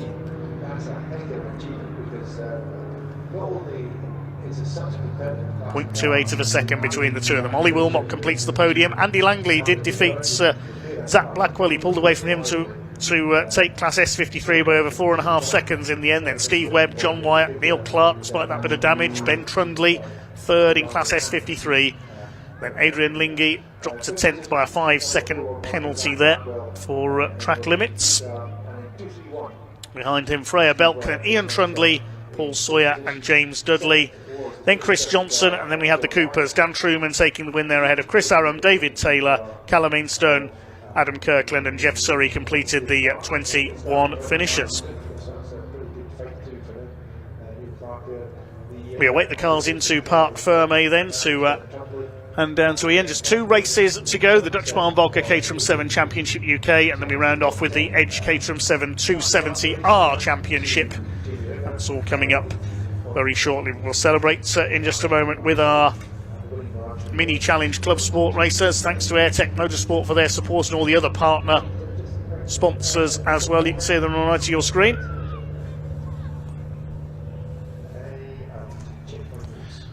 And we can hand down to Ian in Parc Fermé. I'll get back to you in just a moment.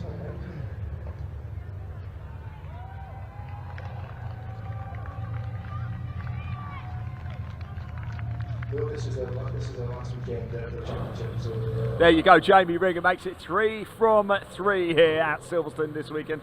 What does Freddie Hewitt have to do? Of course, Jamie Ringer making a welcome return to the series, his first meeting of the year, and he picks up a hat-trick of wins. This man here, right, we're going to go find him. He's going to come around here. Dan Truman went into the day comfortable Cooper Championship leader, and then blew an engine earlier. Hasn't been able to do the 2 previous races. He turns up here, the 3rd final race of the season. He goes and wins it. I can't confirm championship standings, but I think that was probably enough to get the job done. Unconfirmed, of course, but let's let him get out. Dan Truman, what a day it has been for this young man, and boy, oh boy, I think we're going to see a big smile on his face. His team as well deserves so much respect. Chris is over to give him a big hug. Look at that, look at what this means. Dan, we'll let you get your helmet off because I want to see the whites of your eyes. That's what I want to see. What a day it has been. This car didn't have an engine on it a couple of hours ago. Dan, wow. I saw you in I saw you actually in assembly area before the first race of the day. We're like, yeah, this could be it. This could be a very special day. It's proved to be a very special day, but my word, made even more special by the fact that you had no engine. I'm a bit lost for words, to be honest. It's been quite a weekend with gazebos, storms, like TVs, car, engines, like you name it, it's happened. Yeah. I don't know what to say really. It's just, I mean, it's been an amazing year. I've no doubt you want to thank the team, eh? Oh, absolutely. I couldn't do it without them. There's a Mini out the back over here, isn't it? Just a standard road go, which has been ripped apart. The engine out of that into here. And you've just won the race as well. And I don't want to confirm anything yet, but it's looking good, isn't it? I think we've done it. Yeah. I sort of just checked with everyone, but I'm pretty sure it's done. And that, you know, there is a Mini out there that's currently got no engine. It looks like we've stolen it and just picked an engine out of it, but hang on, that's my car out there. It could be anyone, so apologies if you're watching, but yeah, it's a perfect way to repay everyone with a win. I got a sneaky feeling you don't want to talk to me anymore. You want to go see your team, you want to go see family. Well done, mate. Come on, well done. Brilliant stuff. That is one hell of a story. Congratulations there, Dan Truman. Unconfirmed, but we believe with that enough to win the Cooper class for the Mini Challenge Club Sport. Right, next race already out and about. Congratulations, by the way, to that man over there. Just chatting to Gary. As you can see, Jamie Ringo has won all 3 races for Club Sport. Freddie Hewitt, of course, so what does he have to do? Hopefully, Freddie will be back next year, fingers crossed, with us. There you go, fingers crossed from Freddie Hewitt. And time to get back to more Caterham action. It's the big boys, the 7s in play. Sam called up a couple of drivers a little bit earlier. Let's hear from them now.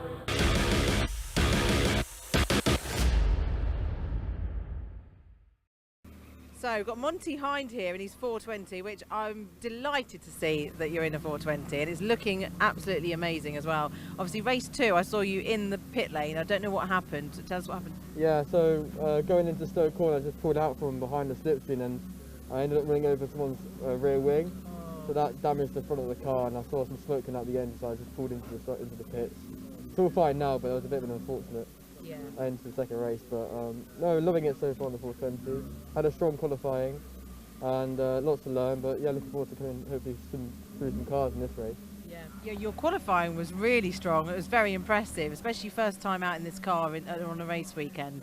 But yeah, this, you know, that being behind somebody in the tow, obviously you literally are focusing on that car in front of you, knowing when to pull out, so you can't see what's ahead on the track. But just a bit unfortunate, but how it goes sometimes, and I'm happy to be out in the race 3. Yeah, definitely. Well, enjoy it. Enjoy every moment, and it's the weather stayed kind to us today. Cool, thanks, Dan. Thank you, Monty. Right, Craig Story, I won't keep you too long because you're doing your belts up, but I haven't spoken to you this weekend, but it's not yet. But obviously it's not been the greatest weekend so far, has it? No, starting off qualifying with a roll is not how you really want to start the weekend. So no, it's not been ideal. Silverstone is not my favourite circuit. It never was. Really? I just not a good circuit for me. So yeah, kind of maybe preempted a bit of a bad weekend, and that's kind of snowballed. Is what it is. That's racing, isn't it? It is. We all have our favourite tracks, don't we? The tracks that we feel more confident at, and you know. But it's going to change for this one. You're going to be more confident, aren't you? You know what? Last race of the season, last race for another good, 5-6 months. So I'm going to enjoy it. You usually have quite a bit of fun coming from the back. Yes. So yeah, just going to make some moves, be tidy, get home safely. And all's going to be good. I was glad to see you were okay after that roll, but these cars are very strong, aren't they? I mean, it was amazing, really. Rolled over a couple of times, and I didn't feel in danger really at all. I felt very safe. So yeah, very good car to. Yeah, it did well for me. Yeah, good. Excellent. Well done I'm pleased. Well done. Thank you very much. Yeah, obviously, yeah, very pleased with that. Everyone's saying that. Thank you. I think my cheeks hurt from smiling so much today. Yeah. Well done. Honestly, and my kids were we were all watching, so well done. Actually, Evie ran, I think, to Park Ferme to cheer you up. Yeah. She gave me a high five. Oh, brilliant. Thanks, Greg. Well, enjoy this last race. Thank you.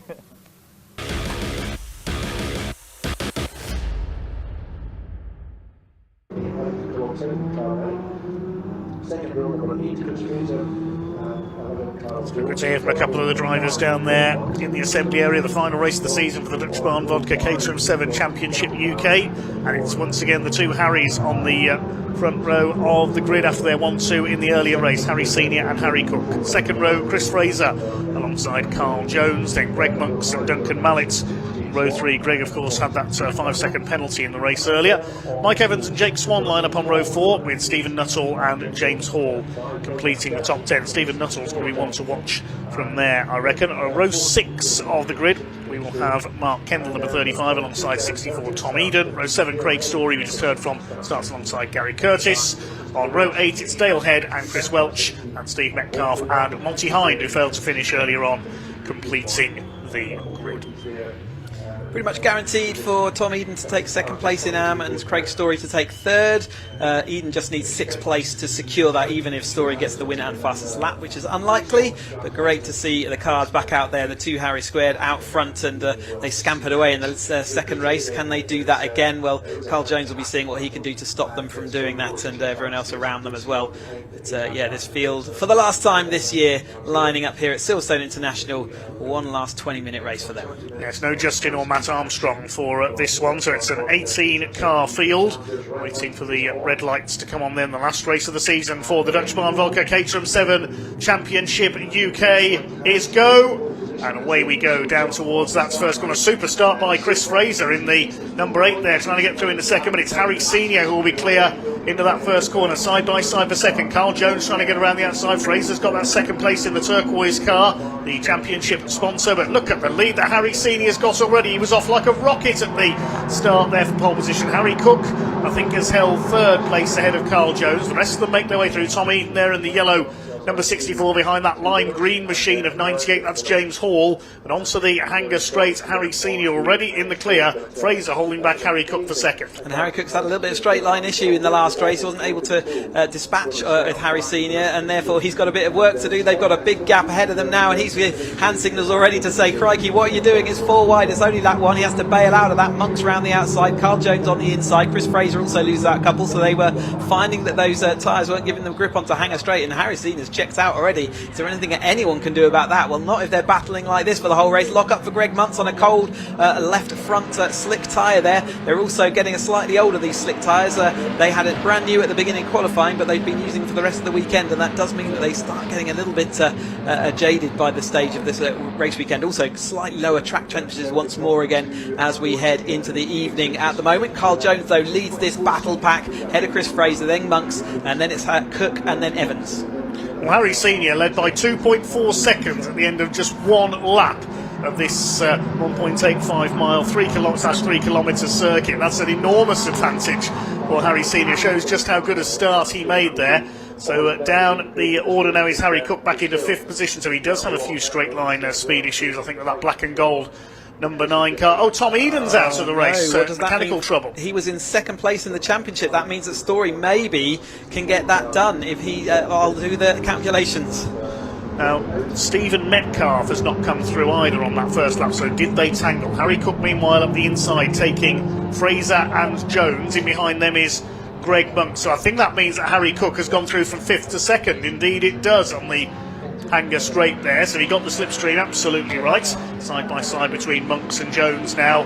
They lean each other wide coming off the club corner. That's allowed Mike Evans up the inside, the man from Birmingham, with the red roll cage, number 93, completing the 2nd lap then. Yes, you've lost Eden and Metcalf on that opening lap.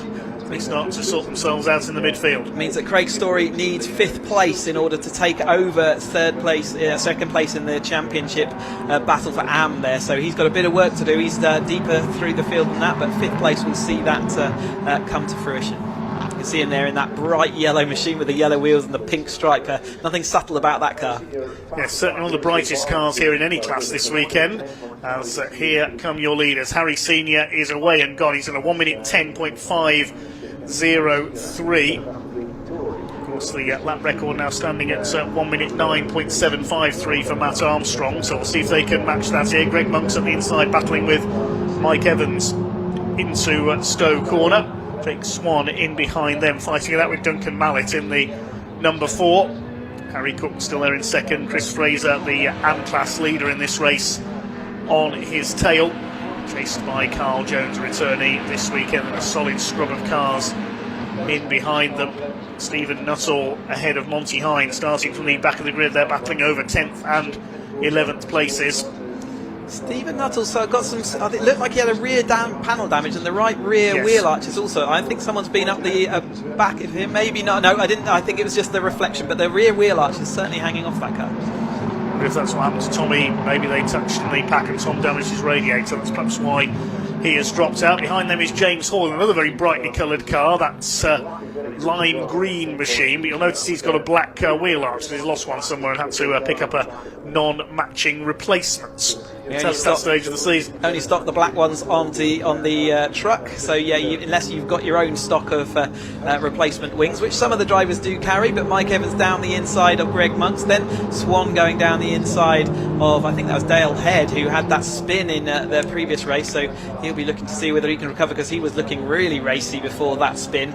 But here's Carl Jones now behind Chris Fraser and Cook. Cook obviously has been the fastest car of this pack in the Pro Championships this year, and was in that second place. Doesn't look like he's going to be in a position to take his one win this season, which he would have deserved after what a season they've had. Evans having to protect from Greg Monks behind. They're going to go side by side. Cook is still able to keep in front of Fraser and Jones. Harry Senior a 109.795. He's only 400ths of a second off the all on his own lap record. That's without a slipstream. Yes, that time around it's getting very busy in the midfield. There's Dale Head closing up onto the back of Jake Swan. This is the fight for 7th place. Behind them Duncan Mallet in the number 4. Then we've got Craig Story.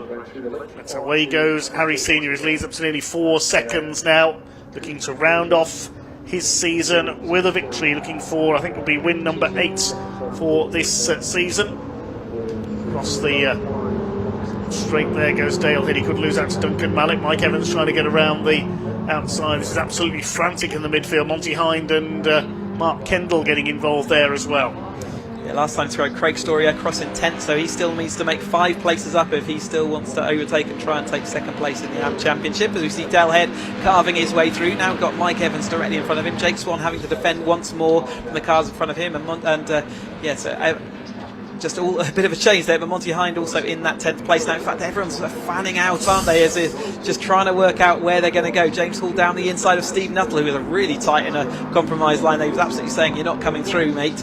And here is that Cook for 2nd place as they flow on through this village complex here. And Duncan Mallet losing out to Jake Swan. That's Mike Evans well out wide there. We found that fluid patch from the mounting Caterhams earlier. Yes, that hadn't been cleared away because it's on the runoff area, so Mike Evans looking not to spin there as the leaders head down Hanger Straights. The 2nd place battle still headed by Harry Cook, with Fraser, the AM leader, in 3rd position, chased by Carl Jones. Here comes Craig Story on the inside and Monty Hind. They're both attacking Duncan Mallet. Monty Hind more likely to get a place away here by the look of it. Yes, slots in front of Craig Story.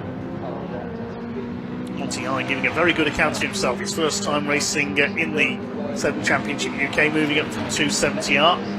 Here comes Jake Swan back again on the tail of the number 6 Dale Head. They're battling for 7th place. Hind around the outside. Now he started in 18th place, last on the grid for this race. He is now up to 8th position, gained 3 places on that last lap alone, as up the inside Jake Swan continues to defend from Dale Head. This is the battle for 6th place. It's Senior who still leads by 4 seconds ahead of Cook, Fraser, Jones and Monks.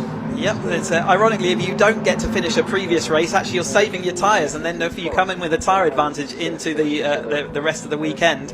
But it's still Harry Senior well clear, 4 seconds last time over the lap, and it is from Cook. So Cook is drawing those cars quicker. Chris Fraser just doesn't quite have it. He in order that little pace that he needs, but Carl Jones certainly has the pace behind, looking to see whether he can do anything about Chris Fraser. Their battle then for the AM win out here, and also for an outright podium. Chris Fraser currently sitting in it as he did earlier on. And Carl Jones gets some tableware to take home with him, the nice trophies from here.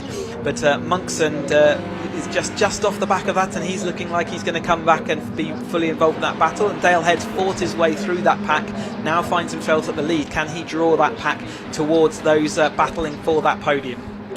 Well, we're not up to halfway yet, so a lot could still change in this Dutch Barn Vodka Caterham 7 Championship UK season finale. The lead is 4.3 seconds now. 1 minute 9.462. That's for Greg Monks in 5th position. Yes, a new lap record for the number 5 car. It's 3/10 inside, near enough the old record. As having a look up the inside there, Monty Hind, he clocked the curb there. I thought he clocked the side of Dale Head. It was the sausage curb in there. Like, they come up to at least a quarter way up the wheels. It really does unsettle the car if you clip those, and it's something you really want to avoid. Sometimes you get no choice but to take them by drivers just not giving you the space. Absolutely wheel to wheel, banging the wheels there. Monty Hind and Dale Head as they went down the straight there. Monty Hind was absolutely resolute in them not moving. Now he's stuck between two cars. It's not a comfortable place to be. There's Duncan Mallet through the middle of both of them as they sweep into Stone. On the outside, that's Mike Evans recovering after his off earlier on. Craig Story in there too, as Harry Cook defends from Chris Fraser, who tried to slingshot past him on the run up through the Vale. There's number 5 of Greg Monks, 1 minute 9.462, still his fastest lap, and a new record lap for the championship here on the Silverstone International layouts. Behind them, Carl Jones in the number 11. Monks now back up into 4th position. Here comes Harry Cook attacking Chris Fraser, who's gone through into 2nd place down the Hamilton Straights. Cook up on the outside, swings around the outside. He's not quite going to get 2nd place back again, I don't think. There's Monks in 4th place, Jones 5th. There's a gap of 3.5 seconds back to Jake Swan in 6th position. There he is in the background, just ahead of Duncan Mallet with the white nose cone and blue roll cage.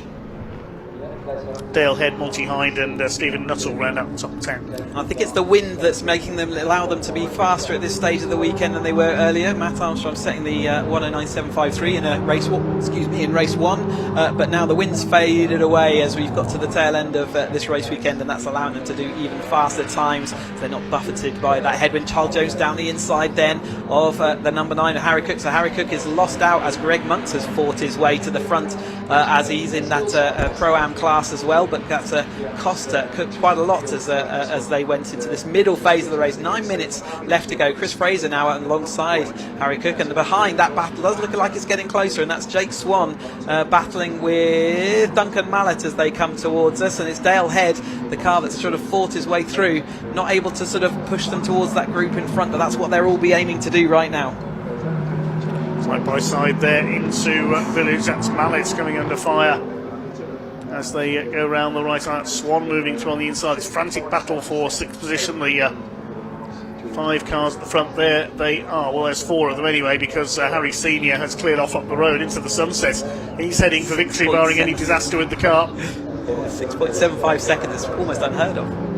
That's an eternity in Caterham racing terms. I hope I haven't just put the curse of the commentator on Harry Senior. Well, Greg Monks has just picked up a pending penalty. Okay, so he's second penalty for, I assume, for exceeding track limits. He has come through that pack, but he's done so by exceeding track limits, and he's also now drifted back into that pack order as well. So that's unfortunate for him. 5 seconds in this field is going to move him a long way back down there. But Carl Jones now heads again as they go over the stripe once more. Chris Fraser now is in that watching brief.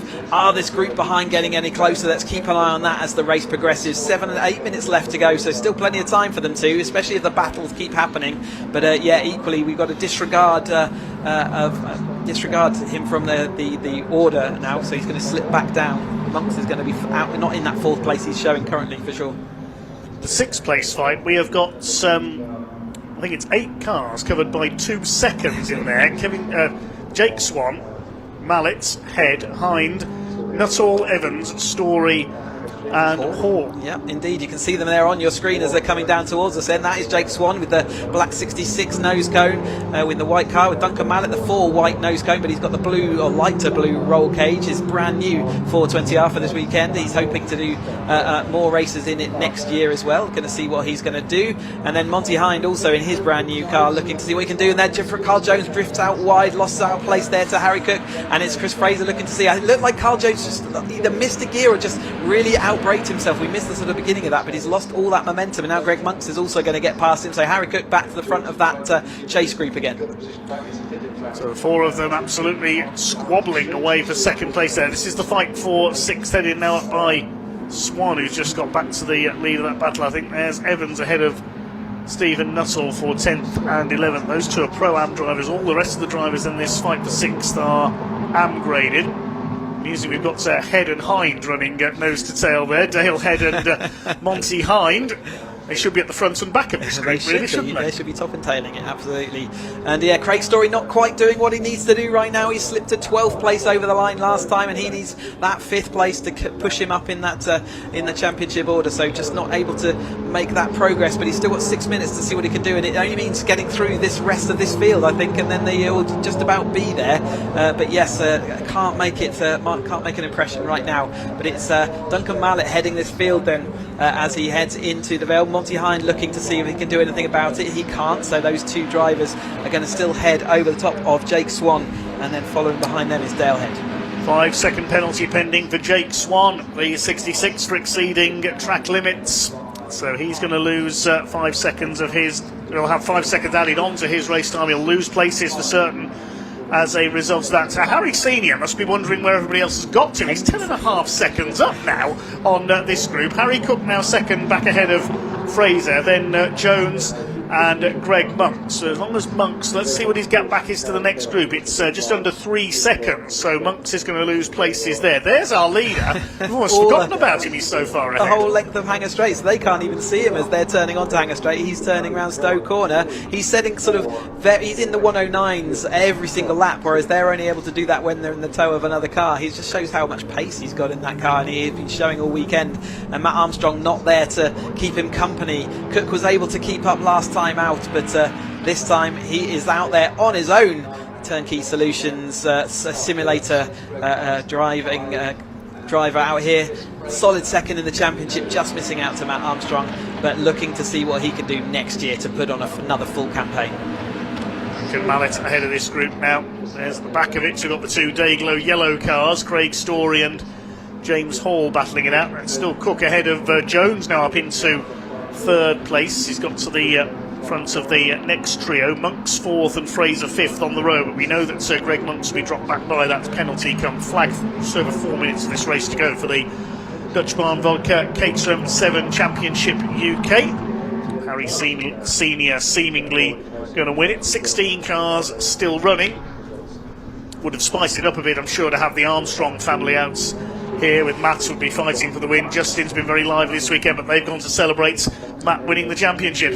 Only thing you can do if you've already won the championship and your race is lose it via the points of penalties and things like that. So it's why you often don't see the champions or champion-elects racing in the final couple of events. It's a big risk, and you've seen how tight they race. It doesn't take much for a steward's inquiry to issue you a 3-point penalty would suddenly be 9 points on your championship, so it makes a big difference.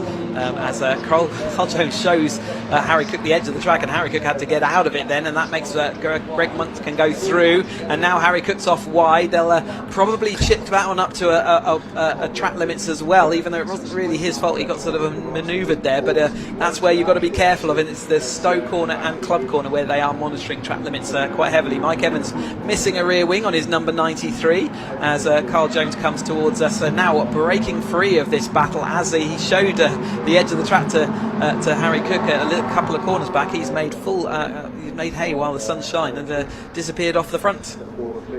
Took a nearly disappearing stage right there was Carl Jones, ran way wide coming out of Beckett's nearly onto the grass, but he's holding that 2nd place. They lost another couple of seconds on that last lap to the dominant Harry Senior. Dominant and Caterham racing is not a term you hear very often together.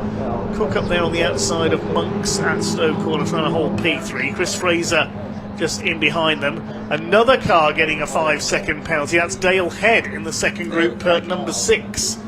So 3 penalties now pending. It's Monks, Swan and Dale Head. Well, if the whole field get them, it all evens itself out, doesn't it? Well, let's hope that doesn't happen. We don't want too many drivers running off onto the runoff areas and taking too many liberties here. Here comes the midfield group. That's Mike Evans trying to get up the inside of Stephen Nuttall. Monty Hind has also lost a wing, is locked in battle as well. There's Chris Fraser ahead of the number 5 of Greg Monks, so he's back up into 4th position outright there. I think they're going to get 2 more laps at this one and the next one, and maybe the one after as well. So they get 2 more laps by the time they get back. So Carl Jones defending down the inside, everyone else trying to get into his toe. You can try and squeeze 2 people into that toe, but it's going to be the number 9 there of Harry Cook down the inside of Chris Fraser. Is he going to make that stick? No, Chris Fraser's going to carry the speed around the outside, but Harry still has the grip on the inside, and that's going to let Monks go down the outside. In fact, it's 3 wide going in. That can't work. That's going to be a sandwich and a half. So it was Monks that got out of that, and I think he had to, which is a good manoeuvre to let that go. Chris Fraser just in front of him. Duncan Mallett is coming across that gap. Dale Head, who's got that 5 seconds, is still fighting hard with Monty and not going to make that stick at the moment. It's that Steve Nuttall then ahead of Mike Evans, ahead of Craig Story, who's going to be 3rd in that AM Championship. Hall following along behind him. Less than a minute left on the clock now. The last lap board will be being prepared, I think, for our race leader. Didn't see it go out this time around. I think he was just in time there to get 2 more laps in. Chris Fraser coming under fire there from Greg Monks. That's for 4th place, but Monks, you know, his demise from this group is inevitable. He'll be dropped back by that 5-second penalty. Another one, and this time it's Harry Cook. He's got 5 seconds to add on as well. There, penalties appearing everywhere for track limits offences here. Going to fly up to 3rd place overall. Jones is going to be in that 2nd place as long as they don't get one in this next 1.85 miles, 3 kilometres around this national circuit. It's not guaranteed though at this point. They're flying around, and again all the flags there. We've got our leader just going across to start his last lap. That's why we've got the extra lap, is because he's so far ahead of this field. If he had been with this group, they would have race would be over by now, but he's just crossed the start finish line to start his last lap. Here comes the 2nd place group coming up to the line now. It is Harry Cook who has got through at Club into 2nd on the road ahead of Jones. They're 14.5 seconds down on our race leader. Fraser next ahead of Greg Monks. Now, how far ahead of Duncan Mallett are they? Only 2 seconds. He's in 6th place over the line. Then Swan and Dale Head, they've got penalties to apply, those 2 as well. Monty Hind is 9th. Stephen Nuttall rounding out the top 10. We've got 1 car into the pits. 22, Gary Curtis has pulled in, and is that Jones? It was Jones, I think. Yes, Carl Jones has spun it coming through the link there. I don't think there was any contact there. We'll wait and see if we can get a replay of that. I only caught the end of that because I was looking at the timing screen. But Harry Cook in 2nd. Going to put Fraser into 2nd overall, I think. It is, yes, because Cook and the number 5 of Monks have got penalties, but out in front of all of it, missing all the fun, is this man. Harry Senior is going to take the biggest winning margin of the season, I think, in the Dutch Barn Vodka Caterham 7 UK Championship. He's completely dominated that race. There's nobody within sight of him as he comes over the line. So 2nd on the road is going to be Harry Cook, and 3rd Greg Monks, but it's going to be Chris Fraser who takes his best ever finish in 2nd place because the other 2 have got penalties. Smoke coming off Duncan Mallett's car there. I think that was just lighting up the tyres around the final turn. Everybody else comes across behind him. We'll wait to see when the penalties are applied what the finishing order is going to be. That's That's a Duncan Mallett on the outright podium by the look of our finishing Fraser positions. from Mallett in 2nd and 3rd. So Fraser gets his best ever finish. Duncan Mallett on the podium. Amazing. Harry Cook is 4th. Jones recovers from that spin to take 5th. Greg Monks gets the consolation of a new lap record with 6th place. Monty Hind is 7th, then Evans, Nuttall and Story. My goodness. And I make that so. Tom Eden taking 2nd place in the AM Championship behind Justin Armstrong and Craig Story. Here's that incident with Carl Jones. The rears just let go as he was going through the right-hander of a village. There was on the kind of weird line there, and it just let go on him. So he would have been as surprised as everyone else at that point. So a remarkable result then, 15.5 seconds the winning margin for Harry Senior over Chris Fraser, who inherits second place, and Duncan Mallet gets an overall podium. Harry Cook in fourth place, then Carl Jones, despite that spin, takes fifth. Greg Monk's penalised to sixth, Monty Hind in seventh, a good weekend in his debut in the category, and Mike Evans, Stephen Nuttall and Craig Story complete the top 10. Next for James Hall, Dale Head penalised to 12th and Jake Swan 13th. It was Mark Kendall, Chris Welch, the final finishers. We lost Gary Curtis into the pits, and Tom Eden and Stephen Metcalf didn't complete the first lap. So that brings the curtain down on the Dutch Farm Vodka Caterham 7 UK Championship season. We've got one race to go here at Silverstone. The Edge Caterham 270R Championship will enact its season finale shortly, and hopefully it will be fairly shortly because those clouds look a bit ominous. We can hand down to Parc Fermé in a moment.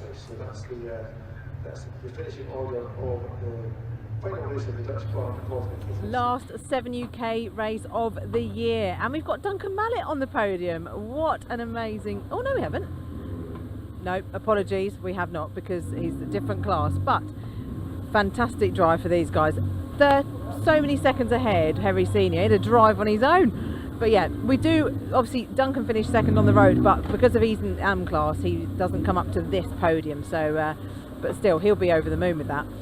Let's have a word with Harry. Harry, what a way to finish the season, and on your own. Yeah, very lonely. Yeah, I think I nailed the start. Yeah. I think Harry got a bad one, Fraser and him, I don't know if they were side by side or whatever, but just kept it pinned through turn one and came onto the hanger straight and saw we had a bit of a, I had a bit of a gap, and yeah, was just pushing really hard basically for the whole race. See how big I could get that gap up to. I saw it was 2 digits on my pit board by the end, so yeah, very pleased with that. Yeah, very impressive though, because it's hard when you're in, you know, completely clean air, and obviously they're all getting toes of each other, but then they were battling quite hard. Yeah, I think I saw from what I gathered from my pit board was for the first kind of 5 to 8 minutes maybe they were trying to, you know, keep up with me, and then I saw a couple of times it made massive jumps, so I guess they started scrapping. I see a couple of cars came back early. Be interesting to watch the replay. I'm sure I won't feature too much, but that's not a bad thing. Yeah, sometimes it's good, but been a great season, Harry. And any plans for next year? We're not sure yet. I'll be back. Yes, good. That's what we want to Have you hear. seen the calendar? Oh, absolutely. It's a very good calendar for next year. So I'm pretty sure Matt's back as well. So maybe we'll try and fix that next year. Round 2. Yeah, brilliant. Well done. Thank you. Right, let's have a word with Harry.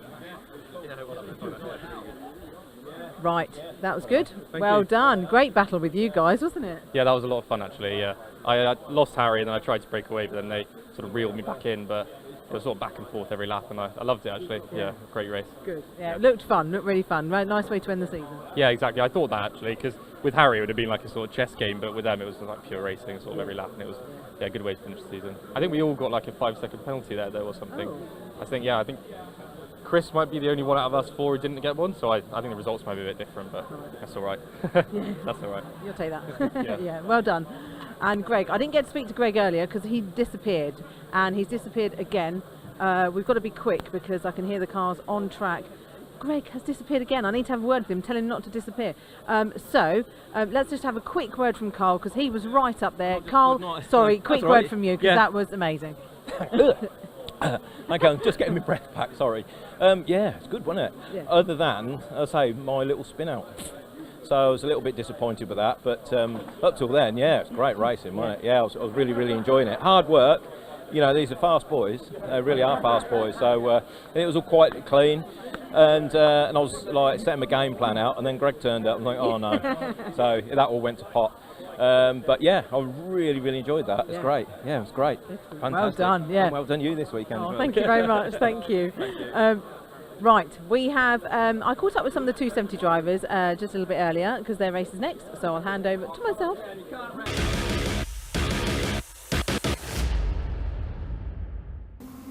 Right, Henry speaks. Henry, you're not usually this far down. What's been going on? No, it was rather unfortunate, really.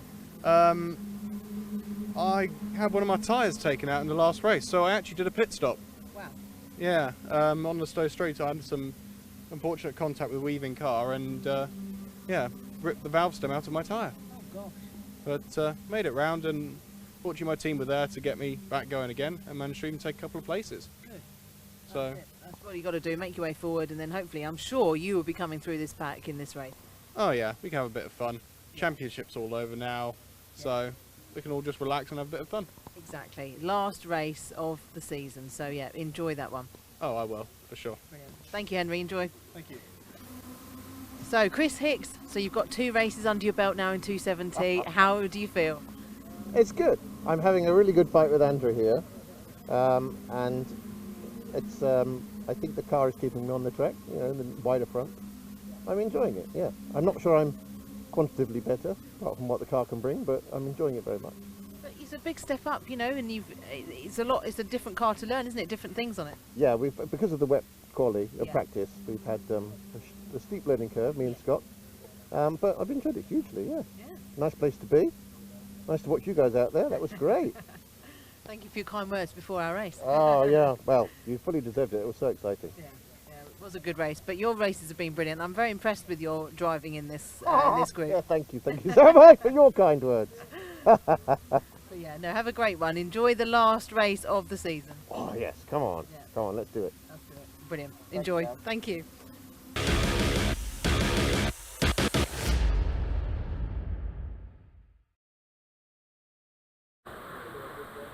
Chris Fraser, we cannot go without a mention from you. You sponsored the championship and you've just finished 2nd overall on the road, which is fantastic. Very, very cool day. Yeah. So 3rd overall in the last race, 2nd overall today. Clean sweep of the AMS all weekend. Yeah. Just mega. Yeah. Mega weekend. Brilliant. Yeah, absolutely stoked. What a way to end. I know, a horrible season. Engines, everything, gearboxes, drive shafts, you name it, I broke it this season. So many DNS, and then, yeah, that's a great weekend to finish. Loved it. Fantastic. Well, the Dutch Barn 420R Championship, you're the man. Thank you. Well, it's been great. It's been really good fun being a sponsor, so we'll see whether we go again next year, sponsoring, so we'll see how we go. Cool. Thanks, Sam. Bring on next year. Cheers. Thank you. Thanks. Which we moved. Yes, thanks very much to Chris Fraser for his sponsorship this season. Nice to have a word from the sponsor there. I think I might need a few Dutch Barn vodkas after this marathon weekend. Race number 21 here at Silverstone, the last of the weekend, and the last Caterham race of the season, the Edge Caterham 7 270R Championship, race 3. Not surprisingly, Ben Wheatley, the new champion, is sitting this one out, so the grid reads as follows. Nick Sampson, the winner of race 2 of the weekend earlier on, is on pole alongside Louis Darling. Django Jones and Andrew Bailey on row 2, with Nick Heighton and Tim Hardcastle on the 3rd row. Gary Cross and Christian Bond, newcomer to 270R this weekend, on row 4, with Harrison Cavers and Andy Palmer completing the top 10. Row 6 we have 48 Jasmine Shaw, 71 Lee James. Row 7 it's 29 Scott Darling and 65 Andrew Mackay. The 8th row 52 Chris Hicks and 25 Chris Coates. On the 9th row, Henry Speaks, number 37, had that puncture, had to make a pit stop in the earlier race, so watch for him coming through from the back. Starts alongside Anne Hall in car 62, and Craig Jarvis, number 4, rounds out this 19-car grid. So the last race of the season for Caterham then, Chris, anything to be resolved? Yep, we've got just Heighton only needs a 15th to guarantee his 3rd place in the championship, but that's only if Henry Speaks manages to come all the way from the back of the field to the front and take fastest lap. So pretty much guaranteed for pretty much guaranteed for Heighton then as they going into this final round. But that means we can just relax and enjoy Caterham action for all it is. The last 20 minutes of action for the 2025 season. Yes, this will be a 20-minute race, the Edge Caterham 7 270R Championship. And getting ready for what should be a cracker to sign off for the 2025 season as the sun sets on Silverstone. Indeedy, so here we go then, and yeah, so pulling up then onto the finish or the start. In fact, it is the start line. This is one of the strange tracks that has a different finishing line. You can see the finishing line is further back down. That's that first line across the track. The start line is where they are. The marshals holding them all up. They'll get the 5-second board, and then we'll get going. Yes, indeed. So the marshals bringing them into line at the end of the green flag lap. There it's the red and white car of Nick Sampson in pole position, looking for win number 3 of his season in black and gold. Louis Darling looking to get back to winning ways this season, looking for his 8th win of the season, I think it is. Just double check that. No, his 9th win of the season even. I've lost Amazing, count. isn't it? It's been a long weekend. Getting ready for the off then. Over 20 minutes, the Edge Caterham 7 270R Championship. The red lights are on. The last race of this marathon weekend here at Silverstone gets underway. And down towards Abbey they go. Great start by Louis Darling. The Welshman perfectly away. Leads them towards that first corner. Nick Sampson in second place. Looks like it's Nick Heighton that's come through into third ahead of Andrew Bailey. Tim Hardcastle completing the top 5. Not the best of starts for Django Jones from the second row. He goes down to 6. Watch from the back of the grid though for Henry Speaks, who had that puncture, had to make a pit stop earlier on. He's going to try and come through from the 9th row of the grid as the field makes its way through towards the Hanger Straight for the first time. Also, Tim Hardcastle, he's had to fight his way back through the field a couple of times. Now he's starting quite near the front. Does that mean that he will be able to push that forward? Bailey as well has been fully involved in those battles. You can see the weaving viciously go down there. He's currently in that 4th place. Can he hold on? And the rest of the field looking like they've got a little bit of a gap behind this front 4. Broken away. Darling pulling clear of Heighton. There's Sampson around the outside and Bailey clinging on as he has done for the rest of the weekend. Yes, the first 4 are breaking away. The battle for 5th is between Hardcastle and Jones, I think, in there as well. But it is Louis Darling who leads the way. Andrew Bailey trying to go round the outside. Somebody with a bit of a lock-up. I think that was Django Jones there going into Club Corner. The sky's looking a little bit ominous, but the sun's still burning through the clouds at the moment as they weave their way down the straight. The first 4 snaking around there like a roller coaster. That's brilliant stuff to see.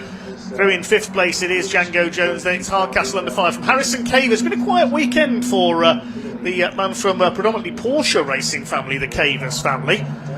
So he makes his way through the Caterham hierarchy. He's got ahead of Hardcastle there around the outside. Behind them Andrew Palmer, the 63 car. 23 Gary Cross having a go in there as well on the back of Christian Bond in the 72. I have to say that Andy Palmer has definitely made progress at the tail end of this season, so hopefully he'll be back with us next year and be able to show that progress over the course of the year rather than just at the tail end as we head into this coming down towards us then. And Louis Darling on the left. Sampson's going to take over the lead, is he? Louis Darling's not willing to let him have it. We saw millimetres between them. They've got a couple of feet between them at the moment, but that will reduce as the race meeting and the race goes on. This 20 minutes of their action, but Heighton's still there. Bailey looking around and again just seeing if there's anything can be done, but not at the moment. Sampson locks that little puff of complaint from the tyre, but not enough to upset the braking adhesion. Louis Darling in that 2nd place now then.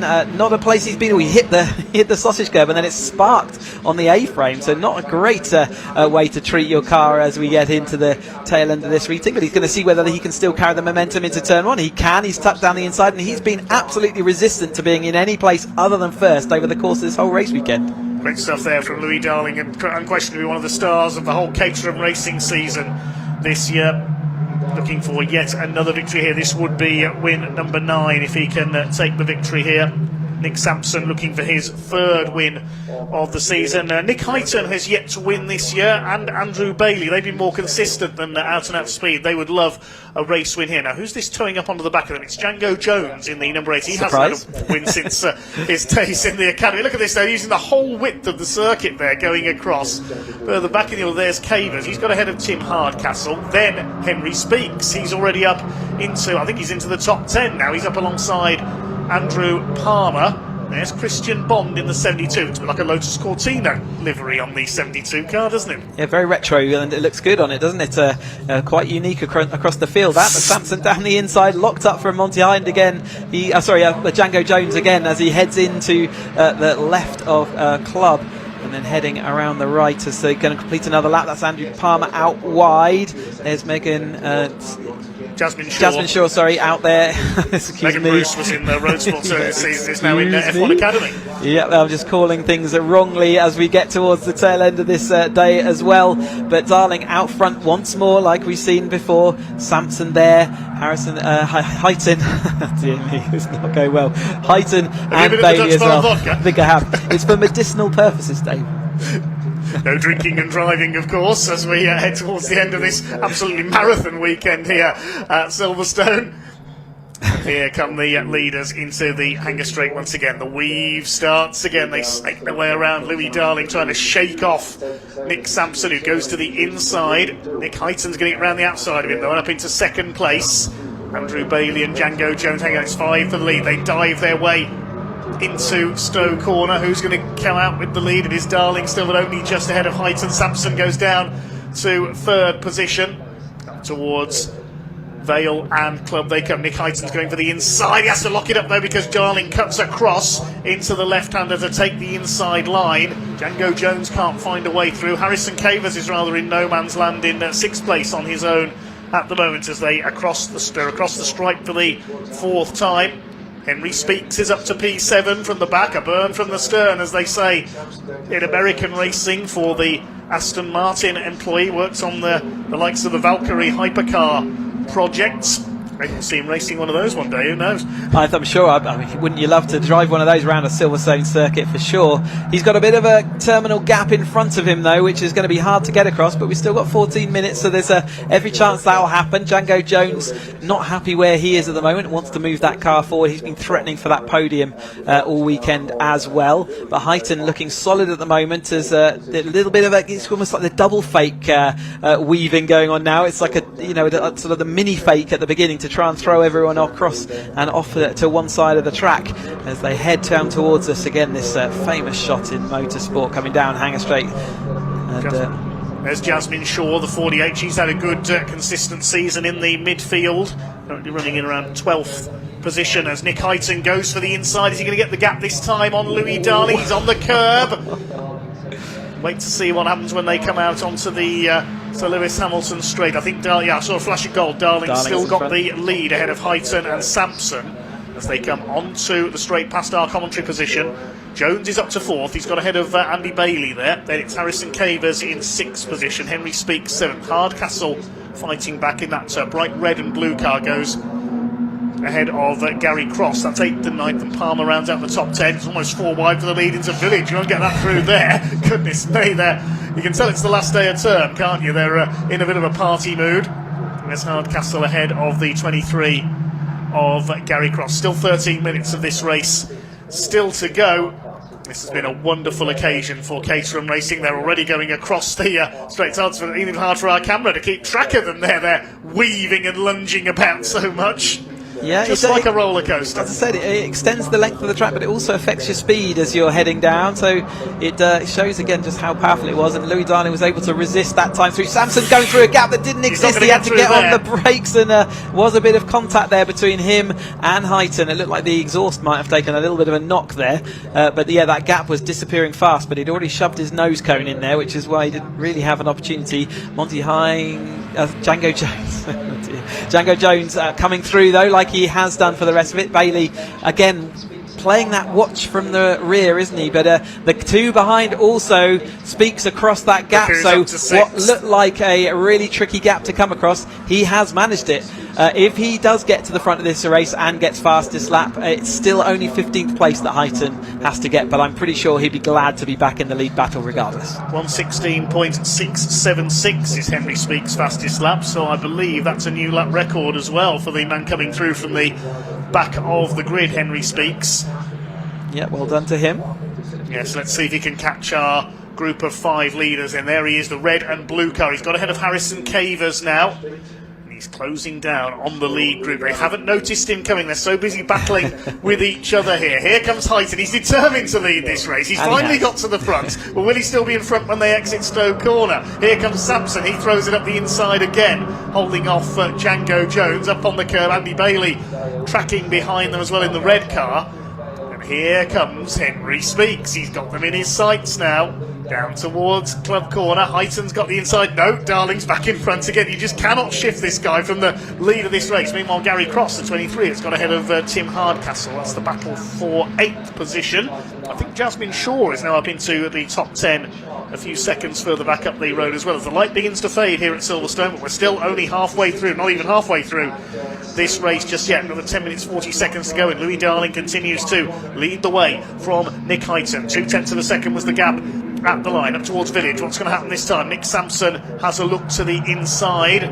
Heighton moves to cover. Django Jones now gets the cut back. He's on the grass there on the inside. He cut that too fine. He could lose out to Andy Bailey, but Jones is really starting to turn up the heat here now in that navy and silver number 8 car. There's a little bit of debris there, possibly on track on the exit of Beckett's. They're mindful of that. What's Jones going to do here? He's in the big weave, and who's this charging up? There's Henry Speaks. He's alongside Bailey now. Here comes the 37 car down towards Stowe Corner. Very late on the brakes there, Louis Darling sweeps back around the outside of Nick Heighton, holds it off. Third is still Nick Sampson, so they're not really changing the order among the leaders, but my goodness, they are close. Where's Speaks? That's the car we've got to watch here. There he is on the outside with the white wheels, the red and blue car. He's up to 5th. He's got ahead of Bailey. He's going for Django Jones now. Could Henry Speaks go? He's been trying for a win all season long. Look how fine he cuts it there onto the curb. Speaks is going for it. If he wins this, it will be the driver of the season, I think. I think absolutely, and he's got the momentum. It's just about how do you keep it, but he's come across the gap nicely. Now takes the inside underneath Jones, so he's going to make that position up as well as they head into a village this time through. As he's going to continue to make progress up, and this is where it starts getting hard, because you've had the easy overtakes up until now, but he's moved himself already into 4th place, I think that is, and in fact there's Heighton in front now. He might even get 3rd by the time they get onto Hanger Straight. That's about 4 places in the couple of corners. Here he comes. Henry Speaks lunges at Nick Sampson, almost takes him onto the grass there. Nick Heighton in the black and blue, number 78, leads the way, looking for his first win of the season. Louis Darling slots in 2nd place. Sampson's back up into 3rd. Bailey's not finished yet either. This is bringing Cavers and a few others into the battle as well. Django Jones is in there. Also Cross and Hardcastle. There's going to be 9 cars for the lead of this race very shortly, and there's still over 8.5 minutes of this race to go. Could this be the race of the season to finish off? They've got a tall order to top the opening road sports race today, but they're going to try it. Louis Darling leads. He's got back ahead of Nick Heighton. He's so strong on that run out of the right-hander at Stowe. Sampson in 3rd place. Speaks is in 4th. They're a little more strung out this time by as they complete lap number 9 of this cracking race for the Edge Caterham 270R Championship season finale. Harrison Cavers having a go up the outside now. Andy Bailey pulls across the front of him, but it is still Louis Darling who shows from 78. Nick Heighton in 2nd place as they go out towards Village. 3rd place is still Nick Sampson. Speaks from the back of the grid almost in 4th place. Somebody going out wide there. That was Tim Hardcastle trying to get the line for the run towards Hanger Straight, I think. Then we've got Jones in behind Bailey there. And Henry Speaks trying to line himself up. What lines are they going to take as they come onto the Hanger Straight? Bit of a four-wheel drift there from Speaks. He tries to get himself lined up behind Sampson. The snake starts up again. These 9 have carried themselves well clear of Jasmine Shaw, who's further back there in 10th position. There is no more grip for Louis Darling round Stowe. He absolutely squealed the tyres from start to finish last time. He's on a slightly compromised line this time as he had to tuck to the inside, but he is carrying as much speed as it is possible to do around Stowe, and that's what gave him that sort of little comfort gap that he's had on this lap, but that's disappeared as they head into the left of Vale and then into the right of Club this time. Heighton, puff of the smoke as his tyres just give him a little complaint just as he's trying to get that through the left-hander. Now into the right-hander, and they'll hit the line pretty soon. So 7 minutes as they cross the line-ish this time. So still plenty of opportunity to move forward, and Henry Speaks is still in with the shout, but the progress forward, relentless progress forward, has halted for the time being. He'll keep trying though on the tail of these 3. Here he comes. I think he heard you saying that the progress forward had halted. He's going for it. No contact. Off goes Django Jones. There was contact there, I think. Don't spin back into the pack. He just avoids Tim Hardcastle there. What a rejoin. That was lucky. It's lucky or skill. We'll give him skill for now, but it was dodgy, wasn't it?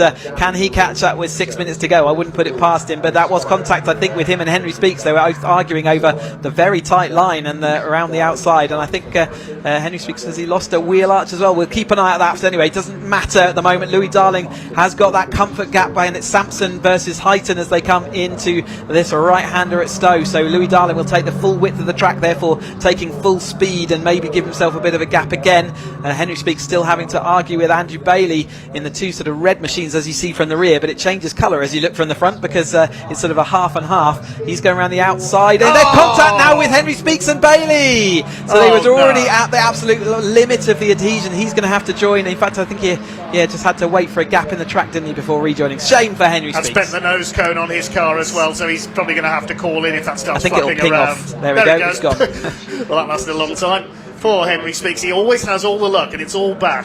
Yeah, if he didn't have any bad luck, he'd have none at all. As they say, there is Louis Darling with that little bit of a comfort gap, but that will disappear as they head down the straight this time through. Heighton still fighting with Sampson. These guys have had some epic battles throughout the course of this season. It just has not relented, and it is not relenting with 5 minutes to go.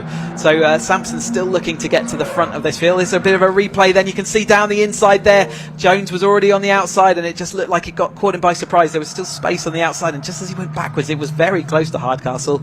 Like I say, we'll give him skill in the absence of knowledge at the moment. I was terrified that he was going to come back into the middle of that pack. This is down at Club. A lap or so later, Andy Bailey up the inside just tags the rear wheel of Speaks' car. He's locked up as well, so that's not going to go down well with the stewards. And then it was Harrison Cavers came through and clipped the nose cone as well, which added insult to injury there.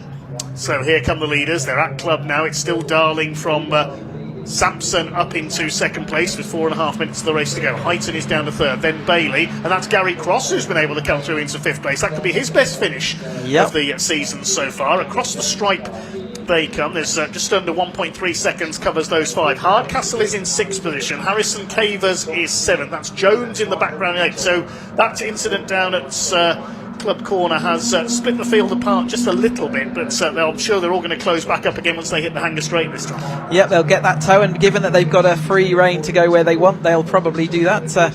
As we go back a little bit further, back down the field, have a look how they're getting on. Yes, there's Andy Palmer just ahead of the 29. That's Scott Darling, Louis' father. He's being chased by Andrew Mackay in the 65 car, and behind them is, I think that's the pink car of Chris Hicks, who just got across the grass there in the background, I noticed. Quick shortcut. Yes. Track limits, anyone? I think you'll get the black and white warning flag possibly for that. Here's further down the order. This is a battle at the tail of the field. Anne Hall in the number 62 car, and the number 4 of Craig Jarvis having a fight at the tail of the field. So there are battles everywhere you look. Worth giving every driver their moment in the limelight. But here are the leaders, 4 of them together. We said they'd close up again once they got down the hanger straight. Now Andy Bailey's going for it from the back of this group, but it's still Louis Darling. They cannot shift him from the lead of this race. But Nick Sampson is going to give it a go here as they come out of Club.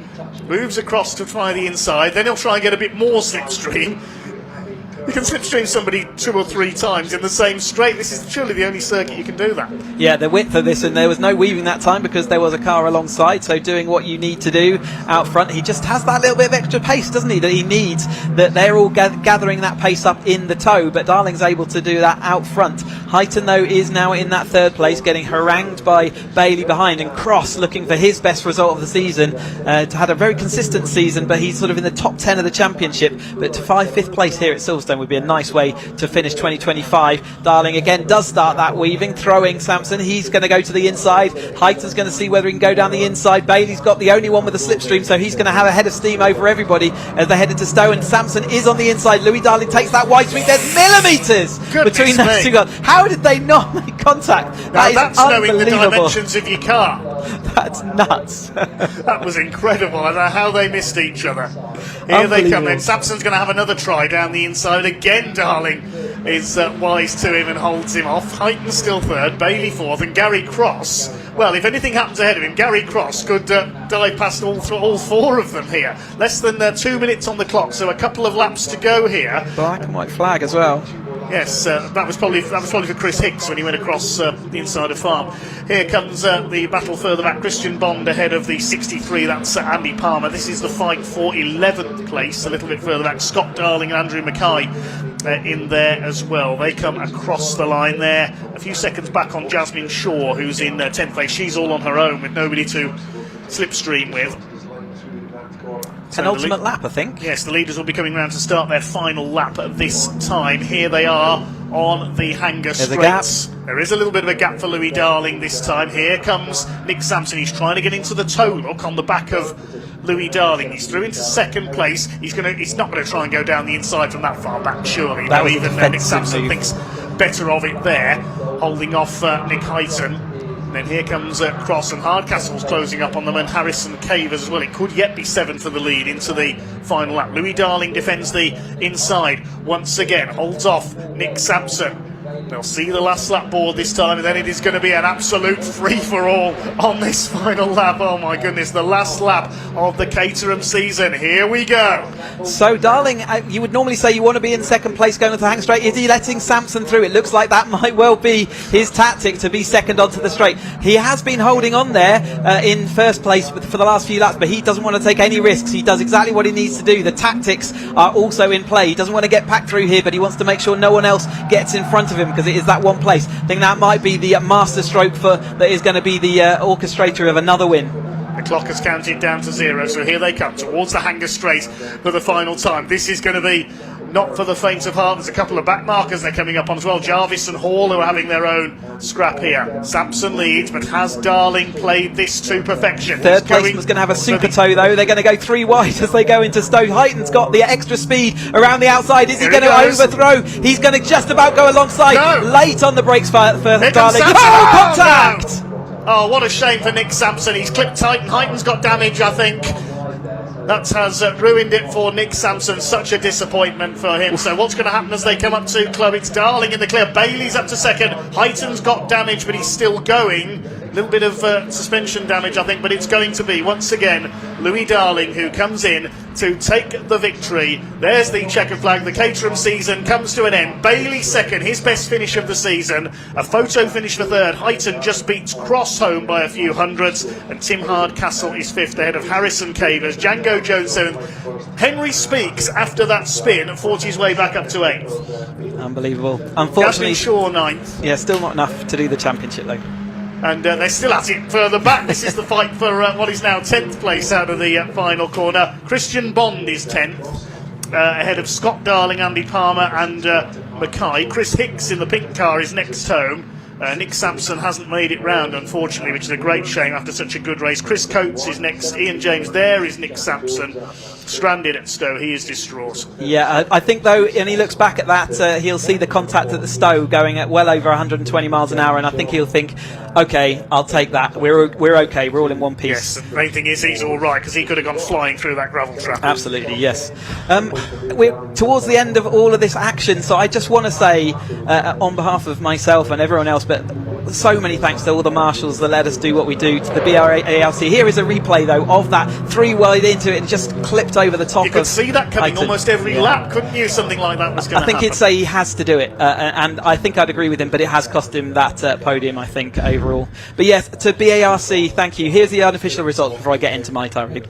OK, Louis Darling takes the win by just under a second in that incredible race there over Andrew Bailey, and Nick Hyton, despite his damage, comes in for third. Gary Cross fourth, ahead of Tim Hardcastle, then Harrison Cavers. Django Jones, despite his spin. Henry Speaks, despite his spin.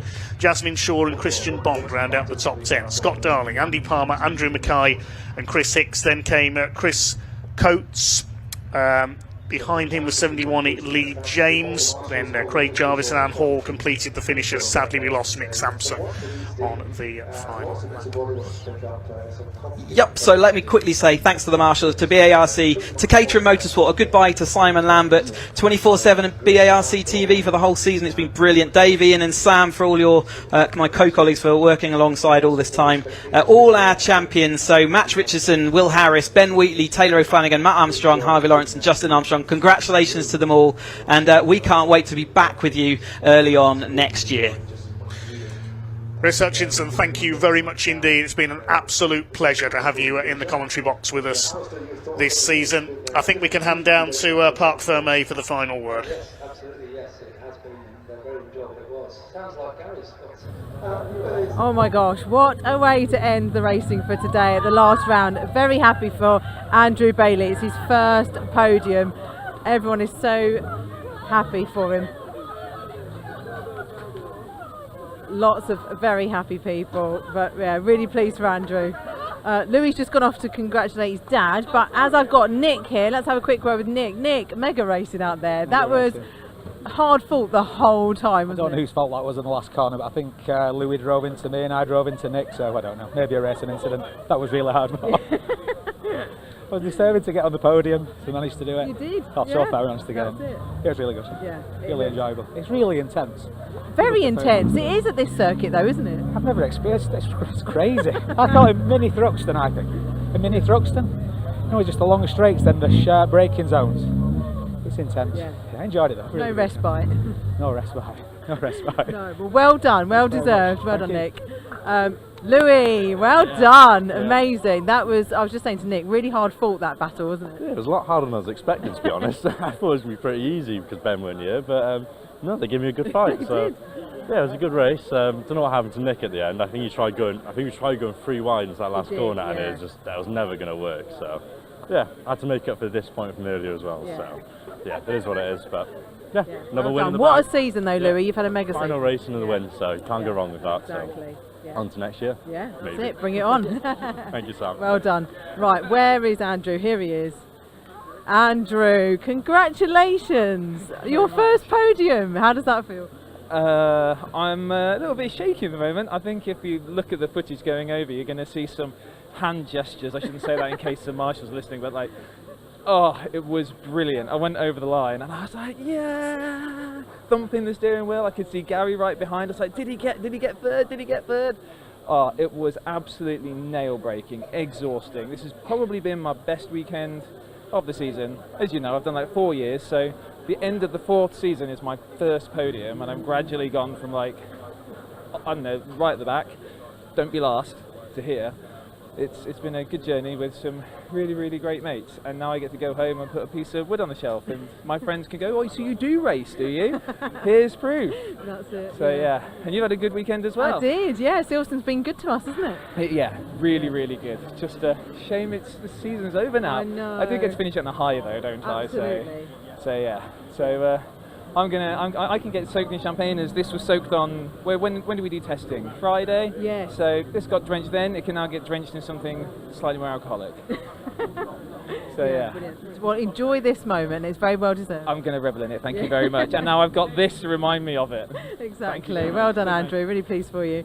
Right, that is all the racing, but we have one more person to interview, because we cannot let this go without an interview with Simon Lambert, who is our head of motorsport. He is leaving Caterham after 25 years. He is the 9th longest serving employee at Caterham. So let's have a word. Simon, this is your last weekend. It's very sad, but we have absolutely loved being part of this journey with you, and obviously a short part from my side, but yeah, it's sad to see you go, but I don't want to make you upset. The thing I'm most upset about probably is the amount of staff hanging around in the background, which is concerning me right now. My last race meeting, but no, it's been an amazing journey. 17 years, I've seen so much. You know, we've made 800 people racing drivers, including you, Sam. Yes. Yeah, and you've had your first podium today, so yeah, I mean, I've enjoyed every moment of it, and I've enjoyed every moment because I've got the most amazing team who looking very suspicious behind the camera right now, behind the camera, yeah. But yeah, I mean, I'm going to be back in slightly different guise next year, and I'm coming to Caterham races from time to time, seeing a lot more, hoping to add a bit more to it. So you know, hopefully we'll continue with what we think is the best racing there is in club racing. Absolutely, it's great because we do still get to see you, which is a bonus. If you say so, yes. Yeah, I think so. Thank you very much. I feel very flattered. Thank you for that, Sam. Yes, thank you. Right. The team want to give you a goodbye. They're going to give him the bumps.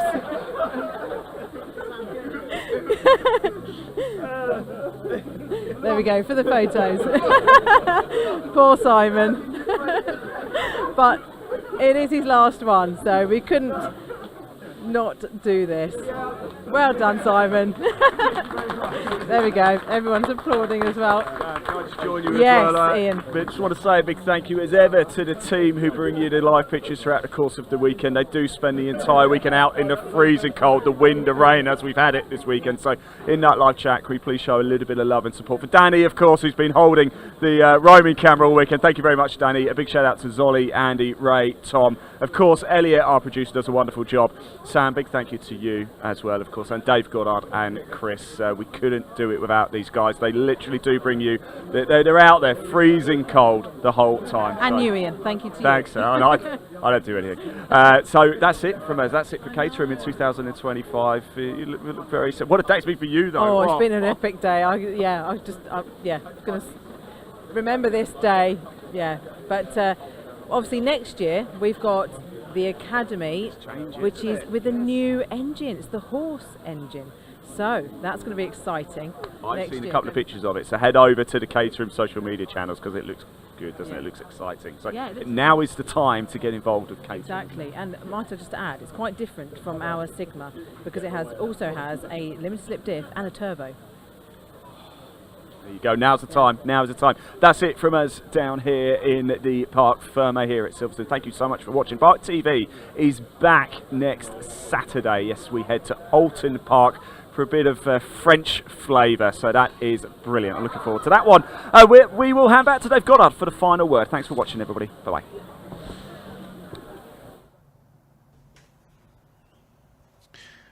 Well, thank you very much to Ian and Sam down in Parc Fermé, first of all.